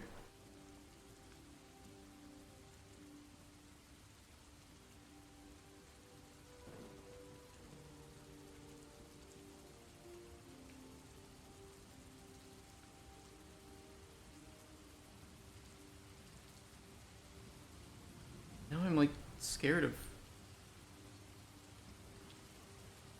What other trees have rocks?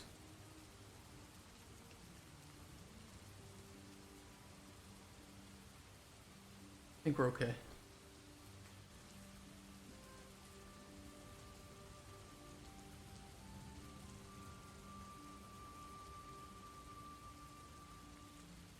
Okay, I think I have to end it there for today. I know we were going to play some Elden Ring, but we were just developing for a long time. So we will finish up 3A tomorrow and then do 3B.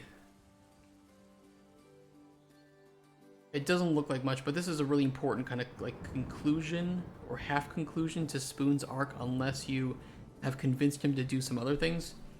So we will pick it right up from there tomorrow.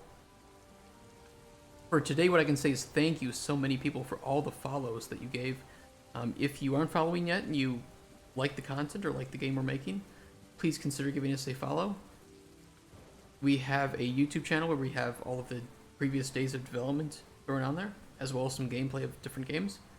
So if you like me, if you like what we're doing, you can check that out too. And we have a Discord server and a Twitter. Twitter's mainly just used for updating when we're going live. Discord's more just for a collection of developers and gamers to kind of be in one place, and we share information about the game there too. So thank you guys so much for the stream today. I will see you tomorrow. Have a great rest of your Thursday, and take care. Bye-bye.